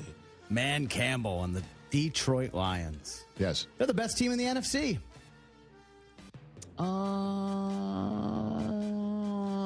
go with... I said they're making the Super Bowl. Week 1 was essentially a preseason game, right? And if you look at who cares? They're playing so terrible. They're uninteresting. They're boring.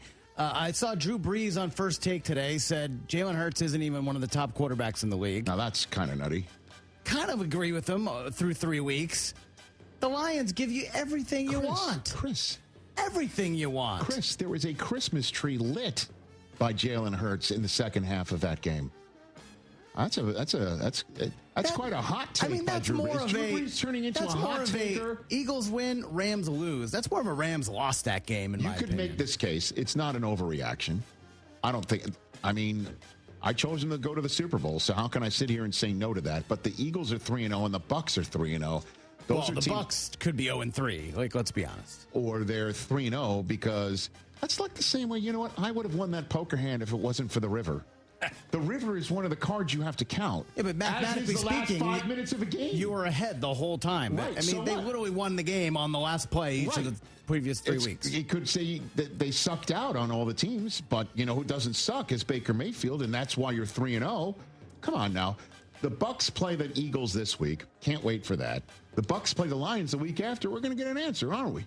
And the Packers might win the next 2 weeks and be better than all of them. So Lions. All right. Not an overreaction, but I'm still pointing out the others. What else you got, Chris? Well, you're going to love this one. Oh, boy. I want to look ahead to week 4. Only a few days away. But you think about these two teams. We talked about it earlier. One of them played last night. We watched them play in week 1 last year, a year ago. These teams have Super Bowl aspirations. The loser of Chiefs-Ravens this week. Don't say he's out. Is going to miss the playoffs. First of all, no way. 1-3. I know that. The loser of this game. I understand that. How many games are left for them? How many games are left for just them? like quick math. 13. After next week, they'll be 13. A Baker's dozen. Get out of here with this nonsense. Overreaction. What about the Ravens gives you, hey, they're going to turn this around? Can I ask you They've this given question? up as many points as the Dolphins. Let's say the Chiefs beat them. Let me ask you this question. I would be shocked because that would mean they'd have to score more than 20 points a game, which they don't do. Let's say the Chiefs beat them. Okay? Is it possible Minnesota beats Pittsburgh in Ireland? Yeah, for sure. I would expect that. Is it possible the Broncos on ESPN Monday Night Football beat the Cincinnati Bengals? Yeah. The Detroit Lions, you just say, is the best team in the Best NFC. team in the NFC. Beat the Cleveland Browns, right? For sure. Okay. Then the Ravens would be 1 game out of first place at 1-3.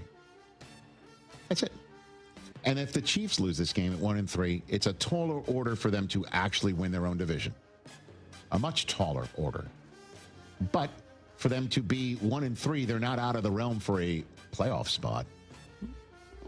Rasheed Rice coming back, Xavier Worthy getting healthy. Next question. What else you got over there? Come on now. Just a flat-out dismissal. A flat-out dismissal.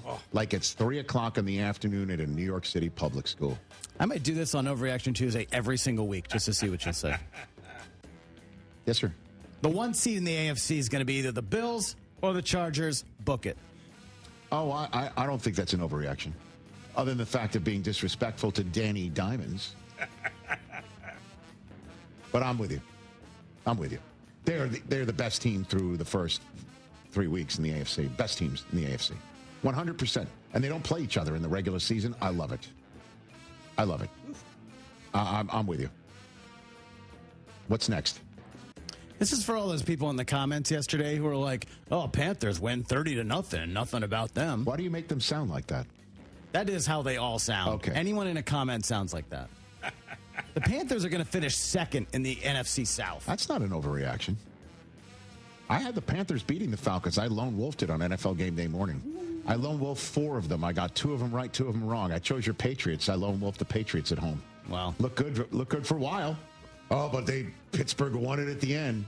We're going to go 1-16. We're terrible. Don't stop it. That's not an overreaction at all. It's not going to be the Saints, and I think they're already one up on the Falcons. What else? How is that? Okay, I'm with you. They could beat if your Patriots go 1-16, that means the Panthers go 2-2. I'm with you. I lone wolf the Panthers this week. Thank you. They're coming around. They're not as bad What as else they you looked in the got? first couple weeks. Look at you. We're on a roll right here. We're on a roll. If the Texans finish 3rd or worse in the AFC South, get rid of Stroud? Is that where you're going? They should wait on giving C.J. Stroud an extension. We are entering that territory right now. He's kind of not getting the protection up front, and with all due respect to Nick Chubb, which now allows me to be disrespectful, they better hope that Joe Mixon comes back healthy, and I'm hearing that is not going to be the case anytime soon. The run game isn't threatening, the offensive line isn't protecting, and I think Stroud is getting worse for it. So it's been not giving him an extension is a tall order. I mean, they're going to pick up a 5th-year option. So, but this is the time after year 3. It's let's reload, and you got to wait on that. Pump the brakes. You're going to give him $55 million a year after the way he's looked. No, I would take $55 million and give it to an offensive lineman. That's what I would do, and make him play out year 4. That's a tough. Yeah, make him play out year 4. Ooh. But Tua and Trevor Lawrence get their money when they've done jack. You know how I go about this, Chris. It's their time. But Nick Caserio comes from your end of the business in New England, where right. There's not a lot of kumbayas and warm fuzzies about the past. It's about future. But Nick needs to address that offensive line first and see what Stroud. Let's not forget Stroud made the Final Four last 2 years, man. He's won playoff games in his first 2 seasons, but it's looked pretty terrible. It's looked rough. All right, last one. Okay. I'm looking at. Give me. I don't want it. I want the drop. A bit. It's. Do you think we need one more? Okay. All right, we'll get one more. Yeah, one more. I did not. I didn't want any of the drops. Okay. Yeah. But it's George Clooney and my son Cooper. Come on, we love those. Go ahead. I need another cookie. 2 of these, I'm talking about divisions here, the NFC West and the AFC East. One is great and one is terrible. The NFC West is going to have twice as many wins this year as the AFC East. I don't think that's an overreaction. Right now it's 9-4. 9-4. Hey, man. But they haven't played each other yet except Arizona and Seattle. I mean, and Arizona and San Francisco. Nobody has less than Seattle. 2 wins in the NFC West. I know. And the Bills have 3 of the 4 wins. I don't think this is. I don't think this is an overreaction. You're talking about the Jets are winless and the Dolphins are winless and the Patriots have just 1 win. It's rough. Yeah, I mean the Bills should start printing playoff tickets already. I don't think that's an overreaction either. See, and we got in 1 more drops, including George Clooney and my boy Coop. That's 30 seconds we'll never get back. Oh God! But heaven forbid I say hello to everyone. How's everyone here? Everybody all set? Heaven forbid. Guys, no, you're breaking us up. Micah. Or you got Macca. Okay, so now we've got who says it better. Rich, so you're saying that's the real McCoy. You're saying after week 4 we don't have to hear this anymore? Oh no, we're going to keep hearing the drop. Callahan knows this better. Yeah. Is it? Yeah. Okay. From kickoff to cash out, ESPN Bet has the tools you need to score more on game days. Bet smarter with stats at your fingertips. Get personalized parlays built just for you. And with your fantasy team synced right in the app, you can back your squad. Right now, new customers get $100 in bonus bets when you bet $10. Sign up with promo code USL to get started. Must be 21 plus. Gambling problem? Call 1-800-GAMBLER. Terms and conditions apply. See app for details. Offer not available in New York. Are you ready to unleash the beast? Monster Energy is here to give you the edge this college tailgate season.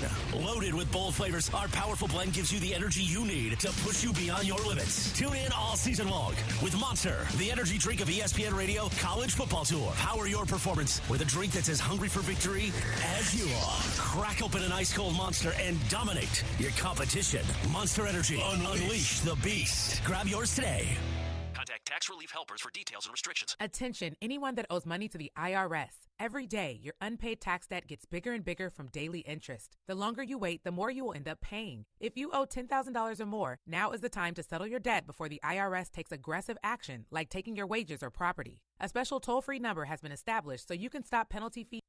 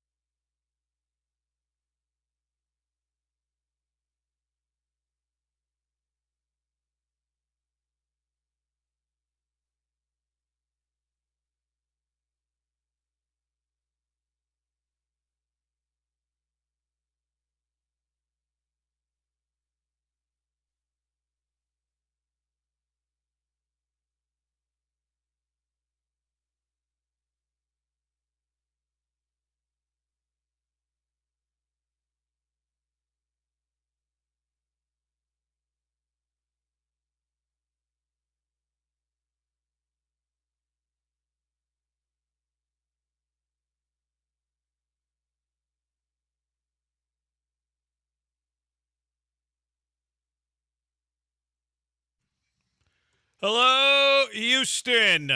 He's Joe. I'm Jeremy. It's Jeremy and Joe. Mace behind the glass, filling in for Brian today. Lots to get to. We were gonna start off a little Ravens-Lions Monday Night Football, like real NFL football. Like, that's cool to watch, but at the same time depressing to watch.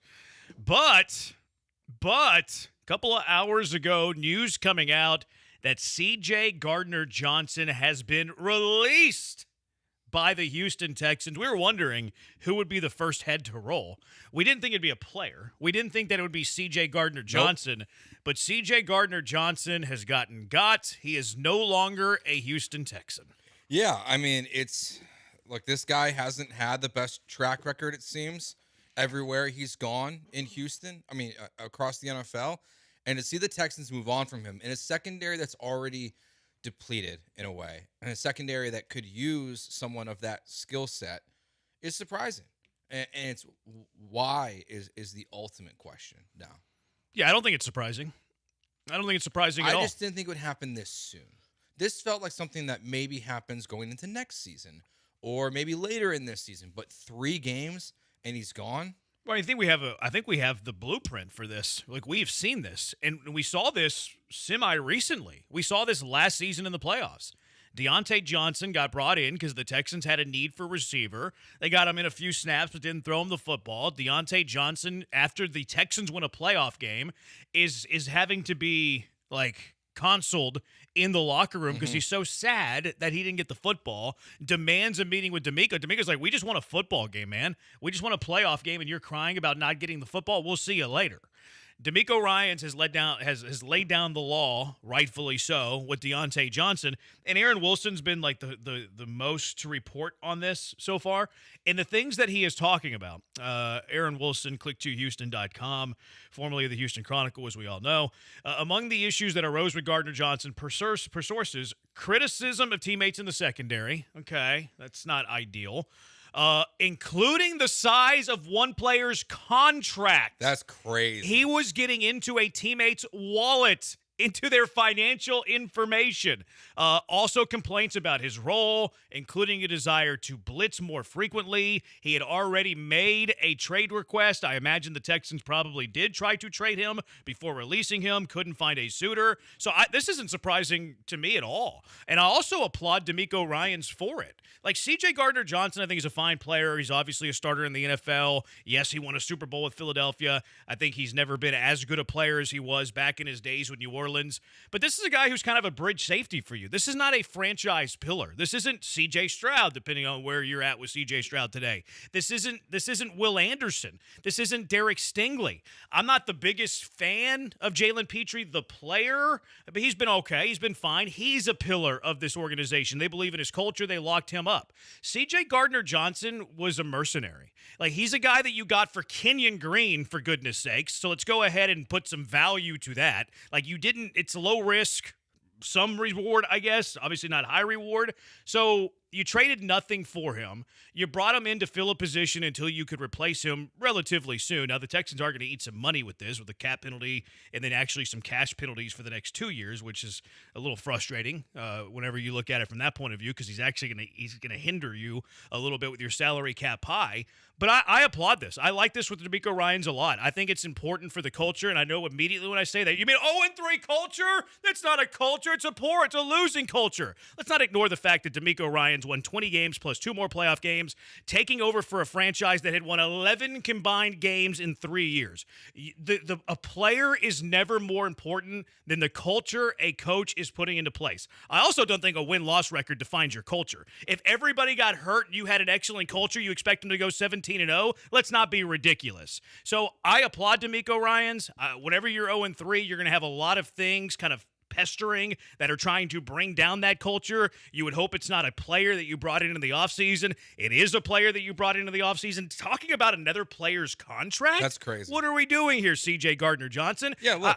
Don't let the door hit you on the way out. I applaud this move for D'Amico Ryans. Quite frankly, this is the best thing that's happened for the Texans in 2025. Well, look, and you mentioned Deontay Johnson, but this is also why Larry Tunsil got traded.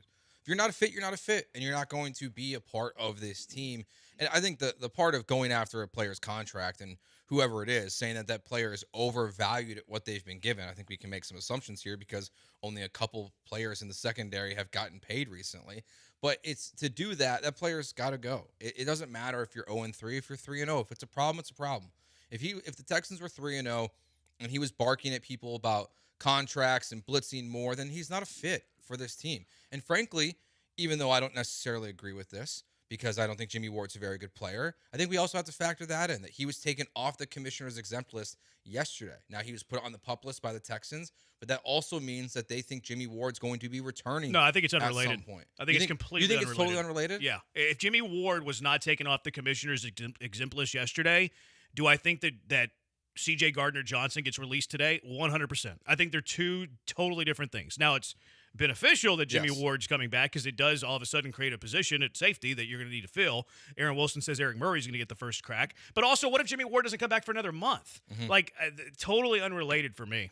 And the other thing, too, is I don't know if you watch DJ Bieniemy's breakdown that he put out there on social media where it's the play where Brian Thomas Jr. is wide open in the end zone. You see Kamari Lassiter kind of rolling out and throwing his hands up in the air. The deep drag. Because clearly there's a miscommunication there. And so is he playing for himself? Does he understand what is being asked of him on the defense? So it's not just about culture and fit and calling out a player's contract and things like that. If you're also just not playing well. See, I disagree with that too. Why? Because it's a busted coverage. You're not releasing a guy for a busted coverage. But I think it adds on to everything, right? Because I don't. I mean, it doesn't help, obviously. But if he doesn't bust there, does he still get released today? 100% yes. But see, I'm also imagining that there's a conversation being held about that busted coverage, and then based on what Aaron Wilson's saying, that conversation not going very well. Potentially. Of their being critical of him and what he's doing, and he's fighting back about what the Texans are doing in the secondary, and it adds into it. So that's why I just kind of look at it as a general issue for him, and that's why he's not here. It's the right move to make. And it doesn't matter if you're 0-3. If a guy doesn't fit, he doesn't fit. You just get rid of him. It doesn't cost you anything. It does hinder you a little bit. It's $5 million next year. That's a pretty low-level contract. You can get a lot of guys for $5 million. You can also find guys for cheaper. So they can, it's not going to hinder them in terms of adding a valuable asset to this defense. So this is the right move. If he doesn't fit, then get rid of him. No, I applaud D'Amico for doing this because when you're 0-3, a lot of people are going to be trying to tear down the foundation of what you built.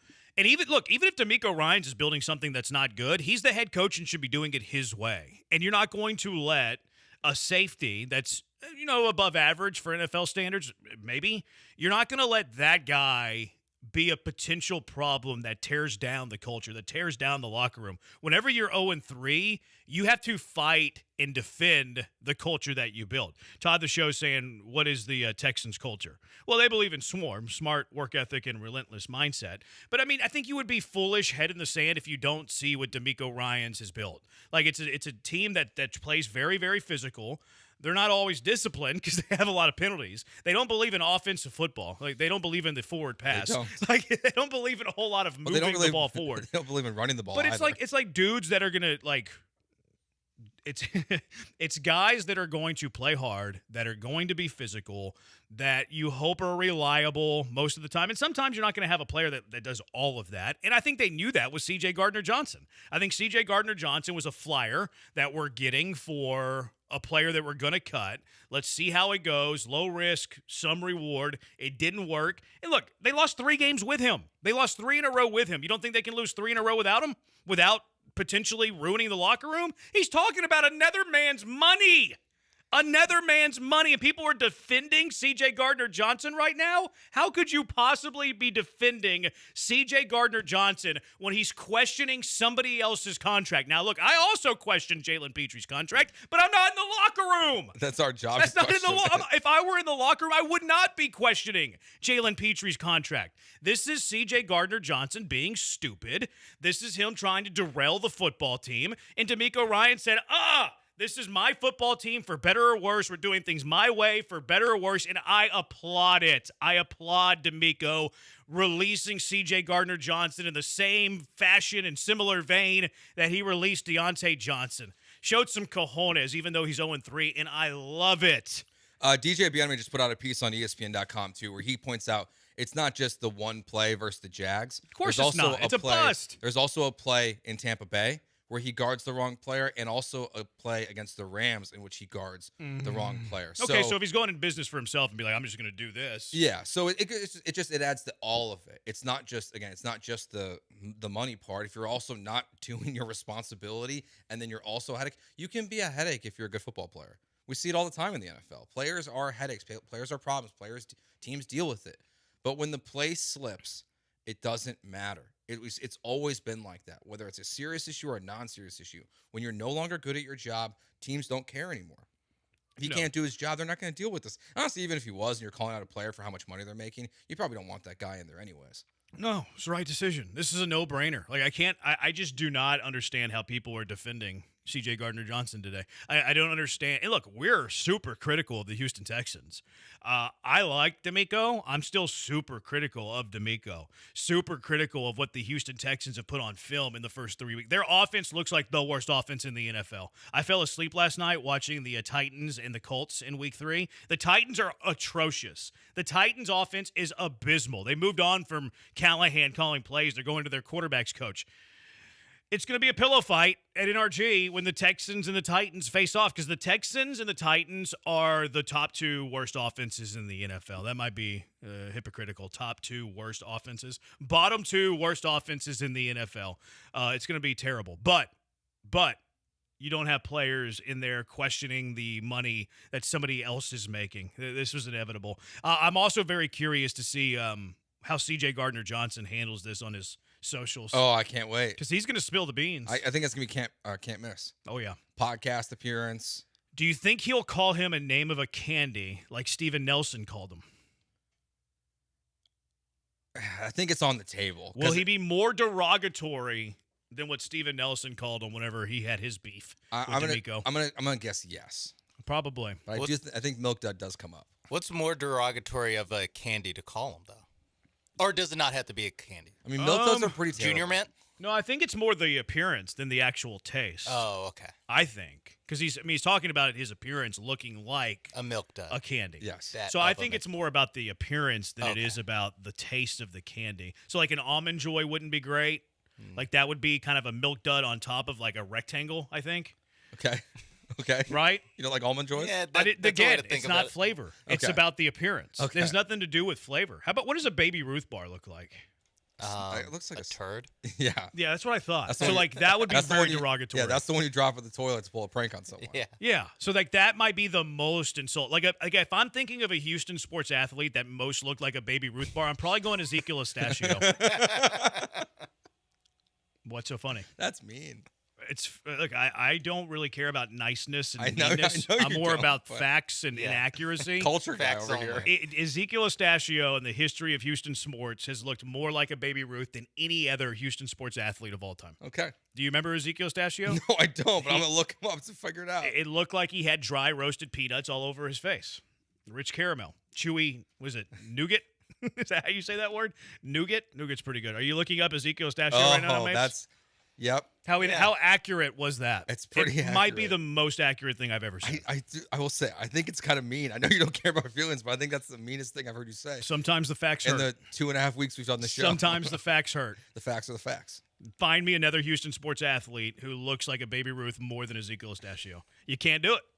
Can't do it, won't do it. All right, 713-780-3776. If you want to weigh in on this, you can. 713-780-ESPN HRP listener line. We're going to get to the Ravens-Lions at some point. Actual, real football. How was that to watch after you've watched this offensive ineptitude from the Houston Texans in the last 3 weeks? What is the plan, too?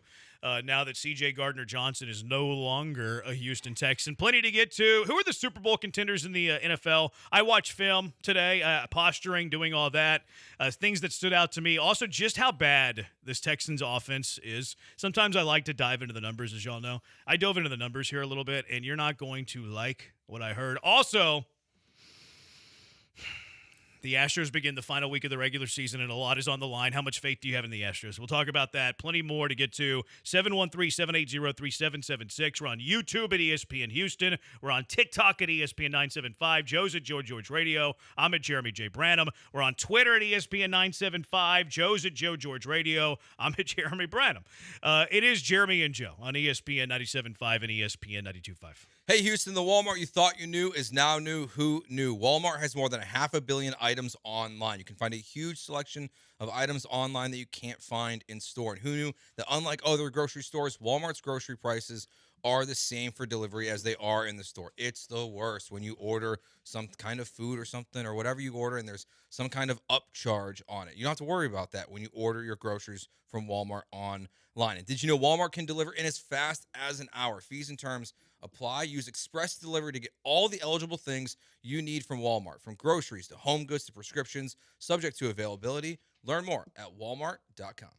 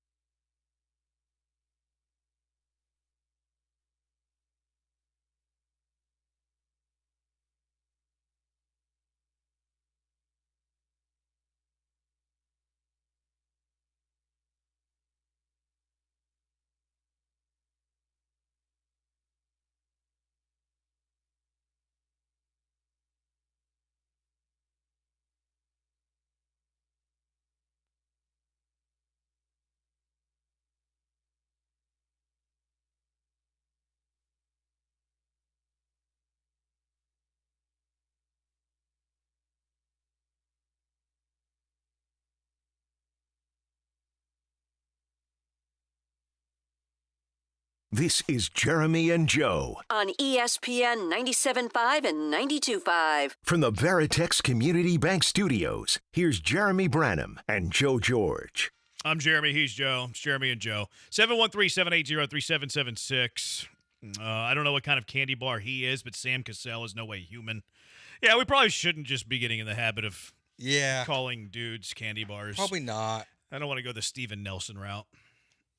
But I do think that we are going to get that from C.J. Gardner-Johnson. I think he's going to drop a little something for us. I wonder if he blasts Petrie. I mean, it's very clearly that's who he's talking about with the defensive player's contract, Yeah, right? he's not talking about Stingley. Not talking about Stingley. He wanted to blitz more. He wanted to play in the box more. He wanted Jalen Petrie's position. He's saying, I'm better than Jalen Petrie, and Petrie's making that much money, and I'm making this much money. I mean, it's very clearly Jalen Petrie. Yeah. I think we can deduce that. I think it's fairly obvious. If it's not, I have more questions about C.J. Gardner-Johnson than if he's calling out Stingley's contract. Or he's calling out like Lassiter, who's on a rookie contract. Yeah. Or Bullock, who's on a rookie. How dare that guy be on a rookie scale? Yeah. Like, it can't be that. It's the only option that you have is C.J. Gardner-Johnson. Texter or junkie that's texting in, work on discipline before we start talking about culture. That's fair. Like, that's a fair point. But culture isn't necessarily look, I come from like the greatest culture in sports. It's not pro sports. Kelvin Sampson's culture at University of Houston is impeccable. It's fantastic. What would Kelvin Sampson do if his best player broke his culture? He would say, see ya, goodbye. We'll be just fine without you. In fact, it's happened multiple times, and they've always been just fine. Like the win-loss record to me does not define the culture. You could have an impeccable best culture in the sport. You're not going to win every game because of culture. You still need all the other stuff, but culture matters. It's sustainable. It matters for a long time. Texans could go 5-12 this year, but because they have strong culture, bounce back next season, win the AFC South back-to-back season. It's also because there's essentially like two football teams here. You have an offense, which I don't know what the offensive culture is. I mean, that's why they moved on from Laremy Tunsil. There is an identity, a culture, a way of playing style on the defense. Like there is something on D'Amico's team. The defense does fit to a different level of standard than the offense. So that's why if this was an offensive player, I'd be a little more surprised. But if you don't fit on D'Amico's defense, you're going to fit out. I mean, it happened with Deontay Johnson too, though. Yeah, I mean, he was crying about not getting the ball in the playoffs. He's not a good player. It's kind of similar, except it's not the ball. C.J. Gardner-Johnson was crying about where he was on the football field. Yeah. The lack of him blitzing. Like, it's pretty similar, except it's different positions. And Laramie was complaining about not practicing. See, I think Laramie was a lot more about, okay, we can still get a second rounder for you. You're going to want a new contract really soon. We have one of the worst offensive lines with you. Like, should we trade you before you demand a new contract? Well, our offensive line is bad while you still have value. Mm-hmm. I think that was a little different. It probably is, but I think it's just still to the bigger picture of the Houston Texans. That culture does matter a lot to them. Mm-hmm. That's where I think like it's weird to have these conversations when you start 0-3, right? Because people don't. They're like, what culture? They're like, it's a losing culture because you're 0-3. Yeah, like, but it's not the reality. Like, it's specific on the defense. Look what they've done these 3 games. They're not the reason why the Texans are 0-3. They've had some bad moments. They can't tackle, but like they're not the reason for this. So D'Amico has to run his team the way he wants. And again, I'll go back to if he was a good player, it wouldn't matter. Like if maybe on these mistakes he's making in these 3 games and they were interceptions instead of totally blown coverages, then maybe it doesn't matter as much. But when you're not playing good and you're calling out a player's contract, you're not going to be on this team. Mm-hmm. It wouldn't, honestly, the contract thing, I don't know if that works on any team. No. Like, I don't know if that works anywhere. If someone was in Miami and calling out Tyreek Hill's contract because he's not producing down the field, would that player still be on the team? No, they'd be cut unless it was Jalen Waddle. Yeah. Like, it's just not something that happens. It's a cardinal rule that you don't do that. Yeah. In all sports. In all facets of life. Yes. I'm not, hey, Mapes, how much you make? Like, Mapes is overpaid. We shouldn't pay Mapes. Yeah, like, give that money to Ryan. That's a fireable offense. Like, what are we doing here? Yeah, I think that especially when you're the guy who's making $7 million this year, and it'll only cost the team $5 million a dead cap to get rid of you, as opposed to the guy they just signed. Like, he is operating from the position of it's not even like the Michael Jordan bullying Scotty Burrell, being like, you shouldn't be on this team. No, it's the opposite. It's like if Scotty Burrell was like, that's Michael Jordan guy. Yeah, why is Pippen making so much? He's got no leverage. No leverage at all. It's so weird. Should the Texans look at Mike Gundy for OC if they continue to struggle and make a move for next season, 409 Josh? No. Absolutely not. Absolutely not. No. Now, if they need somebody to come in to because they need a mullet, okay, let's see what Gundy's up to. But to call your offensive plays, the idea you'll want is Mike Gundy? Come on. No, he can work the grill with Cal, I think. I think that's his role. I think that's watch some conservative television. That's his thing for sure. Maybe that's just where we're at, though, with how bad the Texans' offense is. That people are Mike Gundy would be better. He might be. We are close to no bad ideas, but we're not quite to Mike Gundy, offensive coordinator. Gundy's gonna be on TV next week. Maybe this weekend. He might be on TV this weekend. Is Gardner-Johnson the sacrificial lamb for a terrible start of a season? No, I don't think he is. I don't think he's the sacrificial lamb for the start of the season. I think he's a sacrificial lamb at doing things that are unacceptable to a locker room. If he wasn't doing those things, and I still think if he had the busted coverage in all those games, I still don't think he gets cut. Because those are things like, it's on the football field. If the effort's there, we'll work with you, all of that. Now, if he's just going into business for himself, and then all of these other things in the locker room, you're gone. It has nothing to do with them being 0-3. If they were 3-0, and C.J. Gardner-Johnson was doing the same exact stuff, they'd say, see you later. So long, Eric Murray. Get the helmet on, which is a little worrisome. Yeah, can't wait for Eric Murray. Yeah. I mean, I'm already to the point, though, where I'm wanting them to go 5-12. Like, I have very little faith that they can turn this around because I see this offense and how bad it is. Like, comical they can't get an end around right. No, I mean, they can't do anything. They're last in virtually every category you'd want to be in the NFL. They're last in red zone attempts and conversion because they're 0 for 4, which is pathetic. 3 games in the season, 4 red zone attempts. They're last in first downs. They're last in third down conversion. They're last in points. They're awful at everything. Texans are soft, says a texter. I think they're soft in some areas. I don't think they're universally soft. Like their defense is good. They're number 5 in the NFL in points allowed. Like they're fine defensively. That's why to me he's not a sacrificial lamb. Because why would the first head on a spike be on the defensive side of the ball? Mm-hmm. If you're gonna have a patsy, a sacrificial lamb, hey, see, we're doing something. We're urgent. It'd be changing someone on the offensive line, changing or Caley, firing Nick Caley. Hey, you're demoted. You're not going to call plays anymore. Going full on to Woody Marks, like Woody Marks and the Iowa State rookies, like that. That's what would be the like. We're taking things seriously. Yeah. We're changing things. It wouldn't be cutting a safety you traded for a NFL washout. No, like Damian Pierce would have been more of a sacrificial lamb. Yeah. I mean, he's not playing, so he's healthy scratches. I mean, also, if anyone's defending C.J. Gardner-Johnson or calling the Texans soft because of moving on from him, the Eagles just won a Super Bowl and they got rid of him as soon as they possibly could. Like they didn't think like this guy is a valuable piece to our defense. They moved on from him immediately for a guy that they've literally waived 4 times. Yeah, because Kenyon Green just got waived again yesterday. Texter, Junkie texting in, should we be worried about Stroud wanting out soon? So, should we be worried if he wants out? No, that's where I'm at with this. And look, I'm still pro Stroud. We all know this. Like, I still believe in C.J. Stroud's potential. He's not playing at his potential for a lot of reasons. Some of them aren't even like his fault. Like, we'll get to it a little bit later. But I'm to the point where I'm ready. If C.J. Stroud's going to demand money, like I'm ready to call his bluff. Like I'm like the Ravens did it with Lamar Jackson. Mm-hmm. The Ravens called Lamar Jackson's bluff and like, okay, well, we're gonna make you play your 4th year without giving you an extension. Oh, fifth year rookie option. I think they even tagged him once. Mm-hmm. Yeah, I remember he was a free agent. Did they tag him once or twice? Yeah, he had like that weird like I don't know what the tag is, but where transitional tag. Yeah, someone would basically give up their next 2 first-round picks to like match an offer or something. Mm-hmm. It was something weird like that, and every team tripped over themselves, say we're not interested. There was some thought that there was collusion in the NFL that year too, where they didn't want to go that crazy, which probably was true. There probably was ownership collusion with that. The Atlanta Falcons couldn't have used it. Yeah, they're like, no thanks. Yeah, I actually do believe that the NFL owners colluded against Lamar Jackson. I 100% believe that. The team that nearly gave Deshaun Watson a fully guaranteed contract, and the Atlanta Falcons didn't want Lamar Jackson because of 2 first-round picks. Okay.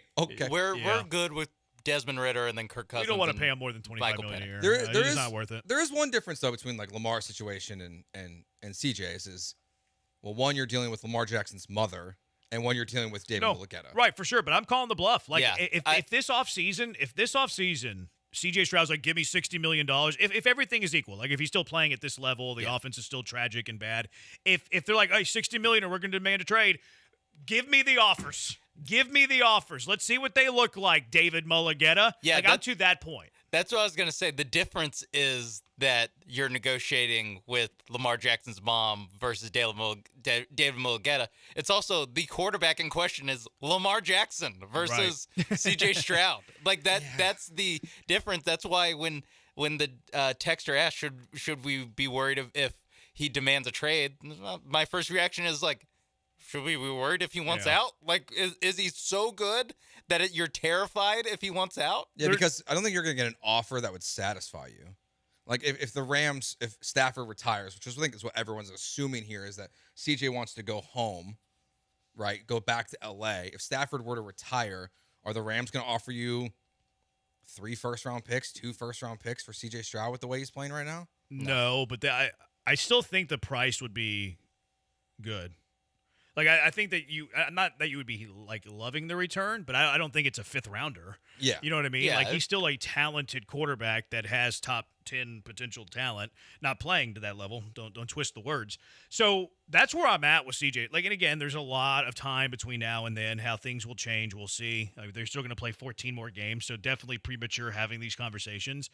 But if everything remains the same, They're still bad offensively. He still doesn't look good. And they're demanding money at the end of this offseason going into next year. No, we're not doing it. Yep. Either you play on your contract, your fourth year, which they'll pick up his fifth-year option, and then we'll talk again next offseason.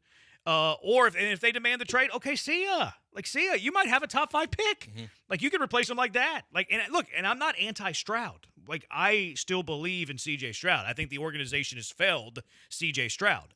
But I can't be getting that kind of production from the position, which a lot of variables produce that position or help that position, and pay it. Yeah. I can't pay it more than $50 million. Yeah. Just can't do it. I was going to say, do you think that and I know they beat the Texans on Sunday, but you think the Jags are sitting there being like, thank God we paid Trevor Lawrence. Thank God we gave him 55. Do you think the Dolphins are like, man, thank God we got Tua.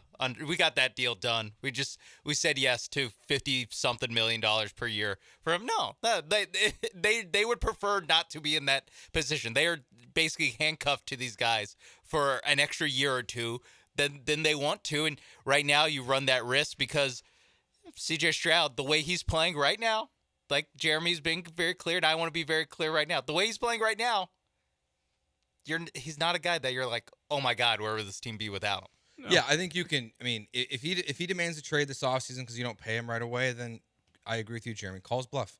See what happens. I don't know, though, while that might be the right approach for Nick Caserio to do that, I don't know if the McNairs would view it that way. Because of what they're usually pretty hands off with the roster. Yeah, to see what happened with Deshaun, and even though it worked out for the Texans, I just wonder, would they even be willing to enter the conversation of a quarterback demanding a trade yet again from this franchise? I don't think they would be relevant in the conversation. I think that they would, hey, whoever's the GM, you do your thing, go be football. I don't think they would. Normally, I agree with you. I just think when it comes to the quarterback position, it's different. And if he's playing at a bottom 5 production in the NFL, they're gonna be like, no, pay him. No. I mean, we don't think Cal was exactly the most brilliant. No, it'd football definitely mind be Hannah. On planet Earth. I mean, it'd be Hannah. Yeah. I mean, Cal's not going to say anything. Hannah, good. Hannah, I wouldn't put it past Hannah. Cal, no. Hannah, maybe. 713-780-3776. Let's go out to the HRP listener line. Nick, you're in with the Junkies. What's up? Hey, what's up, guys?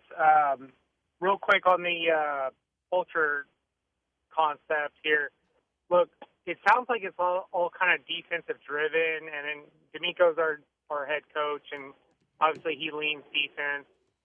But it feels like from the offensive side, what's our offensive culture?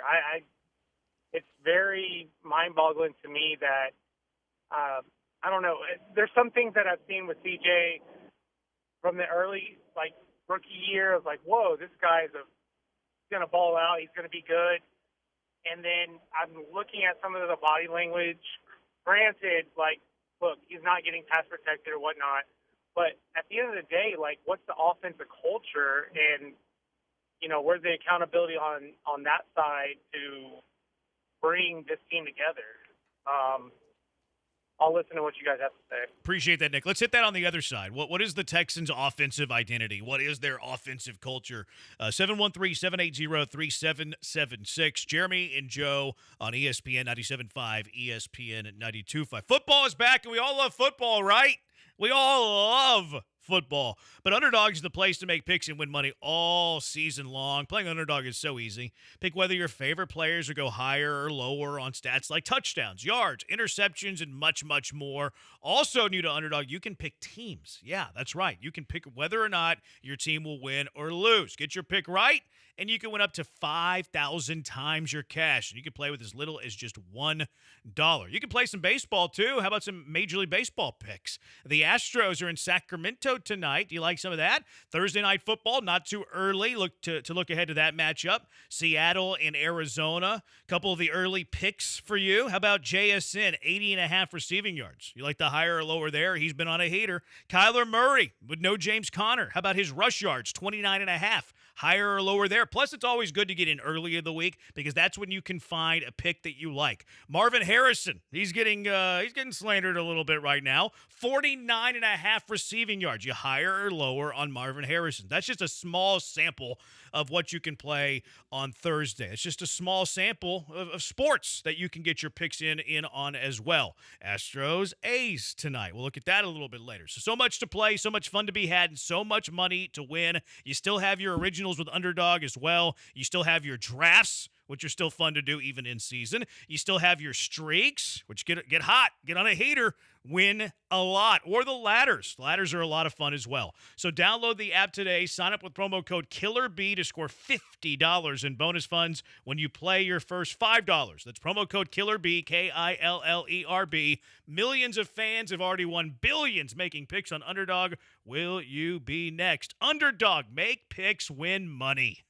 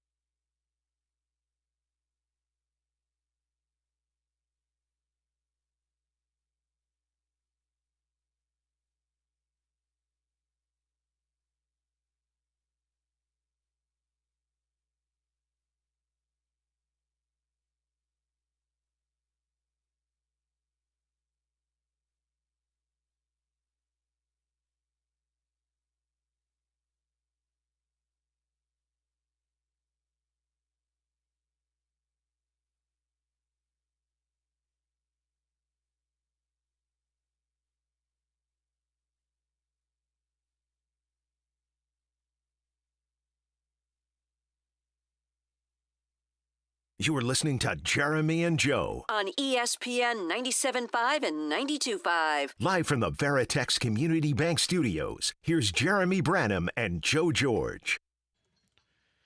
Excuse me, I'm arguing with people on Twitter. 713-780-ESPN. He's Joe, I'm Jeremy, Jeremy and Joe. You're a junkie if you listen to us. It's a compliment. 713-780-3776. Isn't there a drop where David Culley says he's a junkie? I think the Wheelhouse might have used it. Do you remember that, Mapes, at all? I think they used like I'm Culley and I'm a junkie or something like that. I tried to find it on the internet. I couldn't find it. Yeah, no, I don't know. You don't remember that? The Culley days were tough and a long time. They were very tough. Very tough. Let's go out to the HRMP listener line, 713-780-ESPN. Javier, what's up? You're in the junkyard. Hey, guys. Listening a long time. Thanks for taking my call. So, I don't know if y'all remember me too much, but I've been saying this since I've been listening to y'all for like the last 3 years. But when are the Texans going to wake up and seriously in the draft pick up some offensive line? You see all the greats doing it. The Buffalo Bills putting together a great offensive line. You see Philly with the best offensive line in football. Even Detroit with the best offensive line.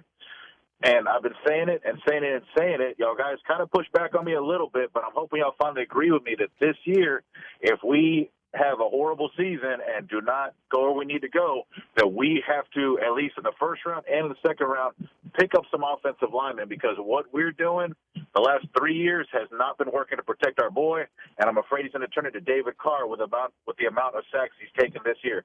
I'll let you take it from here, guys. Thanks. Yeah, I mean, the Texans have to address the offensive line, but they also could address it by just developing players. Like the Eagles is an interesting one to point out. You have a guy who never played football before as one of the best left tackles in the NFL now in Jordan Mailata.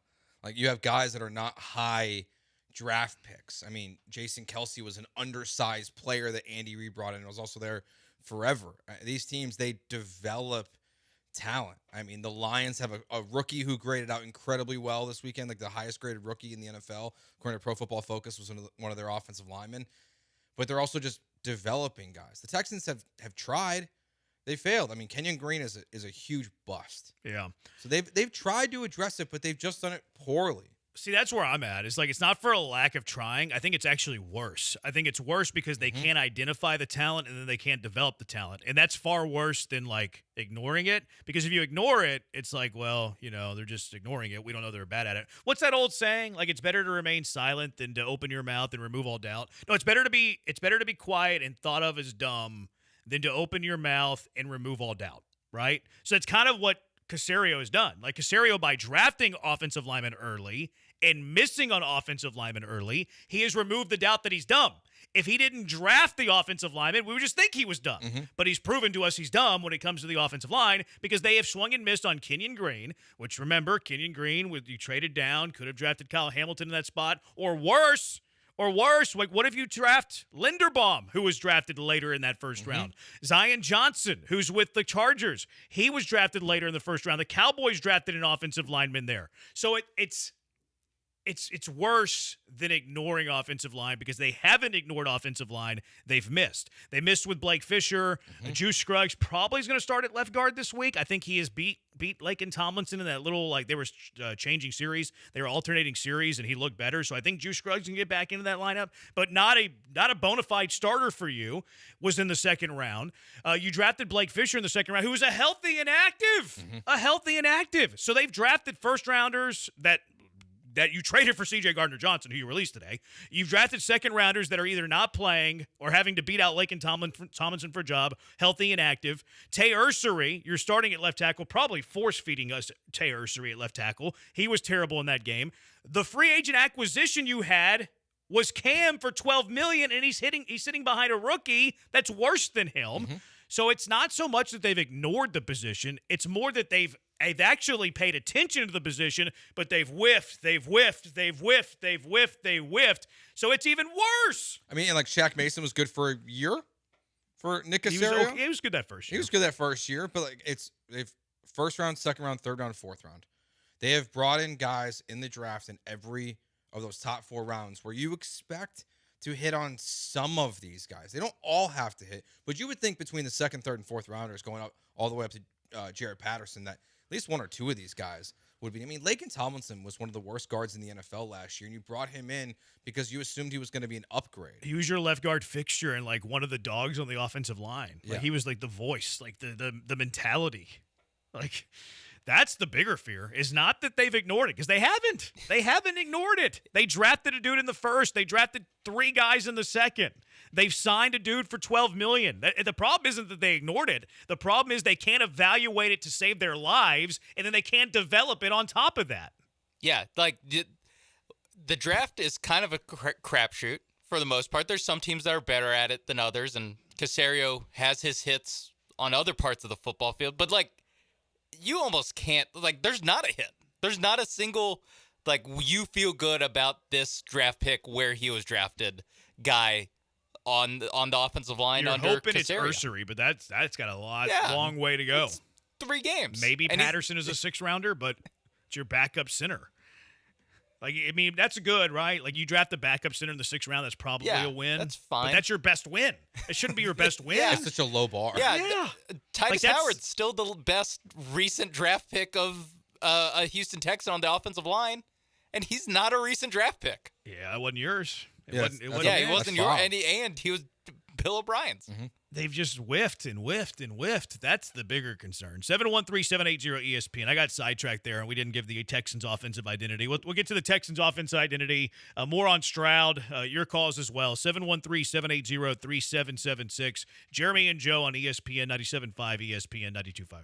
St. Arnold, a beer for everyone. Their beer garden is a place for everyone and for private events. They've got a space for everyone, whether it's weddings, family reunions, big birthday bashes, company hour, trade shows, corporate meetings, whatever you want there. They've got spaces for groups from 20 people all the way up to 300. For smaller groups, they have the Investors Pub. We got a tour of it. It was really cool. It's a nice little back area. It was back there behind the beer hall. So, and plus the beer garden as well. So you can have it in the private events area, but you can also just celebrate your party out in the beer garden. They have full audio visual capabilities, projector screens, all of that stuff. Joseph was fantastic in terms of helping get everything set up and organized for the ESPN listener party. And since you're a listener to this fine station, mention ESPN or My Name Joe, and you can receive their brewery game package free for your event. That game package gets you a combo of dartboards, Jenga, cornhole, pool table, and as a bonus, the photo booth. Get started now at starnold.com. Click on private events. That's starnold.com. Click on private events.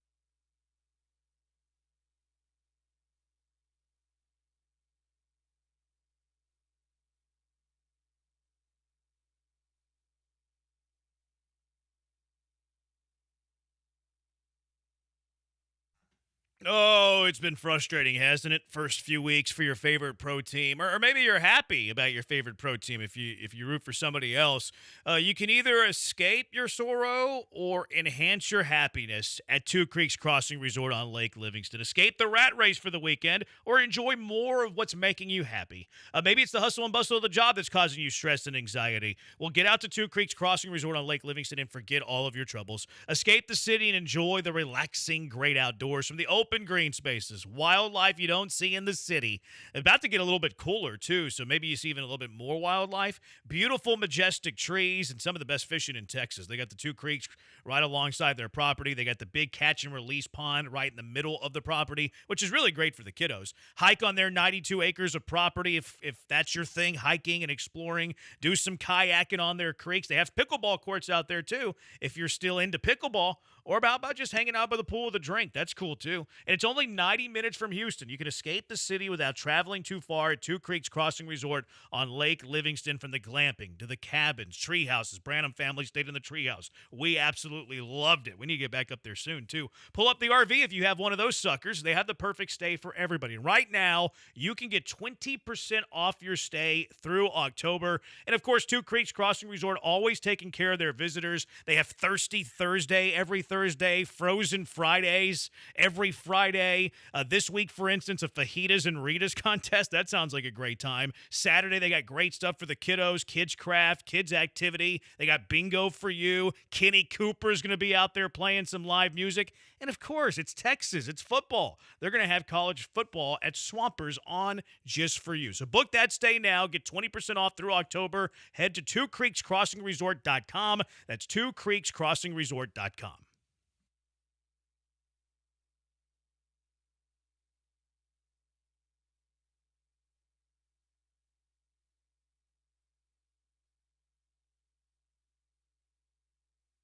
Now back to the Veritex Community Bank Studios with Jeremy Branham and Joe George. On ESPN 97.5 and 92.5. All right, what do you think the Texans' offensive identity, their offensive culture is? See, I think the culture for the full team is you're responsible, you do your job, like all the old Patriot stuff. You're tough, you're physical, all of those things. I look at the offense more as like an identity, and I do think they've had a difficult time establishing an identity because I think Nick Caley-Weiss is way in over his head. What do you think their offensive identity is? Being bad. I don't know. What identity do they have? They don't have one. They don't throw the ball downfield. They don't run the ball consistently. They don't throw short passes. They don't convert third downs. They don't convert first downs. I don't know what they're trying to accomplish. You watch the game and it feels like just an offense as a unit from the play caller to the quarterback to the offensive line that is lost. I think their identity is to try to run the ball, to have play action, to then throw the ball down the field. I think that's what they would like to accomplish, but they can't do it. Yeah, I mean, they were running play action before they ever established a run against Jacksonville, and they threw it 38 times and ran it 19 times when the running game was actually doing okay. Like, you averaged 4.5 yards per carry, and you ran it twice as less often as you threw it. I don't think that they have an offensive identity.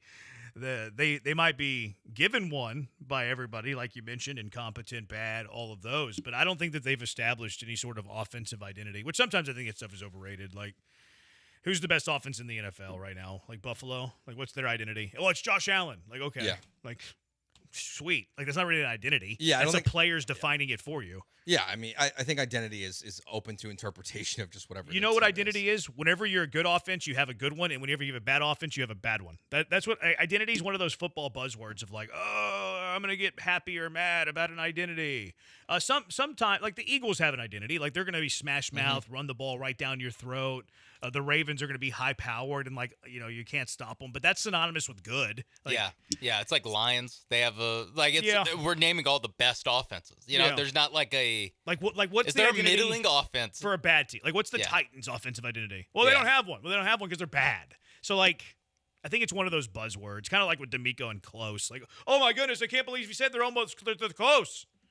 What does that even mean? It means that they're close in these games, and people want to, like, read into it. Well, he's saying the offense is close. No, he's not. That's not what he said. He's saying they lost by less than a touchdown. He's saying that they were in all the games, which factually they were. No one wants to hear it when you're 0-3, and they're going to start, like, creating these narratives of what he means by it.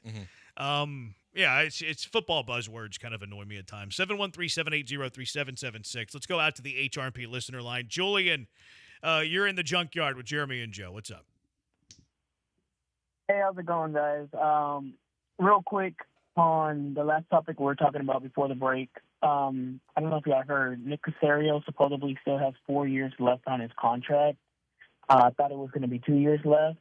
Now that he actually does have 4 years left, what are we going to do? Because this offensive line, he just cannot draft offensive line. At the end of the day, what does it come down to? Does it come down to, I get it, he's the one making the picks, but at the same time, we have scouting departments that are supposed to go out there and scout these players. Does it come down to the scouting department? Does it come down to maybe D'Amico not stepping in and saying, hey, like, we need to bring these guys in to scout some good O-linemen or something? Like, what's going on with that? That was one. And then the other, my first main question was going to be, if CJ plays terrible this year, what is it? Like, it sucks to say this, but does it actually help out the Texans because we don't have to give him the next big contract? He's not going to be the next quarterback to, I guess, reset the market. Like, does that actually help us so we can go ahead and sign Will Anderson Jr. to, in my opinion, actually deserves, to get paid? Because the way CJ's just been playing, I'm not saying CJ's not a good football player, but the way, he's been playing, I get it, it's not all on him, but at the end of the day, hey, you haven't earned the money. And to me, I've been seeing Will play, and I'm like, hey, if anyone deserves the money, we should pay Will. That's just my thoughts. Thanks, guys. Yeah, I mean, I think it's the offensive line stuff that you're asking about there, Julian. It's all of the above. It's Nick Caserio for drafting them. It's the scouting part for, giving the thumbs up on these guys for their evaluation, and then it's the coaching staff for not developing them. Because Just because they're here doesn't mean they wouldn't have been better players elsewhere. You can't prove it or not, but it's just a collective problem that the Texans have had and that they've had since this regime took over. And that's why I didn't understand the Cole Popovich decision in the moment. It didn't make sense because all it really seemed like he did was talk bad about, Chris Strouser. And that's really all it seems is like they didn't like the way things were being done, and he made it seem like he could do it better. And so far, and it's early, I guess, but it hasn't exactly been better in all parts. I mean, Ingram's been fine. Andrews has been fine, but the offensive line's not good. So it's just kind of an all-encompassing problem at this point. I really wouldn't read too much into the amount of time Caserio has on his contract. Cal and Hannah have been willing to buy out of contracts. Mm-hmm. Like, they famously were paying, 3 coaches whenever they hired D'Amico? Like, you gave Cully a significant contract when you hired him. Wasn't you 4? fired him after a year. I want to say it was 4. Lovie Smith obviously got a head coach contract whenever you hired him, 3-4 years. You bought him out. And then you hired D'Amico, who wasn't cheap because D'Amico was a commodity that coaching cycle. So I really wouldn't worry about Caserio's length of his contract. If Cal and Hannah want Nick Caserio gone, Nick Caserio will be gone however many years he has on his contract. That's one thing that I will give credit to Cal for, and Hannah and whoever is involved, certainly not Carrie. They're willing to spend money. And they're willing to eat dead money. I mean, even like the C.J. Gardner-Johnson thing today is another example of that, where that's just money that they're going to be paying this guy. They converted his contract mostly to a signing bonus. That's why there's dead cap going into next season.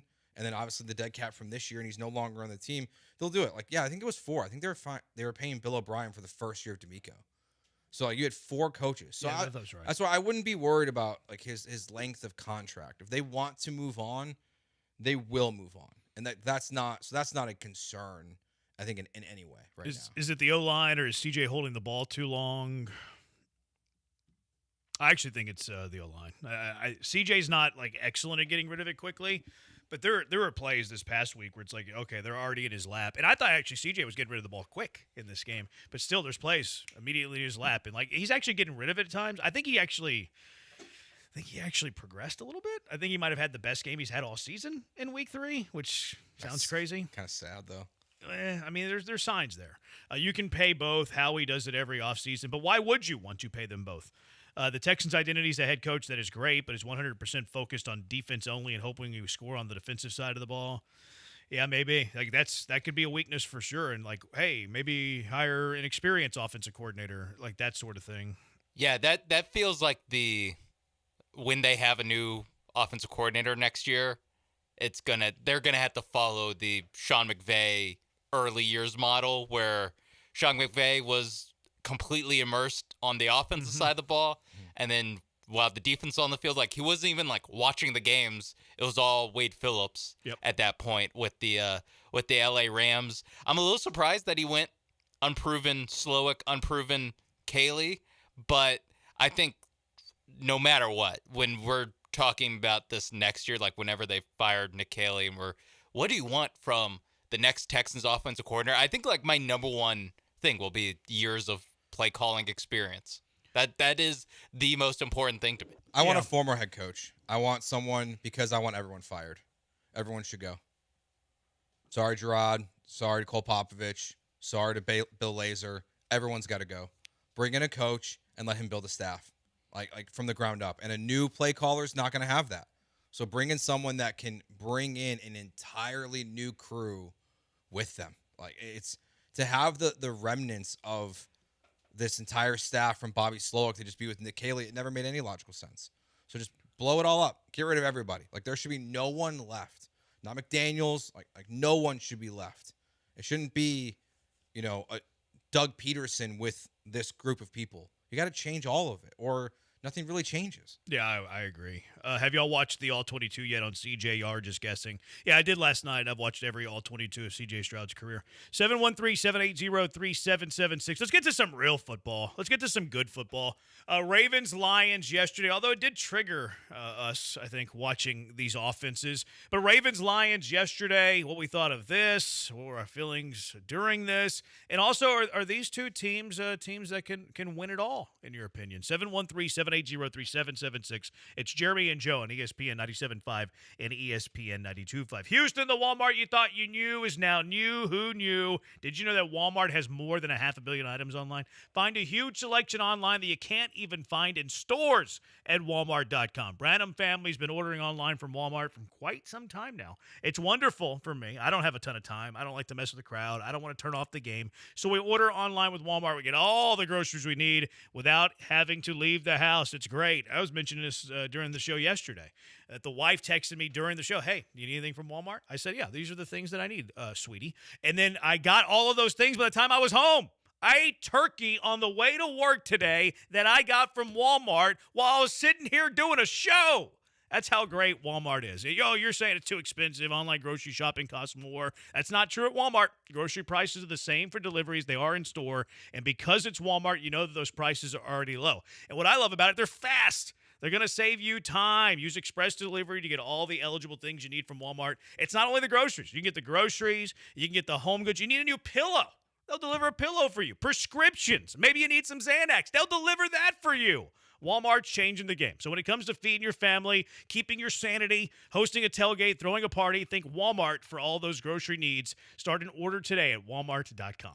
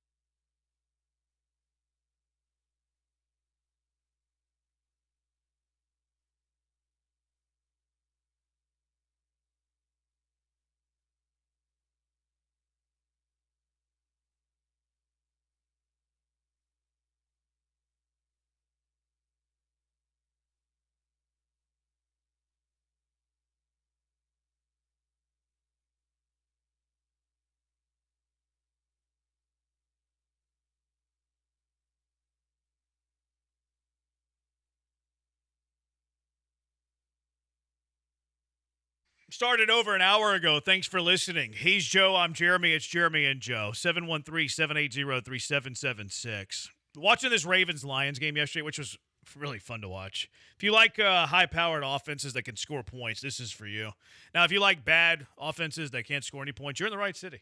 But what were you thinking about as you watched this game? What stood out to you between the Ravens and Lions on Monday Night Football? I mean, I was impressed with the Lions with what they're doing, just the way that they've gone to a new offensive coordinator who was with them in 2022 and John Morton, but then went to the Broncos and has come in and, besides week one, they haven't missed a beat. They're phenomenal, that offense. Like they look like a team that's going to be right there in the thick of things at the end of the year again.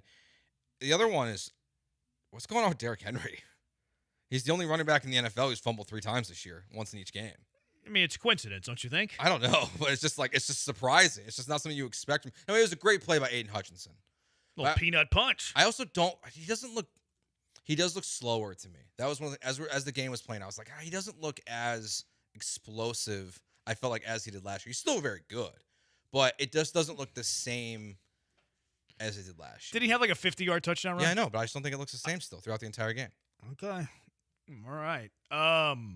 I think it's just unlucky that he's fumbled it 3 times in 3 different games. I don't think that he's like a shell of himself. No. I think that he's just fine. I think he's going to be just fine. Like, if I'm looking at that Ravens team and I have to give you something I don't like about them, I'm looking at their defense. Like, their defense has given up some points here. Like, let's not forget that in week 1 against Buffalo, they got 41 hung on them. And look, the Browns the next week, like whatever. And then the Lions hang 38 on you. Like, are we just going to ignore the Baltimore defense because they're Baltimore, because they played 2 good offenses in 3 weeks, Buffalo and Detroit? Because after week 3, and yes, they've had 2 very good offenses play against them. Do you know they're 31st in the NFL in points allowed? That's not surprising. Are we going to just ignore that defense? Like, hey, Baltimore's a Super Bowl contender because they have a high-octane offense. They have Lamar. They have Henry. That's sexy. Hopkins is catching touchdown passes. Zay Flowers. Mark Andrews had a career renaissance last night. Are we just going to flat-out ignore the defense? No, I think you can, because the reality is, because of their defense, that after next week, they're going to be 1-3, or the Chiefs will be 1-3. That's crazy. Like, one of those teams is going to be 1-3 to start the season. Might have the same record as the Houston Texans if they can get a victory. Like, that's just the reality. And it is the defense. And I know they're missing guys, but and again, you're right. They're playing Buffalo, they're playing Detroit, but those are the teams you're going to have to go through. Mm-hmm. It does feel like now you're going to have to ask even more of Lamar Jackson to make that push, to get to a Super Bowl this year, to win a Super Bowl. They don't look like they can slow down anyone, because the Lions were getting them from all over. I mean, Jameson Williams wasn't super active, but Amon-Ra St. Brown, both David Montgomery. I mean, that big run he had, I know he got caught. Yeah. But him and Gibbs both felt like they were doing pretty much whatever they wanted to throughout the entire game. They were getting picked apart by Jared Goff left and right. The defense is bad. It feels like they were having a lot of success in the middle of that defense. Like, running the ball right up the middle, right into the belly of that Baltimore Raven defense. And they have a very expensive middle linebacker in Roquan Smith, right there. Roquan Smith was hitting guys in the end zone, which some Houston Texans are refusing to do. But Goff looked really good. That one throw he had on that 4th down to Amon-Ra, which there was a holding penalty, so it would have been a first down even if it was incomplete. But my goodness, just dropped it right into the bucket. Like, oh. And I watched Goff and I watched Stroud. And this was actually a Lance comp. He actually had C.J. Stroud comped to Jared Goff. Why can't Stroud be that? I think he can be Jared Goff. I think he could be a little bit more mobile, or maybe even more than a little more. Like, he could be Jared Goff. But what does Jared Goff have that C.J. Stroud doesn't? He's got elite playmakers around him, which ironically the Texans could have had Jahmyr Gibbs and Sam Laporta, but he's got elite playmakers around him. He's got it's true. I know. And a It's first 100% rounder. fact. And a first rounder. He's got elite playmakers. He has an elite offensive line. They lose like the greatest offensive mind in football, allegedly, and they bring in this journeyman OC, a journeyman OC who's had no success in the NFL, but has been an offense coordinator in the NFL, and they don't miss a beat. They're running end-around options. I have never seen that. That play was sick. They hand it off to Amon-Ra, and you have the option if you want it. Imagine the Texans trying to run that. The Texans can't get an end-around right. The Texans botched an end-around the other day. Now, it actually worked because it looked creative, and I think it confused the defense. But I forget who. I think it was Noel. I think they had Noel on the end around.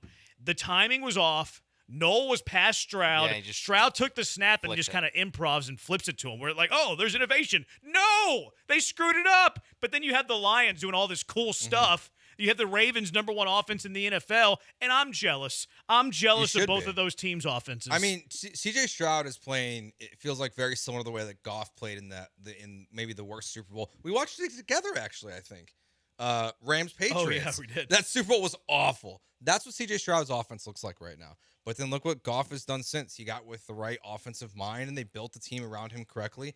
To the caller's point earlier, they built up front. They invested in the offensive line. I mean, remember when they took Gibbs and Laporta and was like, why are you taking a running back and a tight end? Well, they didn't. They were good to go. They've got a guy out there who's been suspended multiple times in Jameson Williams for a variety of different things, for gambling and all these other issues. it doesn't matter. Like they've built out a system there that has worked so well. And I think also talking about what we're talking about now with CJ Stroud, you can look at Lamar Jackson. Look where they were at and look where he was at as a quarterback with Greg Roman. And Harbaugh makes the tough decision. They move on from Roman, who's having success now with the other Harbaugh, but they make a new OC change. They bring in Todd Monken, and he unlocks Lamar Jackson at a different level than we've ever seen him. He was already a good quarterback, but he's an elite quarterback now when they made that change. Yeah. It's all about putting your players in the right position. That's what they've done. Yeah. Like that's why you should be jealous. I was triggered. Yeah. I was jealous. I Quarterback play, offenses. I was like, ugh.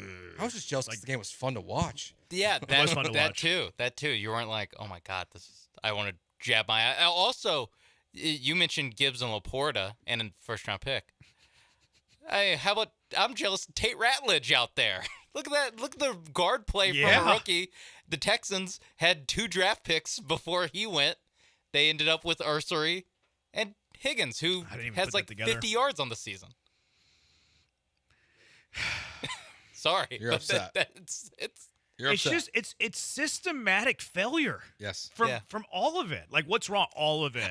Systematic failure from the top all the way to the bottom. We've listed that Nick Caserio is just not good at drafting offensive linemen. Mm-hmm. I do think that it looks especially bad though when your offensive line looks like this and you spent an early second-round pick on a wide receiver who doesn't play from Iowa State. It's like best player available. Like, yeah, best player. You got to do best player available. Know what needs are. Yeah, every March and April, it's just like, yep, got to do best. Yeah, you're an idiot if you don't do best player available. And then you look at this terrible offensive line, you're like, you know what would be sick right now? Like a good offensive lineman. Hey, Nick, you know what you need? Yeah, Tate Ratledge. You need some interior offensive line play. You know what? Nick. That would have been way cooler than me having to cut Higgins for my fantasy team. I did the same thing. Tate Ratledge last night, Pro Football Focus, graded out at a 91.4 overall offensive grade. The highest graded offensive lineman for the Texans this last weekend was a 77. I was going to say, you could add two Texans together and they don't get 91. Yeah. Yes, the left side of your offensive line, they do not. Ursery and Tomlinson would be in the high 80s together. Yeah. It's just another miss. I was looking at Pro Football Focus scores. I think Texans Jacob posted this the other day. They are nightmarish. Nightmarish, I think, is putting it lightly. Yeah, here they are. Hit me with a player. You want to know his Pro Football Focus score on the year? Hit me with a player.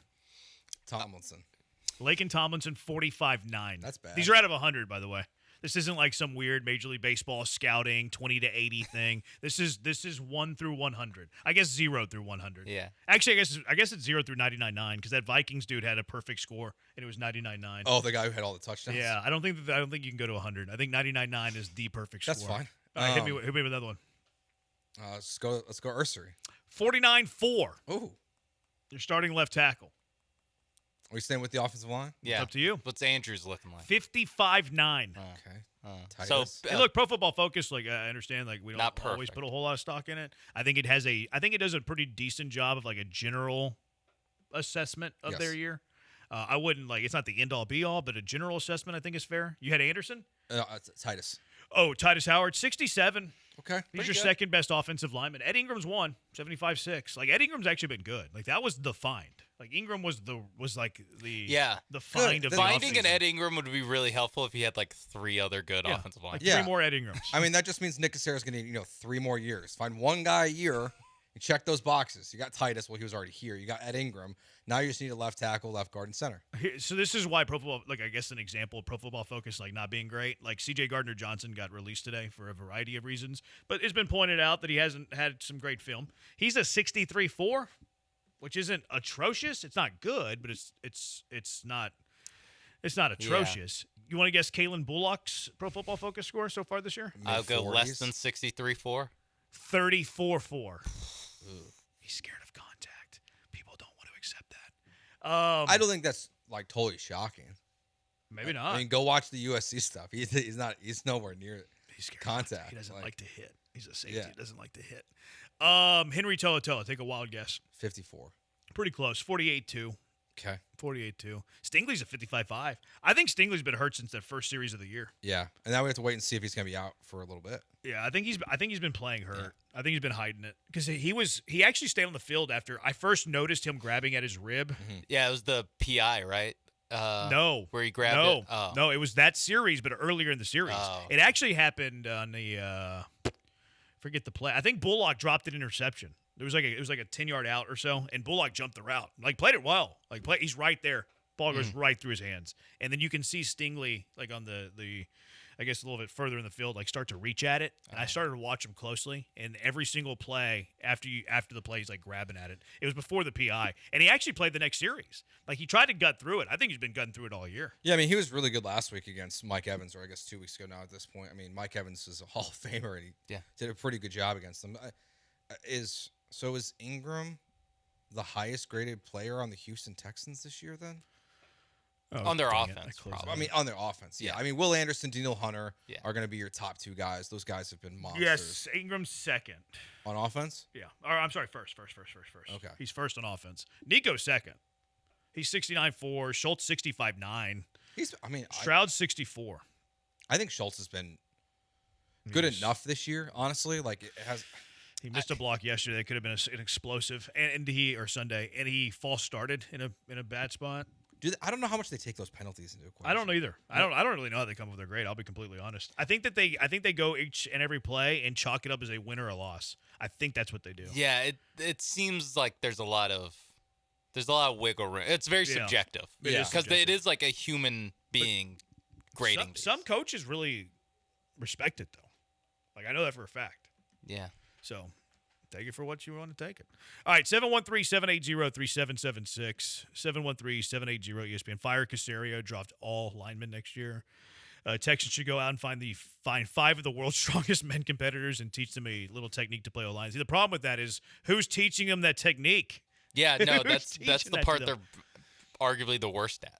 Yeah, I think so too. All right, Ravens or Lions? Are these guys, are these teams Super Bowl contenders? And who joins them? Who are the Super Bowl contenders after 3 weeks of the NFL season? 713-780-3776. Jeremy and Joe, ESPN 97.5, ESPN 92.5. Cannot wait to get back to ESPN Bet at LaBerge in Lake Charles. We'll be going out there coming up here in August. Date to TBD right now, but we'll be heading out there for some shows on the weekends to be out there. Me, Sean, Brian will be doing shows, and sometimes doing some Friday shows as well. They've got a new chef, a new VIP fan cave section that's available for bookings, new menu items, and in the past, the sports book, you had to be 21 plus to enter the sports book, so you couldn't really enjoy the food. No.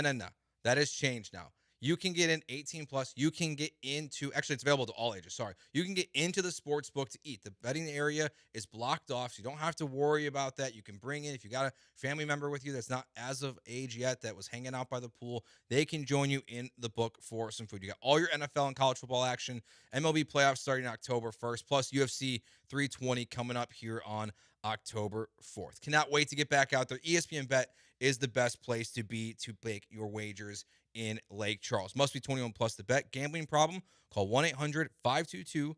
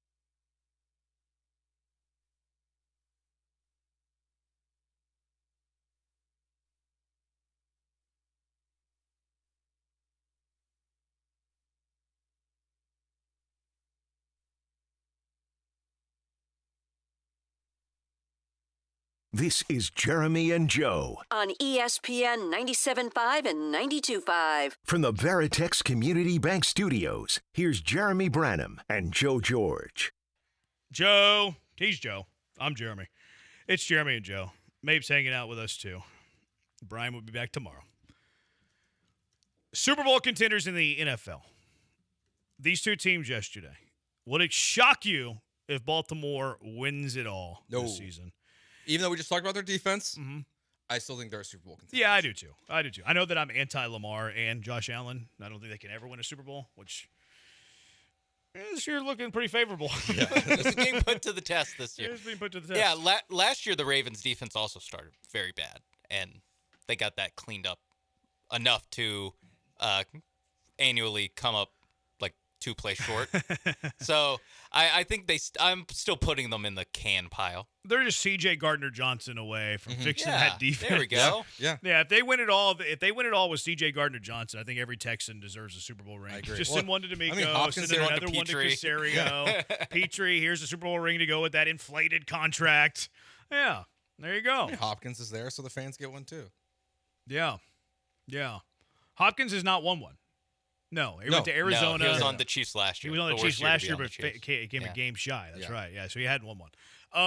No, I wouldn't be surprised if either one of these teams wins it all. I wouldn't. I think both are capable. AFC East, just the Buffalo Bills. Correct. So that gives us 3. AFC North, well, we just talked about Baltimore. So Just already Baltimore. No Cincy, no Pittsburgh, 2-1. A game up on Baltimore in the AFC North. Okay, you can sell me on Cincinnati. Really? If I wasn't trying to. If you're an easy guy. If Joe Burrow is back like the first week of December. No, I'm out on Cincy. Like if they can stay in contention. They're not gonna. I don't think they will either. They're not. They just got hammered by Carson Wentz. Yeah, but the AFC sucks. It does kind of suck. Like they could if they can be in position to get the last wild card spot when he returns in December, I think they can make a run. He didn't make the playoffs last year. Yeah, He got him a game short. I know. I'm out on Cincy. I also think No like way. even if he is healthy for like the last 3 games and they make the playoffs, like there's still going to be 4 teams in the playoffs that are better than them at the very least. They're probably going to have to go on the road in every single one of them. Yeah, it's going to be like a Brady Tampa path where he had to go on the road. That's what makes it tough. I'm out on them. Al Golden's great in the playoffs though. AFC South. No one. The Colts are the only one you can consider. They're not a Super Bowl contender. They're electric, man. Their offense is so good. I want to see one more week from the Colts. I need about 10 more weeks. I've watched before I every put Super Colts Bowl game contender because I'm a sicko and I love this offense. This offense is awesome. Daniel Jones is making like cross-field throws from like 40 yards out. Like he kind of looks like Josh Allen. Like I'm not even kidding. Now he was playing the Titans, to be fair, but he's doing some things that are freaky. Like he's. You know what? I also thought about this yesterday that I don't think has come up with the whole Daniel Jones thing. Do you know why Daniel Jones went to Duke? David Cutcliffe? Yes. What is his big thing? He coached the Mannings. Coached the Mannings. The connection. Is that why he landed in Indy? I don't know. It's something I thought about yesterday. I did see that he took a pay cut. The Vikings offered him more money to come back and be the go. backup. Paid Manning connection. He also knew he's going to beat out Anthony Richardson for the starting Probably. job. I'll give where y'all? You were both out on the Colts?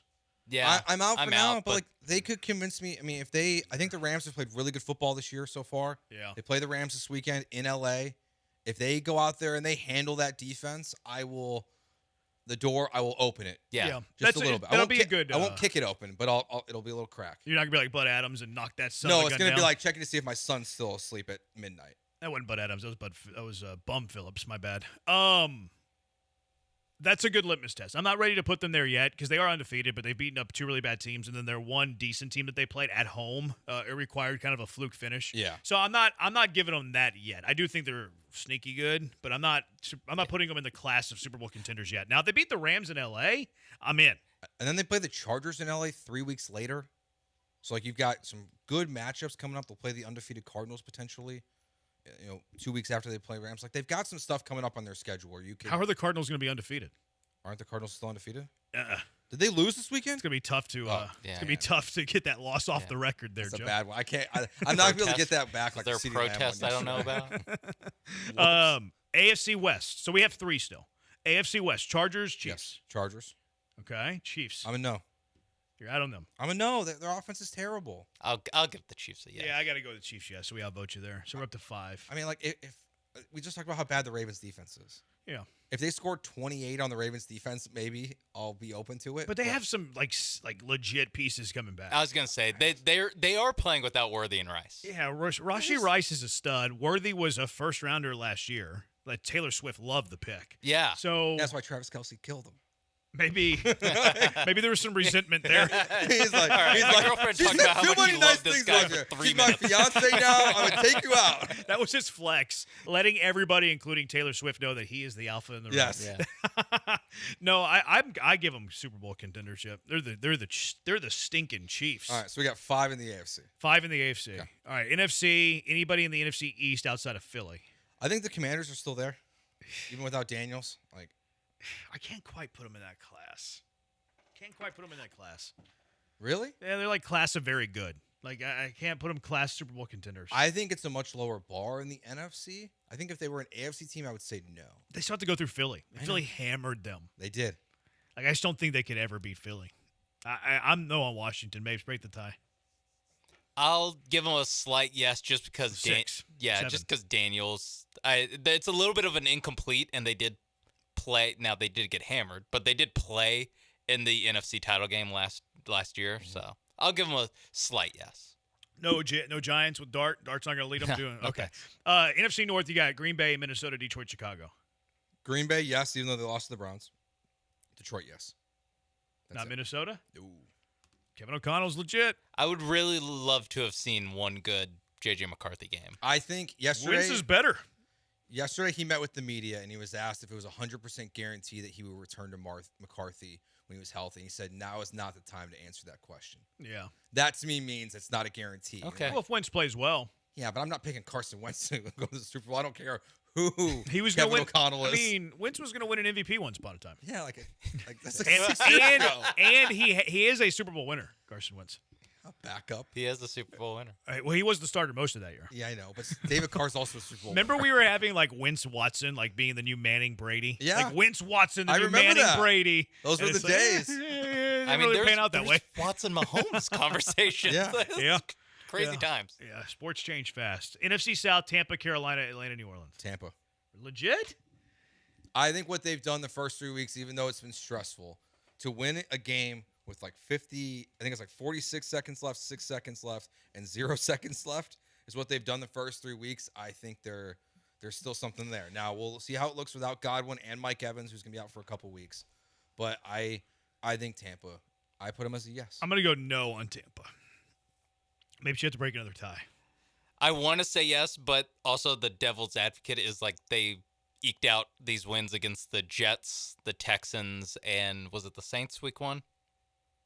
Is that who they played? No, Falcons week 1. Yes. Falcons. Yeah, I mean, they have a plus 6 point difference. Yeah, over 3 against with the 3 bad teams. Yes, against 3 teams with Two of those 3, I believe, are the worst 2 scoring teams in the NFL. I like Tampa. Okay. All right. You're a little bit more lenient than me. Fair. You go a little Tampa and Washington where I say, no. No. So we vote them out? We voted them out. I'm Max voting voted them no, out. so we're still at 9, I think. San Fran, Arizona, Seattle, LA. I'm going to say the Rams. That's it. Not the Niners. Too many injuries. Like already. I mean, they've missed so much time. Losing Bosa, Jawan Jennings, Brandon Ayuk. Jennings and Purdy. Ayuk are coming back. I So know. will Kittle. But they just, this team. And Purdy, although they're the Astros. might be a wash. I like come on. But they're 3-0. They're the Astros. I don't know. They I would got- give they got- San they got some Francisco. injury The problems. Astros could win the World Series. They What are you could. saying, Joe? Yeah, hot week. I think that the San Francisco 49ers ceiling is a Super Bowl win. Okay. Like, do I think they're going to get there? Probably not. But I think they're capable. I think San Francisco. I'd like to see the odds on this. Actually, I think San Francisco is more likely to win the Super Bowl than Washington or Tampa. Probably more than Tampa. Yeah. I know. Speaking against myself here. Are but we underrating Seattle? I think they're paying a hefty Sam Darnold tax. As in, I don't want to say that a team quarterbacked by Sam Darnold can win the Super Bowl. That's fair. I think if you just Sam Darnold. took Men in Black memory erase the fact that Sam Darnold was their quarterback, I probably would make the case for Seattle. I'm just not going to do that. The 49ers are in front of the Tampa Bay Buccaneers. 49ers are plus 2,000 to win the Super Bowl. The Buccaneers are plus 2,200. What's Washington? Plus 2,000. Okay, so they're tied. tied. Yeah. So right now it's Bills, Ravens, Eagles, Packers are the top 4 teams. Those are the 4 teams that are under plus 1,000. And then the Lions, Chargers, Chiefs are the next group that are before it's plus 2,000. So do we hit all of the top 10? Yeah, I was going to say, I don't think we missed. I don't think we missed anybody. We had some that were for debate. Buccaneers, Commanders, Niners, I guess. The team after the Buccaneers, the first team to be at plus Who's 3,000. the first team that we didn't even mention? The Broncos. Okay, I thought that would be it. They're plus 4,000. Yeah. I want to hear an outside view of what we think of Broncos and Knicks' progress. I think they're fine. I think they're solid. I think they took advantage of a bad schedule last year. I think they have a good defense. I think Peyton's a good coach. I think Knicks is a developing quarterback. I think they're like an above-average football team. That's what I think of Denver. Yeah, I mean, I like the fact that J.K. Dobbins has run as well for them is something. That guy, I didn't think he would ever be this player again, but he's looked really good for them. Surprisingly to me. Yeah, they've got some good pieces on that team. Yeah, they just haven't had the performance where you just sit up in your seat a little bit and you're like, whoa, these guys. I mean, they played pretty well. I mean, they played well last week against the Chargers, a team that we all kind of no-brainer have in there. They played them down to the wire, but you would like to have seen a little bit more from year 2 Bo Nix than what we've seen. Sean Payton or D'Amico Ryans? Sean Payton. 713-780-3776. I don't know if I was supposed to answer that yet, but Sean Payton. It wasn't rhetoric. Sean Payton. Sean Payton? Yeah, give me Payton. I don't think that's really a slight to D'Amico. I think it's unpopular. Yeah, it's going to be unpopular. We're in Houston. But Sean Payton won a Super Bowl. Yeah, ask him in Denver. Like Denver's going to say all Bo Nix Sean in the playoffs Payton. last year. But my point was, I think it was unpopular at the time. Oh, yeah. Like whenever everybody going through the coaching process and the coaching interview. I forgot about that. Yeah. Peyton did interview through Zoom, and then it was widely thought that the team that he was clowning to Coward were the Texans. Yes, because it was right after. Yeah, which never has been confirmed, but it seemed pretty obvious. Kindly widely deduced, I guess. If you could revisionist history back to that coaching hire, Payton or D'Amico? See, I like D'Amico. I know that we're all mad at him because I do too. But I like D'Amico. But think about all the issues that we're talking about right now with the Texans offense. Would we probably be having these with Sean Payton? Probably not. No. I mean, if we were, it would be it wouldn't be the worst offense in the NFL. We'd have issues with Sounds like a Twitter poll. 18th best offense in the NFL. You know, the offensive line would still be an issue for them, but I feel like just the base level competence would be higher. Yeah, And guess what? The Broncos also have a really good defense. They're gonna be mad at me. The internet's about to be mad at me. But it's that's a fair question. Well, I'm not even gonna answer the question. They're still gonna be mad at me. I'm gonna be. What is the word whenever people are mad at you? Angry? I'm not angry. I'm the victim of their anger. What would be the word to use in this spot? The victim? Yeah, maybe victim. Maybe victim. The lightning rod? Yeah, I'm gonna be the whipping boy. Yes, I'm gonna post a Twitter poll. Would you rather have Sean Payton or D'Amico Ryans? I didn't even answer it. Yeah, are you going to answer it? They're gonna get mad at me. Are you gonna answer? I'd rather have Payton. Yeah. I'd rather because of the offense and the offensive importance, because it includes the quarterback, which has the most important value of any position, probably in sports. The only other one would be the best player on a basketball team. And honestly, when you look at the Broncos and what, like Sean said, they have a great defense. Sean Payton's got that Rolodex, man. He can go out there and hire coaches. If he would have had an opening, he could have brought Dennis Allen back this year if he would have wanted to in Denver. And look what's happening with the Lions even. John Morton, their offensive coordinator, his last 2 years were with the Denver Broncos. Mm-hmm. It just shows that it's better off. Would you rather have John Morton on your staff or Bobby Slowick on your staff? Well, yeah, that would have been the choice more than likely in 2023. I mean, they've got 26-year-olds basically being hired to be passing game coordinators or offensive coordinators in Chicago, like this Declan Doyle kid. I mean, Sean Payton's the answer. All right, 713-780-3776. Cash them or trash them? 713-780-3776. What are you cashing? What are you trashing? It's Jeremy and Joe on ESPN 97.5 and ESPN 92.5. Coming up on October 4th, Sean and Brian will be out at Kima Boardwalk for the bullpen. But why? It's Oktoberfest, Saturday, October 4th, and Sunday, October 5th. Join them for a variety of German beer and food, live music, cornhole tournaments, Steinholtken competitions, costume contests, and much more. This event is free to the public to attend and walk around. They will have so much beer there. They'll have Bell's Oktoberfest, Shiner Oktoberfest, Shiner Row, Blue Moon, Voodoo Ranger. All of the good stuff that you want will be there at Oktoberfest at the Kemo Boardwalk. All these fun events you can see on their website on the schedule. Saturday, October 4th, they'll have the Cornhole Tournament going for 7 hours. Same with Sunday from 1 p.m. to 8 p.m. So if you think you're one of the best cornhole players in town, that is a great time to prove it. Plus, they'll also have live music on Saturday night from 6 to 10 and on Sunday from 5 to 9. You can see the full schedule of events and concert lineup at KemoBoardwalk.com.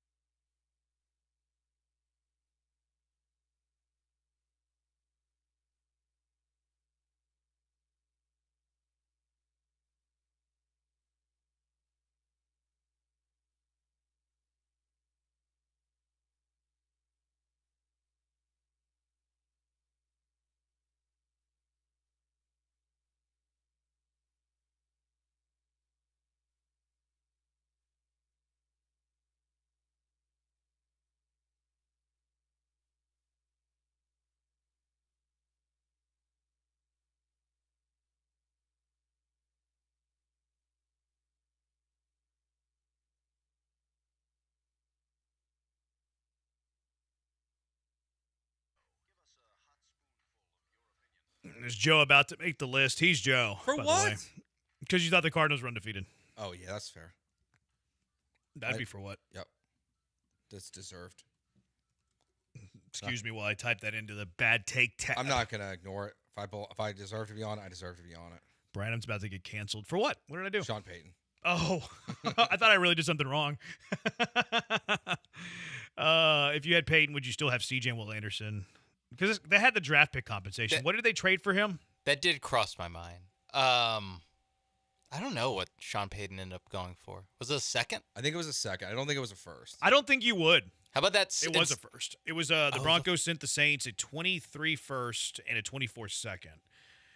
Oh, that's the a lot Texans for a would have coach. Give me traded D'Amico. back. Would have traded back and then traded for I'm Stephon not Diggs. sure that C.J. Stroud would have been a Sean Payton quarterback, though. Reading on what Sean Payton values in a quarterback, I don't think Stroud would have been one of his guys. So I'm going to say no to that, actually. Who would they've gone like backup or not backup, but like NFL journeyman? Probably for a year. Yeah. Maybe another year of Davis. Maybe. Before. Who's the Broncos quarterback in now? In 23. Because Nix was a rookie last year. I don't know. Was it a holdover? Was it Russ? I think it was Russ. Oh, yeah. Yeah, because it was they were Russ yelling on the sideline. I forgot. Yeah, I forgot about He that. couldn't draft a quarterback fast enough. Somebody also asked earlier, how could the Texans have Gibbs and Laporta? That was the draft day trade for Will Anderson. They traded 12, 33 in a future first for number 3, which they drafted Will Anderson. If you don't have Will Anderson, you could have it depends on who they would have picked. Yeah. Do I think that Caserio takes Gibbs at pick 12? No. I don't think he takes a running back at 12. But so it's probably wouldn't have happened, but whatever. But it could have happened. Yeah, you would have had the opportunity to do it. Yeah, you would have had the opportunity to do it for sure.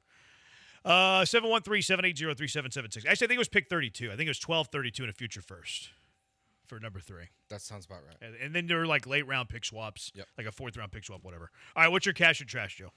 When Mike Sando's quarterback report comes out next year, C.J. Stroud will be in the late teens. Who's? Mike Sando, the athletic quarterback rankings that he does every year. Didn't he do? Oh, he does it every year? Yeah, he does it every year. Yeah. Who's the guy who does it every week? Oh, I saw that on ESPN. I think Phil Sim. There's Chris multiple Sim. sites. Yeah, that do there's it. a bunch that do it. The every week. Athletic had a big write up on Stroud today. Yeah. and like his contract and all that, like his what's coming up. Yeah, I'll cash that. Okay. Yeah. I'll cash that.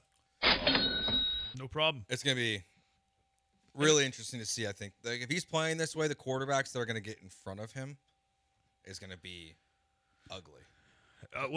Just one today had Geno Smith ahead of him. I think it's deserved right now. Would agree. I mean, he's playing like a bottom 20 quarterback. It's You not wanna- all his- It's not all his fault. I didn't know if no, it's not. This is like again the quarterback talent Yeah. versus the quarterback production. There's a lot of things that go into the algorithm of quarterback production, all of that stuff. There was a stat today. I think it was from this article actually. Among the 33 quarterbacks with at least 300 pass attempts since last season, Stroud ranks 28th in EPA per dropback, according to True Media. It's only better than these 5 guys: Joe Flacco, Cooper Rush, Gardner Minshew, Spencer Rattler, and I hate to do this because it's me being right, Will Levis. Oh no! I was like, there's gonna be some abominable quarterbacks in here. I guess it's not right because Stroud was ahead of him, but the only quarterbacks out of 33 with at least 300 pass attempts since last season that Stroud ranks ahead of an EPA expected point average or something like that is Joe Flacco, Cooper Rush, Gardner Minshew, Spencer Rattler, and Will Levis. Yikes! That's the bottom of the barrel, boys. I mean, that's literally the worst quarterbacks in the NFL. When you said Cooper Rush, I was like, I can't believe he qualifies. When did he play? And I Right? forgot he was the backup, or he was the starter for Dallas for like 10 games last year. I had the same thought when I read his name the first time. It's like, who what? Yeah. My cash or trash, Daniel Jones is the best quarterback in the AFC South. Cash it. It's not even close, really. Yeah. It's not for now. I don't want to say it, but Who's cash. second? Trevor? I think CJ. I would still take Stroud over Lawrence. Yeah, right now, yeah. And I still, in the long term, will take CJ over Daniel Jones. But for today, it's Daniel Jones. Would you take Cam Ward over CJ Stroud? Absolutely. Long term? He's long so term? bad. Again, I fell asleep to the I mean, Titans-Colts game yesterday. Like, he's doing he got the treatment where he had to throw in the second game of the season where he's rolling out to his right. He threw it way across the middle of the field. And it was a touchdown. It's one of the worst throws you could ever do as an NFL quarterback. But because it worked, everyone's praising it. Yeah. But the reality is if he does it again, it's a pick six. Last year, that's a hilarious Will Levis screenshot. Yes. That was a hilarious surrender cobra from Will Cam Levis. Ward, first offensive snap for the Titans against the Colts. Like, he's been having a bad thing where he's not throwing to his checkdowns, apparently. So he's like looking downfield, check down, throw it. Problem was the check down was covered. Pick 6. Yeah. I think it was the first offensive play from scrimmage for the Titans. Yeah. And it was already, I think it was 7-0 already, maybe. I think it was the or first field goal, maybe. I think it was the first score of red zone on Sunday. Yeah. Maybe it was the first offensive play of the game, period. Yeah. Cam, he's looking downfield. Oh, I better check it down. Oh, no, there's somebody there. And pick 6. Colts never trailed in that game. He's not playing good, Cam Ward. Neither Stroud. It's going to be a pillow fight Sunday. Cash or trash on the text line, 713-780-3776. Cash or trash, if eliminated by December, Nick gets fired in the season. He said in season. Cash it. I'm going to trash it. I don't think he gets fired in season. Trash. I'll trash that one. Cash or trash, Texans win the division. Trash. What are you smoking, Texter? I want some of it. Like, win the division? They're 3 games back, and their offense is a train wreck. What do you mean win the division? You're almost doing the Jim Mora playoffs. I know. Win the division? Win a game. I'm having a hard time getting to 5 wins. Yeah, let's pull up the next 3-4 games of the schedule and tell us. They should be 1-3. The Houston Texans are plus 750 to win the division. That's not enough value.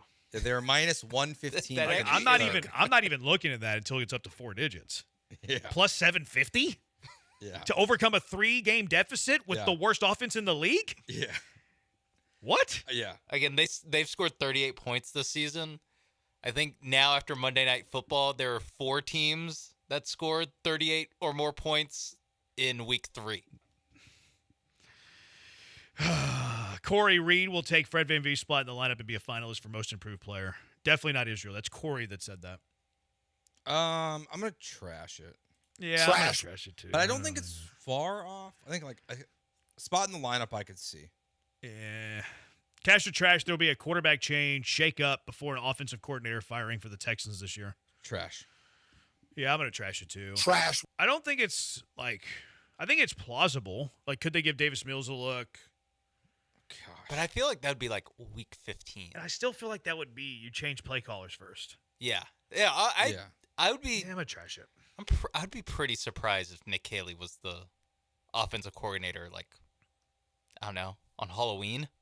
If we're still saying Nick Caley, still getting his feet wet as an offensive play caller. I don't think he will be the offensive coordinator when they play Seattle after the bye. Okay, let's hammer through these. Mike Gundy finds a new job this year. Cash or trash? In college football, as a coach, He didn't qualify. A new job. Well, then cash it because he's gonna be on TV. Yeah, I'm gonna cash it too. TV. Cash or trash? Texans cover 6.5 against the Titans. Trash. I haven't really thought about my bets yet this week, but I think I'm gonna cash that. Trash. Titans are so bad. Texans are gonna be so desperate. They're at home. But I think the Texans cover. Can they score a touchdown? If the Texans, they score a touchdown? If the Texans cover this weekend, Kamari Lassiter has a pick 6, and that's why. that Maybe. Yeah. You're not covering thanks to the offense, or you're covering like the Eagles covered with a blocked field goal and a touchdown. What, 13-3? Is that how they would have to cover? I was thinking 24-13. 24-13 Texans. 24 points. Well, one of them's a pick 6. Okay. And they're so desperate on offense, they Even have then, to figure it out. 17 offensive points. Cash or trash? Astros make the playoffs. Jordan comes back. Fromber cuts off the dreads and goes back to being Fromber. Astros win the World Series. Trash. Yeah, I'm gonna trash that. Trash. The Fromber part. He's not going to cut off his dreads. Ocho, Will Hammond should be the Texas Tech starting quarterback. Cash or trash? That's tough. I'm going to trash it. Yeah, But he made a compelling argument when he was out looked pretty there. good. I like Morton though. Yeah, I don't think Morton was so bad that you have to do it. So don't do it. Nah. Let's get to these NFL overreactions. What are your NFL overreactions? 713-780-3776. Jeremy and Joe on ESPN 97.5 and ESPN 92.5. If you're in the market for a new vehicle, listen up. Monument Chevrolet is the dealer that you can trust. Transparent, no hassle pricing. Get your car shopping done fast. Monument Chevrolet has been serving the Houston area for 50 years, and they've helped generations of families get into new vehicles, and these families just keep coming back because they trust the people at Monument Chevrolet. Family feel, friendly atmosphere. They hire great people. It leads to a fantastic culture. Right now, the vehicle of the week, the used EVs. It's a fantastic deal that not a whole lot of people think about, the used EVs. Right now, Monument Chevrolet has pre-owned Chevy Bolts on their lots at a fantastic price. How fantastic? How about less than $15,000? And if you purchase the vehicle before September 30th, you qualify for an EV tax credit of up to $4,000. I was a math dropout, but I can figure out that math. That's $11,000 for a used EV. They have new batteries. They're quiet. They're comfortable. You're going to love it. Get a fair deal, a fast deal, and an easy deal without wasting your time in aggravating, stressful negotiations. No tricks, no time wasting, no hidden charges. If you've been waiting to upgrade your ride, do it now. Visit them online, monumentchevrolet.com, monumentchevrolet.com, or better yet, visit them in person, 225 and Beltway 8 at Monument Chevrolet. Chevrolet, together, let's drive.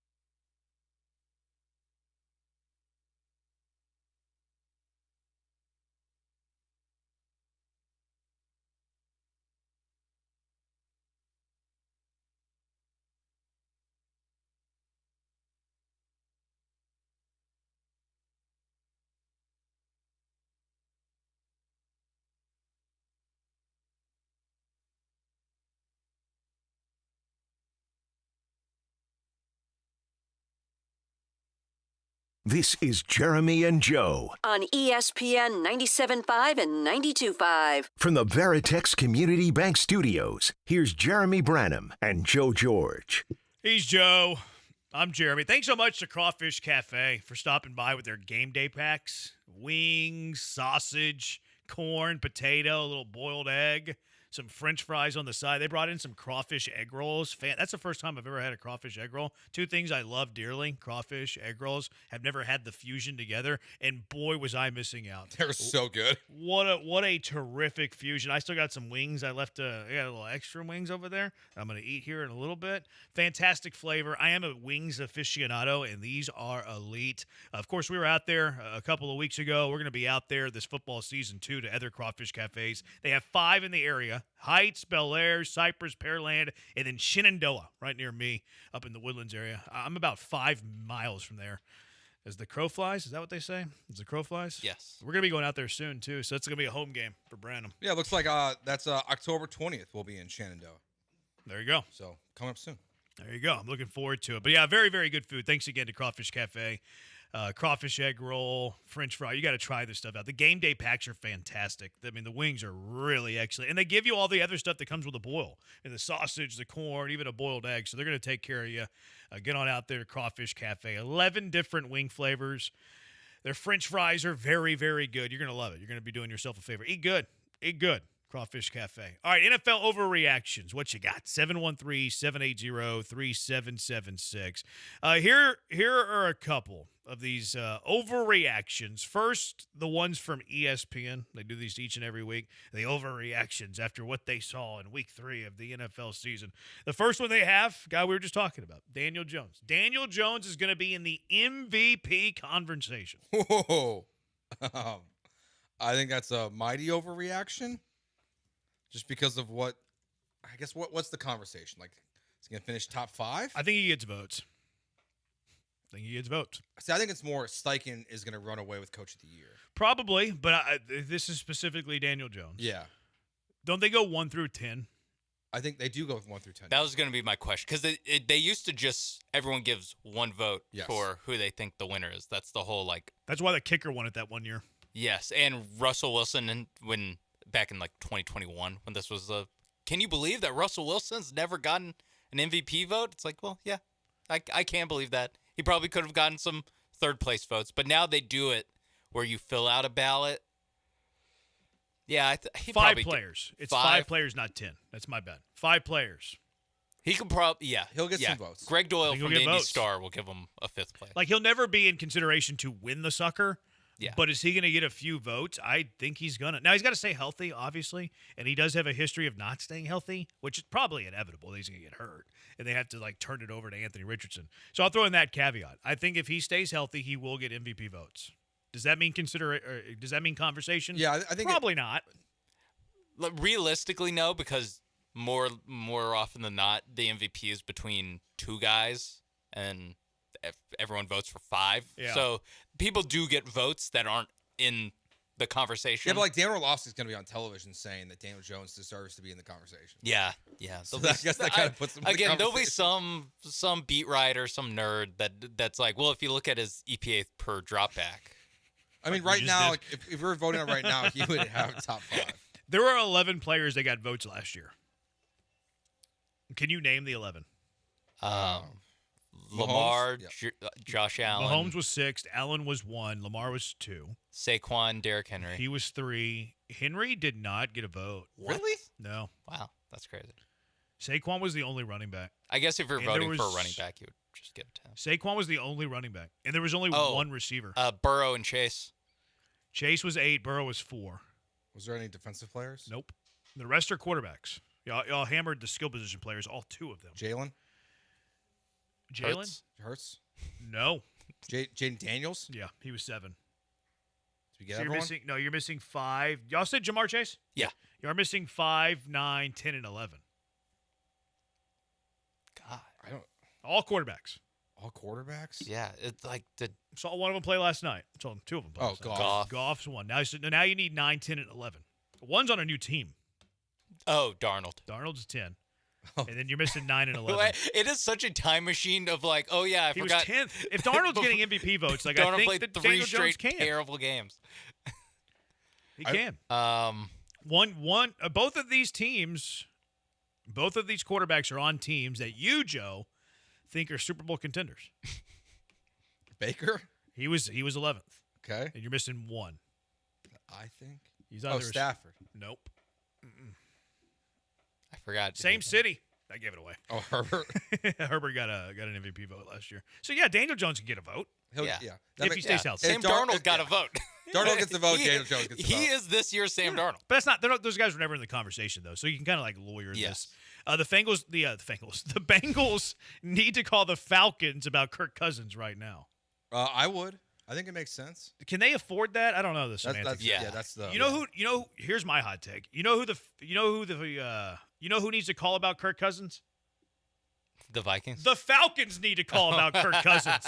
That's who needs to be calling about Kirk Cousins. They can afford him. He's already there. 0 to relocate, and he's probably better than their starter. That's who needs to call on Kirk Cousins. Their head coach. I don't think we're far away from that. I mean, maybe not. Putting him in at the end of the game. I know it was the end of the game. We saw them fire their wide receivers coach yesterday. So weird. I think there's something more to that story. See, I thought that he might have been a new hire and like, okay, this guy's terrible, incompetent. He was there last year.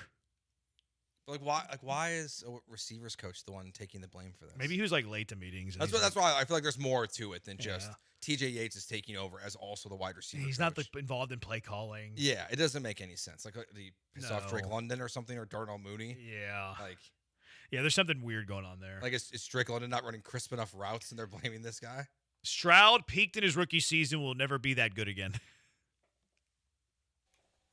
I mean, if I had to bet on it, I would bet on at this moment. I would bet on he's more Mac Jones than like Josh Allen. That's a big gap. Yeah, that is a mass. That's Grand Canyon-esque. How about? Yeah, but he was Dak Prescott. Yeah, he was on. Like, okay, I mean, is it better? Is he more Mac Jones or more? So will his rookie season be his peak? I don't think so, but maybe I'm being a homer. I mean, I'm having a hard time Sam arguing Darnold for got MVP votes, and Daniel Jones maybe is in the MVP conversation. That might be what it takes, though. Yeah, it might take a relocation. Yeah, Geno Smith. Like, there's a lot of guys. Yeah, like is his peak with the Texans his rookie year? I would probably say yes. It's hard to argue. And it doesn't mean he still can't be good, but like he was so good. Just like going through it so what would he need to turn things around? New play caller. Okay, you can do that this offseason. New line. New line. How long is that going to take? 2 years? Yeah, I mean that's not an overnight thing. And if we're talking about the 2-year time frame, that's CJ Stroud's going to be on new contract by then. Going to have to be less of a. It's going to be with the Rams. It's going to be with McVay. Yeah. It gets a little bit tougher of like how long will it take for him to actually be as good as he was in 23 again. Let's sneak in a call. Let's go out to the HRP listener line. Vera, you're in the junkyard with Jeremy and Joe. What's up? Hey guys, I mean I know having Daniel Jones in the MVP conversation sounds nice and romantic for the Indy fans, but he has a record combined. The combined record of the Colts against who they played is 1-8 for those teams that played against the Colts in the last 3 weeks. So let's just hold our horses there. I mean, Broncos are the only ones with 1 win. So, I let's not jump to the thing. The other question I had for you guys, and unless you guys have already spoken about it earlier in your show, what's going on with C.J. Gardner-Johnson? Looks like he was released today. I mean, is there something we don't know about, or is it just creating space for Jimmy Ward, which would make no sense? Wanted to kind of get your thoughts on it. I'll hang up and listen. Thanks, guys. Thanks, V. Yeah, he was cut. Sounds like there was some locker room issues called out for a player calling out another player's contract. Yeah, I mean, I kind of genuinely agree with Vera about Daniel Jones, but it's hard to deny what he's doing on a day in and day out basis right now. You think V would bet me Colts miss playoffs? Yeah. V, let's make a bet. I bet you the Colts make the playoffs. Slide into my DMs. And we can talk about the details and then where we're going to hold the money in escrow. Because I'm done making bets with listeners because they never pay me. The money will be held in escrow if I make a bet with a listener. 713-780-3776. Let's get to the Astros, the Houston Astros. Where do you stand on this take, by the way? of I don't want to watch the Astros make the playoffs. Where are you at on that? 713-780-3776. Jeremy and Joe, ESPN 97.5, ESPN 92.5. Hey, Houston, the Walmart you thought you knew is now new. Who knew? Walmart has more than 500 million items online. You can find a huge selection of items online that you can't find in stores. From prescriptions to home goods, all of that is right there and available to you. When it comes to feeding your family, hosting a tailgate, or throwing a party, think Walmart for all your grocery needs. We're working on putting together our list right now.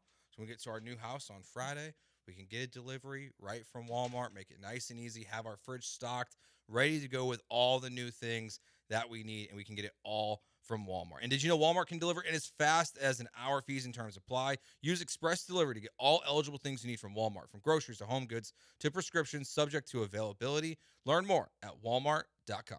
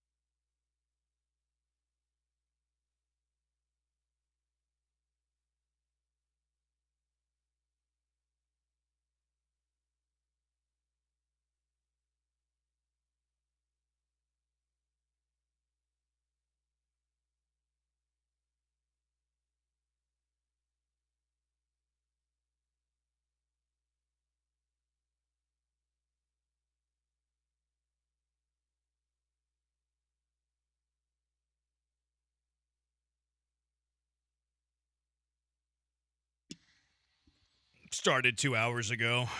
He's Joe. I'm Jeremy.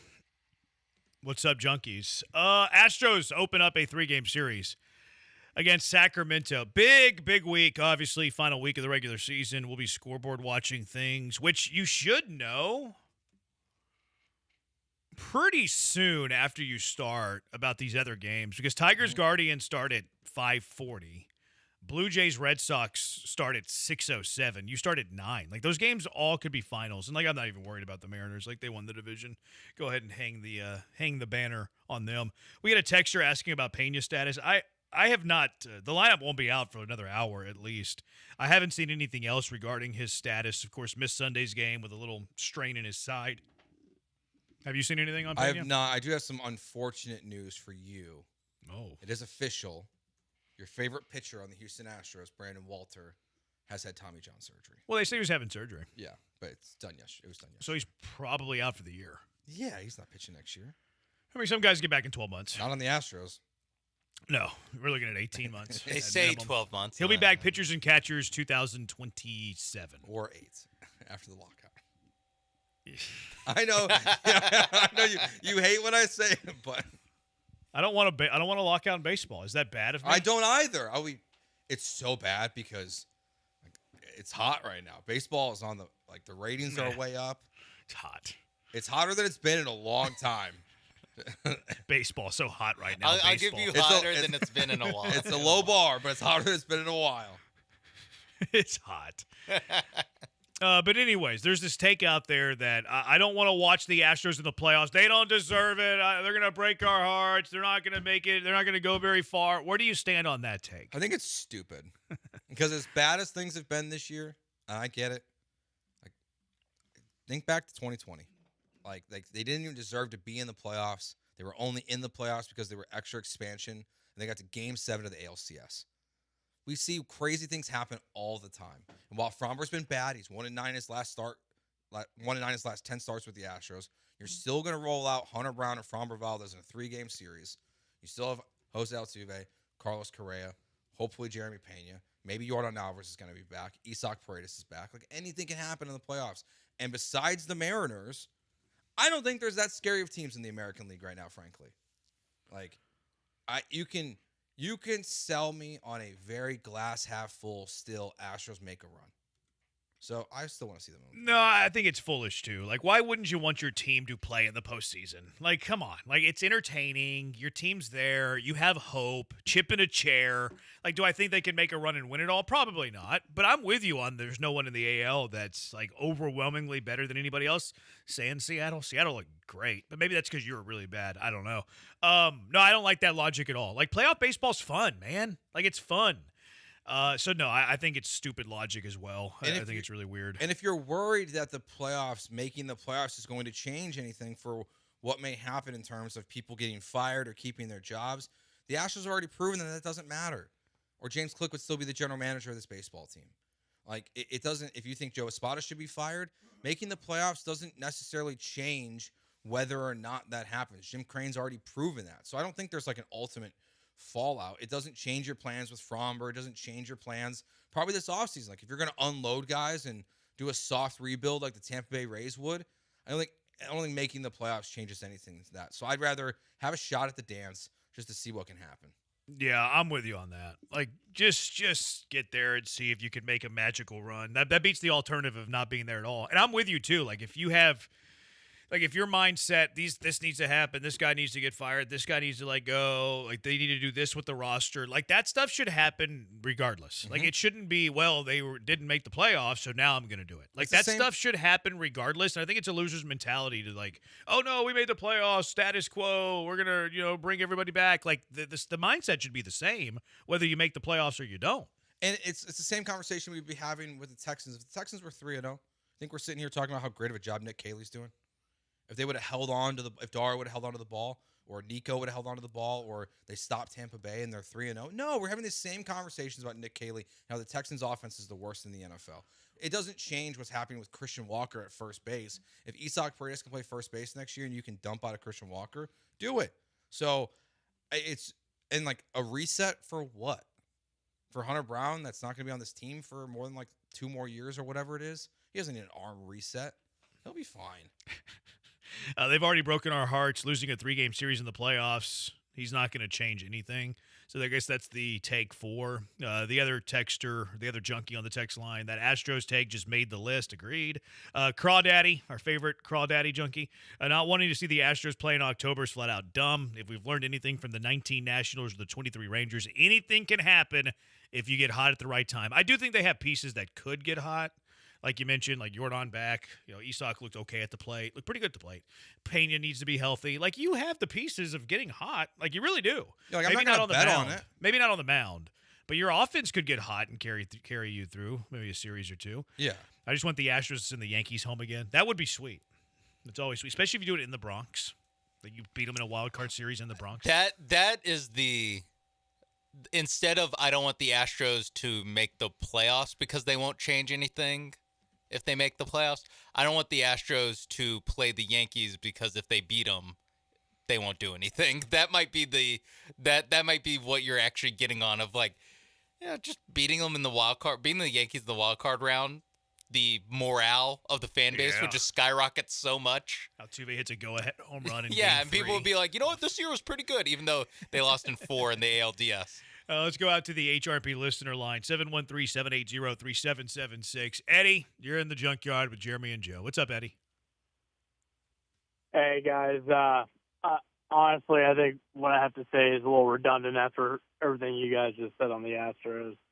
I was just curious as to what it would take for us to make a decent run, and obviously I do want to see them in the playoffs. Whoever said they don't, that just doesn't make any sense, like y'all said. But I think the playoffs in the MLB have gotten a little bit more random than other sports. When the Diamondbacks made the World Series, and it'd be nice to see the Astros. I'm just curious what it would really take for us to make a decent run.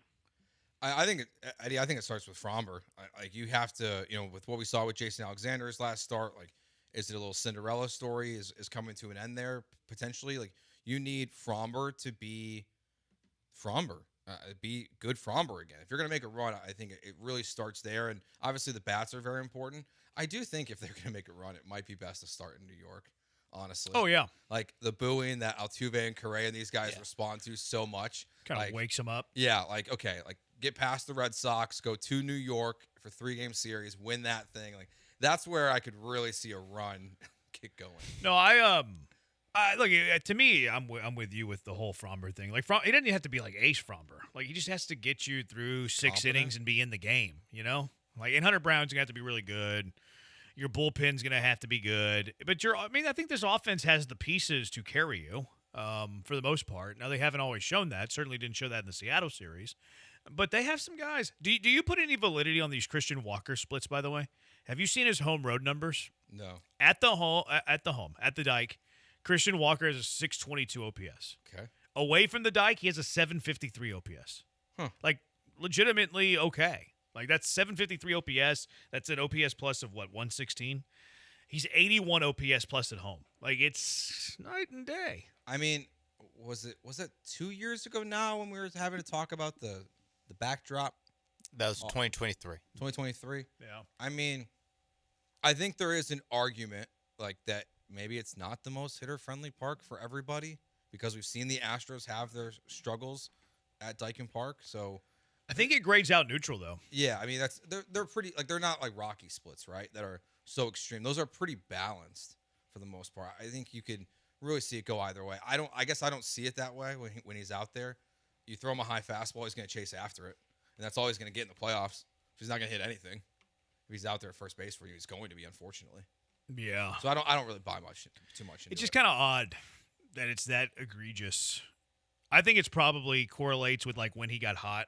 Like, he probably had that hot stretch whenever you were playing mostly on the road. So, like, it spiked his numbers during that hot stretch I remember because they were on the road. When they had a West Coast trip against a bunch of Colorado, NL West LA. teams. Yeah, it was when they played LA and Maybe even Arizona. Arizona. And yeah, it felt like he was playing in NL West stadiums and he felt more comfortable and he started to hit better. So Yeah. I think it is that the streakiness of his season has just correlated to where they played a lot. It just of road matched up when they were on the road. And maybe there is something to him on the West Coast. Like, I could buy that. Was in Arizona forever, hitting those ballparks forever. But I don't put a whole lot of credibility in that. I mean, they are what they are. The numbers are what they are. But they're not that great. 753 is far better than what he's doing. Well, that's true. Yes, but if his combined OPS was just 753, just evenly throughout the year, I don't know if it would be like Christian Walker. What a signing. Yeah. No, we wouldn't. But yeah. we'd be obviously be more tolerable. Yeah, he wouldn't have had Jose Abreu comparisons. He's about to go 3 off months in of the season. Sacramento. He's going to go off in Sacramento and Yeah. Anaheim on the West Coast. He's going to carry the Astros Yeah, to the there we playoffs. go. Yeah, he can carry the Astros in a minor league ballpark. He's going to carry them to Anaheim's not a minor league ballpark. No, Joe. but the first 3 games are going to be. Like, nothing. One Honestly, tonight is, like nothing that happens over the next 3 days with the offense is going to make me feel any better about what happened in Seattle because it's a fake ballpark. Yeah, but they absolutely have to win. No, they absolutely have in to that win. fake ballpark. But I'm not going to come on the show and be like, "Oh, the offense is back." I live in Fort Worth, and the Rangers fans up here want them to let the Guardians sweep them in their final series so the Astros don't make the playoffs. Weird logic, wanting your team to lose. Actually, I understand I it. respect that. Like, if you're not, you're like tanking so your rival doesn't make it. It actually makes some sense. I guess we're rooting for the Tigers because they have a game up on the Guards. Skubal pitches tonight. Like it would be more. I mean, it'd be more beneficial if the team with the lesser record loses. Yes. So the Tigers winning is what we're pulling for, and then obviously you're pulling for the Blue Jays to beat the Red Sox. But and then which one of these teams plays the Red Sox next? Is it the Guardians? Detroit. Oh, Detroit. Okay. The Guardians finished with the Rangers, and they want to lose all the games to them. That's where like I kind of think you're rooting for the Guardians, and then. How could you root for the team that has the lesser record? Because because the Tigers, the way they're playing. Like if the Tigers lose 5 of their next 6 games because their season's over, it's in like you're going to make the playoffs. If you win, well, I think they're going to win. What do you think the Astros do this week? 6 games, 4-2. That's kind of what I think. When Mapes and I were doing the show, I said 3-3, 4-2. Yeah. We were saying for the Mariners Rangers series combined records, for 3-3 is like just good enough, and 4-2 would be amazing. And then once you actually got 3-3, and I think part of it's the way you got 3-3 against the Mariners and Rangers, they're like, yeah. Plus the Guardians hot. Like, I didn't qualify the Guardians getting hot like they did. Like they were nowhere on the radar. Yeah. Whenever we were having this conversation. Yeah. Will the Guardians go 6-0? I know. that makes it a lot worse. I'm pulling for the Tigers tonight because if the Tigers win and you win, you're back in the playoffs. Yeah, I'm pulling for the Tigers tonight. I think it's just the better odds are is that the Tigers continue to collapse. Where if the Tigers get hot, why? How's that better odds? Just because you're playing the momentum? Yeah, just the momentum. Okay. Yeah, I mean they've lost 1, 2, 3, 6 straight games. The Guards have been unbelievably hot. Yeah, and they've lost 7. They've won 1 game in their last 3 series, and it was against the Marlins. You just need a sweep either way. Right? Yeah, honestly, it doesn't matter. Sweep and you're fine. Sweep, that's cute. Astros sweeping a no, series. No. I mean, you need a Detroit or Cleveland sweep. I meant Detroit. Either direction. Either direction, a sweep would be the no-brainer is go Blue Jays. No-brainer. They play the Red Sox. 3-game series starting tonight. That would be go Blue Jays. You want the Blue Jays to sweep the Red Sox for sure. Tigers, Guardians, you can kind of make the case either way. Yeah. But I think you're right, though. Like, whoever wins game 1, you pull for them the next 2. Yeah. I'm with you on that. All right, 713-780-3776. Did you watch the C.J. Stroud all 22? Of course I did. Film don't lie. What stood out on film? What stood out on the all 22? Because you all want to know. 713-780-3776. It is Jeremy and Joe on ESPN 97.5 and ESPN at 92.5. Are you looking to escape the rat race? Maybe your sports teams are causing you stress. Maybe it's the job, the hustle and bustle of the job. Maybe that's causing you the stress. Do you want to alleviate that stress? Of course you do. So get out to Two Creeks Crossing Resort on Lake Livingston and do that. Escape the city. Enjoy the relaxing, great outdoors. Book your stay at twocreekscrossingresort.com right now. Open green spaces, beautiful wildlife, majestic, mature trees, and some of the best fishing in Texas, too. The Two Creeks right up on their property, the catch and release pond in the middle of the property, which is great for the kids. You're going to love your time at Two Creeks Crossing Resort. You're also going to love how much time it takes you to get out to Two Creeks Crossing Resort. It takes 90 minutes from downtown Houston. You're there in an hour and a half. What other weekend getaways, what other PTO getaways during the week are you getting there in 90 minutes? You're wasting most of your time off traveling, whether it's loading up the car and hauling your family across the state or multi-states, whether it's going to the airport and wasting your time, TSA and delays. No, get in the car, hike up 90 minutes, and you're there at Two Creeks Crossing Resort on Lake Livingston. And once you're there, hike their 92 acres of property. Do some kayaking, play some pickleball, hang out by the pool with a drink. They have glamping. They have cabins. They have the treehouse. Pull up the RV. They have the perfect stay for everybody. And right now through October, you can save 20% off your stay. And they're always looking to take care of their visitors, too. Like Saturday, for instance. Look at all the stuff they have coming up this Saturday. They got a kids craft, which is great for the family. They got activities for the kiddos. They got bingo. Bingo's fun. They also got a little live music featuring Kenny Cooper. Fajitas and Ritas contest. Yummy. And then college football at Swampers, too, if you're looking to crave that college football appetite. So book that stay now, twocreekscrossingresort.com. Save 20% off through October at twocreekscrossingresort.com.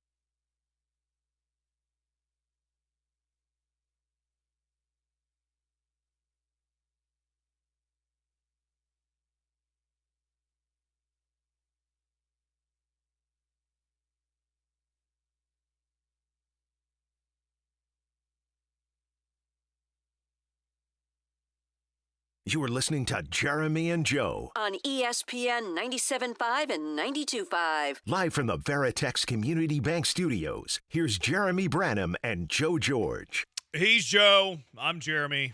You're a junkie. 713-780-3776. Mapes hanging out with for BMAC today. He'll be back tomorrow. Brian will. Film don't lie. All 22. You watched all 22? Of course I do. I got into a fight with Sarge today about Kalen Bullock being a soft football player.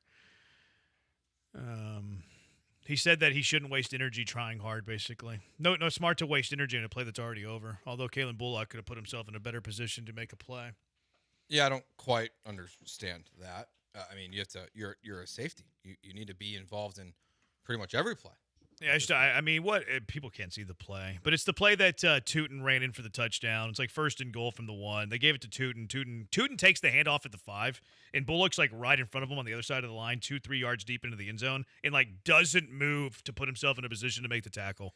I thought it was another example of Kalen Bullock being a little soft, not liking contact. Remember the Emeka Egbuka touchdown where the Charlie Heck didn't get called for the trip?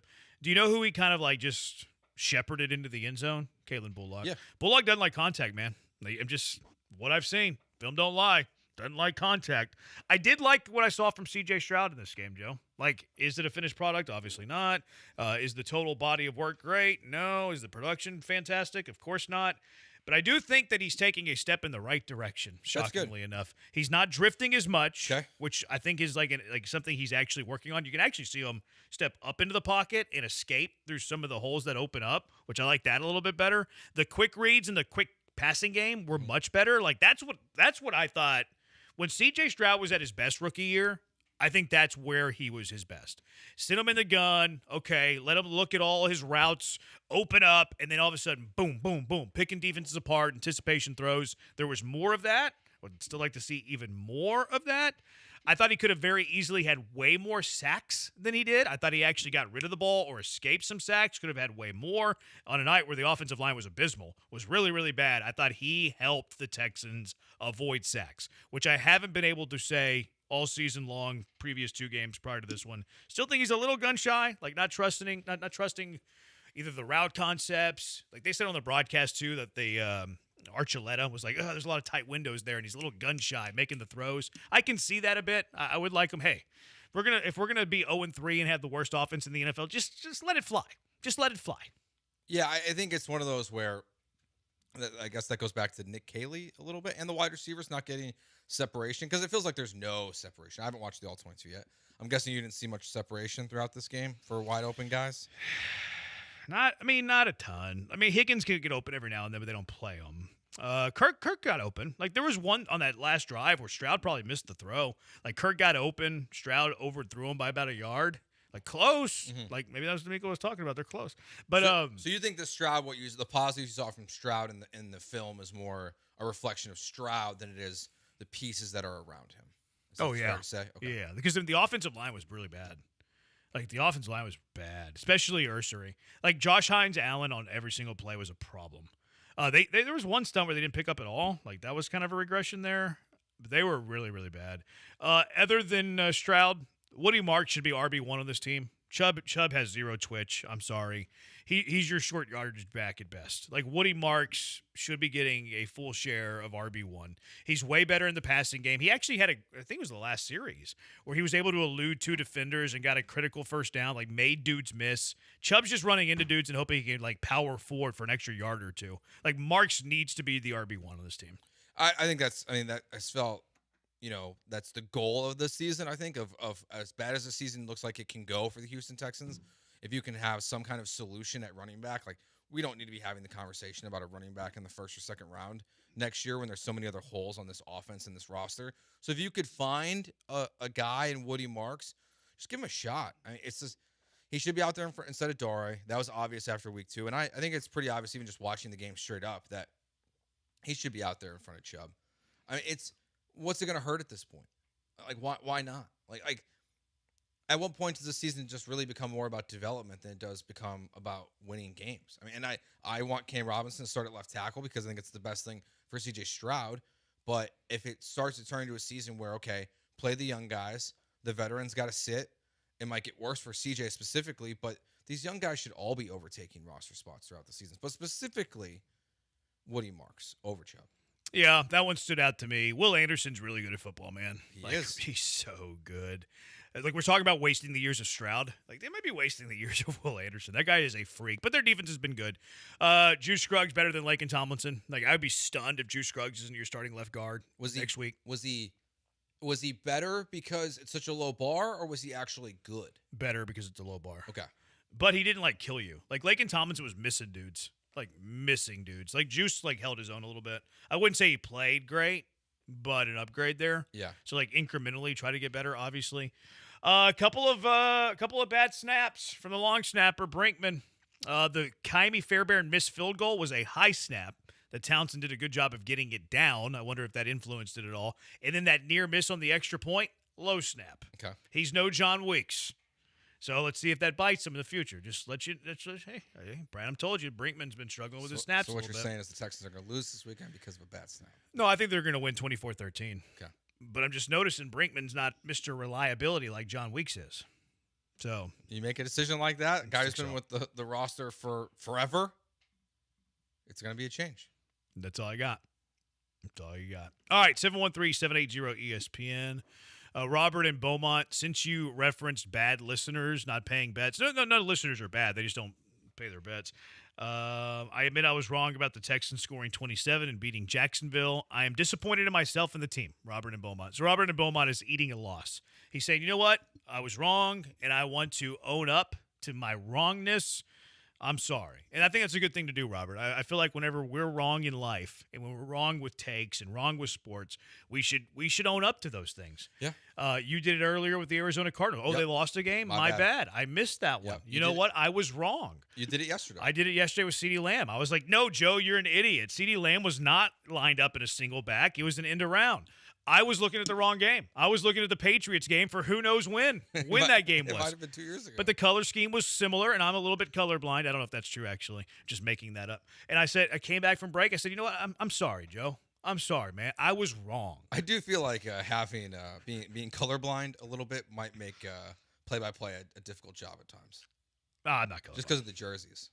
I'm not colorblind. The jerseys shouldn't matter, though. Really? Yeah, player identification, the jerseys should not matter. I feel like sometimes when I look at these college football jerseys and I look at like the numbers on it, I feel a little lost. Well, it would be tough. Identifying It'd be tough if they looked the same. Yeah. Yeah. I'll just hand up. I am colorblind. Are you really? Yes. And Jeremy making light of my ailment is something I'll go to HRMP for. This is a good example of like whenever you're wrong to own up to it and say you're sorry. So Sean, I apologize to no one. So that Jets. The Jets Bills game. Yeah. The Jets Bills color rush. Impossible to watch. What colors can you not see? All Reds of them? and greens.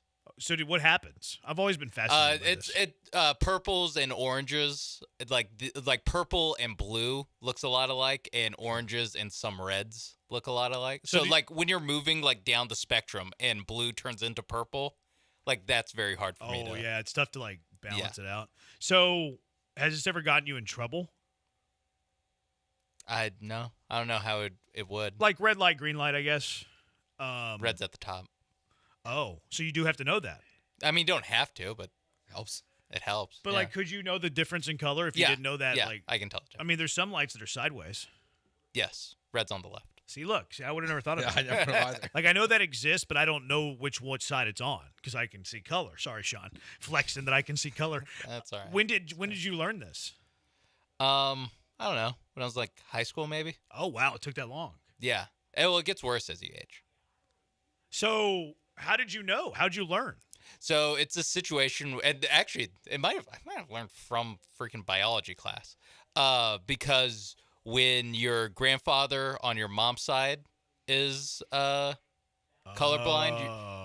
the gene gets carried by your mom. Your mom isn't colorblind, but she carries the gene onto her son. And you knew he was colorblind. Yes. So you were like, "Hey, I wonder if I'm colorblind." Yeah. I was so like, did you test it? Like, what did you do? Yeah. When you go to the eye doctor, you can just, hey, by the way, I was thinking. That am I colorblind? fascinates me so much. Is your brother colorblind? Yeah. Okay. You are both colorblind? Yeah. Wow. So your grandkids probably will be colorblind, or have a higher chance. Yes, if I have a daughter and the daughter has sons. Yes. It can only go that way. It doesn't go like any other way. I apologize. When we play college football 25 online, yeah, what's up? Does it mess with like seeing the colors on the field, like which team you're playing? Good question. Like when you're throwing against the defense? it would explain some things. Yeah, sometimes. Okay. So it's like some uniform and color or in field combinations are tough. Okay. I was just curious. Let's try to keep it to white. One team wears white. So you're gonna try to use that to your advantage? I am now. I'm gonna pick a green team. You shouldn't be allowed to do that on the road. Like a home field advantage is fine, but if you're the road team, you shouldn't be allowed to do that. Yeah, that's fair. Put a green team on the green field. Thank you for opening up, Sean. I know that's not easy. No problem. 5030. I have no idea what that word is. You're way smarter than me. All right, 713-780-3776. College football, an eventful day in college football. A head coach whacked and a Heisman hopeful. He got a broken hand. 713-780-3776. Jeremy and Joe, ESPN 97.5 and ESPN 92.5.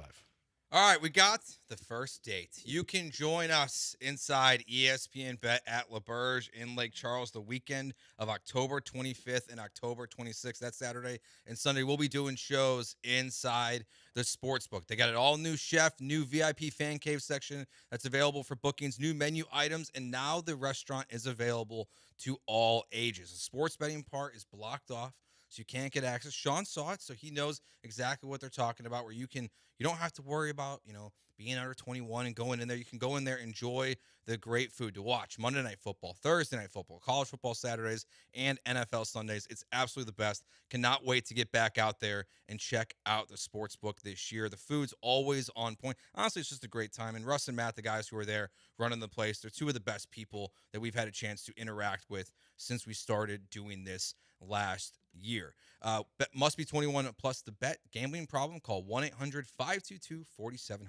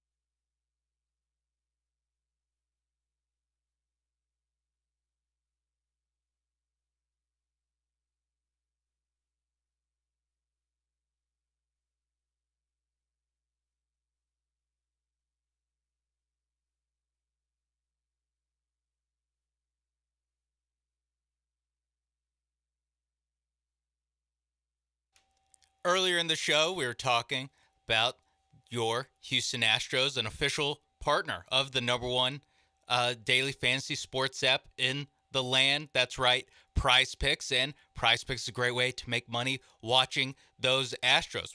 At this point, we've seen 150 games of these guys. We know what's going to happen in these games. You can put that knowledge on the line and add a little couple stacks to your wallet right there, staying up tonight, watching the Athletics and the Astros face off. Got Christian Javier on the mound. Think he throws more than 4 strikeouts. Get that in there. 4 strikeouts, more Christian Javier. How about this guy, Nick Kurtz? Remember Nick Kurtz? I think more than 1.5 total bases is on the menu for Nick Kurtz. He got way more the last series that the Astros played the Athletics. And Yainer Diaz been holding things down in that lineup. Yainer Diaz going more than 1.5 total bases as well. Maybe baseball isn't your thing, or you want to watch another baseball game. They have all the games there. They have soccer, they have tennis, college football. You can even get in a little bit on the pro football. They already have a max discount available for Jalen Hurts this Sunday to throw for more than 1 yard. I think he does it. You can add that to your lineup and treat it as a little multiplier right there. All you have to do is download the PrizePicks app today. Use promo code MAPES when you sign up to get $50 in lineups when you play your first $5 lineup. That's $50 in lineups when you play your first $5 lineup after putting the promo code MAPES on PrizePicks. PrizePicks, it's good to be right.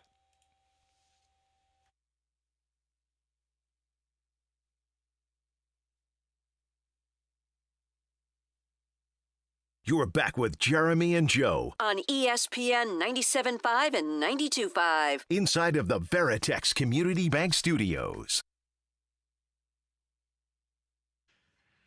Astros play the Sacramento Athletics later. It's not their name. I don't care what they tell me to call them. I don't comply. Do you think they actually moved to Vegas? Yeah, they're building the stadium. It just feels like... What do you mean? You're such a conspiracy theorist. They're literally building the ballpark as we speak. It feels like such a disaster. Do you think they're moving to Vegas? What are they building the ballpark for, Joe? An expansion team that's not owned by this group of clowns. Do they? I didn't realize that Nick Kurtz. So he hasn't let off since. He doesn't lead off very often. He hasn't let off since the 17th. But the time he let off before that was the 7th. Seems like an every once in a while thing with Nick Kurtz. Mm-hmm. I wouldn't pitch to this guy, by the way. No, the first at bat. I wouldn't either. Well, I mean, you got to the first at bat. Yeah. But any situation where he could change the outcome of the game. Yeah. 90 feet. They're really interesting, I think, for the future. They're starting to build some pieces, but they're the A's. They scare me. Like they scare me in this series. You're right about like their long-term stuff. They have some players. I like them way more offensively than on the mound. Like they don't have pitching, but you trade Mason Miller, like they're. I thought that was a good trade though. I think it was a good trade too. They're behind on pitching for sure, but they're setting themselves up for when they actually move to Las Vegas. So if they start to treat themselves like a real baseball team and spend real money, that they could win quickly, I think. I mean, Kurtz has a chance of being one of the top 3 best offensive players in the American League next year. I mean, he's got an OPS of almost 1,000. He could be the best offensive player in baseball for the next 5 years. Like, he's a dude. He is a dude, bona fide dude. Rooker's fine. He's going to get you 30 knocks. I like Rooker. Yeah. I like Lawrence Butler. He hasn't had a great year, but a 2020 season. Shortstop they have. I can't stand him. He's good, Hate though. him. He's solid. he's hitting 315.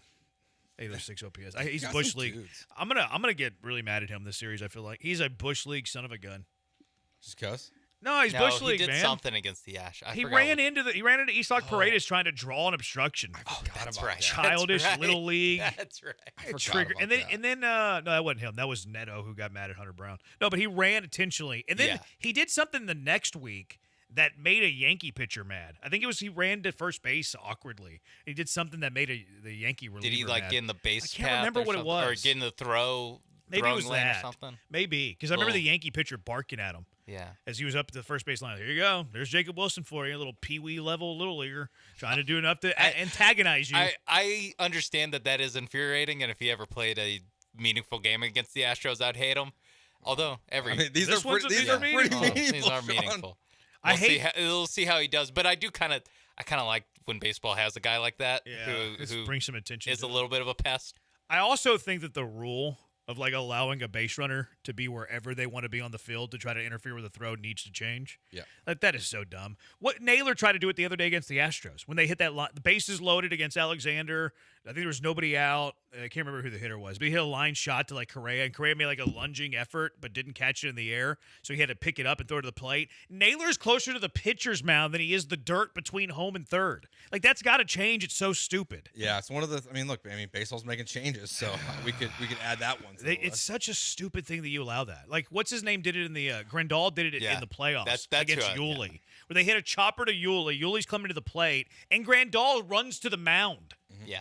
What are we doing, baseball? He wasn't Get on your any act dirt together whatsoever. Yeah, and an umpire can call that interference if you But they intentionally interfere with a throw. That is an out. But you're right; they don't have the cojones to actually do it. They need to just change the rule, make it easy on the umpire, which they're doing with this little ABS stuff. How do you feel about this? Yeah, so this year, starting next year, teams will get 2 challenges per game to challenge balls and strikes. If your challenge is correct, just like in the NFL or in the NBA, you keep your challenge.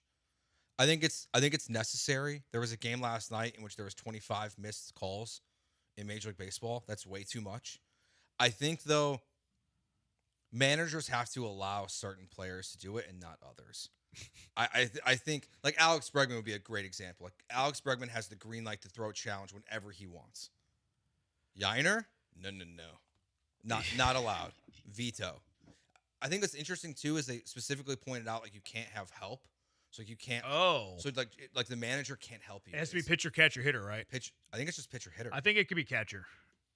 Yeah, that would make sense. I think it can be catcher because when they were experimenting with it in the spring training games, I think catchers were doing it too. I could be wrong. I'm not 100% sure on that. I'm like 70% sure, but I think catchers can as well. I hate it. I don't like it. I think it opens Pandora's box a little bit. Well, I don't know if I mind Pandora's box being opened, quite frankly. What I don't like about it's the 2 challenges. Like, if you're going to do this, go all in. Like, every single pitch is ABS. I don't like the 2. Like, only 2 challenges, and I understand that they're unlimited if you don't get them wrong, but it just doesn't make a whole lot of sense to me. Like, if you have the technology to call every pitch this way and get every pitch right, why would you limit it to only the challenges? Yeah. And, Jeremy, you've seen this in action. Like, Yes. you've been at a AAA ballpark. It does not take that long. No, it doesn't take long at all. No. It takes, 10 seconds? Oh, you could. I mean, it could be real time. I Yeah. mean, there's been minor leagues that use ABS for every single pitch, and they're just in the ear, and then strike. By the time the pitcher has the ball, you know the call. Like, I don't understand the challenge aspect of it. I guess they don't want to go full robo zone. I think they should. I think they should. Yes, it's interesting. I heard an argument right away from Nico Horner, the Cubs second baseman. He immediately said like he doesn't want that. That he thinks like framing shouldn't matter a little bit, and that it helps the egregious stuff from happening. Yeah. But it like I do think there is a skill set that we're losing in baseball. Well, you're not going to lose it much if there's only 2 challenges a team. Yeah, you're gonna see bad hitters do it. The catcher can. So challenges can only be initiated by pitcher, catcher, or batter. Must come right after the pitch. No help from dugout or other players on the field. The strategy on when you use them is going to be pretty fascinating because, like, you're not going to want to use it in the first pitch of the game. You know what I mean? Like, you're going to want to limit it to critical moments where it could influence multiple runs. Like, maybe runners on base, maybe a bases loaded 1-out situation. Sixth like, inning you're going to have later. to be super selective on how, because you get 2 wrong, you're done. Yep. Fromber Valdez out there. Oh, I thought I got the corner challenge. Oh, you're wrong. Oh, next pitch. Oh, that breaker's there at the knees. Oh, no, it wasn't Fromber. You're out of challenges. And to be honest, I kind of wish it was 2 on each side. I wish your pitcher got 2 challenges and your hitters got 2 challenges. I would if just anything. I would go all in. I would go all in with it. Texture says time consuming. No, it's not. It wouldn't add anything to the game. Yeah, I mean, honestly, like the Space Cowboys, we saw in action, I guess, last year when we were all there, and it's immediate. There's no difference. Yeah. And the thing is, and this isn't just the beginning. In the minor league system right now, they've also introduced the challenges for check swings. So we're also that's coming too. Oh, I've seen that. We're like, and that wouldn't shock me if that gets put into place for as early as next season. I know they haven't fully tested it yet, but if they're putting this in, why wait to do the check swing thing? Honestly, I'm more pro the check swing than I am this. Some check swings are so bad. Yeah, because it's so wrong. Like this one's like there's a line. You can tell virtually if it happens. I think my favorite part about this is it already has a sponsor. Oh, really? Yeah. It says the ABS challenge system is powered by T-Mobile 5G network. That's weird. It's T-Mobile. I would have thought it was like a LASIK company or like an eyeglass company. I think the umpires might have an issue with that. If you have an issue, you can go work somewhere else. Yeah, that's what my response would be. Will they throw batters out if they get upset and still challenge it? I think it should be automatic. Didn't they do that? Well, so they threw someone out this year because a minor leaguer, he tapped his helmet, which is how you challenge it, and you're not allowed to do that this year. But I'm saying like if Yordan Alvarez he's not very demonstrative, but like if Yordan like throws his bat and because he's angry, but he still challenges it, like will they still throw the guy out? Yeah, they should. The umpire got it wrong. Yeah, showing up the umpire should absolutely be thrown out. I'm kind of with you though. I don't like how it's a half measure. If you're gonna do it, just go all in. I would go all in. I'd be better if like every at bat you get 2 challenges. You know, like you can just like every at bat Yordan Alvarez walks up the plate, like he can just tap his hand. Yeah, maybe a challenge per at bat's not the worst thing. Like you get one timeout per at bat. Like one challenge, maybe that's like the happy medium, even though it's like a lot closer to every pitch. I meant one challenge for each side. So that's where I said 2 was the pitcher gets 1 challenge, the hitter gets 1 challenge per at bat. All right, 713-780-ESPN. Let's get to the car wreck of the day. We'll mention Gundy on the other side too. He got sacked today by Oklahoma State. Oklahoma missing their quarterback. We'll touch on that on the other side as well. Car wrecks of the day as well. 713-780-3776. Jeremy and Joe on ESPN 97.5 and ESPN 92.5. First, a moment on HRP, Human Resources and Payroll. Thankful I have them on my side because I think I broke some HIPAA laws with Mapes there a little bit ago. But that's okay. I got HRP on my side. They're going to take care of me. It's Cougar owned by my colleague, Go Cougs. He used to protect a Heisman Trophy winner. Now he wants to protect your business. Chris Fisher's over there. Granado's boys over there. They hire only the best at HR&P. So business owners, let HR&P help you. They can help you with HR compliance, benefits administration, payroll, onboarding. HR&P can help in any or all of these areas. There's no boxes with HR&P. Doesn't matter how small the job, how big the job, HR&P completely customizes a plan for what you and your business need. You have a problem, you have an issue, you want to take a little bit off your plate, a lot off your plate, HR&P is going to find a way to help you. They do it in a way that's unique. Technology meets service. They have the best technology. You're going to love it. But you also love their service. Guaranteed fulfillment. You'll never talk to a stranger. Always talk to someone who knows you and your business needs. So give them a call, 281-880-6525. Let HR&P customize a plan for you. They'll help you if you break HIPAA laws, 281-880-6525. Or check them out online at hrp.net. That's hrp.net.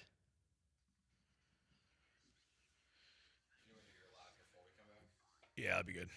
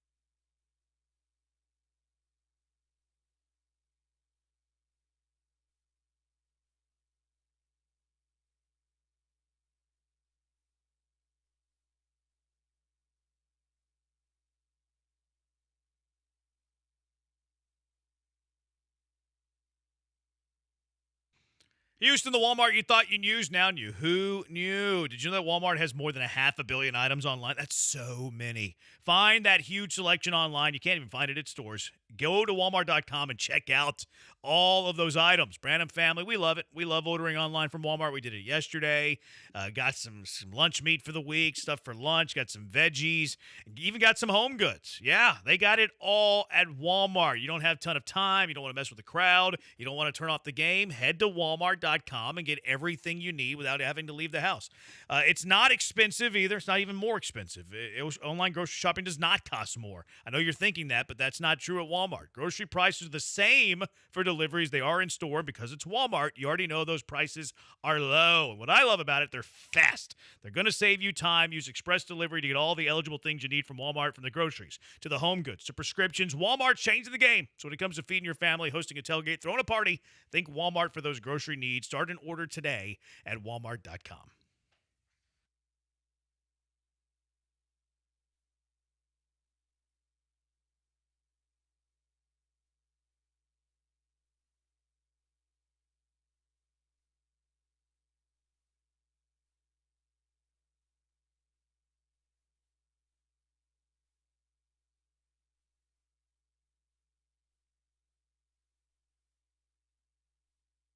We'll get into our car wrecks in like a minute and a half. But Uno, who's on the HRP listener line, has been waiting nearly 49 minutes. 49 minutes to get on with us. Wants to talk about the Bills.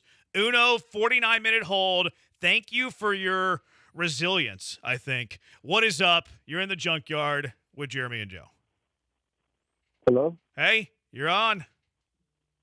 Oh, yeah. What's up? Thank you for holding. How you guys doing? I just wanted to say, trash or cash, the Bills are going to the Super Bowl. I'm going to trash it because I have an anti-Josh Allen bias. I don't think he's ever going to win a Super Bowl in his career. He's too careless with the ball. He's going to cough it up, Uno. I'm going to cash it. Bills going to the Super Bowl this year. Major credit to Uno. For hanging on. 49 minutes for a cash or trash. Yep. That's my kind of guy. Uno, you're always welcome back into the junkyard. All right, what's your car wreck of the day? We're going to dip our toes in some waters I didn't know if we were going to go into, but I'm going to do it anyways. Car wreck of the day, I'd like to nominate Samantha Rico. Oh. Because she tagged someone that doesn't work here anymore on today's social media post. Oh, really? It. Yep, calling her out. Calling her out. So the one you quote tweeted, you have to quote tweet a new one, Jeremy. Or I don't. Or you don't. Well, the other one's gone, so it's been fixed. It's been corrected. My goodness. But I'm going to nominate Samantha today for that one. I'm fine with that. I'm fine with that. My car wreck of the day is making excuses for soft players. This is the problem with Houston sports media is everybody tries to get buddy-buddy with the player. People got mad at me how dare you call it Laramie Tunsil for not helping his quarterback up? Who was on the right side of history there? You. Who was being buddy-buddy, telling the offensive line, hey, this Branham guy's talking crap about you on the internet? Media members that are asking questions to the coaches and players. We got to get fandom out of the there are a lot of journalists. They're soft. A lot of them. For a lot of How reasons. dare you call a Texan player soft? Because he's being soft. That's why I called him soft. Yep. There's media member that bakes D'Amico Ryan's cookies. Dead. Serious. I'm not surprised. I'm not going to say who because I'm not even sure I was supposed to say that. I was told that off the record. I've got odds. Yeah, man. Like these I'm are the people. I'm pretty sure I know who's the minus 2,000 favorite. These are the people that are asking D'Amico Ryans and the players questions are the ones that are one that is baking them cookies. Landry, I hope you're no, it's not Landry. AV votes C.J. Gardner-Johnson for talking about players. Yeah. Did this guy just thank y'all for holding? He did. He did, but he might have been delirious for being on hold for 50 minutes. So, Who's winning? Whoever makes the cookies. Somebody said they're nominating us for having a listener on hold for 49 minutes. Well, we were past it. Yeah. We're talking baseball and stuff. But he waited. We love Uno. Uno's our favorite listener now. Yeah, that's fine. Cookie maker. Cookie maker. I guess it's a baker. Right? He or she likes to bake. All right, that does it for us. Thanks to Mace for the hard work. He's Joe. I'm Jeremy. We'll talk to you tomorrow. Coming up next, Soccer Matters. And Glenn Davis right here on ESPN 97.5. I kind of felt like Indy Kalu and Greg Cook there.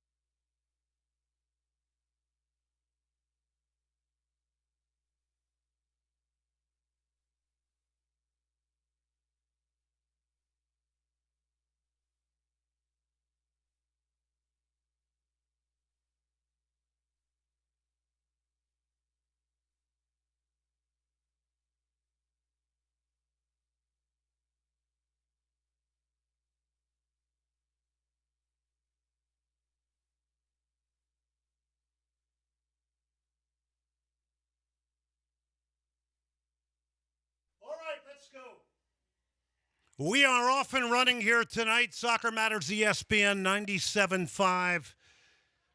Boy, the world of soccer. It just keeps on giving. Big thanks to the Daspit Law Firm, John Daspit and the Daspit Law Firm. 713-CALL NOW, daspitlaw.com. They'll work 24/7 nights and weekends for you. And John and his firm have been helping to get soccer on the airwaves for many, many years. So if you are a big fan of the show and, more importantly, soccer talk, well, this is where you are. We got Sean Mapes behind the glass today. It's nice to see him in person. I'm used to talking to him when we're out at Senate Avenue Brewing. So, Sean, pleasure to see you, and I know I'm in good hands tonight. Yes, nice to get to work with you while being able to see you the first time. Because I would board up games that you would call the Dynamo games that you would call. Okay. So, again, we've worked with each other for hours and hours upon end. Now we actually get to see each other's faces. I'm glad you reminded me of that. You know, it reminds me of when I was doing the shows out of my house during COVID. I was fortunate I had a Comrex, and I was just like, thank God I had something to do and to keep me occupied. And but boy, I'll tell you what, when I was able to get back to the station and get out of just the comfort of being at home by myself, it was just so refreshing, because it is important to look at somebody. Yeah, it's a different energy. Yeah.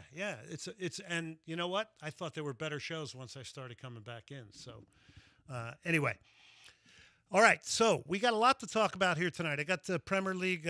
Sean's going to get me tapped up here because we're going to hear a few goal calls here. By the way, Christian Pulisic has scored again today. He's absolutely on fire.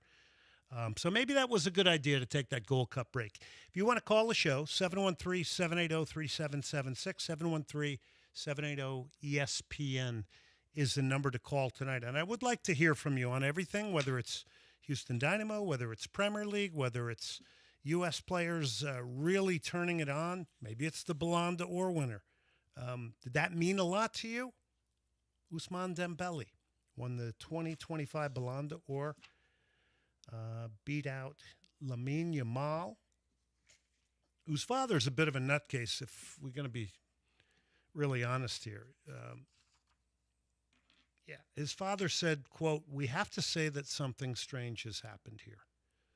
Munir Nasraoui, that's his name. He also said something, I'll have to get the quote later, but it was something else about the moral.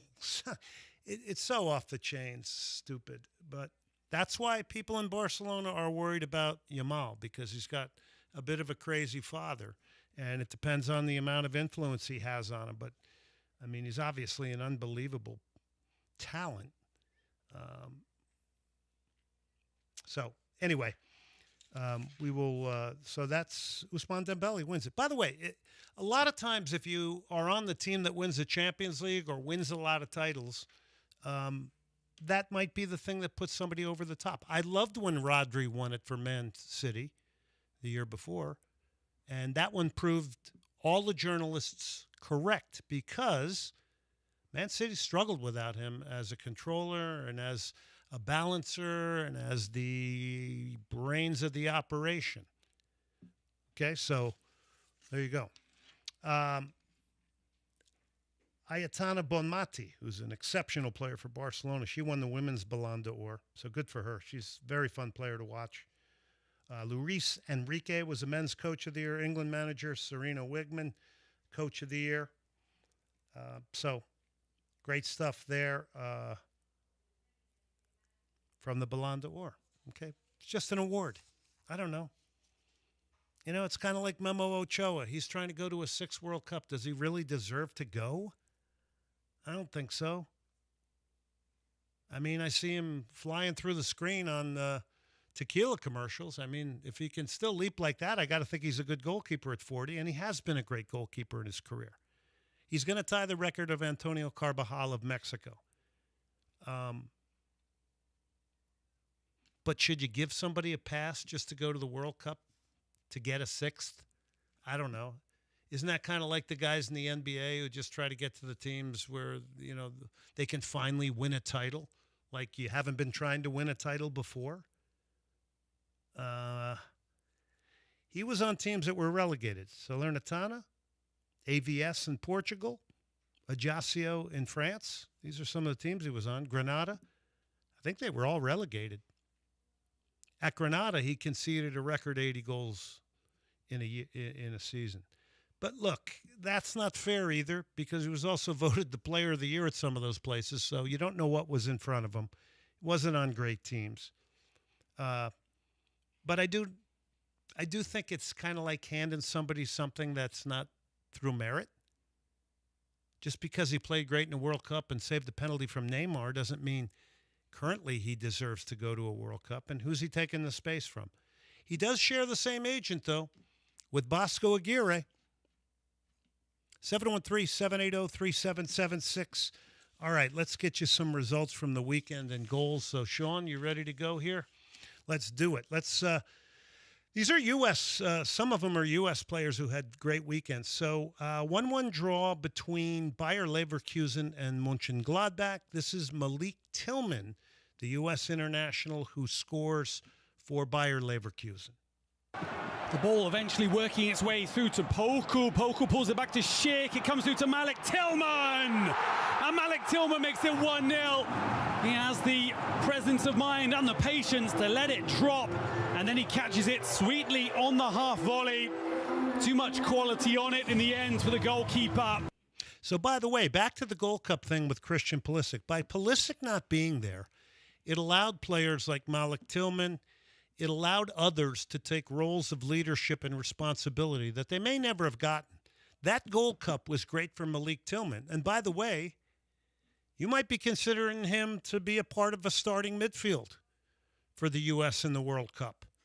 He's definitely in consideration after that Gold Cup. And if he keeps scoring goals for Leverkusen, who knows what happens, right? Does McKinney get into midfield? Is Gio Reyna going to produce something? By the way, Reyna was on Mönchengladbach and came off the bench. All right, so let's go to the Milan game.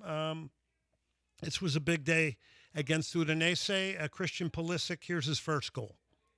Pulisic, Estupinian, Christensen and Pulisic on the rebound. Milan break the deadlock on the 40th minute. It's Christian Pulisic. Plays a part in the second one. He puts the pressure on an Udinese player, gets between that player and the ball, gets kicked, but somehow gets the ball to Fofana. He makes it 2-0. Pulisic puts the pressure on Karlstrom, and he's won it back. Now, Fofana makes it 2. Brilliant start to the second period. Not even a minute after the restart, and the Rossoneri double their advantage. Yeah, that goal was created by Pulisic's pressing play.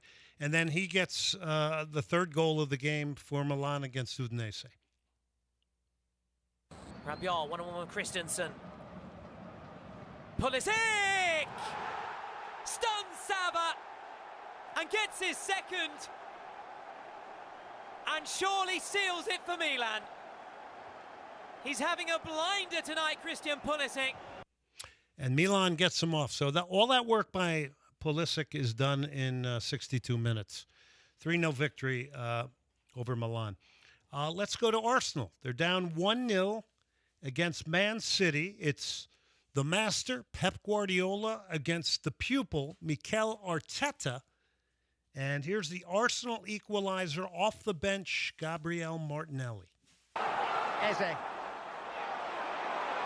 Martinelli making a break for it. Donnarumma stranded. Arsenal have their salvation with a beautifully taken goal by Gabriel Martinelli. Oh, it was. It was a beautiful lob over Donnarumma. Okay, how about Liverpool? Gravenberch would get the opener for Liverpool in their victory. Salah's ball, Gravenberch's run and scheme! Oh! That's dynamite from Ryan Gravenberch! What a ball by Salah! What a finish! Yeah, that was a great goal all around. That was a Merseyside derby, Liverpool winning that. So after losing the Community Shield, Liverpool is 5-0. They're not even hitting all cylinders, which is a bit of a scare. Let's go to Pumas and Tigres, 1-1. And let's see, we start with Macías for Pumas. Acá viene Coco. El panameño mete servicio. Ahí está. El remate. Gol de Pumas. ¡Gol! De JJ Macías. ¡Qué manera de controlar y de rematar de zurda! Los Pumas. So there was a Nico Orbañez penalty kick saved by Keylor Navas, but then you get the goal from Correa from Tigres. Pero tiene enfrente a Keylor Navas. Vamos a ver. Oscar Mejía que se coloca. Silba el árbitro. Nico espera, mete tiro. Se lo detuvo. Todavía gol. ¡Gol de Tigres! Lo metió Correa. Ya lo había detenido Navas. Pero Angelito Correa está atento y empata el partido de manera dramática. Remember Correa when he was in Houston, when Tigres beat the Dynamo 4-1? He's the one who brought that long ball down at the top of the box and made space for himself. Exceptional player. And apparently Tigres got him for around $6 million. So pretty fantastic. So good to see U.S. players turning it on. And, of course, again, Pulisic scored again today. So he's got 3 goals in a short amount of time. Back to Malik Tillman of Bayer Leverkusen. He was a threat throughout that game. By the way, Joe Scally also played on Mönchengladbach, and I mentioned Gio Reyna came in the 80th birthday. And yesterday, 80th minute. Yesterday, it was the birthday of the real Ronaldo. Phenomenon. You know the real Ronaldo. I mean, nothing against Cristiano Ronaldo, but the real Ronaldo was his birthday. Brazil, Inter Milan, PSV. He was, I think, 17 or 18 at PSV, banging in goals like crazy. Just think an NFL running back merged and morphed with the skills of an amazing soccer player. Back in his day in Italy, he could pick a ball up in his own half of the field and run through an entire team, and guys would bounce off him. He'd be like a slalom skier with the ball at his feet. Pretty incredible. And back to my comments on Memo Ochoa. What is Mexico doing? I mean, all we ever hear about is Memo Ochoa, Chicharito. I mean, we're more concerned about 2 players in Mexico that aren't going to play in the World Cup. Do we get enough criticism of Bosco Aguirre? What is he doing with the team? I know they won the Gold Cup. That calmed everybody's nerves for a bit. Anything anybody want to say on Mexico? 713-780-3776. 713-780-3776. Harry Kane, 9th hat trick in 67 games for Bayern. 4-1 win at Hoffenheim. New Bundesliga record set by a goalkeeper. Noah Tuvalu has saved 5 consecutive penalties. He set a new record, Freiburg. Barcelona. Marcus Rashford. Just when we were getting happy with Marcus Rashford and saying, okay, has he grown up? Is he matured? Is he going to take this opportunity at Barcelona? Well, he got dropped by the manager, Hansi Flick, after arriving late for a team meeting at Barcelona. And I know what you're saying out there. Oh, he was only 2 minutes late. It doesn't matter. It doesn't matter if it was 2 seconds late. When your manager's a German, Hansi Flick, and you're playing at Barcelona, you got to be able to read the room and understand you can't make these mistakes, especially as a new player. You don't get any leeway because you finally scored 2 goals.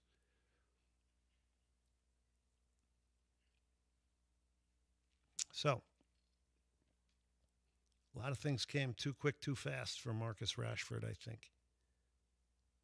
So we'll see if the Manchester United loanee, who scored the 2 Champions League goals, we'll see if it's going to work, because it's not a definitive it'll work.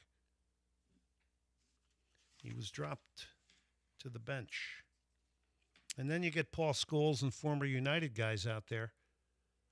Paul Scholes was very, very adamant in an interview that he did that said Marcus Rashford quit on Manchester United. Quit on him. Says his problem is mentality, attitude. I don't think it's a bad thing. I think that's fair criticism. Didn't look like he wanted to be there. Okay, this is LCD Sound System. Someone great. Okay, I want to tell you a little bit about one of our newest sponsors, Slip Sliders. Now, they're down on bins in the museum area. So if you're going to the museums and you want a break, you got so many choices down there. You got Herman Park. You got all the great things that our city gives us down there, which, by the way, the rest of the world's going to start learning about during the World Cup. Great restaurants called Slip Sliders. New sponsor of the show. So these are sliders, but the variety and the amount of different sliders they have, whether chicken, beef, they got 4 beef offerings, they got 4 chicken offerings. The Caribbean chick is my favorite. They've got seafood, they've got salmon, they've got a shrimp patty. It's Slip Sliders down on bins. And I can assure you, you're going to like this. There's a lot of culture, there's a lot of ingredients in Slip Sliders. Let's see, the Backyard Burger is one I like a lot. There's a Swiss Burger, and they're bigger. The bun is excellent. Brioche buns. Slip Sliders down on bins. Get over there because you're going to love these. I think 3 of them are good because they're bigger size.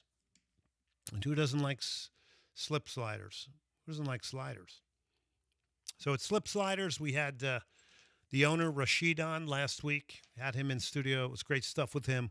We really appreciate their sponsorship. But if you're in the area, I really suggest you get over there. And I've sampled a number of them. I really like the shrimp patty. I don't know. There's something unique about that. So Slip Sliders, bins, down in the museum area. Get there. We'll take a break. We'll come back with more LCD Sound System. Someone great.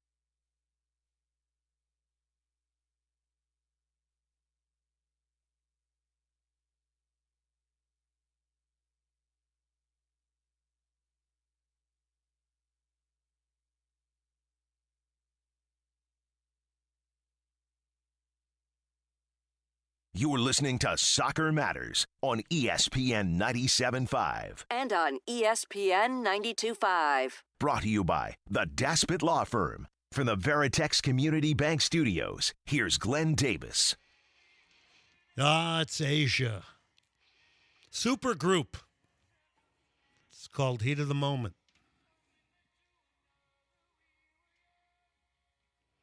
I'm just going to let this go here, Sean.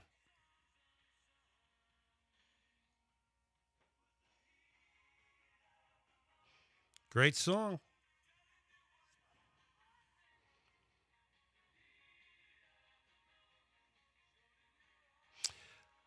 All right, welcome back to Soccer Matters on ESPN 97.5. Hey, Hugh O'Connor's Pub out on I-10 in the Marquee Entertainment Center. It's a great spot. I sent my buddy who was up here and actually went to the Dynamo game with me, Jim McGregor. We played youth and high school soccer together. He was in town. He's got equipment that they use for athletes, but he was down at NASA installing some of this equipment, which was pretty cool based on what he told me. But I sent him over to Hugh O'Connor's Pub. He missed the Liverpool group, so it was a little quieter when he got there. But Hugh O'Connor's Pub, great place to watch a game. You got all the dark woods in there, super clean, great British pub food. It is Hugh O'Connor's Pub, and I was over there for the Liverpool game for a bit and had a great shepherd's pie, by the way, and a nice draft beer. So, great spot. Hugh O'Connor's Pub, longtime sponsors. We thank them for everything they do. Santi Jimenez scored today, which for Mexico fans, that's one you're going to be very, very happy about because he had a real clear chance on the weekend against Udinese. So, good for him. All right. I'm going to go back to Americans over seas in Europe playing and get you caught up. So Pulisic on the weekend had 2 goals and assists. He had one today. We told you about that. Tanner Tessman started with FC Dallas. He plays for Lyon in Ligue 1, or if I wanted to be really cool, Ligue 1 in France. He scored a game winner against Angers, 65th minute, and Lyon was briefly at the time at the top of Ligue 1. So that's Tanner Tessman. Another one who could be in consideration as a holding midfielder. Malik Tillman, we mentioned, opened the scoring. Leverkusen was up 1-0 until Tabakovic equalized in stoppage time, or that would have been a game winner for Tillman. Joe Scally was in the game against Tillman for Borussia Mönchengladbach. He had a good game, apparently from everything I read. I didn't see the whole game. Created some chances, had a chance or 2 on goal. So Joe Scally, who did not go into those last U.S. games. Ricardo Pepe and Serginho Dest for PSV. 2-2 with Ajax. Ricardo Pepe had some opportunities, a lot in the air. He was in and around the box. Serginho Dest started, played his normal, consistent game on the right side, ended 2-2. Ajax had a lead equalizer in that. So Serginho Dest and Anthony Robinson are such key figures for the United States, and they haven't both been on the field together for quite some time. When they come back, the U.S. becomes a more solid and more comfortable team. Brendan Aronson at Leeds in the Premier League. He had a couple chances. Of course, I don't think you're ever going to worry about his energy level. No goals, no assists. But Leeds did win 3-1 at Wolves. Tyler Adams with Bournemouth, if you were up early. 0-0 with Newcastle. Active in midfield. He's a solid starter for the U.S. Now, the one we're kind of concerned about, I think, is Weston McKennie. I saw him playing right back, I think during the Champions League. He was on the bench for a draw at Verona. But he's been playing right back, so it's going to be interesting. Does he get considered to play in that midfield role that he did in the last World Cup? I think we need his energy. He's had some, real up and down at Juventus based on coaches coming in and out and a lot of differing challenges for him. But a lot of eyes are on him now. Tim Weah.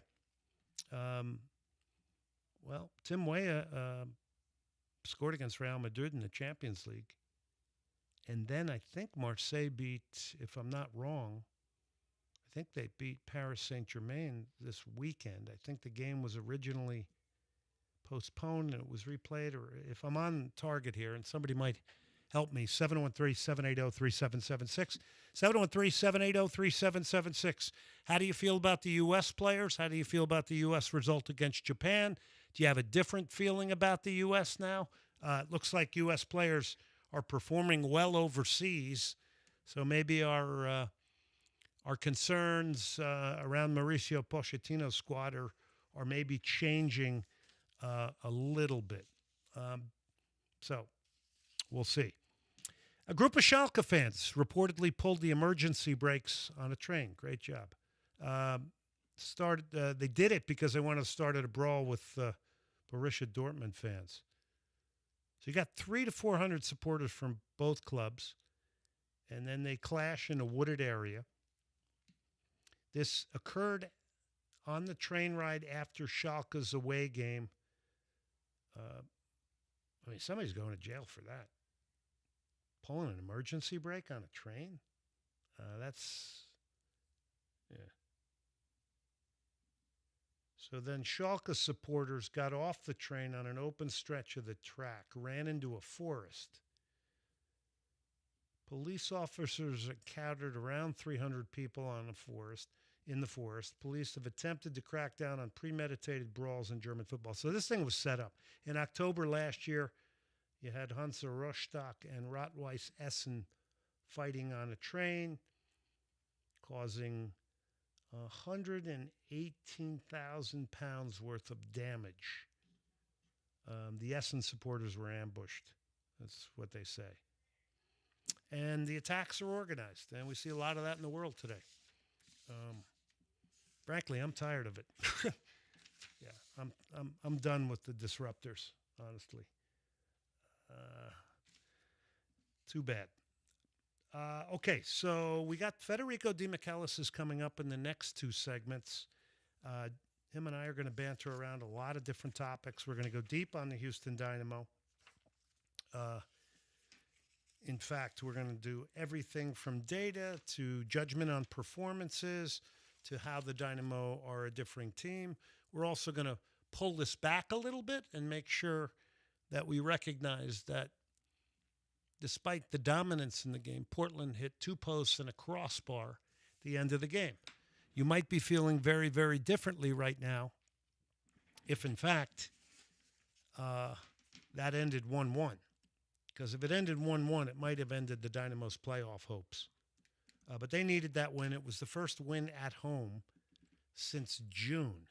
Later on tonight, we've got Pat Onstad on the show, the Dynamo Director of Soccer Operations. We will also have on the show Jack McGlynn. You're not going to want to miss these interviews. Had to pre-tape these today based on their schedules, but they are both really, really good interviews. Talk youth with Pat.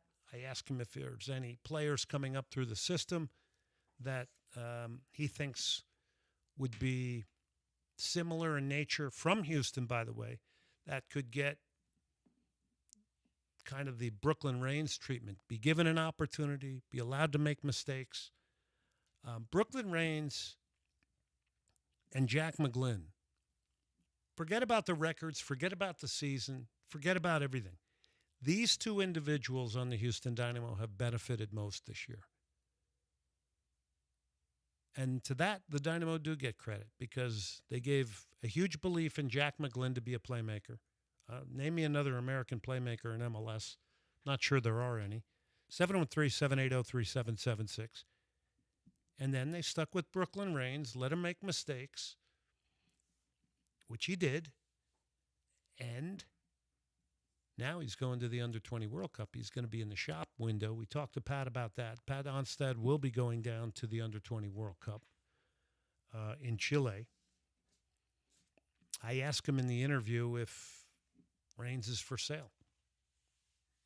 And you'll hear the answer in that interview. I also asked Jack McGlynn about what it would mean for him to go to a World Cup.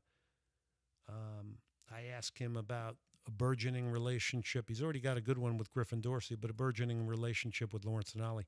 I don't know if you saw, but I posted on X at Glenn Davis Sock that wonderful little eye-popping play where McGlynn gets the ball in the middle, and Anali had come inside, makes a run. He has to stop to keep himself onside, but then explodes and gets a touch on it. It just goes wide. But if that goes in, it would have been the goal of the week, in my opinion.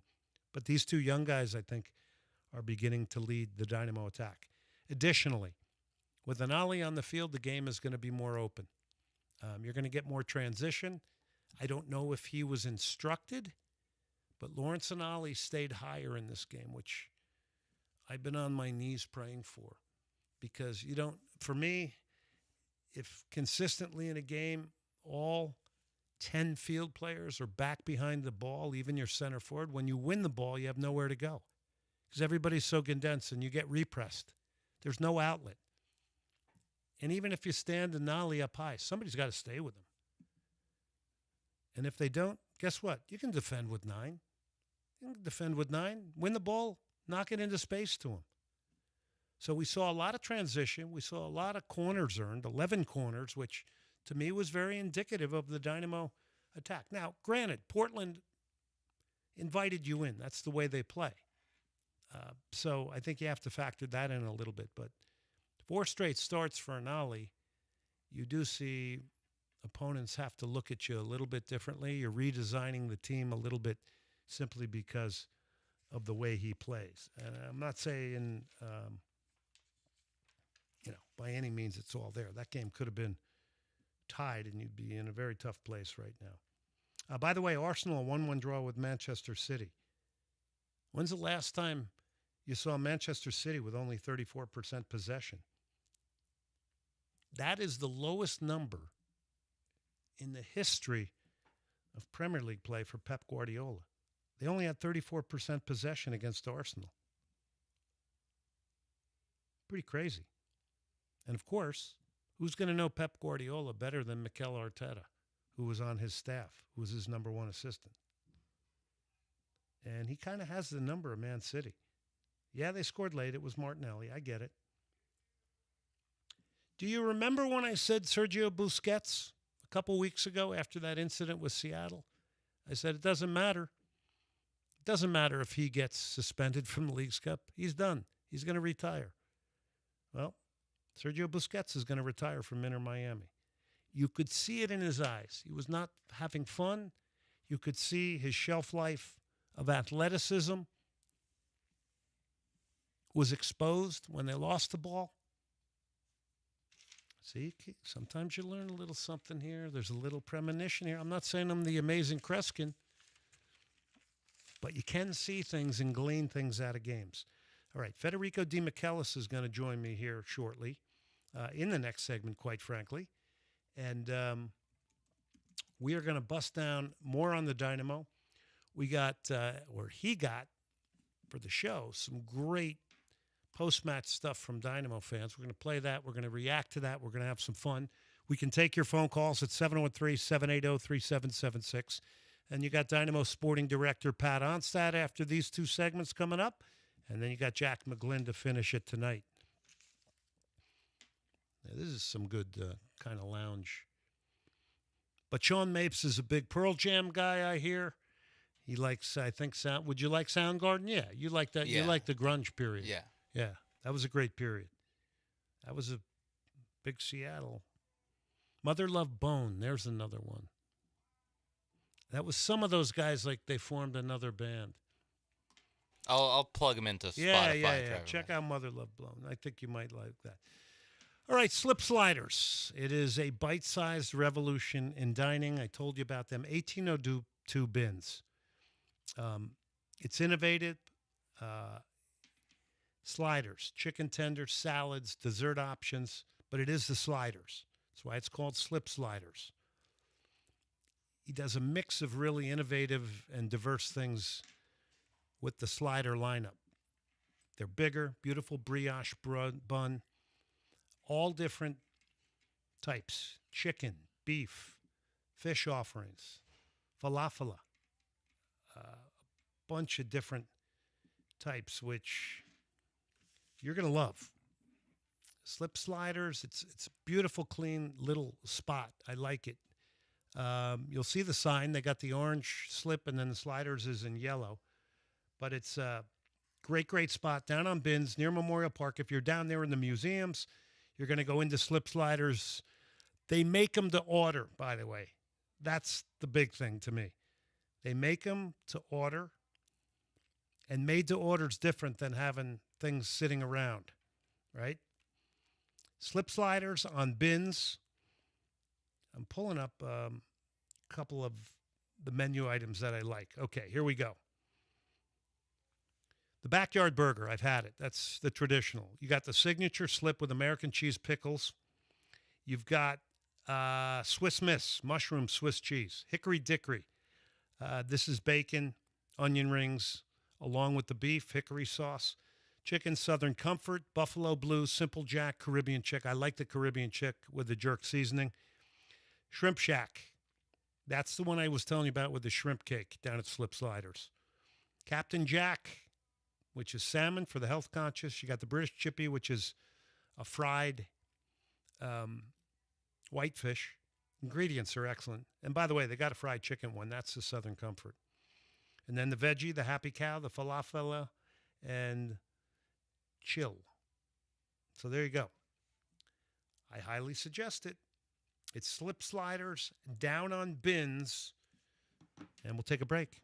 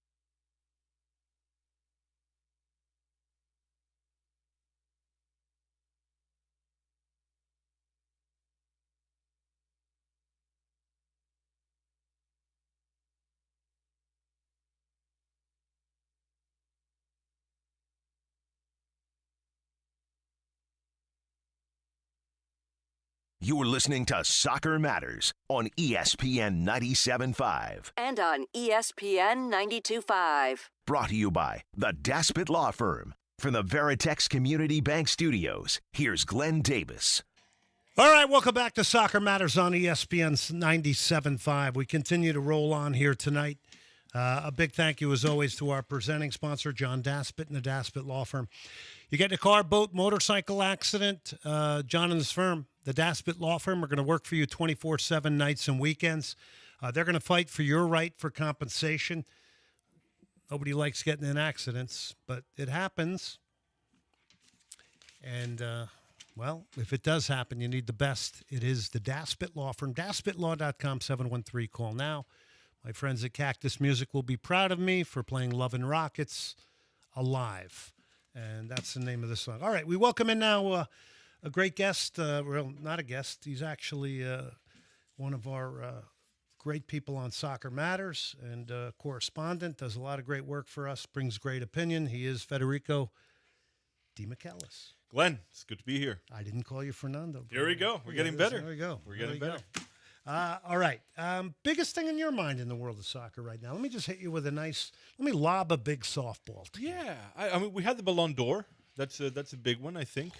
Yeah, I know. Well, but people care. You know, what am I going to do? I don't. Do you care? Do you like the whole thing? I understand its significance. Yeah. I understand what it means to fans. I understand it's an opportunity for the spotlight. I really liked the voting by the journalists the last time when Rodri won it for Man City, because I thought that broke the mold of attacking players getting it. And by the way, it got validated because City struggled without him. Yeah, and I was going to say, do you think we lost respect of it just because, Ronaldo, Messi, like the whole, the way that they just absorbed. Did it feel contrived? It's like nobody else could get in, but they were the two best players in the world. Let's face it. That's the thing. And Rodri was a surprise for many. For me, it was, at least. I understand it was a key player in that team, and that team won it all. That's the other thing. Do the players have to win it all to be the best players in the world? To deserve that trophy? I don't know. I think Dembélé could very possibly be awarded with the Ballon d'Or. I don't see why not. Why not? He was on the best team in the world. No. And he was the leading goal scorer on the best team in the world. So I do think that sometimes journalists are going to take the team element into it as well. Right. And then you see Yamal, and the whole world of Yamal and everything around him, and then you see these, because that's the other thing, people don't really watch a full game of soccer anymore. Right, so everybody watches these very little clips, and you see a clip of Yamal, cutting inside and taking a shot and doing this and that and whatever, and so everybody goes crazy about it. But you don't see the work that Dembélé puts in. We saw it in the Club World Cup when you see Dembélé, and also in the final of the Champions, when you see that guy work on the pitch, the amount of miles and miles and miles and the intensity with which he plays, you don't see Yamal doing that. You don't see Vinny doing that at all, whatsoever. Look at him now. Vinny and Mbappe don't do a whole lot without the ball. Yamal has got just a whack job of a father. Holy smoke, what a whack job this guy's. He says missing out on Ballon d'Or, the fact that his kid didn't get it, is biggest moral damage. Give me a freaking break. Look, dude, go behind the rock you crawled under with the money your son's giving you. I don't like the whole. That is so demeaning to Dembele too. By the way, to everybody. Yeah, to everybody. Yeah. I mean, who do you think you are? It's so classless, and it's something we don't need. Who wants to see that in the world of soccer? Who wins with people like that? Here's what he said. He said, "I think this is the biggest.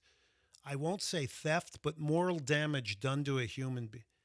Dude, what is it? What world is this guy Vinny did the same thing last year. Remember? He didn't want to go. Moral damage. There are people dying all over the place who shouldn't be dying, and this guy's talking about moral damage. This just shows you how humanity can get so drilled down on only what affects them. And tomorrow he goes on to say something very strange has happened here.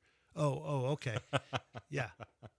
Dembele only scored 35 goals in 53 appearances, so he didn't deserve it. Right. Okay. At sure. All. All right. Let's put that clown to rest. I mean, that is a clown show. And in the list you had Vitinha, Salah, Rafinha, Hakimi. I mean, can Hakimi win a Ballon d'Or? Vitinha. I mean, his Club World Cup. The class in that player. We don't see those anymore as much. I think moral damage. Good God. Yeah. What a wreck. It's a lot. Yeah. It's a lot. Lamine hopefully can put his father back in the closet where he belongs. All right. Can we play that, Sean? Can we play the John Terry sound? Because I want to get Federico's take on this. Listen to this. Everyone's obsessed with playing out from the back at the minute. It drives me insane at all levels of football. At Chelsea, I wanted the ball. We wanted to play out from the back constantly. But Peter Cech would put the ball on the 6-yard box. We'd split and we'd go, no thanks, not today. Why? Because they've got 3 men on the edge of the box that are going to come charging after me, charging after Ricky, and put pressure on us. So what we'll do is we'll beat that press, we'll go into Didier, and Big Pete's capable of it in a 50-yard quality pass into his chest. Now we beat that press, you set lamps, you go wide to you. That's a strength, that's recognising football and understanding football. I'm not sure players have the responsibility to make those decisions anymore. It's play out from the back at all costs. Love it. Absolutely love it. He's absolutely right. Play out of the back at all costs. The obsession. I mean, I get it. We've seen Guardiola do it. We all loved it. We all fell in love with it. That can happen, how many times? With how many teams? Only with those players, By the way, their center forward was Didier Drogba. Imagine. So imagine. You got a pretty good direct option there. Imagine. Frank Lampard running off him. I mean, but I love hearing that type of commentary because there are other ways to play the game. I do think it's over data. There's too much data. I think we have seen, and you and I can talk about this, but I think we have seen simply with Lawrence and Ali playing 4 straight games for the Dynamo, the complexion of that team looking different. The opponent has to look at them differently. And they have had to pull off their game model based on the vertical nature of his game, which you can't take away from him. Yeah, and boy, we saw that in this last game against Portland because we were talking about this. It's not only, and getting into the game a little bit now, it's not only that Portland was not their best, but there's a reason also why they were not their best. Portland sat back.